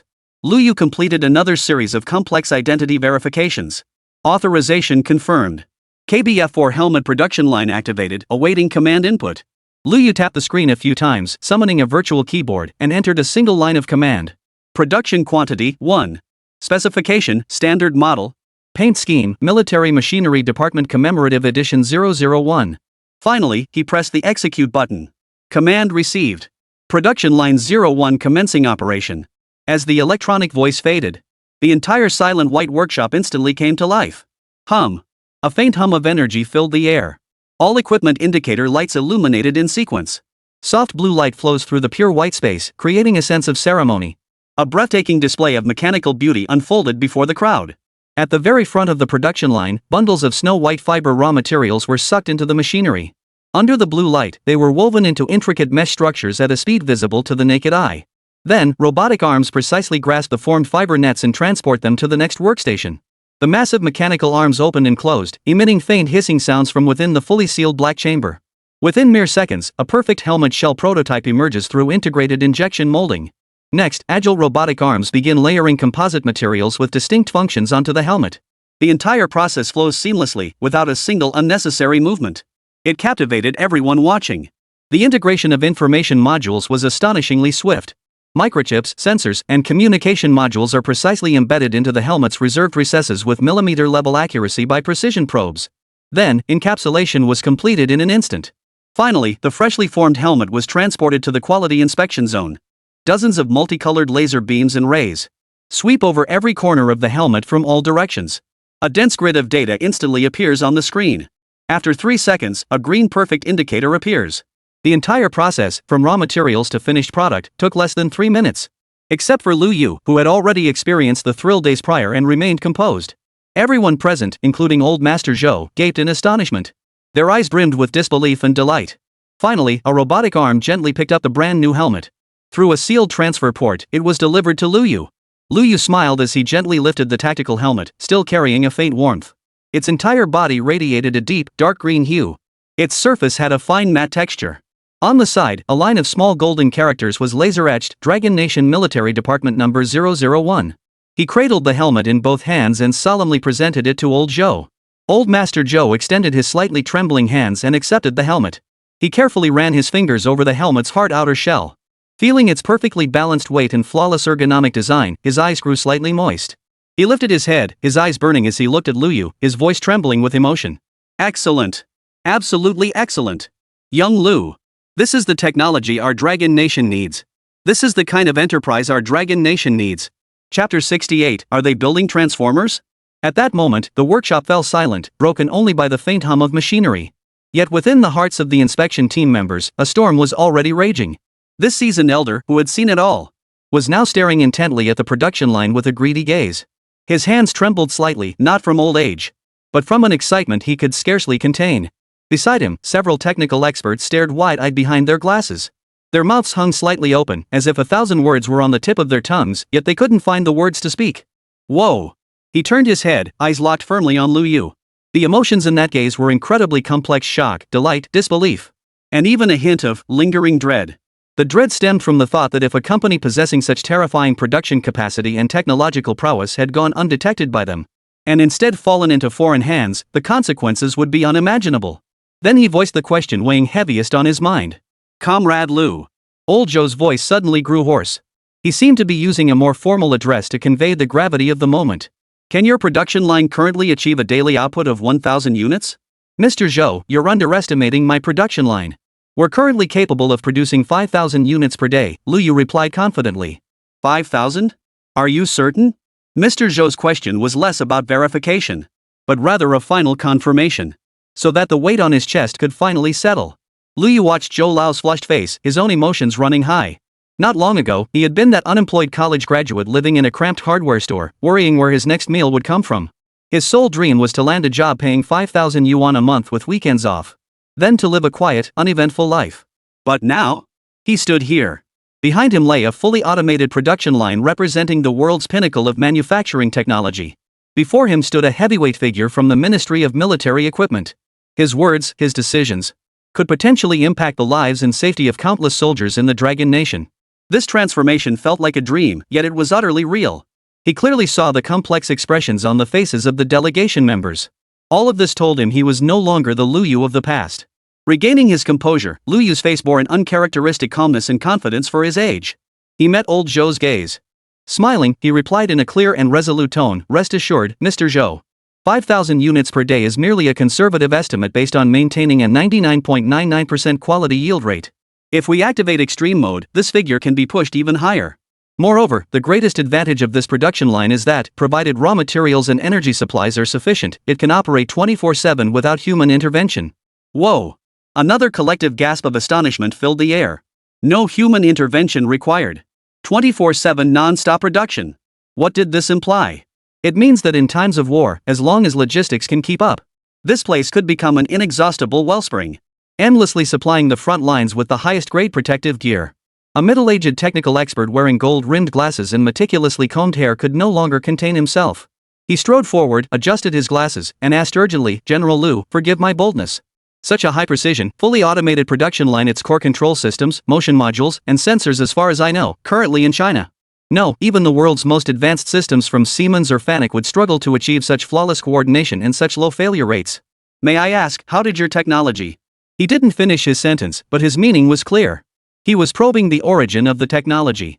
It was an instinctive reaction anyone witnessing cutting-edge technology would have.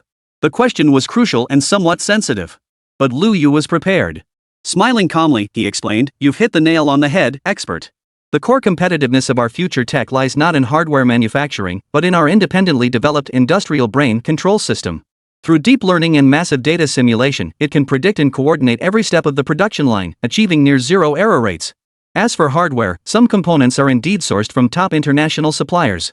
But the majority consists of custom-designed components. We create the specifications, develop the molds ourselves, and then commission China's leading precision instrument manufacturers to produce these specialized parts. In essence, this production line represents our redefining of hardware limits through software innovation." This statement is flawless. It clearly identified the core technology as the independently developed industrial brain, while also providing a reasonable explanation for the hardware's origin. It masterfully concealed the system's true origins beneath the banner of in-house development.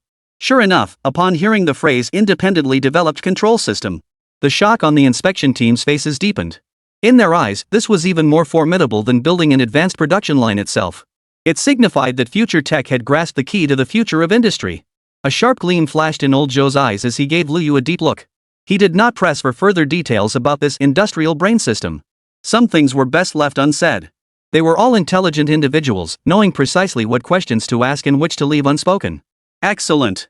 What a masterful definition of the limits of software-defined hardware. Old Zhou clapped his hands and laughed heartily, his earlier solemnity and gravity swept away. In its place was genuine admiration and delight.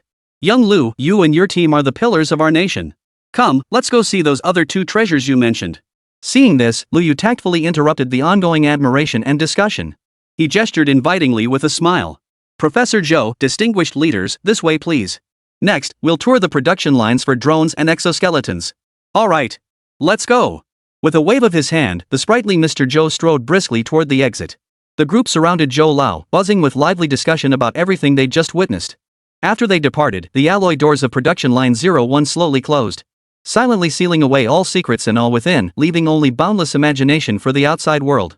The group traversed a wide, pristine corridor before arriving at production line 02.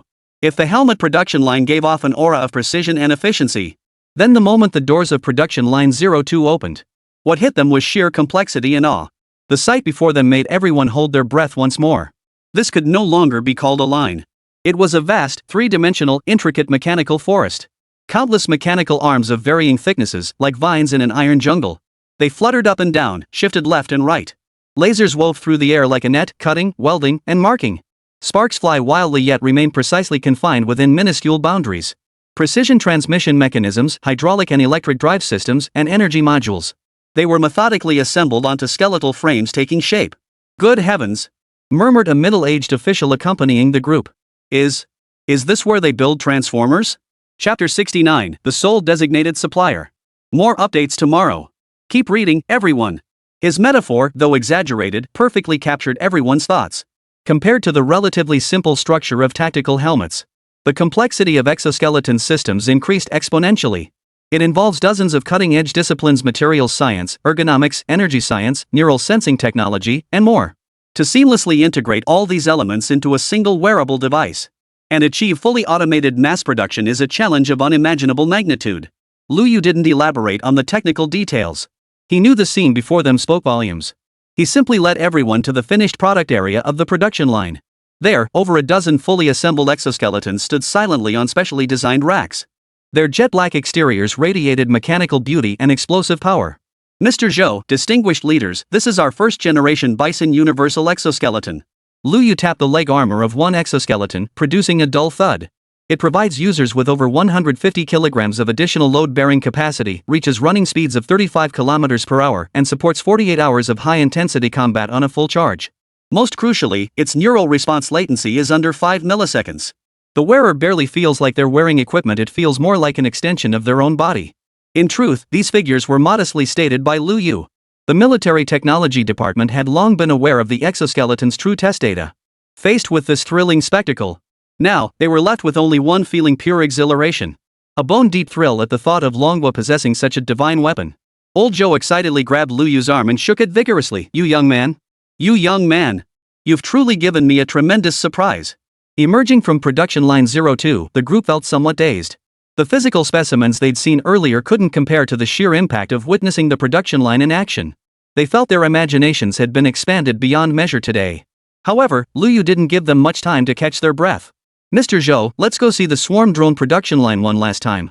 It's right next door." The doors to production line 03 swung open. The group braced themselves for another jaw-dropping experience. But the scene before them still surpassed their expectations.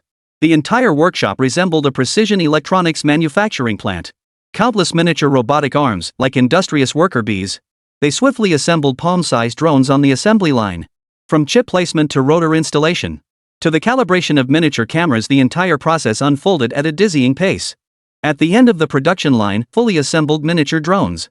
After passing through the automated testing platform, they return to their source like fallen leaves to the earth. They are automatically retrieved, charged, and returned to their designated positions by a massive honeycomb-like storage matrix. Lu Yu pointed to the storage matrix, which resembled a scene from a sci-fi movie, and introduced, "Mr. Zhou, this is our honeycomb drone system. Each drone is an independent unit, and this storage matrix is a giant hive dot. This standard unit can accommodate up to 1,000 drones. Of course, the capacity can be adjusted for different scenarios. Using our proprietary swarm algorithm, they communicate via quantum technology, uninterruptible and unbreakable. They can achieve saturation reconnaissance across entire regions, or even launch suicide attacks against specific targets." At this point, Lu Yu paused, giving everyone a knowing look. He immediately continued, "More importantly, its cost is extremely low. So low, we can treat them as disposable consumables." Buzz. Everyone's minds felt as though they'd been struck by a sledgehammer. A swarm that cannot be interfered with. Intelligent drones that can be used as expendables. What did this mean? It meant that in future information warfare and special operations, one side will possess countless tireless, all-seeing eyes and blades. They can effortlessly infiltrate every corner, providing rear command with real-time battlefield intelligence without blind spots. At critical moments, they can transform into a swarm of fearless killers, delivering a fatal blow to the enemy. This is nothing short of a dimensional strike against the very nature of warfare. 2.5 hours later, the inspection team once again walked along the wide roads of the park. The afternoon sun was warm and gentle, yet everyone's heart still burned with passion. Mr. Zhou and several core leaders walked at the front, their faces adorned with unmistakable smiles. They chatted occasionally with their fellow comrades, the atmosphere relaxed and cheerful. It was clear that this inspection had not merely satisfied them, but rather profoundly, immensely, and exceptionally pleased. In truth, before arriving, old Zhou and the others had already formed a high estimate of future tech's technical capabilities through prior reports and videos, and had mentally prepared themselves. They had expected to see production lines featuring technologically advanced and ingeniously designed equipment at most. Yet they never imagined their mental preparation would still prove woefully inadequate. What Lu Yu showed them wasn't merely next-generation equipment. It was straight out of a sci-fi movie, true future technology.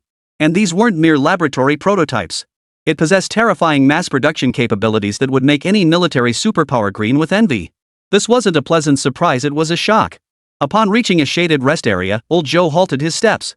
He turned, his gaze fixed intently on Lu Yu. Without any pleasantries or delay, he cut straight to the point. Young Lu, today I speak on behalf of Liaoning Province's Military Affairs Department, and also on my own behalf, to formally state my position to you. The surrounding area instantly fell silent. Everyone knew the main event was about to begin. Old Zhou's voice was steady and powerful, each word carrying weight. Following our delegation's preliminary assessment, we unanimously conclude that future tech's tactical helmets, exoskeletons, and hive drone systems represent world-leading technology. They fully need, indeed, far exceed our current operational requirements. Therefore, I have decided to immediately submit a report to our superiors upon returning, requesting that future tech be designated as the sole supplier for these 3 categories of equipment for Liaoning Province's Military Equipment Department. Sole designated supplier. The moment those 7 words left his mouth, even Lu Yu felt his heart skip a beat. He had anticipated a smooth inspection and expected to secure an order. But he never imagined that old Zhou would make such a weighty commitment outright. This was no longer a simple business partnership, it was a strategic-level alliance. Chapter 70, A Blessing for the Nation. A blessing for the military. Old Zhou paused, giving everyone a moment to digest the news. Then he continued, this is only the first step. Next, we will pilot your products with small-scale deployments across the entire province to gather usage data. Once the results are validated, we will immediately submit a report to the highest authorities, striving to deploy future tech's products throughout the entire Dragon Nation's military equipment department in the shortest possible time, so every soldier can be equipped with the finest gear.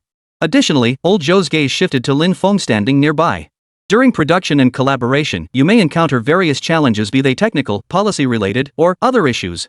You may approach Lin Feng directly. Lin Feng will serve as the liaison officer between our military affairs department and your company, fully responsible for coordinating and resolving any difficulties you encounter. Do you understand what I mean? How could Lu Yu not understand? Zhou Lao's words were nothing short of granting him the most powerful protective amulet.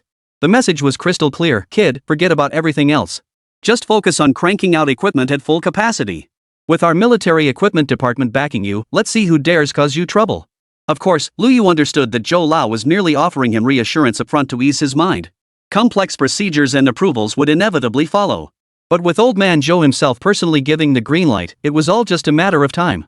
Overwhelming joy and excitement surged through Lu Yu, his eyes stinging slightly. He took a deep breath and stood tall, looking at the face of old Master Zhou, etched with trust and anticipation. His voice trembled with emotion. He didn't bother with platitudes like "thank you for your trust" or "I guarantee completion." For he knew that before a man of action like old Zhou, any flowery rhetoric would ring hollow. What he needed to say came straight from the heart. Mr. Zhou, and all the leaders. Lu Yu's voice was clear and sincere, echoing through the quiet campus. To be honest, I don't know what to say. I'm just a kid from an ordinary family. He paused, as if gathering his thoughts. A hint of nostalgia and sorrow flickered in his eyes. My parents passed away in an accident when I was very young. It was my grandfather who raised me, day in and day out, through thick and thin, relying on that small old Lu hardware shop on Wutong Lane.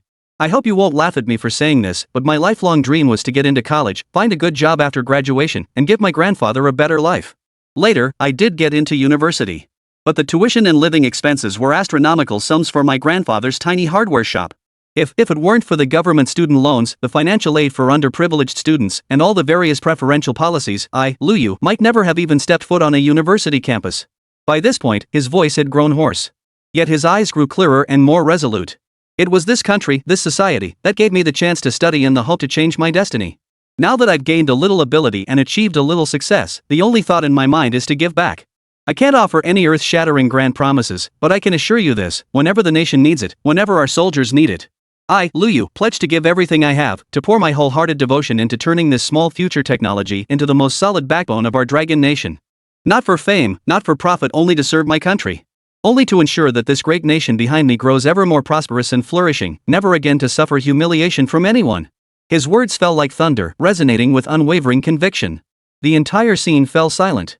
Everyone was deeply moved by Lu Yu's heartfelt confession. In the eyes of this 23-year-old youth, they saw a light called sincerity and faith. Such light was exceptionally precious in today's materialistic society. Old Joe stared intently at Lu Yu, his eyes brimming with admiration so thick it seemed impossible to dissolve. He had thought Lu Yu was merely a prodigiously gifted technical genius. But he never imagined he also possessed such a pure heart. What a blessing for the nation! What a blessing for the military! Old Joe said no more. 1,000 words dissolved into a single, simple gesture. He stepped forward, placed his calloused hand firmly on Lu Yu's shoulder, and gave it a hearty pat. Good lad, the nation and your grandfather did not misjudge you. Keep up the good work, we're all watching you, the entire nation is watching you. Those 2 words, good lad, spoke volumes. Wait for our good news. Before getting into the car, Old Joe turned back, gave Lu Yu a relaxed wink, and left with those words. This slightly playful remark instantly lightened the previously tense atmosphere. It drew knowing chuckles from the surrounding crowd.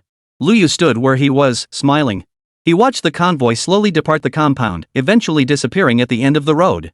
Only when the convoy's silhouette vanished completely did the smile slowly fade from his face. Every word spoken earlier had come straight from his heart. But beyond serving his country, he harbored deeper considerations. Future Tech is about to become an official deep-level partner of the Military Technology Department. This status will be my best protection, Liu silently calculated in his mind. With this connection, I can legitimately request the system store to release more equipment capable of reshaping the future landscape equipment developed by my private enterprise. He understood clearly that many items within the system would only invite endless trouble and covetousness if brought out into the open. But cloaked under the guise of military-industrial cooperation, everything would become perfectly legitimate. Selling these advanced systems to the Ministry of Military Affairs at near-cost prices provided by the system would both bolster national strength and generate massive cash flow. Then reinvest that cash into the research and development of even more advanced technologies, establishing laboratories, recruiting top talent. Though all this is merely window dressing to deceive others. They can shield me and the system from all unnecessary complications, creating a flawless closed loop. At this realization, Lu Yu's eyes shone with an unprecedented brilliance. The inspection team's mission had been successfully completed, but this was only the beginning. More significant matters awaited him ahead. He pulled out his phone and glanced at his schedule. The launch of the Everything app and the subsequent establishment of its logistics system must be prioritized immediately. This app represented his key move to penetrate the civilian market, providing massive points for the system. It was also a crucial step toward accumulating wealth and influence for himself. Still not enough manpower. Lu Yu frowned. The company's framework is in place, but we're still sorely lacking in mid-level management and top-tier network technology talent. We need the new HR director to immediately launch the third round of recruitment. Salary and benefits are no issue. In this era, with money, nothing is impossible. He glanced at the long string of zeros in his account, exactly 9, not 1 more or less. His gaze swept over the vast industrial park stretching across thousands of acres. Yet still somewhat desolate. An unprecedented ambition and desire blazed like wildfire within his chest. Not enough. This is nowhere near enough. Lu Yu clenched his fists, his eyes flashing with a terrifying light. 1 industrial park? How could that be enough? I will buy up every inch of land in this vicinity. Build a colossal super tech city-state integrating R&D, production, and testing.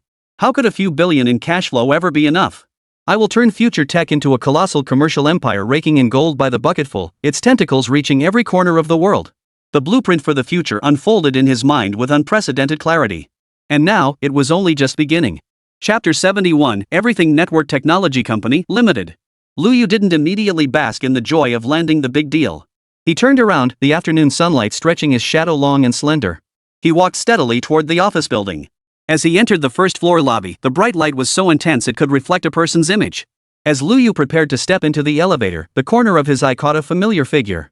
It was Su Muqing, clutching a stack of documents as she seemed to be discussing something with a colleague from the administration department. Seeing her, a sudden thought struck Lu Yu. Muqing, he called out. His voice wasn't loud, but it reached Su Muqing's ears clearly. Su Muqing paused slightly at the sound, then swiftly turned around. Recognizing Lu Yu, a professional smile immediately spread across her face. Mr. Lu, you're back. MHM. Lu Yu walked up to her, his gaze sweeping over the documents in her hands as he casually inquired, "All taken care of?" "Yes, the reception procedures and feedback from the Military Affairs Department delegation have been organized and filed," Sumuching reported methodically. "Very good." Lu Yu nodded in satisfaction, then shifted gears and got straight to the point.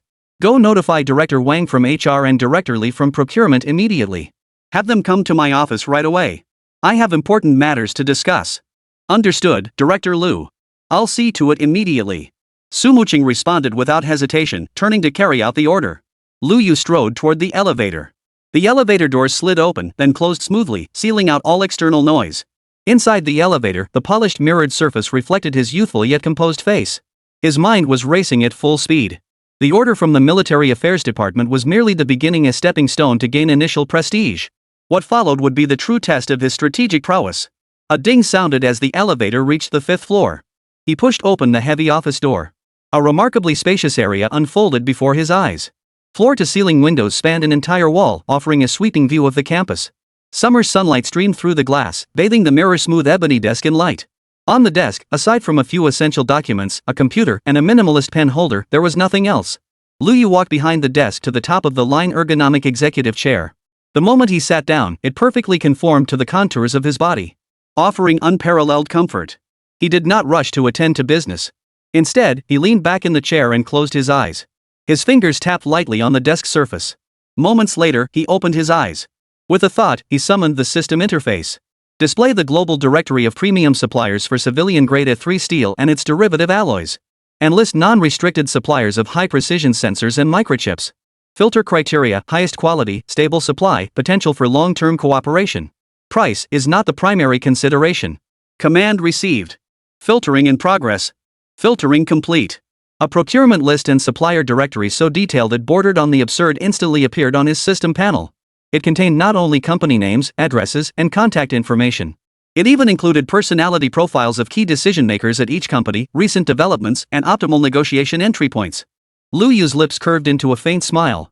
This was his greatest confidence. He extracted the core information, material names, specifications, and recommended suppliers from the list, and stored it in a newly created folder on his desktop. After completing these tasks, he picked up the teacup beside his desk and took a gentle sip.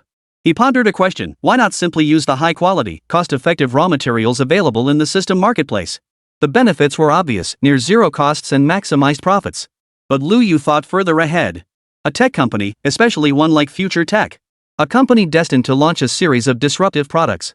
If its financial statements show only massive revenue, but lacks matching, reasonable raw material procurement costs, what would be the consequence? The tax authorities would be the first to come knocking.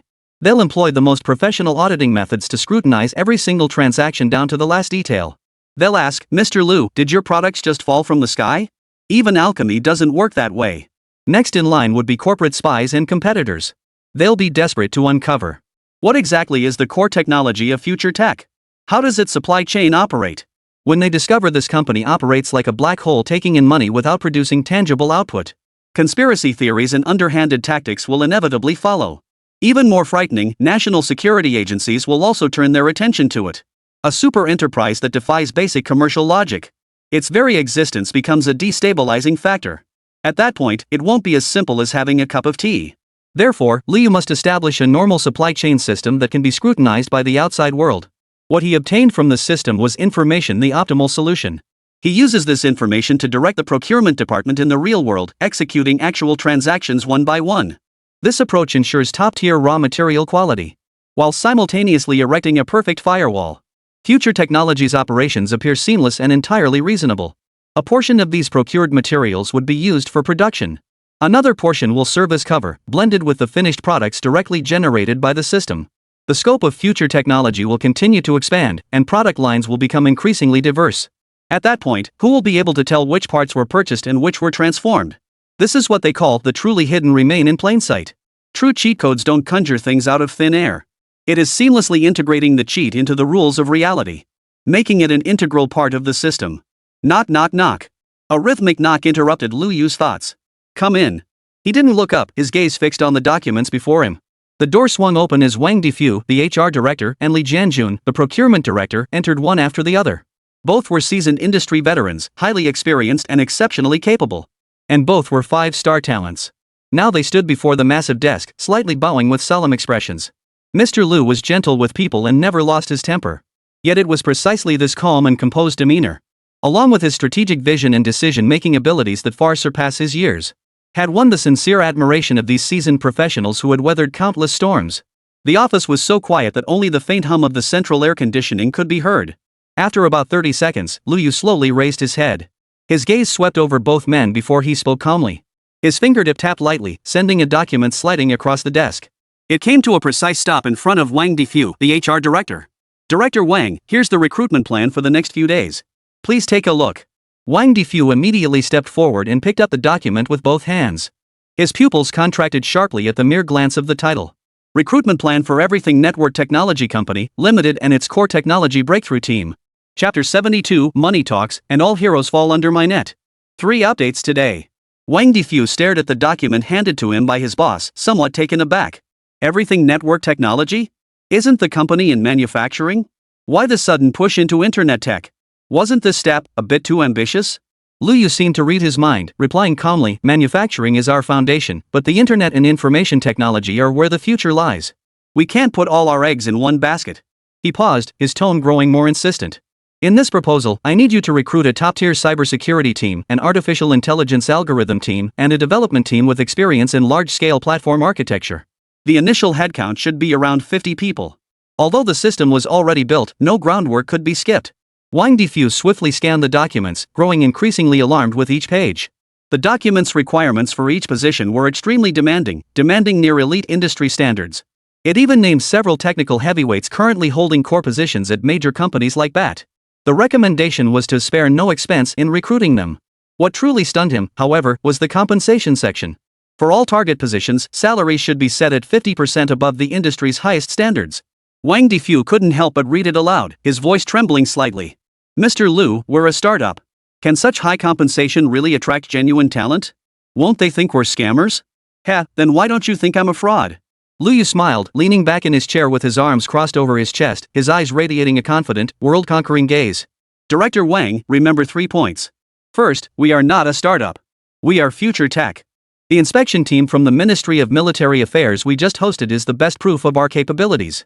Money has never been an issue for us. Second, why do talents flock to big companies? It's all about the platform, prospects, and compensation. We build our own platform. I'll personally discuss prospects with them. As for compensation, he curled his lip. Tell them I offer not just a salary, but a ticket to change the world. 50% is merely the starting point. For truly top-tier talent, there's no ceiling. Equity incentives, project dividends if they have the capability, I'll give it. Jokes aside, with the system's 5-star talent management in place, he could see everyone's loyalty clearly. He had no need for caution whatsoever. Third, Liu Yu's voice dropped, taking on an unquestionable commanding tone. I'm giving you and your department 2 weeks. I don't care what methods you use, headhunting, high salary poaching, whatever. In 2 weeks, I want to see these 50 people sitting in our new office. The HR department will be heavily burdened with tasks in the near future. If you need more staff, add them. If the budget is insufficient, request it. I demand 2 things, speed and efficiency. His words struck deep into Wang Defu's heart. That domineering aura of I've got the money, and all the heroes of the world will fall into my net. Even Wang Defu, a seasoned veteran who'd navigated the corporate world for 2 decades, felt a surge of excitement. This was a boss who could accomplish great things. No sentimental nonsense, no pie-in-the-sky promises. Just bluntly telling you, work for me, get paid well, and your future is limitless. Yes, Mr. Liu.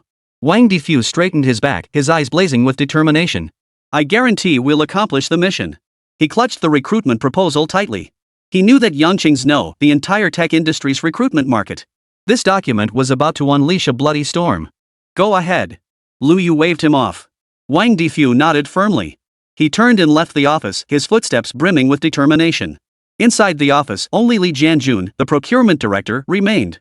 He was even more nervous than Wang Defu, his palms already slightly sweaty.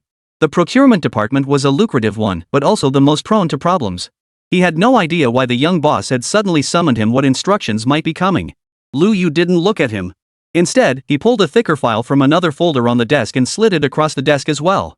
Director Li, this is the company's raw material procurement list for the next 3 to 6 months, along with my designated supplier roster. Li Jianjun's heart skipped a beat. Even the suppliers were already designated? Was this a sign of distrust? With a heavy heart, he picked up the file. But when he saw the contents, he froze in place. The list contained a wide variety of raw materials. From common specialty steels and composite materials to various electronic components and high-precision sensors, everything was included. Detailed specifications and performance parameters were listed for each material. There were even recommended price ranges for procurement. What was even more outrageous was the supplier directory that followed. It listed over a dozen companies spread across the country, including several foreign suppliers. Drawing on his professional expertise, Lee Jianjun recognized immediately that these companies were all top-tier suppliers in their respective fields, renowned for their unmatched quality and stellar reputations. Now, not only had General Manager Liu listed these suppliers' names, but also appended detailed contact information and designated contact persons. Lee Jianjun's jaw dropped further and further. Finally, she was grinning from ear to ear. Is this mistrust? This is nothing short of immense trust and support. What's the biggest fear in procurement? First, the fear of purchasing counterfeit or substandard products that disrupt production. Second, failing to find quality suppliers. Even the most skilled cook can't work miracles without ingredients. Third, having to grovel and kowtow to secure quality goods, constantly reading others' faces. Now, General Manager Liu has personally handled the toughest part: screening and selecting suppliers. He has personally completed this entire process. And he delivered the optimal solution. All he needs to do now is follow the blueprint, reach out, place orders, and sign contracts. This is what you call a boss who walks on air. How much effort he saved the procurement department. How many risks he mitigated. Lee Jianjun exclaimed excitedly, Mr. Liu, this is absolutely fantastic. With this list, our procurement department's efficiency will at least double. And the quality is absolutely guaranteed. Liu picked up his teacup, blew on the steam, and said with a calm air, I can't handle everything personally. I hired you precisely so professionals could handle professional tasks. I'm only providing information and direction. The actual negotiations, contracts, logistics, and quality inspections, those are all tasks for your procurement department to handle. I have only one requirement: strictly adhere to the standards on this list. Any supplier attempting to cut corners or pass off inferior goods will be permanently blacklisted. Yes. Rest assured, Mr. Liu. We'll handle it perfectly. Lee Jianjun assured him, pounding his chest. His admiration for this young boss had now reached new heights. This was no longer merely business acumen. The information gathering and analytical capabilities behind this list were nothing short of terrifying. Chapter 73, The Future Group Plan. After settling these matters, Liu dismissed Lee Jianjun as well. The vast office fell silent once more. Liu leaned back in his chair and exhaled a long breath. The two most critical departments, human resources and procurement, were now firmly on track. Next came the most crucial part: spending money. He pressed the intercom button connected to Su Muqing's office, have Director Zhang from Finance bring her core team to the 5th floor conference room for a meeting. Within 5 minutes, the finance department's elite team, led by Chief Financial Officer Zhang Hui, with laptops and various reports in hand, sat neatly in the reception area of Liu Yu's office. Zhang Hui was an efficient woman in her 40s. She had previously served as the CFO of a Fortune 500 company. Mr. Liu, Zhang Hui said, adjusting her gold-rimmed glasses on her nose, you called us here. Is there an important financial arrangement to discuss? Liu Yu nodded and got straight to the point. Exactly. Today's meeting is about how to spend 50 billion. The young financial analyst couldn't hold back, nearly spitting out the sip of water he'd just taken. Everyone in the conference room was stunned by Liu Yu's earth-shattering opening statement. They'd seen bosses push for profits. But never had they seen a boss actively convene the finance department to discuss how to spend money. Zhang Hui was momentarily stunned, but quickly regained her composure. Adjusting her glasses, she said, Mr. Liu, please give your instructions. Liu Yu was pleased with her response.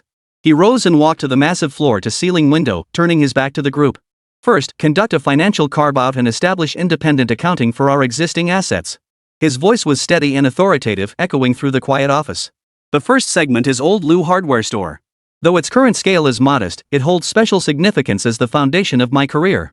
It will operate as an independent subsidiary, completely separated from Future Tech financially. The second is our online store, Everything Store. It will also operate with independent accounting and serve as the primary online sales platform for the Future Group. After the establishment of Everything Online Technology Company, it will undergo comprehensive technological upgrades and platform restructuring. The third segment is our core, Future Technology Company, Limited. The advance payment from the Military Equipment Department will arrive shortly. Combined with my personal investment, the company's cash flow will be exceptionally robust. I demand that Future Tech's financial model prioritize RD above all else. There will be no cap on RD investment. No upper limit. These 4 words sent a collective gasp of astonishment through the entire finance team present.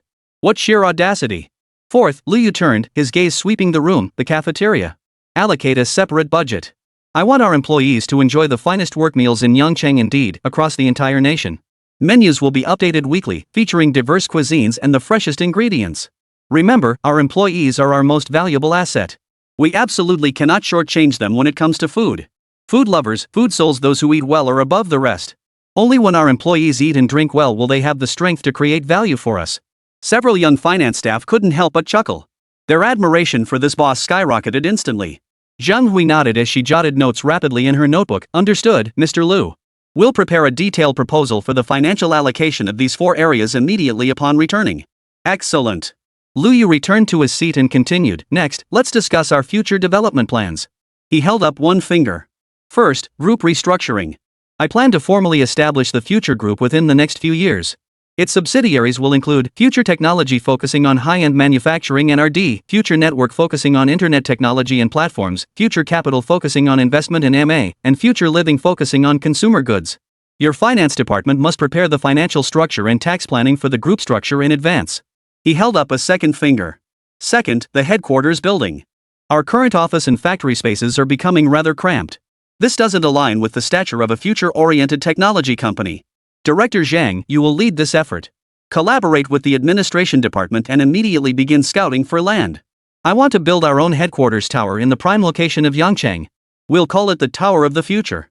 The design will be globally tendered. It must become Yangcheng's new landmark. Budget, allocate 2 billion yuan initially. If more is needed, add it. 20 billion. For a single building. The finance team was numb. The shock they'd endured today surpassed the total from the past decade. Third, Liu Yu gazed out the window, his eyes distant. Continue expanding. I'll negotiate with the Park Management Committee to acquire all the idle factory buildings adjacent to ours. Future Tech's production lines must be expanded. Preparing for the upcoming launch of consumer products. The entire finance team listened with hearts racing, yet feeling the weight of immense pressure. This was laying the most solid foundation for the rise of a commercial empire with money. Are my requirements clear? Liu Yu asked. Understood, CEO Liu. Zhang Hui replied solemnly on behalf of the team. The initial shock had vanished from her eyes.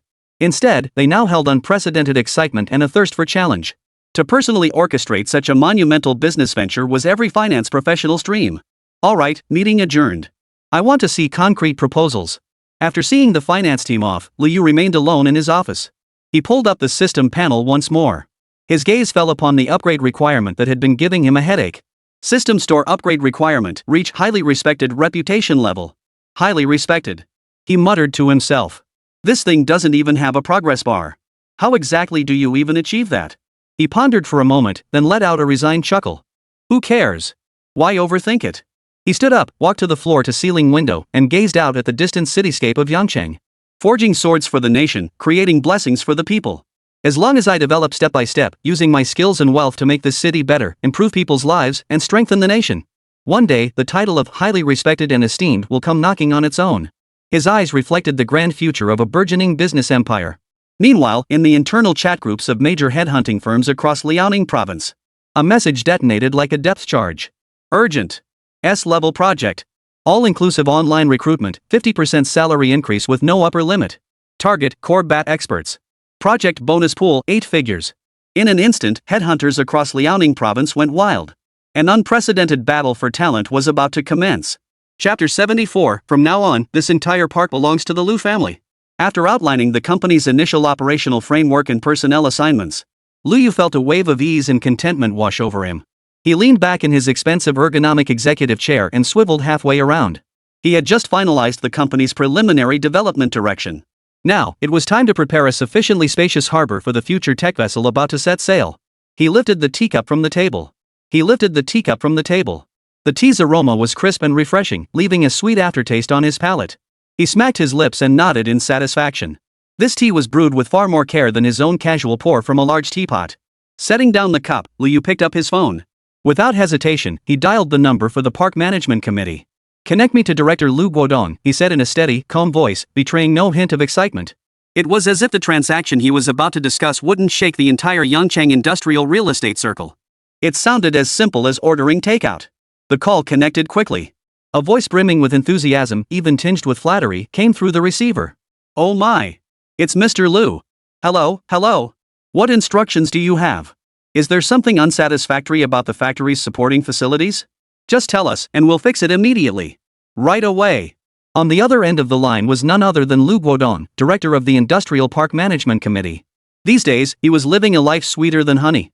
This industrial park, once half dead and struggling to attract investment. But with Lu Yu's arrival, it had been revitalized overnight. The fact that they'd bought 10 factory buildings in one go had him grinning from ear to ear. He boasted about it daily at various meetings as the crowning achievement of his tenure. He had even decided on the title for his mid-year work report, Building Nests to Attract Phoenixes, Optimizing the Business Environment and Successfully Introducing the Billion-Dollar Potential Enterprise Future Tech Practices and Reflections.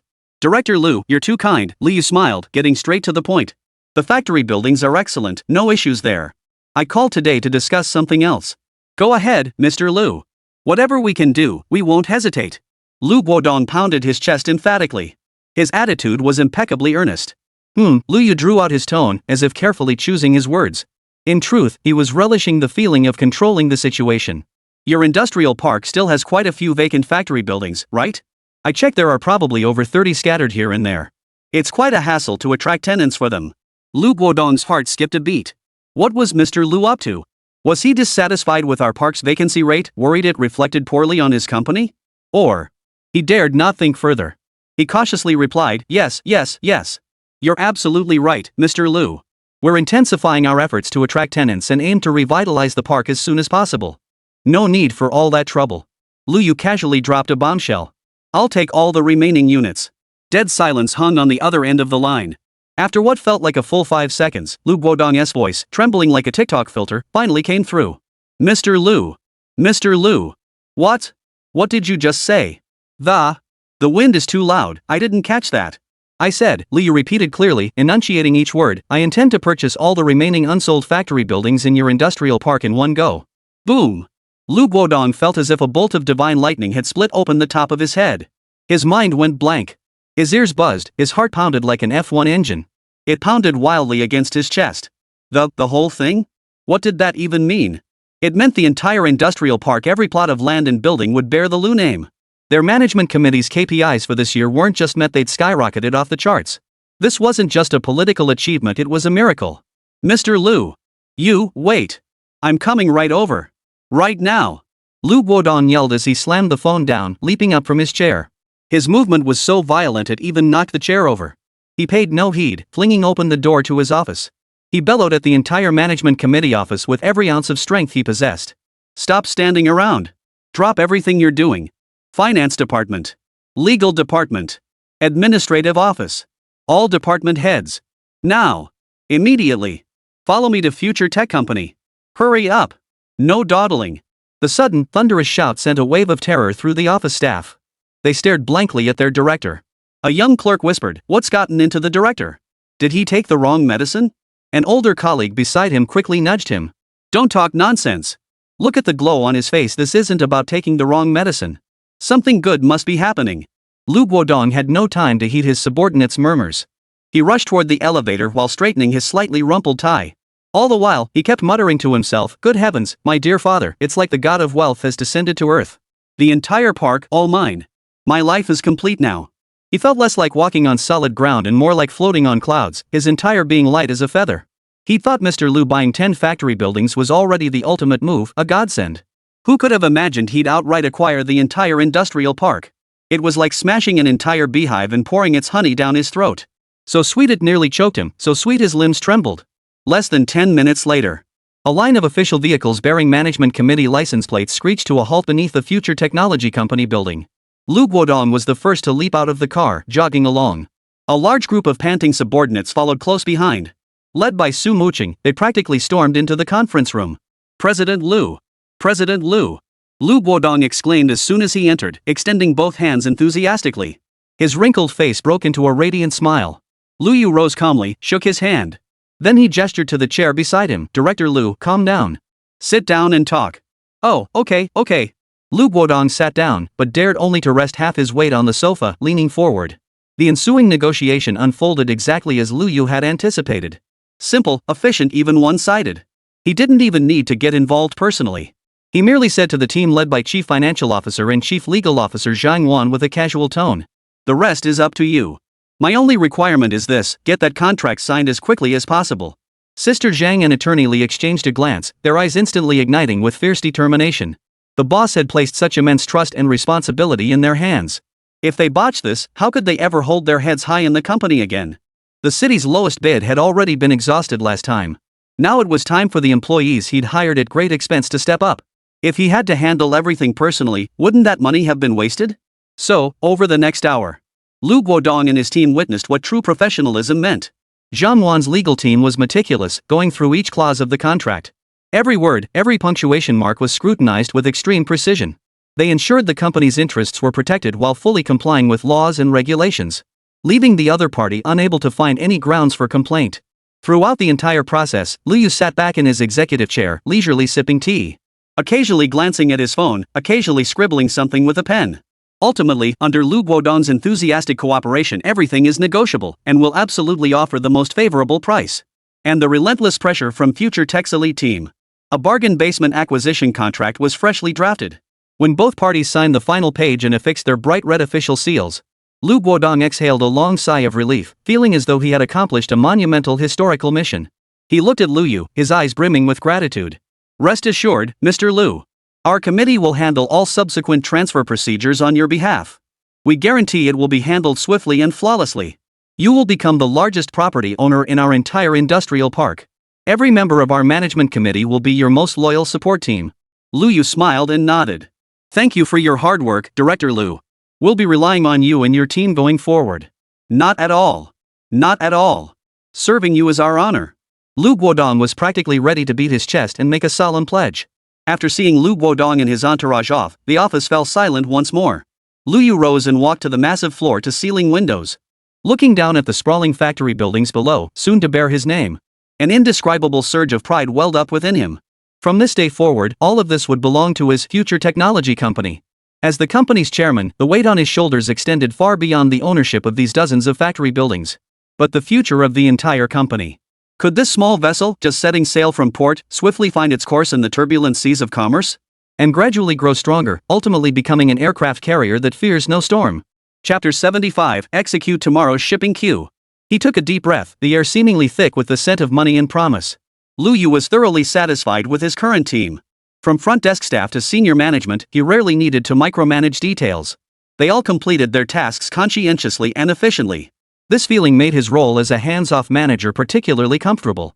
He glanced at his wristwatch. It was nearly 5 in the afternoon.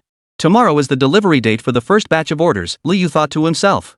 Although Future Tech had expanded its operations significantly, his foundation Old Lu hardware store remained the bedrock of his confidence. For the first shipment, he wouldn't need to personally handle the loading and unloading. As the hardware store owner, he still needed to be present to oversee everything, to ensure the entire process went flawlessly. He also wanted to observe the reactions of those big suckers.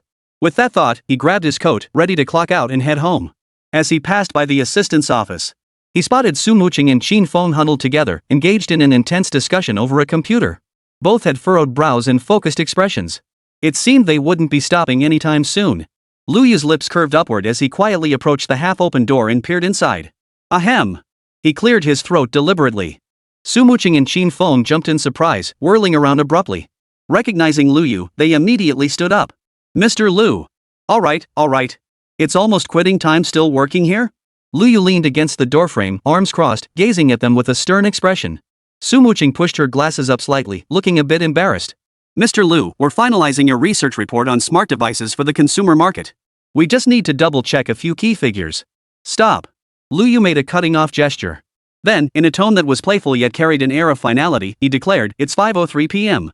I order you to shut down your computers immediately, pack up your things, and leave on time.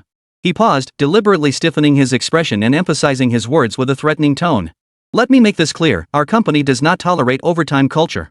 If I catch anyone working overtime, especially you two, one offense means $100 deduction. Twice, and it's $500 deducted. 3 times? Consider this month's bonus your contribution to company development. With that, he ducked his head like a child who'd pulled off a prank. He turned and strode off with a swagger, humming a tune that was anything but in tune. He sauntered downstairs and headed home. In the office, Qin Feng and Su Muqing exchanged stunned glances, frozen in place for several seconds. Then, with a soft chuckle, Su Muqing was the first to laugh. Her smile was like a spring breeze, instantly melting the tension etched on her face from work. Xin Feng shook his head helplessly, yet the corners of his mouth lifted involuntarily. This boss, he's got something special, Xin Feng remarked. He'd worked at several big companies before, where bosses were either all talk or toxic manipulators. Someone like Lu Yu, who enforced no overtime as a strict rule. He even threatened employees with pay deductions utterly unheard of and unprecedented. Yeah, Su Muqing nodded in agreement. She shut down her computer while tidying up the documents on her desk. Having the right boss makes all the difference. Every day at work is filled with motivation, knowing your efforts will be seen and respected. Now, as Lu Yu's chief administrative assistant, handling all administrative matters, big and small, within the company. From designing recruitment processes to procuring office supplies, to the initial development of corporate culture. Though each task is intricate, she manages them with precision and finds joy in the process. Because she knew she was participating in a great endeavor with boundless potential. Xin Feng's official title was assistant to the chairman.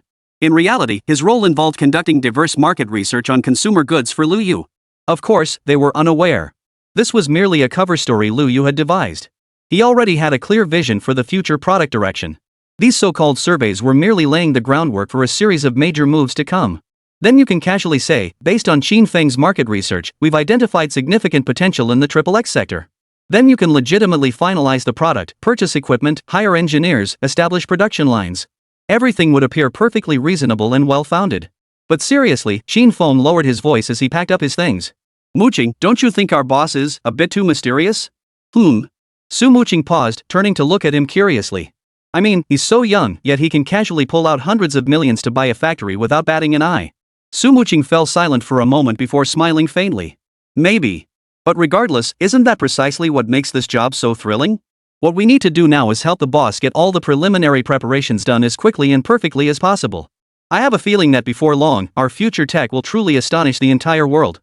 Xin Feng nodded emphatically, his eyes equally brimming with anticipation. For them, overtime had ceased to matter. What mattered was that they were racing full speed ahead on a track leading straight to the future. Meanwhile, Lu Yu, humming a tune as he returned to the hardware store, had fully switched into hardware store owner mode.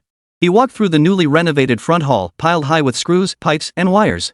He made his way with practiced ease to the very back of the shop. To the unassuming door at the very back. He didn't pull out a key or enter a code, he simply gave it a casual push. The door slid inward silently. The world beyond the door stood in stark contrast to the one outside. This was his core base, the rear warehouse. The moment he stepped inside, soft white light began to glow from the cracks in the ceiling and walls, illuminating the entire space as bright as day. There were no biometric scanners, keypads, or keyholes here. The entire system was deeply bound to Lu Yu's vital signs. No other known sentient being in this universe could gain access here through physical or non-physical means. As the system put it, the privileged dog Lu Yu can do whatever he wants. Lu Yu strolled to the floating control platform at the center of the rear storage area. A pale blue light screen automatically unfolded before him. Clearly displayed on the screen were all signed supply orders. Included were customer details, goods lists, and precise scheduled delivery times. Alright, let's get to work. Lu Yu stretched lazily and tapped lightly on the light screen. He selected the Execute Tomorrow Shipment Queue option. Command confirmed. Initiating order preparation. A cold, synthetic voice echoed through the empty back warehouse. The next second, the entire steel jungle came to life. Chapter 76, Fully Automated Little Bee Forklifts. Swish, swish, swish. Countless figures darted swiftly between towering shelves. These spider-like high-end robots possessed mechanical arms with flexibility beyond imagination. Silently, they climbed and leaped across the towering shelves. Precision retrieving metal crates from designated storage locations. Then, through a complex and dazzling network of magnetic levitation conveyor tracks, to designated conveyor channels. The entire process is fast, precise, and efficient, yet eerily quiet. Only faint hums of electricity and the soft clicks of mechanical joints could be heard. Lu Yu tilted his head back, watching the spider robots busily scurrying through the high ceilings. Each piece of cargo, gleaming with metallic sheen, was transported downward. Ultimately, through various conveyor pipes, they converged upon the massive shipping platform nestled in the deepest recesses of the rear warehouse. These so-called goods were impeccably packaged. Encased in uniform specification special alloy boxes, impervious to any impact. This feeling was utterly satisfying. It was like a child who had gained access to the world's largest, coolest toy warehouse. And he was the sole ruler here. Beep. Just as Lu Yu was lost in this feeling of satisfaction, a cheerful electronic beep sounded behind him. He turned to see Xiaobai execute an incredibly flashy, stylish drift before coming to a smooth stop right in front of him. Its screen now displayed a smiling face. You're punctual as hell, aren't you? Lu Yu chuckled, patting its smooth forehead. Go play somewhere else for now. I've still got work to finish here. Xiaobai's screen instantly flashed a pouty expression, TT. It even emitted two pitiful beep beep sounds. Lu Yu couldn't help but chuckle. He glanced at the prompt on the control screen, shipping queue fully prepared. He nodded with satisfaction. All shipments scheduled for tomorrow were neatly arranged on the shipping platform in order of their respective orders, quietly awaiting their buyer's arrival. Alright, just messing with you. Lu Yu, in high spirits, plopped down onto Xiaobai's chair without looking back. Xiaobai's expression on the screen instantly brightened. Leaning back with his hands behind his head and crossing one leg over the other, Lu Yu waved his hand grandly. Let's go. Home for dinner. Beep beep. Xiaobai responded with a loud beep. Carrying its owner, it shot forward like a white bolt of lightning, instantly vanishing at the entrance to the rear warehouse. The next day, early morning. The sky was just beginning to lighten. A brand new, massive box truck was already parked in front of the glass doors of Old Lu's hardware store. The words Starlight Technology were prominently printed on the side of the vehicle. A driver named Wang Chang, clad in blue overalls, jumped out of the cab. He glanced at the address on his phone. Then he looked up at the Old Lu hardware store sign, his face filled with confusion. No way. The address is correct. He scratched his head, filled with doubt. His assignment was to pick up a shipment of high-end gallium nitride high-frequency power amplifier modules. The shipment was said to be worth a fortune. Company executives had specifically instructed him to use the highest-grade shockproof, temperature-controlled vehicle for transport. And absolute secrecy was required. But this didn't look anything like a pickup location. High-end electronic components? The only things you'd find here are probably non-fu batteries and bull power strips, right? Despite the urge to vent frustration internally, as a professional courier, he followed the procedure specifically emphasized by the employer in the mission briefing. He approached a massive metal gate on the hardware store's side that resembled a goods exit. Beside the gate sat a device resembling a supermarket scanner. The device itself looked quite high-tech. Wang Chang pulled out his phone, half believing it. He pulled up an encrypted QR code sent by the company. He aimed his phone screen at the scanner. Beep. A crisp confirmation sound rang out. Then, a scene unfolded that Wang Chang would never forget for the rest of his life. Clank. Rumbling. The massive metal gate before him, at least 5 meters tall and 10 meters wide. Amidst the low rumble of hydraulic motors, it began to rise slowly upward. A blast of icy, pure cold air rushed through the gap in the gate. It made him shiver instantly. As the gate fully opened, the scene beyond was laid bare before his eyes. Wang Chang froze solid. Before him lay an immense, pristine platform. Rows upon rows of standardized cargo containers, gleaming with a silvery metallic sheen, were neatly stacked. Each container was flawless and futuristic. They stood in stark contrast to the hardware store before him. Just as he stood there dumbfounded, his mind going blank, a series of lively, mischievous voices suddenly rang in his ears. Move it! Move it! If you're not enthusiastic about working, you've got issues. This bee's about to start laying bricks. Wang Chang whipped his head around. From the shadows of the platform emerged a procession of bright yellow, bee-like, fully automated forklifts. These little bee forklifts were only about a person's height. Compact and agile, they moved silently. They glowed with 2 adorable LED eyes. As they moved, they communicated using various voice packs. Bro, move your bum over there. You're blocking my path. Roger that. Veteran driver about to depart, hold on tight. Your precious cargo is speeding toward the truck. The lead bee forklift precisely positions itself before the first cargo box. The forks automatically adjusted their angle, lifting the container steadily. Then, with a smooth turn, it headed straight for Wang Chang's truck. Wang Chang instinctively wanted to step in and guide it. But the little bee seemed to have eyes of its own. Its built-in voice pack chimed in again. Attention, human friend. Please maintain a safe distance from me. If we bump or scrape, this bee won't be covering your medical bills. Wang Chang. He could only stand there dumbfounded, watching the little bee forklift deliver the cargo box into the truck with extreme precision. Then set it down smoothly in the designated spot, with an error margin of no more than a millimeter. Immediately after, a second, then a third, the entire bee team launched into their efficient performance. Like a swarm of well-trained worker bees, they coordinated flawlessly, moving with lightning speed. The entire loading process flowed like water, rhythmically seamless. Wang Chang was completely numb. He pinched his thigh hard. The sharp pain told him this wasn't a dream. He opened his mouth, wanting to say something, only to realize he couldn't even begin to describe the scene before him. But upon reflection, it wasn't such a big deal after all. It's just an unmanned forklift, right? Nowadays, there are even driverless taxis and delivery drones. Wang Chang stood by, watching these little bees at work. But everything he witnessed today had already exceeded his understanding of what a hardware store could be. Old Lu's hardware store. This wasn't a hardware store at all. This was clearly a secret base straight out of urban legends like S.H.I.E.L.D. or Stark Industries. In less than 20 minutes, a full truckload of goods was perfectly loaded. The last little B forklift retreated to the platform. It playfully flashed its LED eyes one last time, and the voice prompt delivered its final message. Ding! Your order is fully loaded. 5-star review, please. Wishing you smooth sailing and prosperity. Then the massive metal gate slowly descended. With a soft click, it sealed shut completely. Outside, the dilapidated hardware store resumed its ordinary appearance. As if the entire loading spectacle had never occurred. Wang Chang stood frozen in place. After a long moment, he fumbled a cigarette from his pocket with trembling hands, lit it, and took a deep drag. Damn it, back to work. Chapter 77, Cash King squatting at the hardware store, cracking sunflower seeds. Extra chapter today. Keep reading, everyone. At that moment, a group of adorable bright yellow creatures bustled about in the buffer space between the back warehouse and the gate. They were Lu Yu's whimsical creation from the night before. They were his ultimate interpretation of the word efficiency. These little creatures were equipped with precision sensors and flexible mechanical arms at their front ends. Soft blue status lights flickered along their bodies. As they moved, they emitted only a faint humming sound. Like a swarm of truly industrious bees. The heavy ally gate at the rear warehouse, as massive as a city gate, slowly rises. A 16-wheel heavy-duty truck from Tiangong Precision Manufacturing backed precisely into the designated loading zone. Driver Old Zhang was a seasoned veteran with 20 years of long-haul experience. The truck had barely come to a stop when the driver scanned the QR code. The intelligent management system had already matched the vehicle with the order.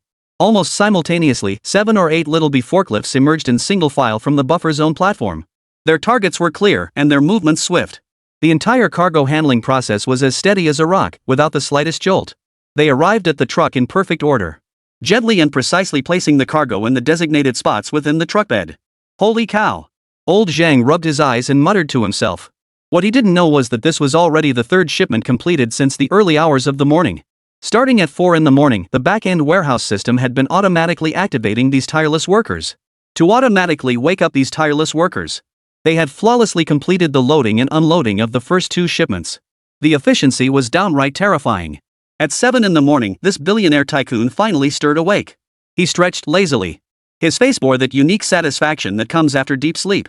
For him, nothing brought greater happiness than waking up naturally. He rose slowly, brushed his teeth, and washed his face. Throughout the entire routine, Lu Yu hummed a popular tune, though it was decidedly off-key. Savoring the morning hours a young man should enjoy. He showed no awareness whatsoever of his role as the future leader of a tech company.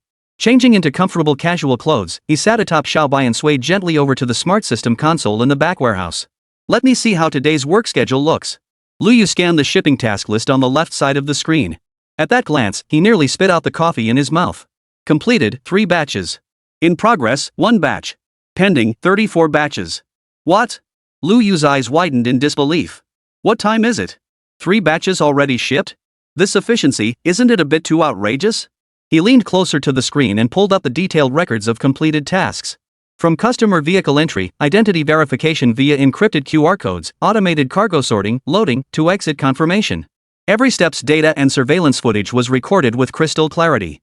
Looks like this shipping system doesn't need human oversight either. Lu Yu stroked his chin, a smile of both astonishment and satisfaction spreading across his face. He had assumed that, at least in the early stages, he would need to personally oversee the process to ensure everything ran smoothly. Now it seemed he had completely overthought things. The intelligence and reliability of this back-end warehouse management system had surpassed even his own expectations.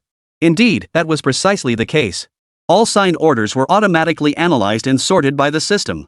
The customer's pickup personnel simply need to present the dynamically encrypted QR code generated by the system on their mobile device.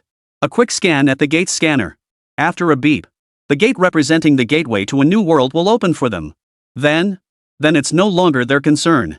They just need to park their vehicle, sit in the cab sipping tea, chatting, or scrolling through short videos. All the heavy, dangerous, and precision-demanding loading and unloading tasks will be handled entirely by those industrious little bees. This is nothing short of a godsend for all freight drivers. Lu Yu watched the busy little bees on the screen and suddenly felt a bit idle. He thought for a moment, then turned and fetched a small folding stool from the corner. He grabbed a handful of 5 spice melon seeds from his snack cabinet. He sat down right at the hardware store's entrance. The open space in front of the shop faced the gate's entrance and exit, offering an excellent view. Warm sunlight bathed his body, making him feel lazy and utterly comfortable. Lu Yu crossed his legs, skillfully popping a melon seed into his mouth. With a satisfying crack, the shell split cleanly in 2. The kernel melted in his mouth, releasing a burst of fragrance. Put! He spat the shell into the trash can at his feet. Squinting, he watched a small drone deftly dodge another in the distance, muttering under his breath. These little things sure work fast. Much busier than I am. Outside the door, several heavy-duty trucks were already lined up on the street, waiting. Some companies placed great importance on this shipment. Unsatisfied with just drivers accompanying the trucks, they had even dispatched some company executives and vice presidents to come personally. A vice president surnamed Lee sat in his Audi A6, gazing through the window at the scene before him with a complex expression. His company had procured a batch of special memory alloys. The material was extremely expensive and demanded exceptionally strict requirements for transportation and handling. Before arriving, he had prepared to communicate repeatedly with the warehouse manager and personally supervise the workers to ensure careful handling. However, when he saw that all the goods were sealed in alloy packaging boxes gleaming with a metallic sheen, his heart settled halfway. Then, when he saw the swift and well-coordinated team of bright yellow workers, the last of his worries vanished. Secretary Wang, Vice President Lee turned to his secretary beside him. Did you see that? This is what true modern logistics looks like. Compared to our company's warehouse, this place makes theirs look like a primitive tribe.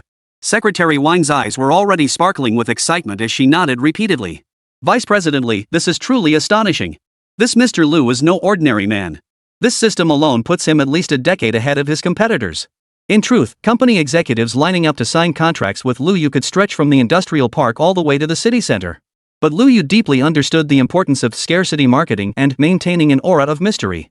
More crucially, the production of certain core technologies and materials had to be handled personally by him. No one else could replace him. With so many projects piling up, he simply couldn't keep up. So he cited recent order saturation, production capacity at maximum, and a need to maintain service quality as reasons to pause accepting new orders, leaving those eager customers, his esteemed clients temporarily on hold. Thus, a legend began circulating throughout the business world.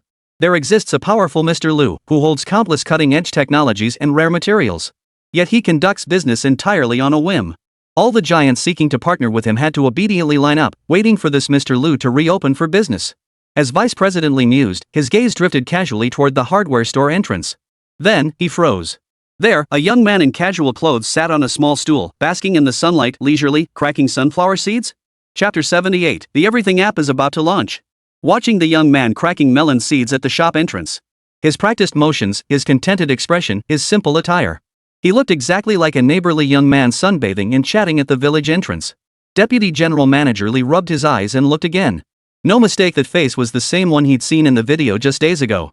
That impossibly youthful Liu Yu, Mr. Liu himself? This.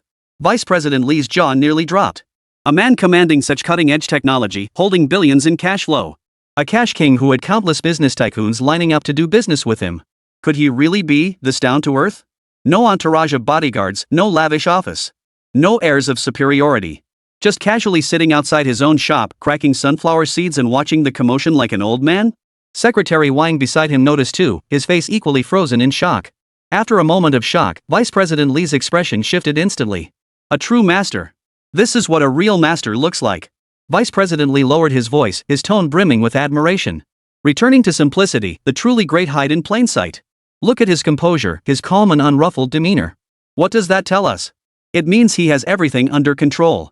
What we perceive as earth-shattering events are merely ordinary scenery to him.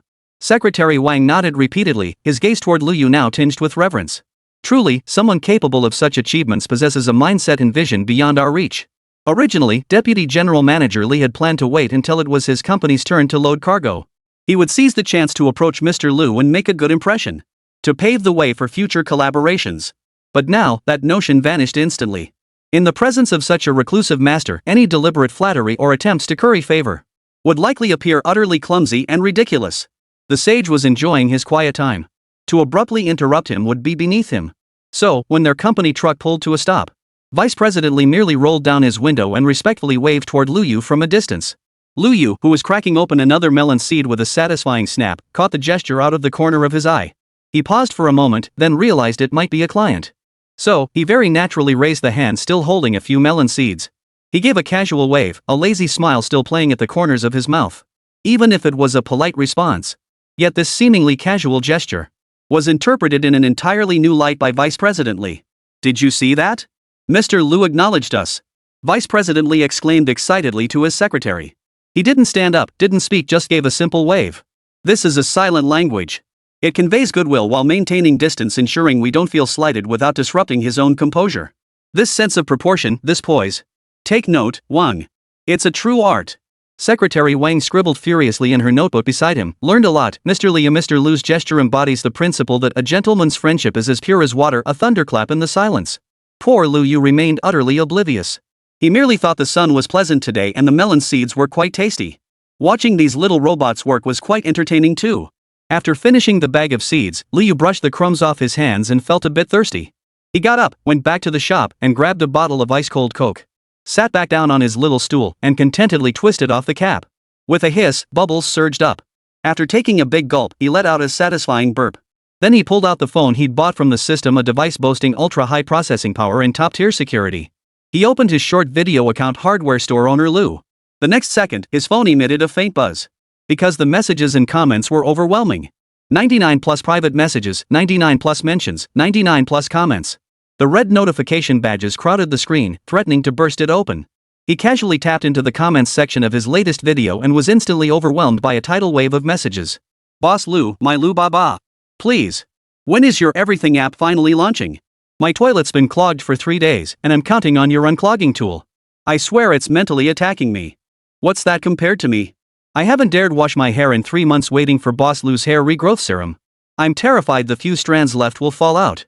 If it doesn't launch soon, I'll cosplay a dandelion one gust of wind and I'll be bald. At hardware store Boss Liu. Creeping darkly twisted screen rolling Boss Liu. My wallet is starving. It says it wants to spend money on you. It says it's never craved an app this much in its life. Launch already. If you don't, my CPU is gonna overheat. Listen to me say thank you. Because of you, I finally understand how long waiting can be, emits a mournful sigh. I hereby declare, from today onward, my life revolves around one word: wait. Wait for takeout, wait for deliveries, wait for quitting time, and wait for the everything app to launch. I can wait for all the others, so why is this last one taking forever? Mr. Liu, if you don't launch it soon, I'll go live doing a headstand while washing my hair. I mean it. Don't push me. You mortals just don't get it. I suspect Boss Liu is brewing something epic. Once this app launches, it'll absolutely change the world. You're my god. God Liu. I'm lacking so much money, love, morals. Oh wait, I mean an all-in-one app. Hurry and save me. I check in here daily, more punctual than school attendance. Just asking, is it launching today? Tomorrow? The day after? Pitiful.jpg. The comments section buzzes with fresh memes and emojis. They perfectly capture netizens' agonizing, desperate anticipation. It's not like they're just urging an app to launch, but summoning a savior who can grant every wish. Liu stared at the endless stream of creative comments, torn between laughter and tears. He even spotted a user named Liu Boss's #1 superfan, who wrote a daily essay in his comments section, beautifully written and heartfelt. The central theme remained constant: beg for the app to launch. These guys, really? Liu Yu chuckled and shook his head, yet a warm wave surged through his heart. The more he thought about it, the more he felt that the launch of this everything app really couldn't be delayed any longer. It was the will of the people, the inevitable trend. He stroked his chin and thought. The servers were ready, the app's framework and all features had been automatically generated by the system. The interface was clean and intuitive, with clear operational logic, truly foolproof. With everything in place, all that was missing was the final push. So what was he waiting for? Wait for the network talent we're hiring? A faint smile touched Liu Yu's lips as a brilliant boss-like idea struck him. When they arrive, I'll tell them this project was previously outsourced to a top-tier team, and now we're just taking it back to operate and maintain it ourselves. Yeah, that's how it'll be done. I'm the boss, after all. Whatever I say goes. Who dares to argue? Anyone who does gets their year-end bonus cut by 50%. Once this thought took root in Liu Yu's mind, it spread like wildfire across the prairie, impossible to contain. Procrastination? Not a chance. Driven by massive commercial interests and the desire to fulfill countless fans' expectations, Liu Yu's drive shot through the roof. He abruptly rose from the stool, casually brushing off imaginary dust from his buttocks. His movements were sharp and decisive, a stark contrast to the lazy sunflower seed cracking figure moments before. Leave this matter to the industrious little bees. They were far more dependable than he was. He strode purposefully toward the vehicle parked nearby. The flashy, wildly mismatched Phantom GT that stood out like a sore thumb in the hardware store. V-Room. A deep rumble filled the air as the Phantom's taillights illuminated. All the drivers and executives waiting in line or resting in their cars were once again deeply stunned. They watched in disbelief as the unassuming young man who'd been cracking sunflower seeds by the entrance moments ago slide into a dream supercar they'd only ever seen in the concept zones of elite auto shows. 1 second he was just the village elder at the town entrance. The next second, he became a futuristic tech god. The sheer contrast delivered a nuclear-level shockwave. Vice President Lee's thermos clattered to the carpet with a loud clang. Secretary Wang beside him had completely frozen in place. The notebook in his hand fell onto his lap, its pages still bearing the notes, Mr. Lu's great hiding in plain sight principle number 1, dress plainly, act down to earth. The final car's arrival utterly betrayed Lu Yu's supposed simplicity. Amidst the stunned stares of everyone present, the phantom streaked out like a black lightning bolt, silently gliding out of the hardware store's courtyard. It emitted a melodious whine as it accelerated in an instant. It became a streak of light, heading straight for the office buildings deep within the industrial park, leaving behind only a breathtakingly cool silhouette for those waiting in line to pick up their goods. And a trail of exhaust mingled with the scent of sunflower seeds and the aroma of futuristic technology. Target Industrial Park Office Building. App, today, it must go live. Chapter 79, Everything, SF Express free shipping to your door. Sunlight streamed through the massive floor-to-ceiling windows of the futuristic tech office building. Fragmented beams of light lazily danced across the mirror-like floor. A faint aroma of coffee wafted through the air.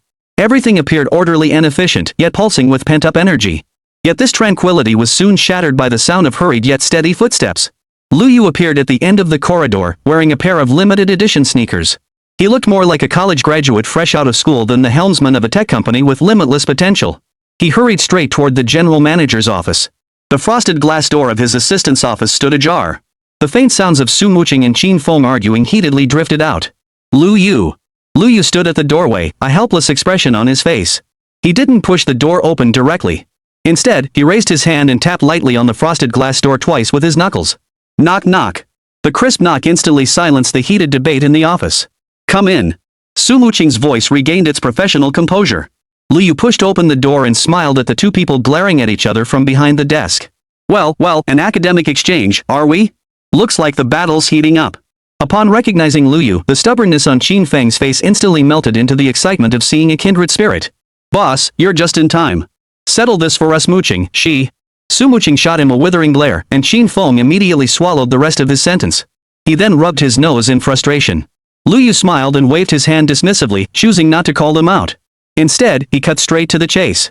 I'm here today for something more important and urgent. Seeing the serious expression on Lu Yu's face, Su Muqing and Qin Feng instantly sat up straight, their expressions turning solemn. The product for the Everything app was finalized, and the software itself was fully developed. The next step was the final mile logistics to get the goods into users' hands. Muqing, Lu Yu turned his gaze to Su Muqing. Contact the top executive at SF Express in Yangcheng immediately, preferably the regional general manager. Inform him that our Everything company has a massive, future-defining long-term strategic partnership to discuss with him in person. SF Express? Su Muqing paused slightly before nodding. Understood. I'll handle it immediately. Regarding the scale of the partnership, how should I present it to him? Lu Yu's lips curved into a faint smile. Just tell him we have everything, a new platform poised to reshape China's e-commerce landscape. Our sincerity lies in.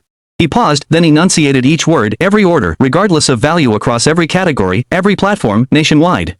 Even if it's just a 1 yuan needle or a 50-cent packet of salt, we'll deliver it all free shipping via SF Express, right to their door. Whoa.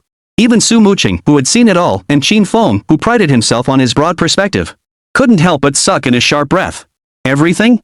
SF Express shipping? What kind of concept was that? What's SF Express's base rate? Even within the same city, it's over $10, right? Shipping something worth a few bucks with a delivery service that costs over 10? This isn't just losing money to attract customers, it's literally paving the road with gold and advertising with diamonds. Boss, this cost. Qin Feng's mouth formed an O shape. His pride and his technical mindset seemed utterly powerless in the face of such blunt, brute force cash power. Money is meant to be spent, Lu Yufeng remarked casually, as if stating the most ordinary fact.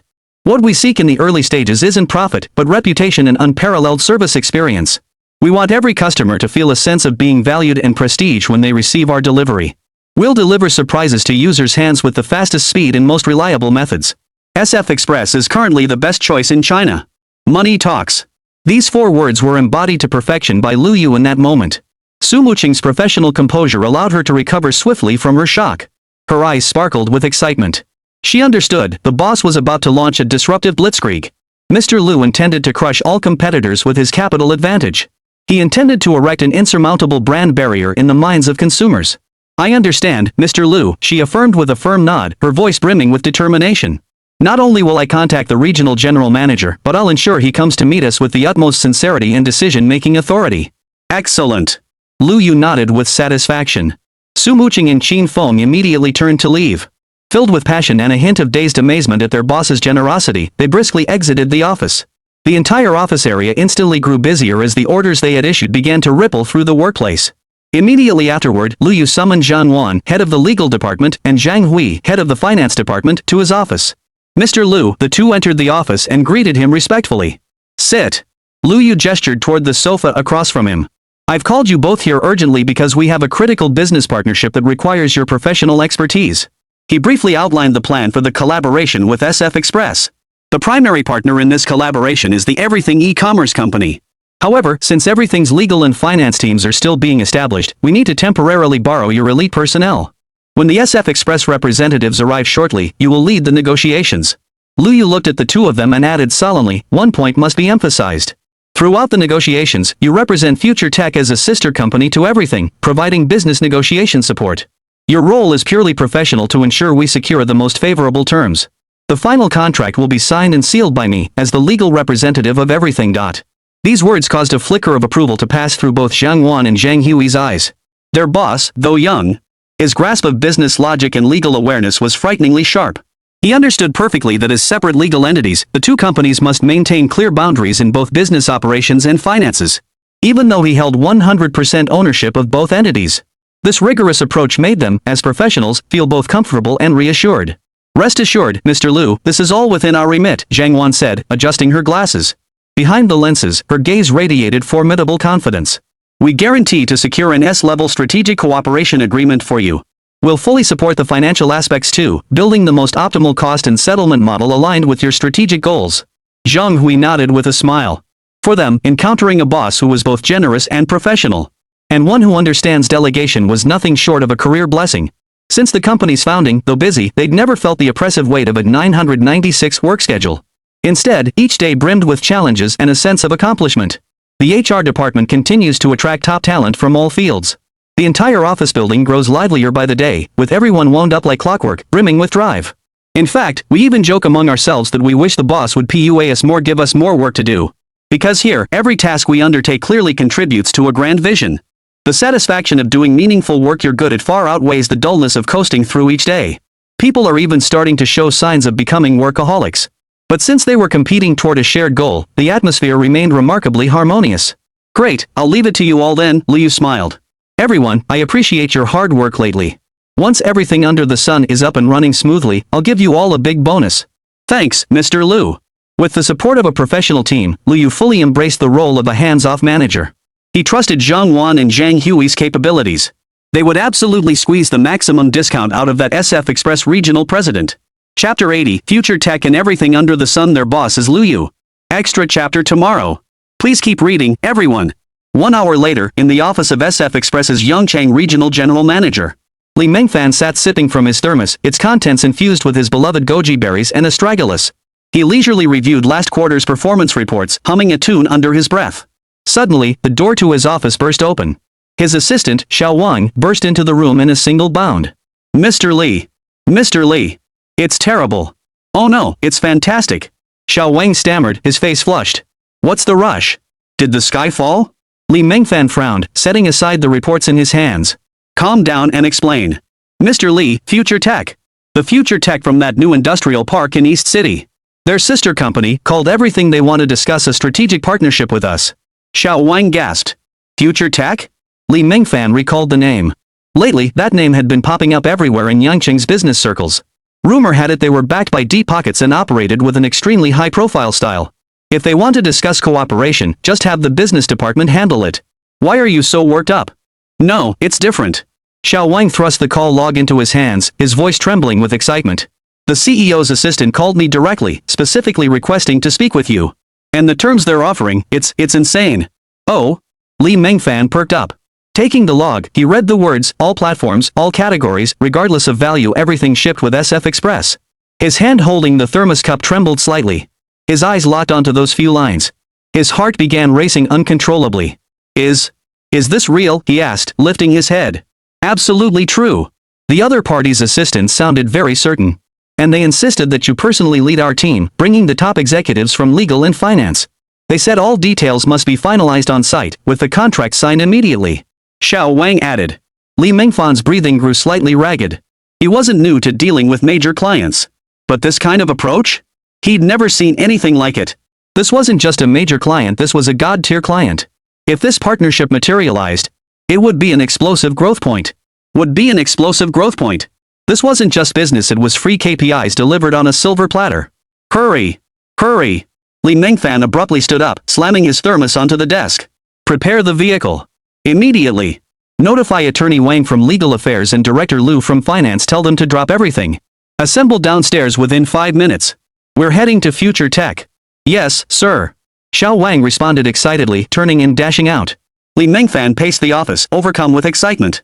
He felt like he was boarding a rocket ship. He smoothed his suit while muttering to himself, Future Tech has everything. What kind of magical company is this? Inside the conference room of Future Tech's office building, Zhang Wan and Zhang Hui, each leading several key members from their respective departments, were already primed and ready. Several ultra-thin laptops were arranged on the table before them. The entire team radiated a powerful aura, professional and stern.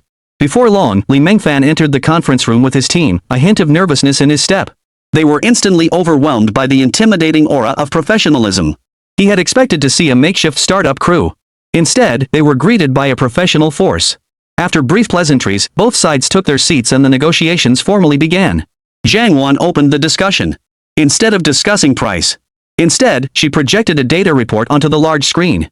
Mr. Li, this is the Everything Platform's analysis based on market consumption data, user profiles, and growth models. It projects the estimated order volume and average order value distribution for the first month after launch, along with the growth trajectory for the following quarter. Li Mengfan and his team stared at the steep vertical growth curve on the screen. And the string of staggering zeros that followed, their eyes nearly popping out of their sockets. Particularly the figure stating, estimated average daily orders for the first month, 50,000 80,000. SF Express's CFO instinctively adjusted his glasses, thinking he must have misread it. This was merely the projected first-month figure for a new app? What kind of joke is this? How many SF Express orders could all of Yangqing's e-commerce platforms combined possibly generate in a single day? This would single-handedly double Yangqing's entire express delivery volume. Director Zhang, if I may be blunt, this figure, isn't it a bit overly optimistic? Li Mengfan struggled to speak. He felt it resembled nothing more than a fantasy confined to PowerPoint slides, rather than a realistic business forecast. Zhang Wan smiled faintly, her expression radiating confidence. Mr. Li, our boss's approach is simple. He only pursues ventures where he's 200% certain of success. This data represents our most conservative estimate. We chose SF Express precisely because we believe only their service capabilities can handle the traffic surge we're about to unleash.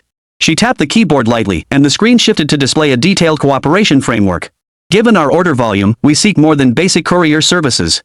Rather, a comprehensive, in-depth strategic partnership. The next hour, for Li Mengfan and his team, was nothing short of a devastating blow. Zhang Wan's legal team presented terms regarding delivery timeliness guarantees, loss damage compensation, and customer complaint response mechanisms that were even stricter than those for SF Express's highest-tier VIP clients. Meanwhile, Zhang Hui's finance team, based on projected order volumes, and designed an extremely complex yet highly attractive freight settlement model. They even precisely calculated the downward trajectory of unit costs for SF Express after taking on this incremental business volume. Using this as leverage, they demanded an unprecedented discount rate. Li Mengfan's team scrambled to keep up. Their contingency plans appeared riddled with flaws in the face of the other party's precise analysis. What exactly was this future tech company? Their professionalism far exceeded what one would expect from a startup. Midway through the meeting, Li Mengfan considered excusing himself to use the restroom and report the situation to the Northeast Regional President. Zhang Wan, of course, understood his intent. With a seemingly casual tone, she remarked, "By the way, Future Tech has connections everywhere. Their boss is Liu Yu." Li Mengfan froze for a moment, suddenly feeling that the restroom wasn't so urgent after all. He straightened his tie and plopped back down. "Let's continue. I'll offer the most favorable price within my authority." While the battle raged in the conference room downstairs, Liu Yu sat leisurely in his own office, studying the launch details for the Everything app. He glanced at the calendar on his phone. Today happened to be Friday. Launching on Friday means we'll catch the weekend's 2-day user growth window. Perfect timing, a great day for it, he murmured to himself. All the qualifications, version numbers, and review processes required for the app's launch had all been taken care of the moment he issued the command to the system. And it was legally compliant and flawless. Chapter 81, Future Tech Cafeteria hiring high salaries. Now, all he needed to do was issue the command to the system. And this groundbreaking app would appear on the featured pages of major app stores. Naturally, the promotion fees would be deducted from his account. Once the logistics arrangements are finalized and the SF Express personnel are on board, we can officially launch. He envisioned the future scenario: hardware stores would set up dedicated shipping counters. The back-end smart system operates robotic arms, automatically printing electronic shipping labels, affixing them, and packing orders based on the orders. Then it's transported via conveyor belt to the shipping area. SF Express couriers simply arrive, scan packages, and load them onto vehicles all in one seamless motion. The entire process is efficient and precise. At this thought, a look of anticipation spread across Liu Yu's face. Growl, growl. An untimely rumble erupted from his stomach. It interrupted his daydream. Only then did he realize that lunchtime had crept up on him. Lunch? Liu Yu rubbed his stomach. A crucial question instantly popped into his mind. The cafeteria. Yes, the employee cafeteria. His company aspired to become the Jerusalem of the global workforce. It aimed to create the ultimate office environment. How could it possibly lack a top-tier cafeteria? Having employees agonize daily over what to eat for lunch. That would be an insult to him as their boss. Employees must eat well, eat happily, and eat healthily. Too bad Xiaobai, that penny pincher, won't get his commission from the business location. Once the cafeteria opens, Liu Yu will definitely choose to eat at the company. This would mean Xiaobai loses a source of revenue from the sales point. Although this industrial park was newly built, each factory zone had reserved space for constructing small cafeterias. But Liu Yu's ambitions extend far beyond that. He had secured dozens of factory buildings across the entire park. How could a small cafeteria possibly suffice? If he builds one, it will be a grand food court capable of serving thousands simultaneously, a buffet rivaling 5-star hotels. No time to waste. That's Liu Yu's drive. He immediately stood up, pretending to go for a stroll around the industrial park. He sneaked around to the back of the factory area. Even as a big boss, I still have to sneak around to inspect my own factory buildings, Liu Yu sighed helplessly. He remembered there was a building numbered F07 back there. The building was neither too large nor too small, with a 2-story structure. Its location was relatively central, making it ideal for renovation. All the buildings in this industrial park were newly constructed. The interiors were spacious and spotless, not a speck of dust in sight. This saved the trouble of cleaning. Liu Yu glanced around to confirm no one was nearby before stepping into building F07. System, he silently commanded. See this building? Convert it into an employee cafeteria for me, Liu Yu declared with confidence. Please describe your specific modification requirements. The requirements? Simple 8 words: classy atmosphere, top-notch experience. Liu Yu cleared his throat. He began describing the blueprint in his mind with great enthusiasm. First, it must be multi-level. The first floor will be a large, comprehensive buffet area with a Chinese cuisine section, featuring separate stations for major regional cuisines. Each station should have an open kitchen so staff can see chefs cooking live. Next comes the Western cuisine section: steak, pasta, pizza, salads, nothing can be left out. Finally, we need a barbecue and teppanyaki section. Since it's a buffet-style cafeteria, we absolutely must offer employees diverse dining options. He stroked his chin thoughtfully and continued. Next, the ambience. Warm lighting to create a cozy dining atmosphere. The tables and chairs shouldn't be those cold, fast food-style ones. Use solid wood or marble, and the chairs must have cushions. Leave ample space between tables to ensure privacy. Consider installing a starry sky ceiling or green plant canopy design to promote relaxation. Third, amenities. Must have a dedicated beverage station offering unlimited complimentary fresh juices, coffee, milk tea, Coke, Sprite, all free and unlimited. Also include a fruit station with seasonal and off-season varieties: cherries, sunlight grapes, donkuei bayberries, anything available on the market, display it all. Same deal, free and unlimited. A dessert station is standard too. All cakes, mousses, and ice creams must match Häagen-Dazs in quality. The second floor should be designed as a specialty restaurant and lounge area. Set up a few private rooms for department gatherings. Add a coffee bar and a reading lounge so employees can relax after meals. Liu Yu rattled off the list in one breath, feeling like he was running out of oxygen. Generating overall cafeteria design plan. Plan generated. Based on host description, this renovation is estimated to consume 500,000 business points. Confirm renovation? 500,000? That's cheap. Just imagining his future employees feasting in the cafeteria with blissful expressions on their faces. He felt every penny was well spent. 1,000 gold pieces for a horse's bones. A company that fosters such a strong sense of belonging and happiness among its employees, how could it possibly struggle to retain talent? Would it fear employees not giving their all? We must think big. Confirm transformation. Liu Yu declared without hesitation. Without waiting for the system prompt. He turned and walked out of the factory building with remarkable understanding, thoughtfully closing the door behind him. Transformation commencing. Estimated duration 3 minutes. Spatial isolation will be enforced during this period. Host must not approach. Inside the factory, the unseen spectacle of creation unfolded once more. Reinforcing bars twisted and reshaped. Walls were severed and relocated. High-end kitchen appliances, exquisite dining tables, and smart devices materialized as if sprouting from the void, precisely installed in their designated positions. Air purification systems, climate control systems, smart lighting systems. Every piece of equipment representing the world's most cutting-edge technology were seamlessly integrated into every corner of this structure. 3 minutes later, Liu Yu received the system notification, renovation complete. He took a deep breath and slowly pushed open the solid wood door, now thick and richly textured. Whoosh! The sight that unfolded before him left Liu Yu, a man who had seen it all, utterly speechless. Warm, non-glaring light poured down from the artistic chandeliers on the ceiling. It illuminated the entire first-floor lobby as bright as day. The floor was no longer cold concrete. Instead, it was covered in warm-toned, non-slip matte tiles. Directly ahead stood a massive circular buffet counter, crafted from polished white marble. To the right of the buffet counter lay the beverage and fruit sections requested by Liu Yu. A full wall of large refrigerators displayed an array of beverages. Fresh juice machines, fully automatic coffee machines, and a milk tea preparation station were all provided. The fruit section was even more extravagant, a veritable fruit mountain piled high with images of fresh produce. It's nothing short of blatant showmanship. To the left lies the dining area, featuring hundreds of distinctively styled tables seating 4 or 6. Green plants were artfully placed throughout, creating a pleasant atmosphere reminiscent of dining in a garden. Liu Yu ascended to the second floor, where the design leaned more toward relaxation and privacy. Impressive! Liu Yu couldn't help but exclaim.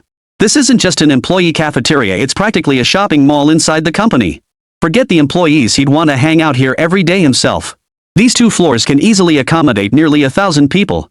Even if 2,000 people were dining simultaneously, it would be more than ample. Perfect! Liu Yu clapped his hands in satisfaction. The hardware was already top-notch, meeting world-class standards. Next came the software recruiting top-tier culinary and service teams.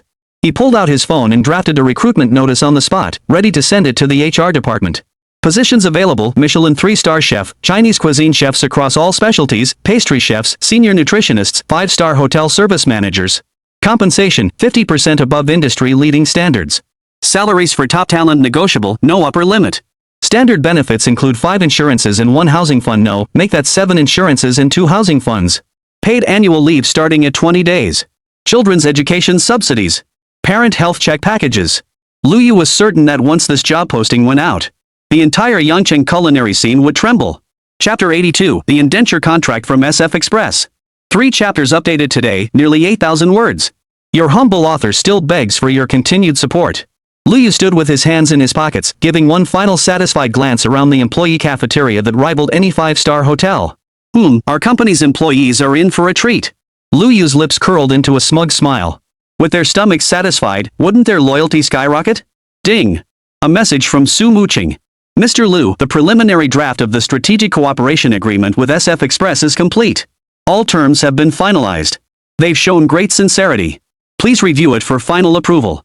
If there are no issues, Manager Li Mengfan hopes to meet with you today to finalize the signing and stamping. Here it comes. Liu Yu strode briskly toward the office building and headed for the elevator. Ding! Top floor reached. He pushed open the heavy conference room door. A man in a crisp suit, his hair meticulously combed. He stood up from his seat with a large, somewhat hurried motion. His movements were broad and somewhat hurried. His face was plastered with an enthusiastic smile. This man was none other than Li Mengfan, the regional manager of SF Express in Yangcheng. Mr. Liu. It's a pleasure to finally meet you in person. Your reputation truly doesn't do you justice, young and accomplished. Li Mengfan strode forward, extending both hands proactively, bowing slightly with an extremely humble posture. Liu Yu observed this figure, a veritable regional powerhouse within the logistics industry, and understood immediately. He knew the reason for such warmth, even reverence. Not because of his vague title as founder of Future Tech. Rather, it stemmed from that recent challenge that had taken the internet by storm. For 7 days, his old Liu hardware store had become the focal point of short videos. Countless people came with curiosity, a desire to challenge, or even to expose fraud. No matter how absurd the request, he could retrieve it from that seemingly ordinary backstorage room within 3 minutes. Behind this lay a terrifying level of capability that defied all logic. Li Mengfan, clearly, had seen through this. And he was willing to place a heavy bet on this potential. Manager Li, you're too kind. Please, have a seat. Liu Yu offered a warm smile, shaking hands with him in a manner that was neither deferential nor overbearing. The warm, firm grip reassured Li Mengfan once more. It was actually honed from years of hard labor at the hardware store. At that moment, besides the two of them in the meeting room, also present were the company's CFO, Zheng Hui, and legal director, Zhang Wan. Like Lu Yu's right-hand men, they sat upright with focused expressions. Lu Yu strode unapologetically to the head of the long conference table and sat down with deliberate ease. He was directly across from Li Mengfan. This seating arrangement silently declared who held the upper hand in the negotiations. Li Mengfan raised no objection, instead finding it entirely appropriate. He leaned forward slightly, adopting a posture of attentive listening. Managerly, first, on behalf of Everything's Got It, I'd like to express our sincere gratitude to SF Express for your trust and support. Lu Yu's opening remarks were concise and forceful, without a hint of hesitation.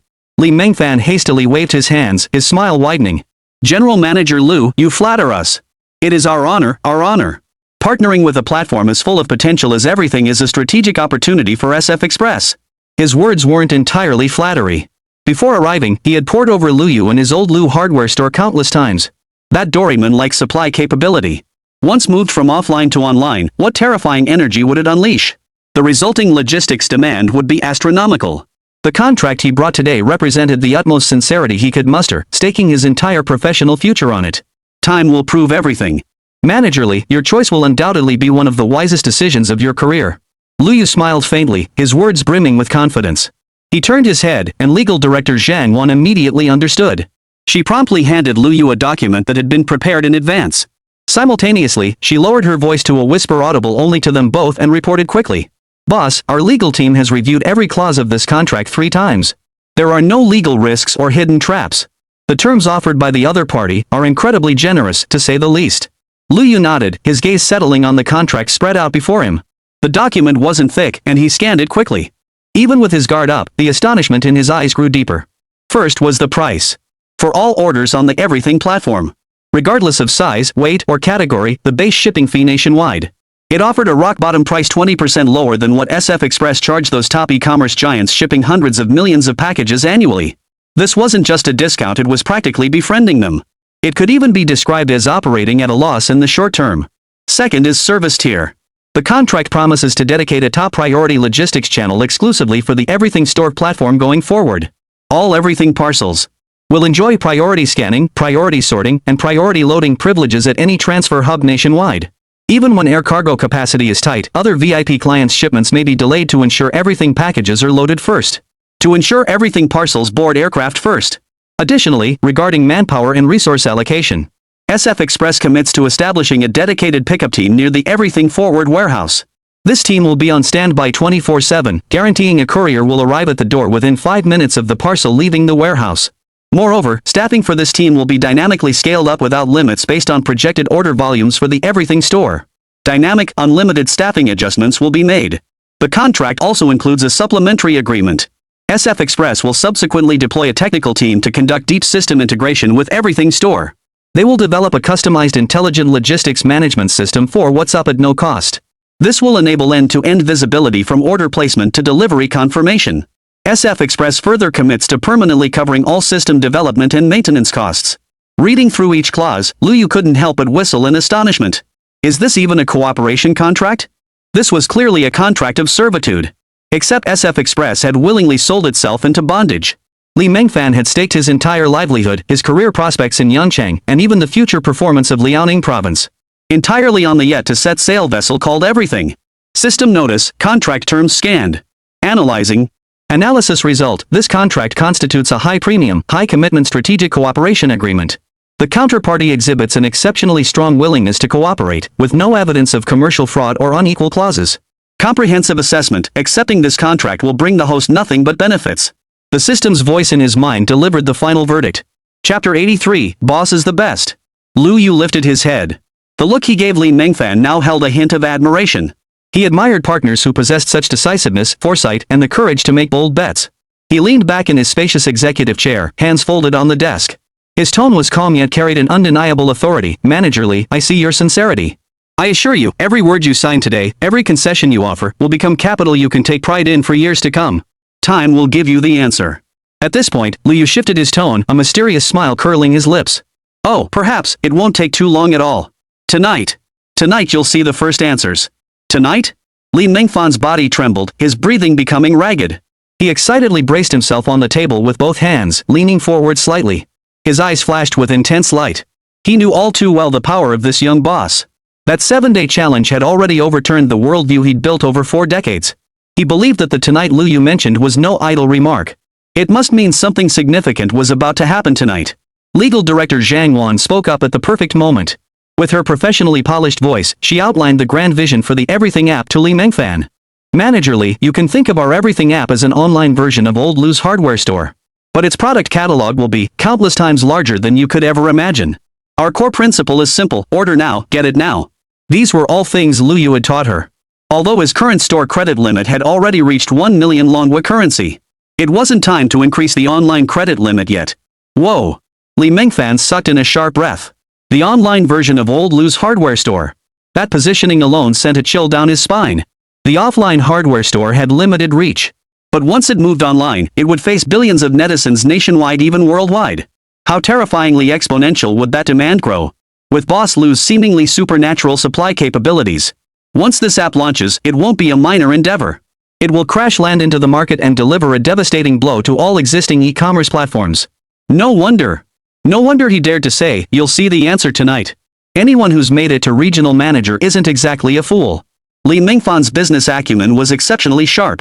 He instantly pieced together all the connections. He even began to feel relieved. He was glad he'd pushed through against all objections, using every ounce of his authority. Even going so far as to sign a performance-based agreement to secure this contract that seemed humiliating to outsiders. Now it seemed far from humiliating. It was snagging a first-class ticket to the future logistics empire. Mr. Lu, I get it.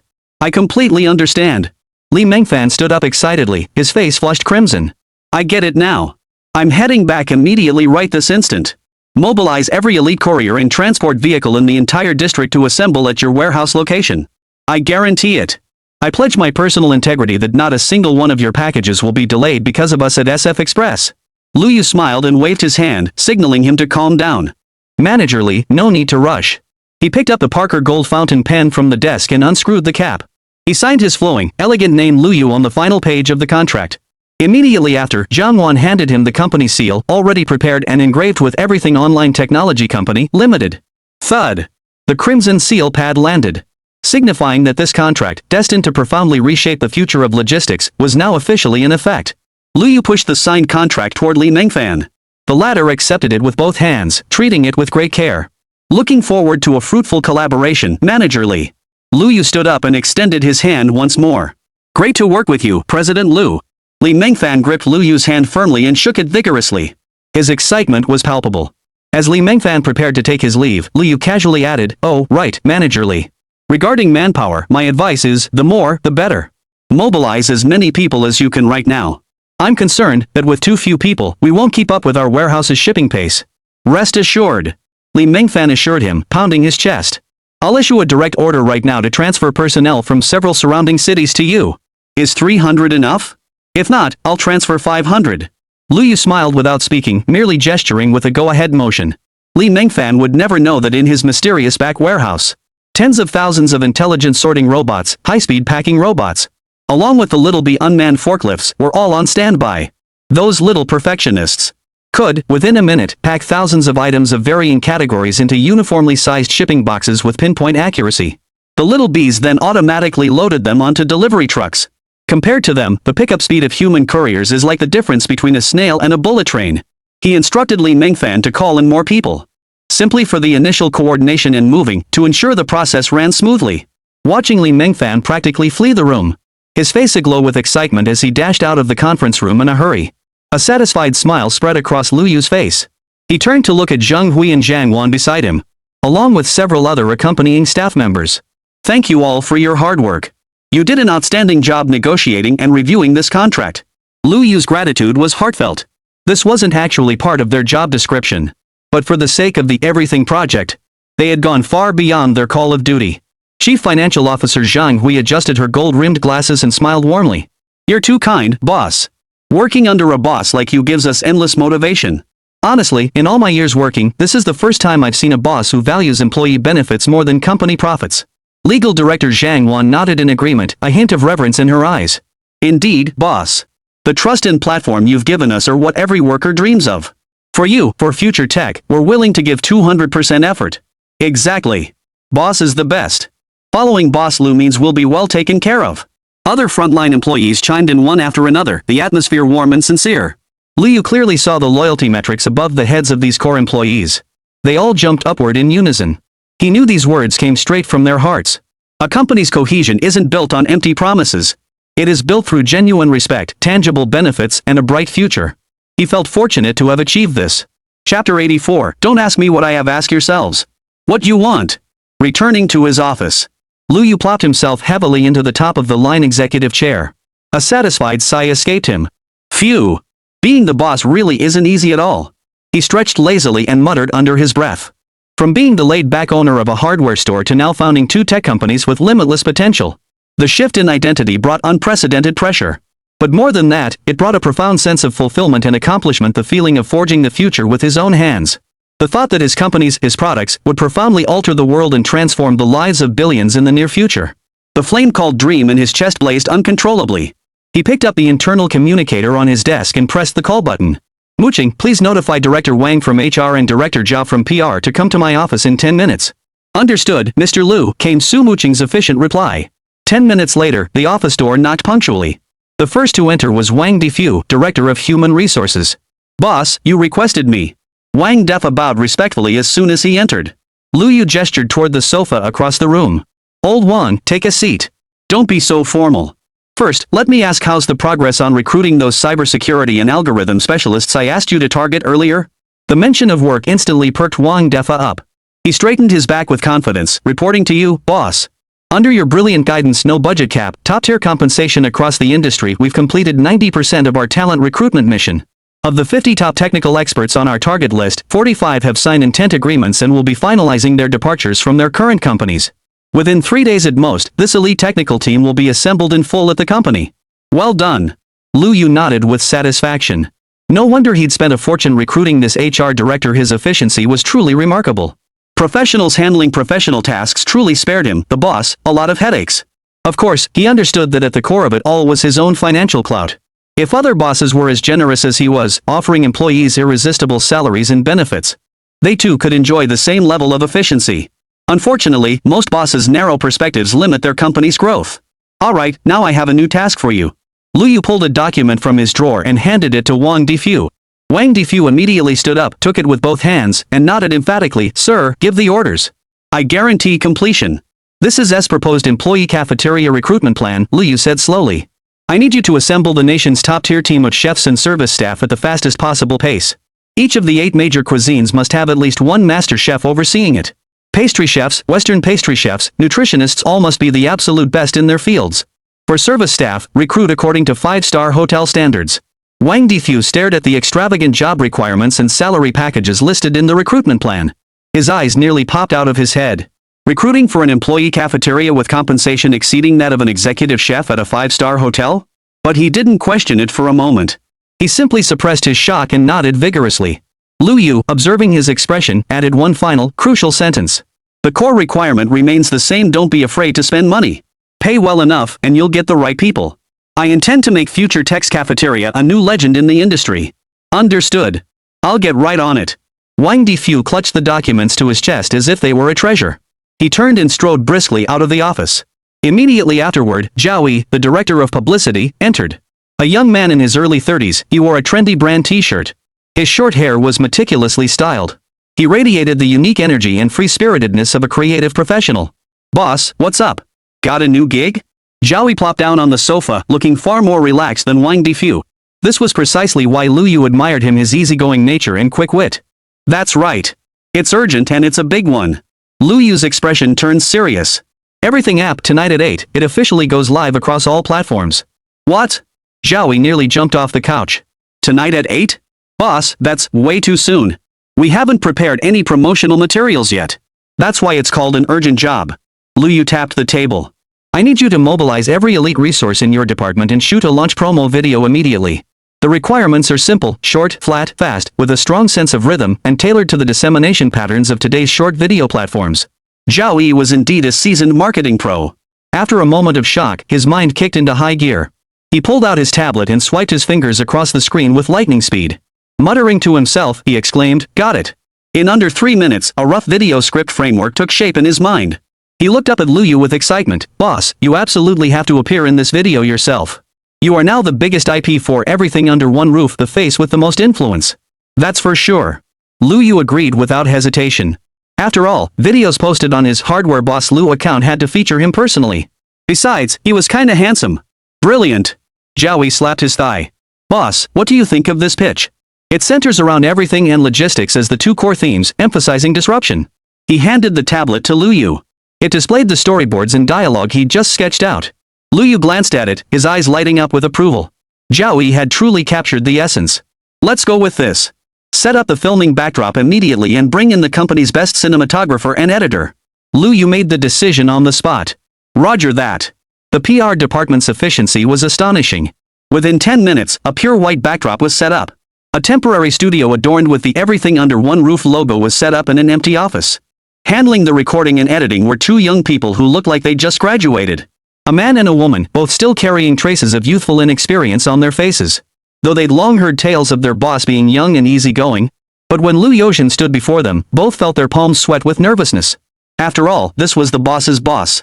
The elusive ultimate boss of the company, rarely seen. "Relax, I don't eat people," Lu Yu said with a smile, noticing their discomfort. "Just relax and treat me like one of your colleagues. Oh, and make sure to take flattering photos of me later.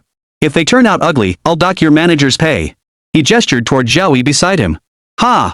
The tense atmosphere instantly broke with this little joke. Both young men and the surrounding staff burst into laughter. Zhao Yi shrugged helplessly. He obliged with a "I'm so done" expression. Once the mood lightened, the shoot proceeded remarkably smoothly.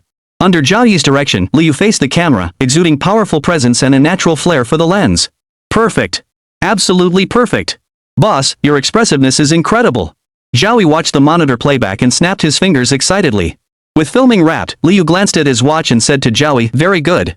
Now, I need you and your team to deliver the final cut to me by 6 o'clock this afternoon. 1 hour. Is that enough?"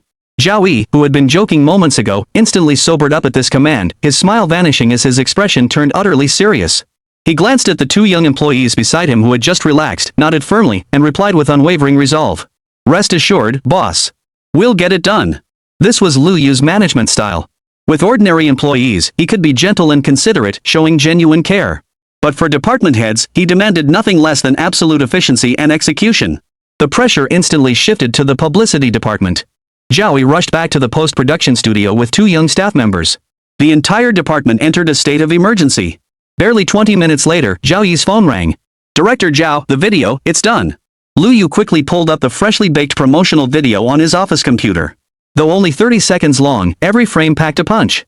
It opened with a rapid montage of countless online shopping scenarios. "The item you requested is no longer available. Gray web page, 404 error. Parcel picked up, estimated delivery in 9 days. Logistics tracking crawling at a snail's pace. Unboxing video as proof, I bought a phone, but you sent me a brick?" Buyer's furious rant. "Sorry, your location is not eligible for delivery." Address ruthlessly crossed off the map. Accompanied by a tense, urgent BGM. Instantly plunging viewers into that state of utter frustration. Just as the audience's frustration reaches its peak, the music abruptly cuts off, the screen goes black. The next second, a blinding light flares. Lu Yu, clad in a simple white t-shirt, steps out from the light screen, his gaze sharp and his presence commanding. He stared directly into the camera, as if conversing with every viewer at home.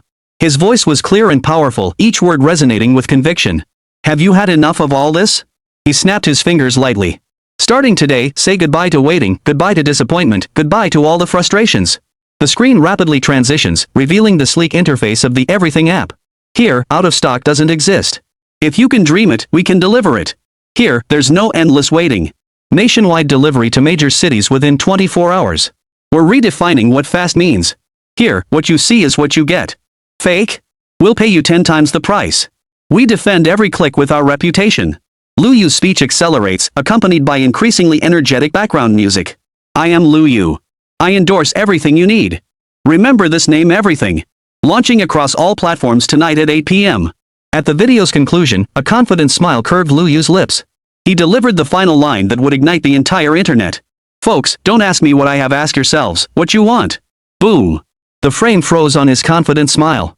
Then the Everything You Want logo and launch countdown appear. The entire video boasts a tight pace and packed thrills. It has all the makings of a viral hit. Perfect. Lu Yu didn't hold back his praise.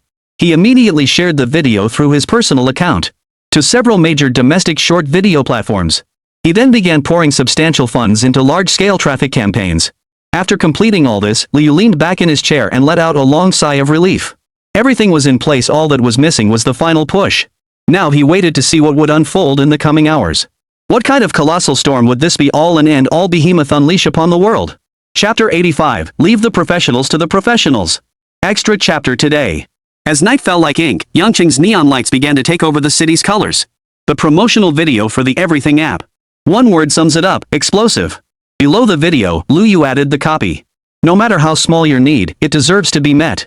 Tonight at 8 p.m., whatever you need is waiting for you. Turns out, you really should leave professional work to the pros. Lu Yu leaned back in his executive chair, uttering a heartfelt sigh of admiration. Zhao Yi's team's creativity and execution far exceeded his expectations. They didn't just promote an e-commerce app. Instead, they precisely captured the core concept of fulfilling every need, instantly maximizing user anticipation. This wave of promotion was precisely targeted through short video platforms, targeting potential users who had previously shown interest in hardware boss Lu. Combined with the buzz generated by the previously released teaser videos, Lu Yu had every reason to believe that tonight's launch of the Everything app wouldn't be a silent fireworks display, just as he had envisioned. The moment the video hit the web, the online reaction was like a drop of water in boiling oil. It instantly erupted. Fans and netizens who had long been following the movements of hardware boss Lu across major platforms were now as excited as if it were New Year's Eve, their enthusiasm reaching fever pitch. The comments section exploded within mere minutes. Holy crap! This promo video is so intense it gave me goosebumps. Ah! It's finally launching. My cart is dying to get its hands on this. I'm buying everything I've wanted for half a year but couldn't find anywhere else. Rich girl upstairs, calm down. Leave some room for us sisters. I've got my stash ready. Tonight's gonna be a revenge shopping spree. Am I the only one who noticed the sign for Old Lu hardware store in the video? Where the dream began. From a little shop handling all kinds of weird orders to now building an app that handles everyone's weird orders, the boss has really expanded their horizons. Spoiler alert, at exactly 8:01 p.m. tonight, I'm placing an order for a bottle of 2077 vintage air. Let's see if the boss can pull it off. Hey, stop messing around, I actually need this. My wallet's ready. A flood of comments poured in, some excited, some teasing, some brimming with anticipation. Likes, comments, and shares skyrocketed like a rocket launch, instantly breaking through the 99+ display limit. Lu Yu merely gave them a cursory glance. A calm smile lingered at the corners of his mouth. He had long since outgrown the stage where every single like would excite him. He was no longer the small-time boss editing boring videos behind a shabby counter. As the helmsman of future tech, a colossal vessel poised to set sail, his gaze must reach much farther. What he needed to contemplate now was a grander future. System, he murmured in his mind. The system's presence was as calm and unruffled as ever. Yet it carried a reassuring sense of reliability. Next came the planning for future tech's headquarters building and R&D base. Lu Yu pulled up a satellite map of Yangqing. Then, based on the system's analysis of Yangqing's urban development plan for the next decade, and case studies of headquarters for the world's top technology companies, it was recommended to construct the headquarters building and R&D base separately, while maintaining close geographical proximity. The system then provided compelling reasons for the split construction. The headquarters building, serving as the company's flagship and administrative center, should be located in the emerging CBD core area of the city. This not only enhances corporate image and attracts high-caliber talent but also facilitates business negotiations and capital operations. The proposed location is within Yangqing's planned Binhai Technology New City District, where land prices currently remain undervalued yet possess significant appreciation potential. The system precisely marked a prime riverside location on the map in Lu Yu's mind. The R&D base, however, requires a more expansive, quiet, and highly secure environment. It will host core technology R&D, testing, and iteration, requiring various specialized labs, data centers, prototype manufacturing workshops, and even an independent energy supply system. The recommended location is the Yunshan Sci-Tech Innovation Corridor in the southern suburbs of Yangqing. This area boasts large tracts of undeveloped industrial land, substantial policy support, and an isolated environment conducive to closed-off management. The system circled another large area on the map. Lu Yu studied the 2 points on the map. One bustling, one tranquil. Separated by a roughly 30-kilometer drive, they could be connected via expressways within half an hour. This layout was indeed highly logical. Excellent. I approve of this approach. Next came Lu Yu's vision for the headquarters building. It must embody the essence of the future. He didn't want it to become a cold, steel forest. It needed to incorporate humanistic care, making work within it a genuine pleasure. As for the R&D base, the priorities must be clarified. Phase 1 requires a world-class algorithm laboratory, a precision robotics manufacturing and testing center, and a new materials R&D center. These form the cornerstones for future technological breakthroughs. Liu Yu outlined the plan with clear logic.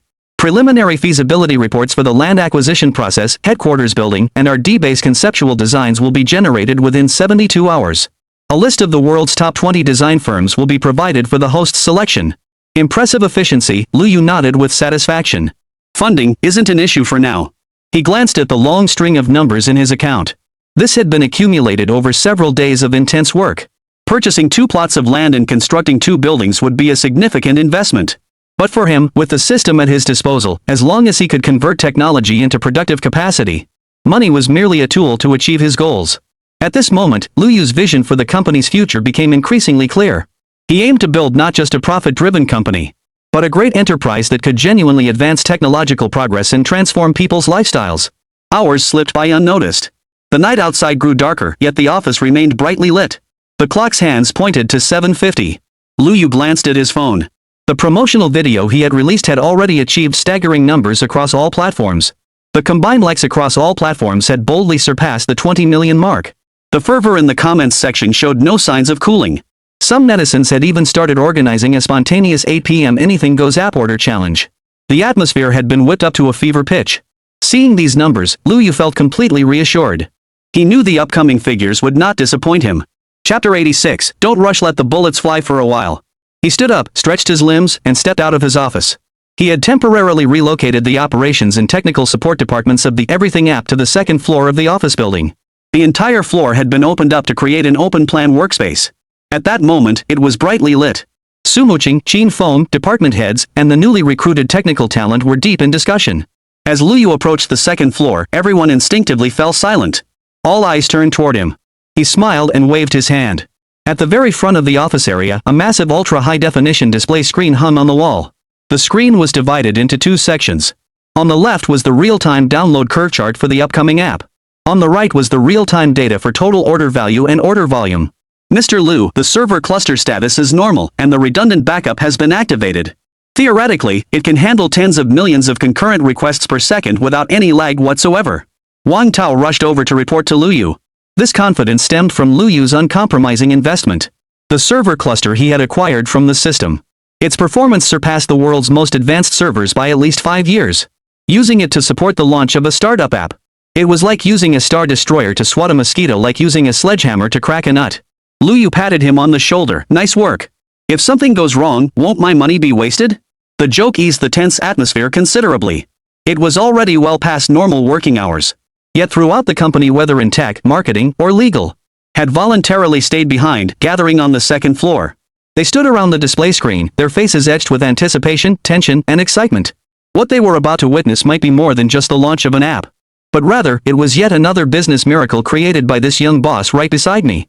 The digital clock on the wall continued ticking. 19 hours 59 minutes and 50 seconds. 19 hours 59 minutes and 51 seconds. Everyone held their breath. In the vast office space, the air seemed to freeze solid. Everyone's heart was in their throat. Only Liu Yu, the boss, remained the most relaxed person in the entire room.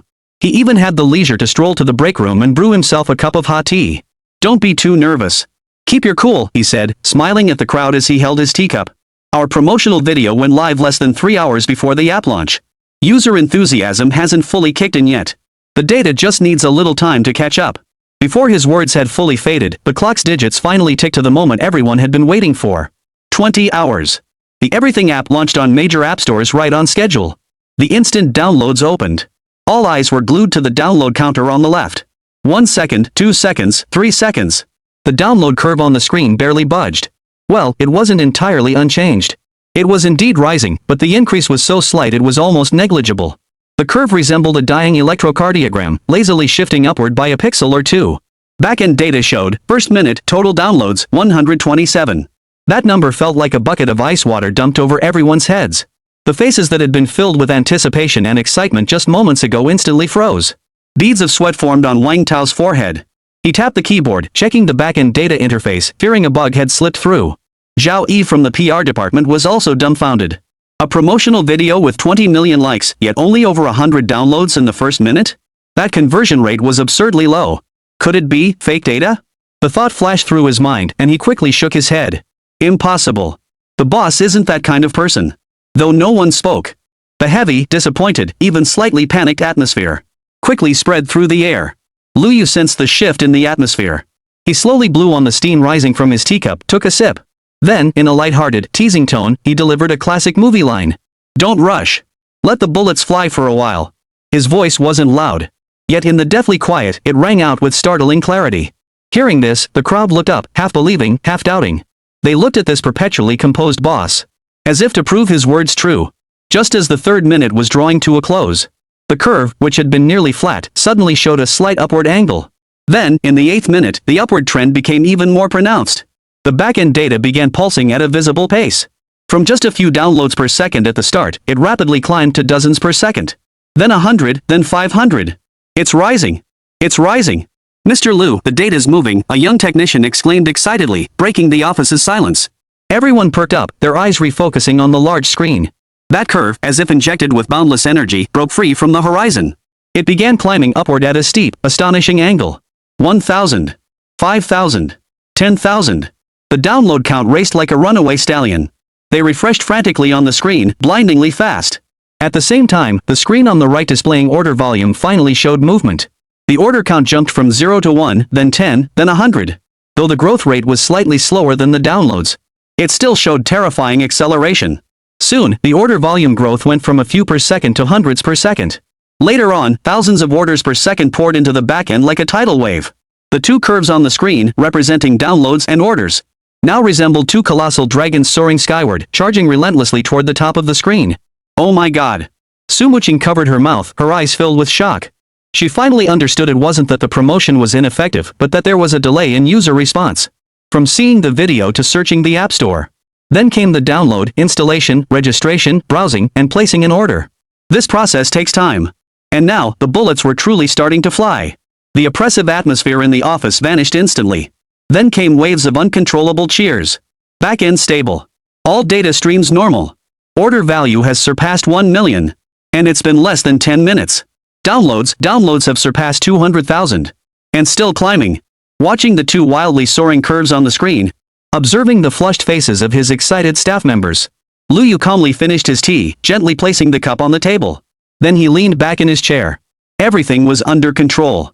Chapter 87, Everything's ready, shipments begin. Meanwhile, at Old Lu hardware store, over 10 kilometers away from Future Tech's office building, the shop's glass doors had long since closed. But the back warehouse was a hyperactive, super-intelligent world. Countless rows of towering shelves stood like a steel jungle, stretching to the farthest reaches of sight. On the shelves, items ranged from a single screw to precision instruments, to a bag of fresh fruit, millions of product categories. The entire warehouse was deserted. This was a human-restricted zone except for Lu Yu, the domain of intelligent robots. As orders from the Everything app poured in like snowflakes, this dormant steel world is instantly awakened. Buzz. A faint hum of electrical current rippled through the air. The intelligent management systems deployed throughout every corner of the warehouse began processing massive order data at speeds beyond human comprehension. Order ID 202308082011341001. User, Uncle Wang next door. Items, Hans Cat brand M38 flathead screws, 2 imported Taijima brand utility knife blades, 1 box Yangcheng local Zhang's handmade sausage 5000 G. Note, screws must be original factory made from 1982. Sausages must be 30% lean, 70% fat. The moment the order was given. Whoosh! Deep within the forest of towering shelves, the spider-like retrieval robot activated. It moved with agility at high speed along the vertical and horizontal tracks of the shelves. So fast that only a series of afterimages could be seen. It precisely locates the section storing vintage parts. A high-definition camera at the end of its robotic arm scans rows of screw packaging boxes, using the production batch numbers and codes printed on them. Within fractions of a second, it locates the box of screws manufactured in 1982. The mechanical claw extended with precision, picking up 2 screws. Without pausing, it flashed away. It reappeared in the stationery section, retrieving a box of utility knife blades. Finally, it entered the temperature and humidity-controlled fresh produce section. It halted before a massive refrigerated cabinet. Sensors on the robotic arm emitted a soft blue glow. It scanned and analyzed the rows of hanging sausages, determining the fat-to-lean ratio of each one. It precisely selected the one that best matched the 3:7 ratio. Using its built-in laser cutter, it sliced off a standard 5000 G portion. The entire process flowed seamlessly, taking less than 15 seconds. After retrieving the item, the spider robot moved to the edge of the shelf. It placed the 3 items into the cargo basket of an aerial delivery drone hovering overhead. This aerial robot resembled an unmanned transport from a sci-fi film. It glided silently along the magnetic levitation tracks crisscrossing the warehouse ceiling like a spider's web. A red light automatically illuminated at the bottom of the cargo basket, performing a secondary scan of the items inside. Upon confirming a perfect match with the order details, it uploaded the data. Ding! In the app's backend, Uncle Juan's order status next door instantly changed from pending to picked. Such scenes unfold simultaneously in thousands of corners throughout the warehouse. Countless spider-like robots dart swiftly between shelves. Countless aerial cable cars glide in perfect order along overhead tracks. Each has a defined role, with paths planned by the central system in milliseconds. No collisions or chaos ever occur. The entire warehouse functions like a massive, precision-engineered living organism. Grabber robots transported goods to the packing area. Here, another spectacular scene unfolds. Nearly 100 fully automated packing lines operate side by side.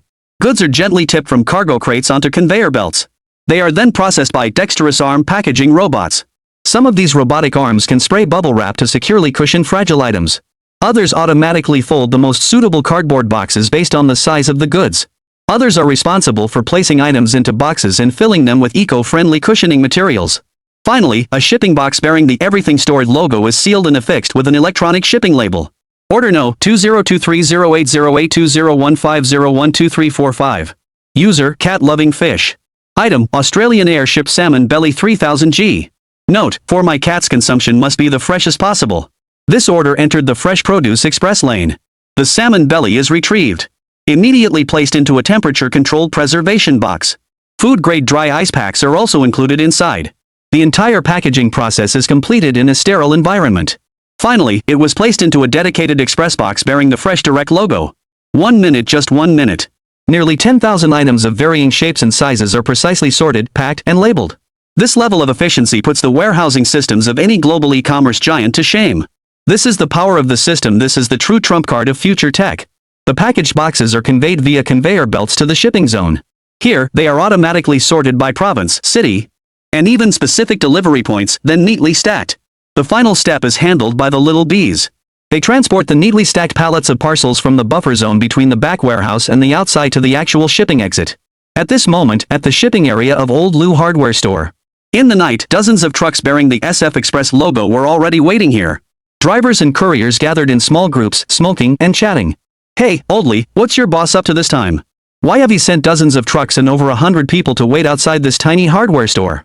How much cargo could there possibly be? An experienced driver blew a smoke ring, asking in confusion. The man called Oldley was the on-site supervisor for this operation. He shook his head with a wry smile. How should I know? It's a direct order from above. They said there's a big shipment here tonight and we have to make absolutely sure it gets handled properly. Everyone stay alert. Don't let anything go wrong. Big order? From this shabby little shop? Another young courier scoffed. My guess is the boss's relative opened an online store and hired some people to make it look busy. The group burst into laughter at the remark.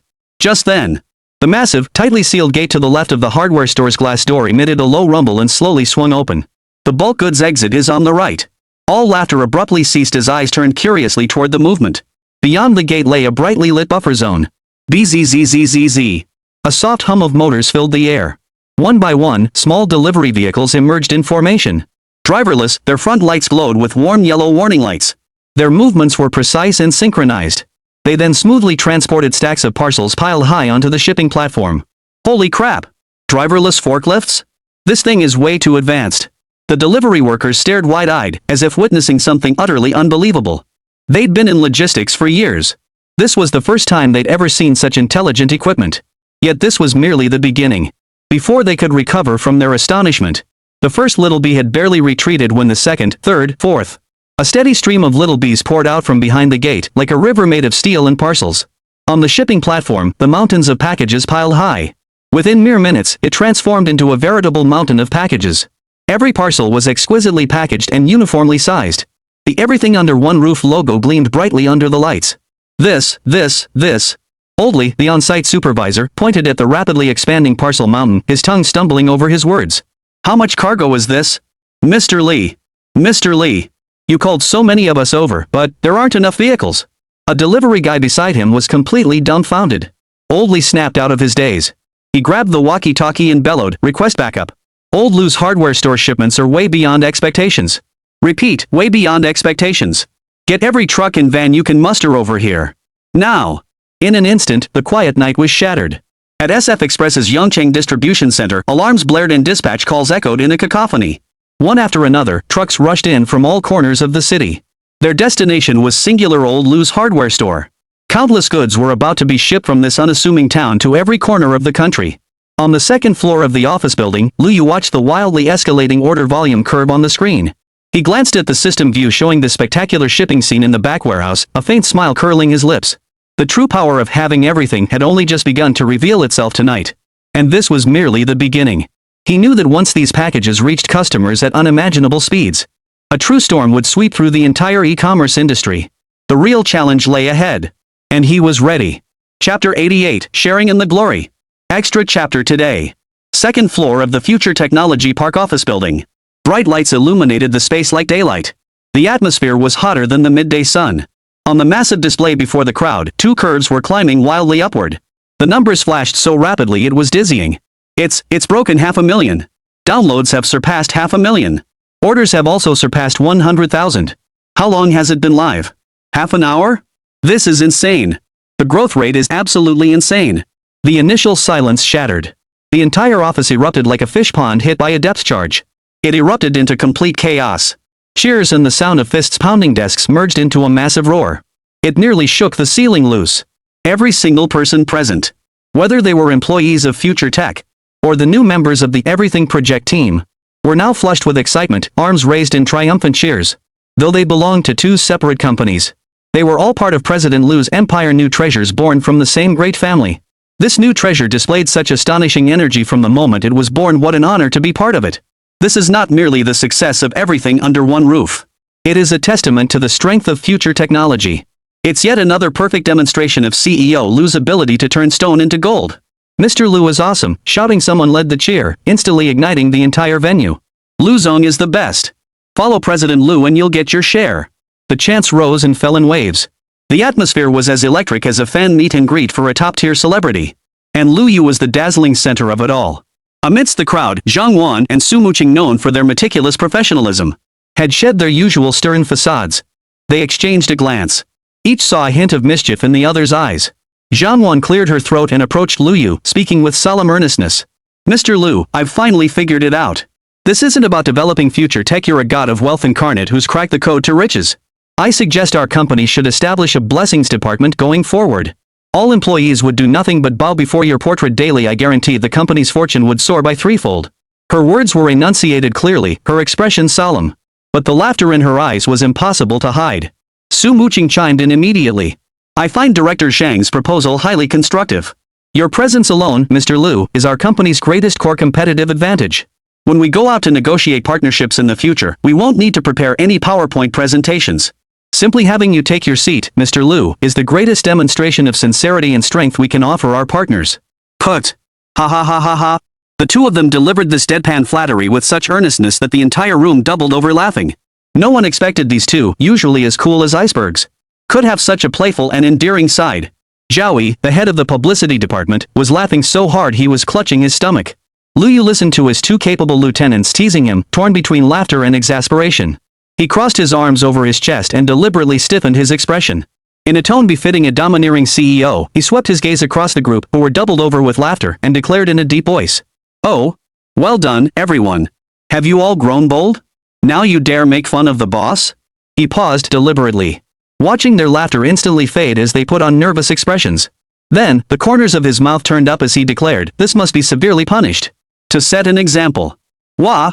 The crowd promptly let out a chorus of exaggerated wails. The sound was as if they were about to be dragged out for public beheading any second. Zhao Yi from the propaganda department was a master of memes. He was the first to step forward, channeling his inner drama queen. Clutching his chest dramatically, he wailed to Liu Yu, Boss! You can't do this to us. We've lost handfuls of hair launching this app. Look at these dark circles under our eyes.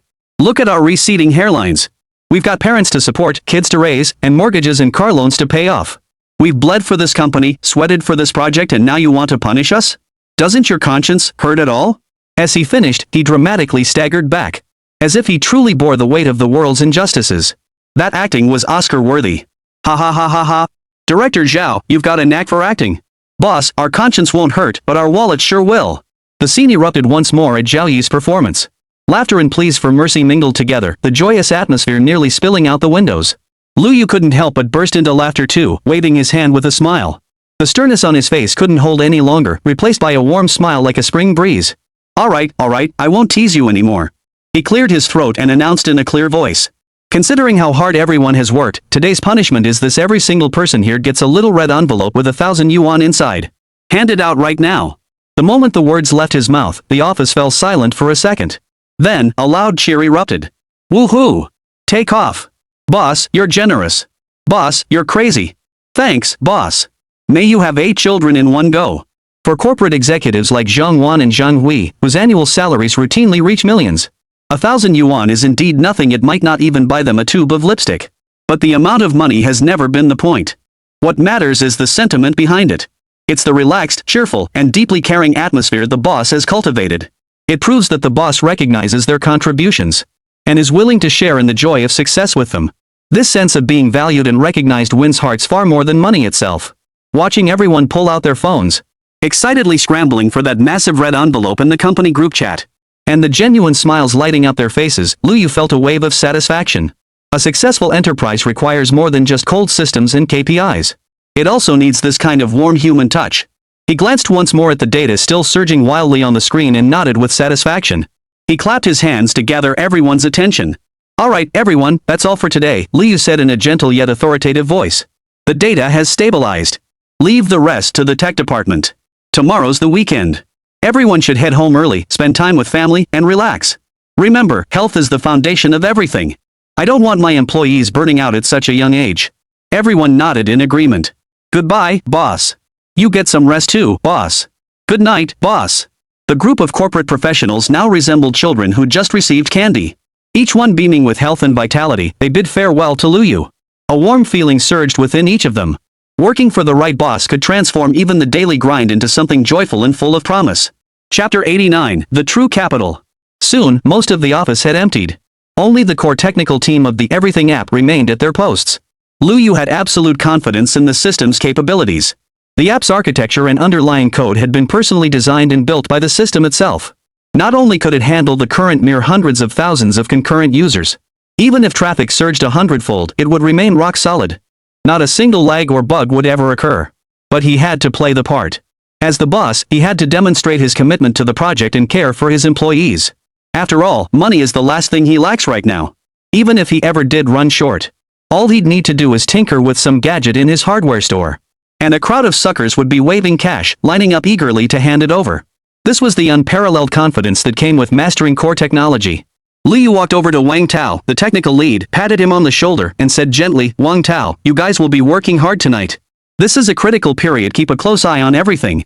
We absolutely cannot afford any mishaps. Wang Tao immediately stood up, his face flushing with excitement at the boss's personal concern. Rest assured, Mr. Lu.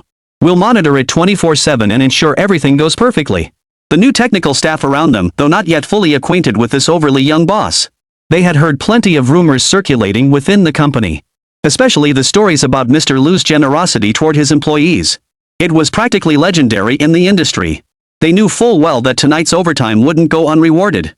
And indeed, that proved to be the case. Just as Wang Tao and the others were pounding their chests in assurance, Lu Yu's voice rang out again, clear to every technician's ears. I trust your capabilities, Lu Yu nodded, then shifted his tone. But we should still show our appreciation. All colleagues working overtime tonight will receive triple overtime pay. Additionally, I'll personally send each of you a 2,000 yuan red envelope. If you're hungry, order some late-night snacks. Whatever you want, grilled skewers, crayfish, bubble tea, fried chicken, go ahead and order it. It's all on me. I have only one request, eat well, drink well, and then get the job done beautifully. With that, Lu Yu casually picked up the coat draped over his chair back, tucking it under his arm. He strode out, waving goodbye amidst the stunned stares of the crowd, and left the office. Behind him, silence hung for a full 3 seconds. The office erupted in a roar. Holy! Triple pay! A 2,000 yuan red envelope. All-you-can-eat late-night snacks. What kind of god-tier boss is this? His reputation is no exaggeration. I used to think the rumors were overblown, but now I believe it. I'd gladly give my all for Mr. Liu. Guys, snap out of it. With Mr. Liu trusting us this much and looking out for us like this, if we drop the ball now, what kind of people would we be? Right, right. Everyone, buckle down. Eyes wide open, not a single pixel can be missed. Get to work. Get to work. This group of technicians, usually steady and composed, now seemed collectively injected with stimulants. Their eyes gleamed with determination, their fighting spirit soaring. Financial incentives certainly work. But the respect and recognition from the boss was the true fuel that ignited them completely? Meanwhile, at the regional distribution center of SF Express in Yangchang, Li Mengfan paced excitedly back and forth. Good. Good. Good, he exclaimed 3 times in succession. With each word, the smile on his face grew wider. By the end, it nearly stretched all the way to his ears. I knew it. I knew I hadn't misjudged him. Li Mengfan excitedly slammed his fist into his palm. Today, he had pushed through opposition to sign an exclusive cooperation agreement with Everything's Got It. He'd done it under immense pressure. Many within the group believed this deal was a huge loss. They saw it as using SF Express's reputation to prop up an obscure little company. And now, this staggering volume of orders is the most powerful rebuttal to his decision back then. And this is just the first day. It's only been online for half an hour. Nearly every available SF Express vehicle in Yangchang is swarming toward Old Liu's hardware store. This year's sales are locked in. Not just secured, it's poised for explosive growth. At this rate, forget about becoming a regional manager. By year-end, he might even move up further to an office at headquarters. Mr. Liu promised results tonight, but I never imagined they'd come this fast or be this staggering. Li Mengfan watched as SF Express delivery trucks loaded with goods streamed out one after another. Her eyes brimmed with anticipation for the future. But this was far from the end. The first wave of users experienced the app's almost absurdly extensive product range. Combined with SF Express lightning-fast logistics service, this is a winning combination. Word of mouth will spread like wildfire. One user recommends it to 10 friends, who then recommend it to 100 more. Liu Yu's capabilities will certainly live up to Li Mengfan's sincerity. The e-commerce arena has never been calm waters. Though the Everything app may be but a pebble tossed into the lake. The ripples it created immediately reached the eyes of the giant crocodiles who had long reigned supreme in the lake. Jingo Headquarters E-commerce Division. Everything app? What kind of ridiculous name is that? Sounds like a corner store. A product director curled his lip as he glanced at the data brief handed over by the analyst. Data shows it launched at 8 p.m. tonight. Within half an hour, downloads hit 500,000 and orders surpassed 100,000, all local orders from Yangchang, with SF Express handling logistics, the analyst reported objectively. Oh, not bad numbers. The director raised an eyebrow, though his tone remained detached. Checked its background? Which capital is backing it? Checked. Its parent company is called Everything Network Technology. Trace it further up, and it's an individual business called Old Liu Hardware Store. Behind it, there's no trace of any capital. Ha! The director snorted as if hearing the most ridiculous joke. An app created by a hardware store? What kind of joke is this? Forget it, let's not bother.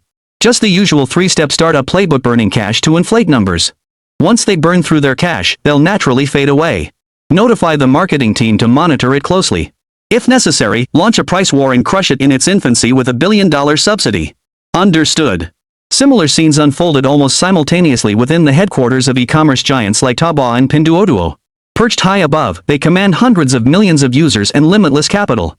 Like dragons surveying the earth from above. In their eyes, everything was merely a slightly brighter firefly. Perhaps it could emit a fleeting glow. But a gust of wind would extinguish it completely. They worship the power of capital. They believe that in this era, nothing is beyond the reach of capital. If there is, then use more capital. Little do they know. In the eyes of those true manufacturing titans, in the eyes of those tycoons who control the lifeblood of industry, Liu Yu and his seemingly insignificant little hardware store were the true embodiment of capital. Chapter 90, The Grand Blueprint. Deep into the night, Liu drove back to his hardware store with light music playing in his car. The evening breeze slipped through the car window's crack. A hint of coolness carried away the day's clamor and weariness. He felt relaxed now. He parked the car steadily in the reserved spot in the hardware store's backyard. Liu Yu stepped out and immediately spotted the large pile of beverages and bottled water he'd specifically had moved out earlier that afternoon. Boxes piled up like a small mountain, yet hardly touched. Not far away, SF Express couriers worked in seamless coordination with the little bees. They loaded parcels onto trucks with tense yet orderly efficiency. Watching them work up a sweat, not a single one paused to take a sip of water. Lu Yu smiled and walked over.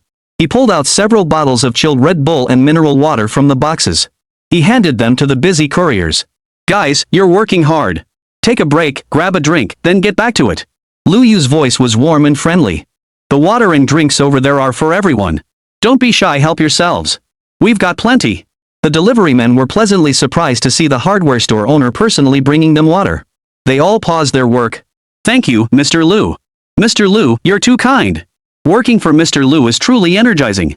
A few simple words and a few bottles of water instantly bridged the gap between them. Lu Yu smiled and exchanged pleasantries with them. Then he spotted a little bee that had just finished its task, hovering in place awaiting new instructions. Two round, bright blue eyes atop its head blinked steadily, giving it an adorably dazed expression. Lu Yu walked over and gave its smooth metal head a gentle pat. Then he gave it a new command, little guy, listen up. See that pile of drinks over there? If they get drunk, you go get more from the back warehouse and restock them, got it? If you do a good job, I'll give you a raise. Being the boss really comes with the skill of making empty promises. Even robots get fooled. But those big bee eyes look like they genuinely understood. A blue light flashed twice rapidly. It emitted a series of beep beep beep electronic sounds. Then it deftly spun around. Powering its wheels, it shot off with a whoosh, blending back into the bustling crowd to tackle its next task. The surrounding delivery workers watched the scene with amazement. They had long since grown accustomed to these terrifyingly efficient smart robots. But this was the first time they'd seen someone give commands to a robot in such a childish tone. And the robot actually understood. Amidst the courier's heartfelt cries of Mr. Lu is awesome. Lu Yu smiled as he returned to the back warehouse. What unfolded before his eyes was a scene that could leave anyone who witnessed it spellbound. Tens of thousands of robots of various types collaborated seamlessly within a 100-meter high space, forming a sophisticated intelligent warehousing and logistics system. There was no clamor, no chaos. Only the industrial beauty born of efficiency and orderly precision. This is the true strength behind Lu Yu. Beep. The familiar sound rang in his ears. Xiaobai appeared right on time before him, urging him to hop in. Lu Yu smiled as he climbed aboard. Lu Yu leaned back, slumping into the soft seat like Guyu. Xiaobai started smoothly and swiftly, heading toward the estate. He tilted his head back, gazing through the transparent dome. Gazing at the steel starry sky above a dazzling expanse of countless robots and light tracks, more brilliant than the Milky Way, lost in quiet contemplation. What thoughts filled his mind, only he knew. From an ordinary hardware store owner to a tech tycoon stirring up the winds of change. The pace of this transformation felt like a dream. Yet the awe-inspiring scene before him served as a constant reminder. All of this was real. A fulfilling and busy day. Thus, time slipped away as thoughts drifted into the void. Upon returning to the sprawling estate, as grand as a royal garden, Lu Yu sank into the enormous living room sofa large enough to accommodate 7 or 8 people inside contentedly. Xiaobai thoughtfully extended its 2 concealed mechanical arms. Beginning with techniques that rivaled those of a master masseuse in both strength and skill, it began to ease the fatigue of his day. As he savored Xiaobai's massage service, Lu Yu pulled out his phone, scrolled through his contacts, and dialed 2 numbers. The calls were answered almost instantly. Hello, Director Wang, good evening. I hope I'm not disturbing your rest? Lu Yu's tone was relaxed and casual, as if chatting with an old friend. An excited voice came from the other end, Mr. Lu. Oh my, you're too kind. Don't mention it. We're here to serve entrepreneurs 24/7. We've been waiting for your call like we were counting the stars and moons. Whatever instructions you have, just say the word. This Director Wang was the very person in charge of the Binhai Tech New City planning project. Who didn't know that Lu Yu of Future Tech was now the god of wealth for the entire city of Yangcheng? No, even the god of wealth would have to step aside. Director Wang, you're too kind, Lu Yu smiled. Here's the situation, our company plans to construct a group headquarters building and employee residential area. I've identified several plots within your Binjiang Tech New City planning zone that interest me. I'd like to discuss the specifics with your team. Absolutely no problem. Absolutely no problem. Director Wang's voice was so excited it was almost cracking. Mr. Lu, just name the plots you're interested in. Price, policies, everything is negotiable. Our city welcomes Future Tech to establish its home here with open arms. Rest assured, we'll provide the most favorable policies and the most attentive service. Lu Yu had anticipated this level of enthusiasm. The system's information was clear. These so-called Tech New City and Innovation Corridor were still in the PowerPoint planning phase. Land prices were at historic lows. For Yangcheng, desperate for political achievements and investment. This self-proclaimed benefactor practically begging to be welcomed, it's no wonder they're so eager. Though Lu Yu's money might as well have been blown in by the wind. But where savings are possible, save. Where spending is necessary, spend. Why play the sucker when you can get things done at a lower cost? Alright, let's schedule a detailed meeting. Would tomorrow morning work for you? Perfect. Absolutely perfect. I'll set aside the entire day for you tomorrow.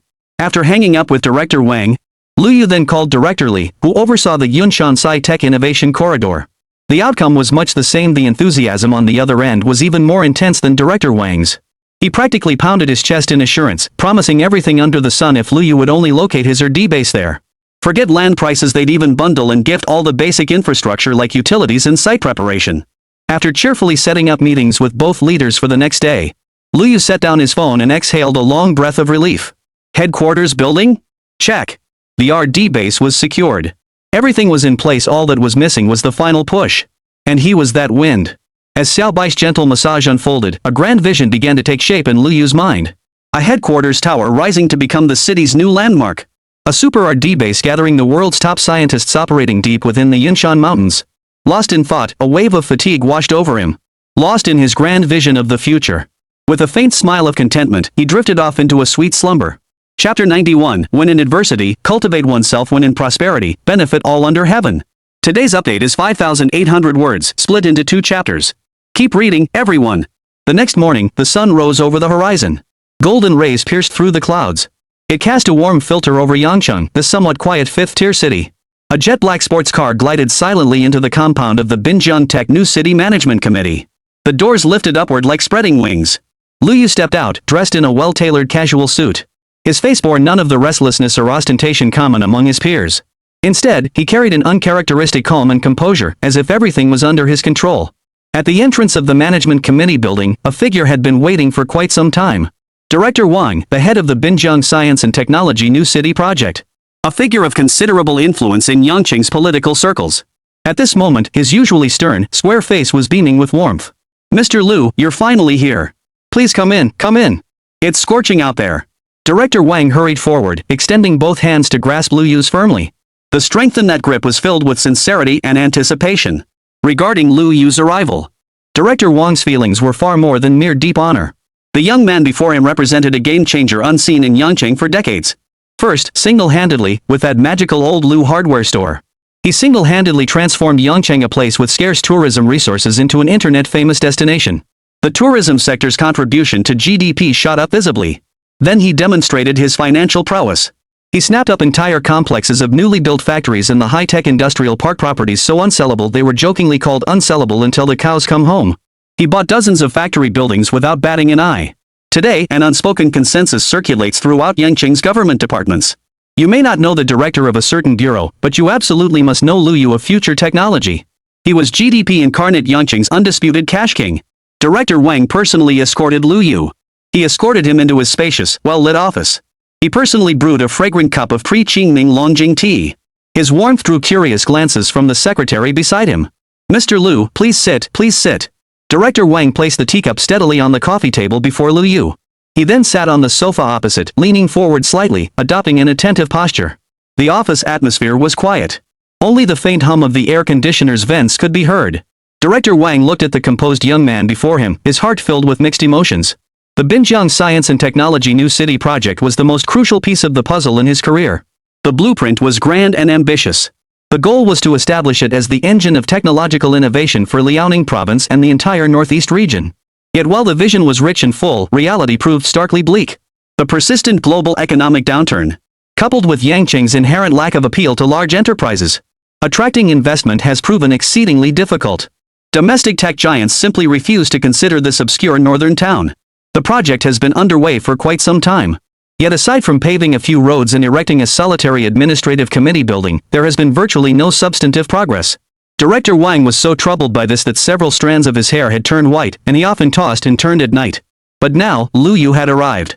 He was like a bolt of lightning piercing the thick darkness of night, bringing boundless light and hope to this once quiet land. Director Wang cleared his throat, breaking the silence first. His tone was sincere and heartfelt. Mr. Liu, first and foremost, on behalf of Binjiang Science and Technology New City and Yangcheng City, I extend our warmest welcome and deepest gratitude for your decision to establish Future Tech's core project here. He paused, his gaze unwavering as he continued. We understand profoundly that a city's future lies in innovation and technology. For a leading enterprise with such potential and commitment as Future Technology, Yangcheng will absolutely provide the strongest possible support. Whether it's land policies, tax incentives, talent recruitment, or resource allocation. Whatever we can deliver, we will do so without compromise. Our approach is one of absolute sincerity. Lu Yu lifted his teacup and took a gentle sip. The warm liquid slid down his throat. He was well aware of Yang Qing's current predicament. He also understood the weighty expectations behind Director Wang's words. Setting down his cup, he met Director Wang's gaze with clear eyes and spoke slowly. His voice was not loud, yet each word rang out with conviction. Director Wang, you flatter me. I was born in Yangcheng, raised in Yangcheng. This is my home. Seeing the constant outflow of talent from my hometown and the slow pace of economic development over the years, I must admit it weighs heavily on my heart. In the past, we often said, when one is poor, one cultivates oneself. When one is prosperous, one benefits the world. I, Lu Yu, may not be considered prosperous, but I am certainly not a businessman who quietly amasses wealth for himself alone. Making money is certainly important to me. But being able to use my own strength to do something for the land that gave me birth and raised me, to help my fellow villagers live better lives, and to revitalize Yangcheng, that means more to me than any amount of money I could ever earn. His words contained no flowery rhetoric. Yet they carried a profoundly moving force, a heart burning with genuine passion. I hope future tech isn't just a company. It should become an engine, a spark. Here, it will ignite a wildfire of technological innovation across Yangcheng, attracting talent from across the nation and the world, and creating tens of thousands of jobs. I hope that one day, the youth of Yangcheng will no longer need to leave their hometowns in search of opportunities, because the best opportunities will be right here at their doorstep. I hope the transformation led by future tech will allow Yangcheng, Liaoning province, and indeed the entire Dragon Nation to enjoy the immense convenience and blessings brought by technological progress. This, he concluded, is my true goal. When he finished speaking, the office fell so silent you could hear a pin drop. Director Wang was utterly stunned. He stared blankly at the young man before him. In those deep, piercing eyes shone the radiant light of idealism. A grand vision that transcended personal gain. Over the years, he had encountered countless entrepreneurs. Some spouted moral platitudes while secretly engaging in tax evasion and exploiting employees. Others, after securing government incentives and land, instead of focusing on building real businesses, they flip land and play capital games, leaving a mess behind. Worse still, once their businesses grew large, their first move was to find ways to transfer assets overseas. Compared to those people, Lu Yu's vision was simply unimaginably elevated. Your vision, Mr. Lu, it's truly expanded. Director Wang stammered, overcome with emotion. He felt his eyes grow slightly moist. He stood up and clasped Lu Yu's hand firmly once more. Having an entrepreneur like you is a blessing for Yangcheng, a blessing for Liaoning province. After the initial excitement, Director Wang realized they couldn't delay the main business any longer. He sat back down, his expression growing more serious and focused than ever before. Mr. Lu, please share your specific plans. We're all ears. Lu Yu nodded, retrieved a thick planning report from his briefcase, and handed it over. Simultaneously, he began to speak in a steady tone. Director Wang, my plan is divided into several parts. First, and most crucial, is the future technology headquarters building. My vision is that this headquarters building will be more than just an office space. I plan to invest heavily, using it as the centerpiece to create a massive central business district, a CBD that integrates offices, retail, hotels, apartments, convention centers, and cultural entertainment. The three letters CBD rolled off Lu Yu's tongue with casual ease, yet they exploded like a bombshell. They unleashed a tidal wave of shock within Director Wang's mind. A CBD? In Yangcheng, a fifth-tier city? This was pure fantasy. Forget Yangcheng, even the provincial capital, Xinjiang, only had one or two decent CBDs. As if reading his mind, Lu Yu smiled and added, Director Wang, you might find this a bit exaggerated. But my goal is to first establish it as a premier commercial hub rivaling those in China's second-tier cities. Of course, that's just a small goal. His true ambition was to directly rival or even surpass the core commercial districts of Beijing, Shanghai, and Shenzhen. But voicing that now would indeed sound outrageous. It could easily be dismissed as a young person making grandiose promises. Setting a modest goal first seemed the safer approach. Director Wang's breathing grew rapid. He rapidly flipped through the planning report in his hands. The exquisite design drawings, detailed data analysis, and grand business layout. Each one challenged his understanding. He knew that what Yangcheng had in abundance was land. The vast land resources appeared particularly abundant due to population outflow. If Lu Yu's plan succeeded, the ripple effects would be immeasurable. What did a premier CBD signify? It meant tens of thousands of high-end jobs. It meant a revolutionary surge in surrounding land prices and commercial value. It means Yangcheng will possess a true urban emblem and economic heart. It also means a steady stream of astronomical tax revenues. This will completely transform Yangcheng's stagnant urban landscape. It will draw countless young people who left to return and build their futures here. This first plan alone was enough to make Director Wang's palms sweat with excitement. Yet Lu Yu's next words made his heart feel like it was about to leap from his chest. Chapter 92, Yangcheng is about to change. Of course, this is only part of the entire project. Lu Yu's tone remained calm, as if discussing a trivial matter. Surrounding the headquarters building and CBD, we also need to develop large-scale employee residential complexes. I plan to develop multiple high-end residential communities equipped with top-tier educational, medical, and lifestyle facilities to ensure we can attract and retain the most exceptional talent. Additionally, the loose hardware store I currently operate will undergo a comprehensive upgrade and relocation. The original location will remain, but the rear warehouse and operations center will relocate to the Tech New City. Here, we will construct a brand new future living plaza 100 times larger than the original. It will serve as an experiential shopping center integrating all our products. To support the logistics for Future Life Plaza and all future tech products, we will also construct a super large, fully automated smart warehousing center. This warehouse will be larger than the combined total of all warehouses currently in the high-tech industrial park. Director Wang listened until his throat went dry. He picked up his large thermos and gulped down a big mouthful of strong tea. He tried to calm his racing heart. He had assumed that after Luyu completed its headquarters building, the subsequent commercial development would require the management committee to exert tremendous effort to attract investors over a long period. This process might take a decade or even longer. But he never imagined that Luyu would actually. I want it all? From the core headquarters to the commercial CBD, to high-end residential areas. Then to the supporting mega commercial plaza and logistics hub. He actually planned to handle it all himself, one stop, end-to-end, the entire industrial chain. What terrifying strength and audacity. An uncontrollable thought surged through Director Wang's mind. Just how much money does this young man have? But he dared not ask, nor did he need to. All he needed to know was that Luyu's arrival would be a once-in-a-century opportunity for Yangchang. Yet another, more practical question surfaced. Director Wang cautiously inquired, Mr. Lu, your vision is so grand. The construction materials and equipment procurement involved will amount to astronomical sums. With a project of this scale, every single transaction must be transparent and lawful, or else it would lead to endless trouble. Moreover, the capital requirements were immense. Luyu responded with a knowing smile. Director Wang, you needn't worry about that at all, he explained calmly. We've already coordinated with the relevant tax authorities. We'll pay all taxes in full, based on the market fair value of the final product. Every process is fully compliant with the law, and all documentation is complete. You may send representatives to verify at any time. As for funding, our company's account balances are available for inspection at any time. This explanation, of course, was a carefully prepared script. The power of his everything system extended far beyond merely providing goods. It flawlessly handles all real-world procedures and processes, generating seamless, legally sound documentation. Whether it's company registration, tax payments, or the raw material issue he was addressing at that moment, the system could generate a set of logically consistent, irrefutable background materials and legal documents. With the system's assistance, Luyu's company operated like a player running God mode within the rules. All the tedious real-world problems were smoothed out one by one. His gaze toward Luyu had shifted from viewing him as a wealthy and accomplished young entrepreneur to that of a pioneer of the era who holds the key to the future. All doubts vanished into thin air.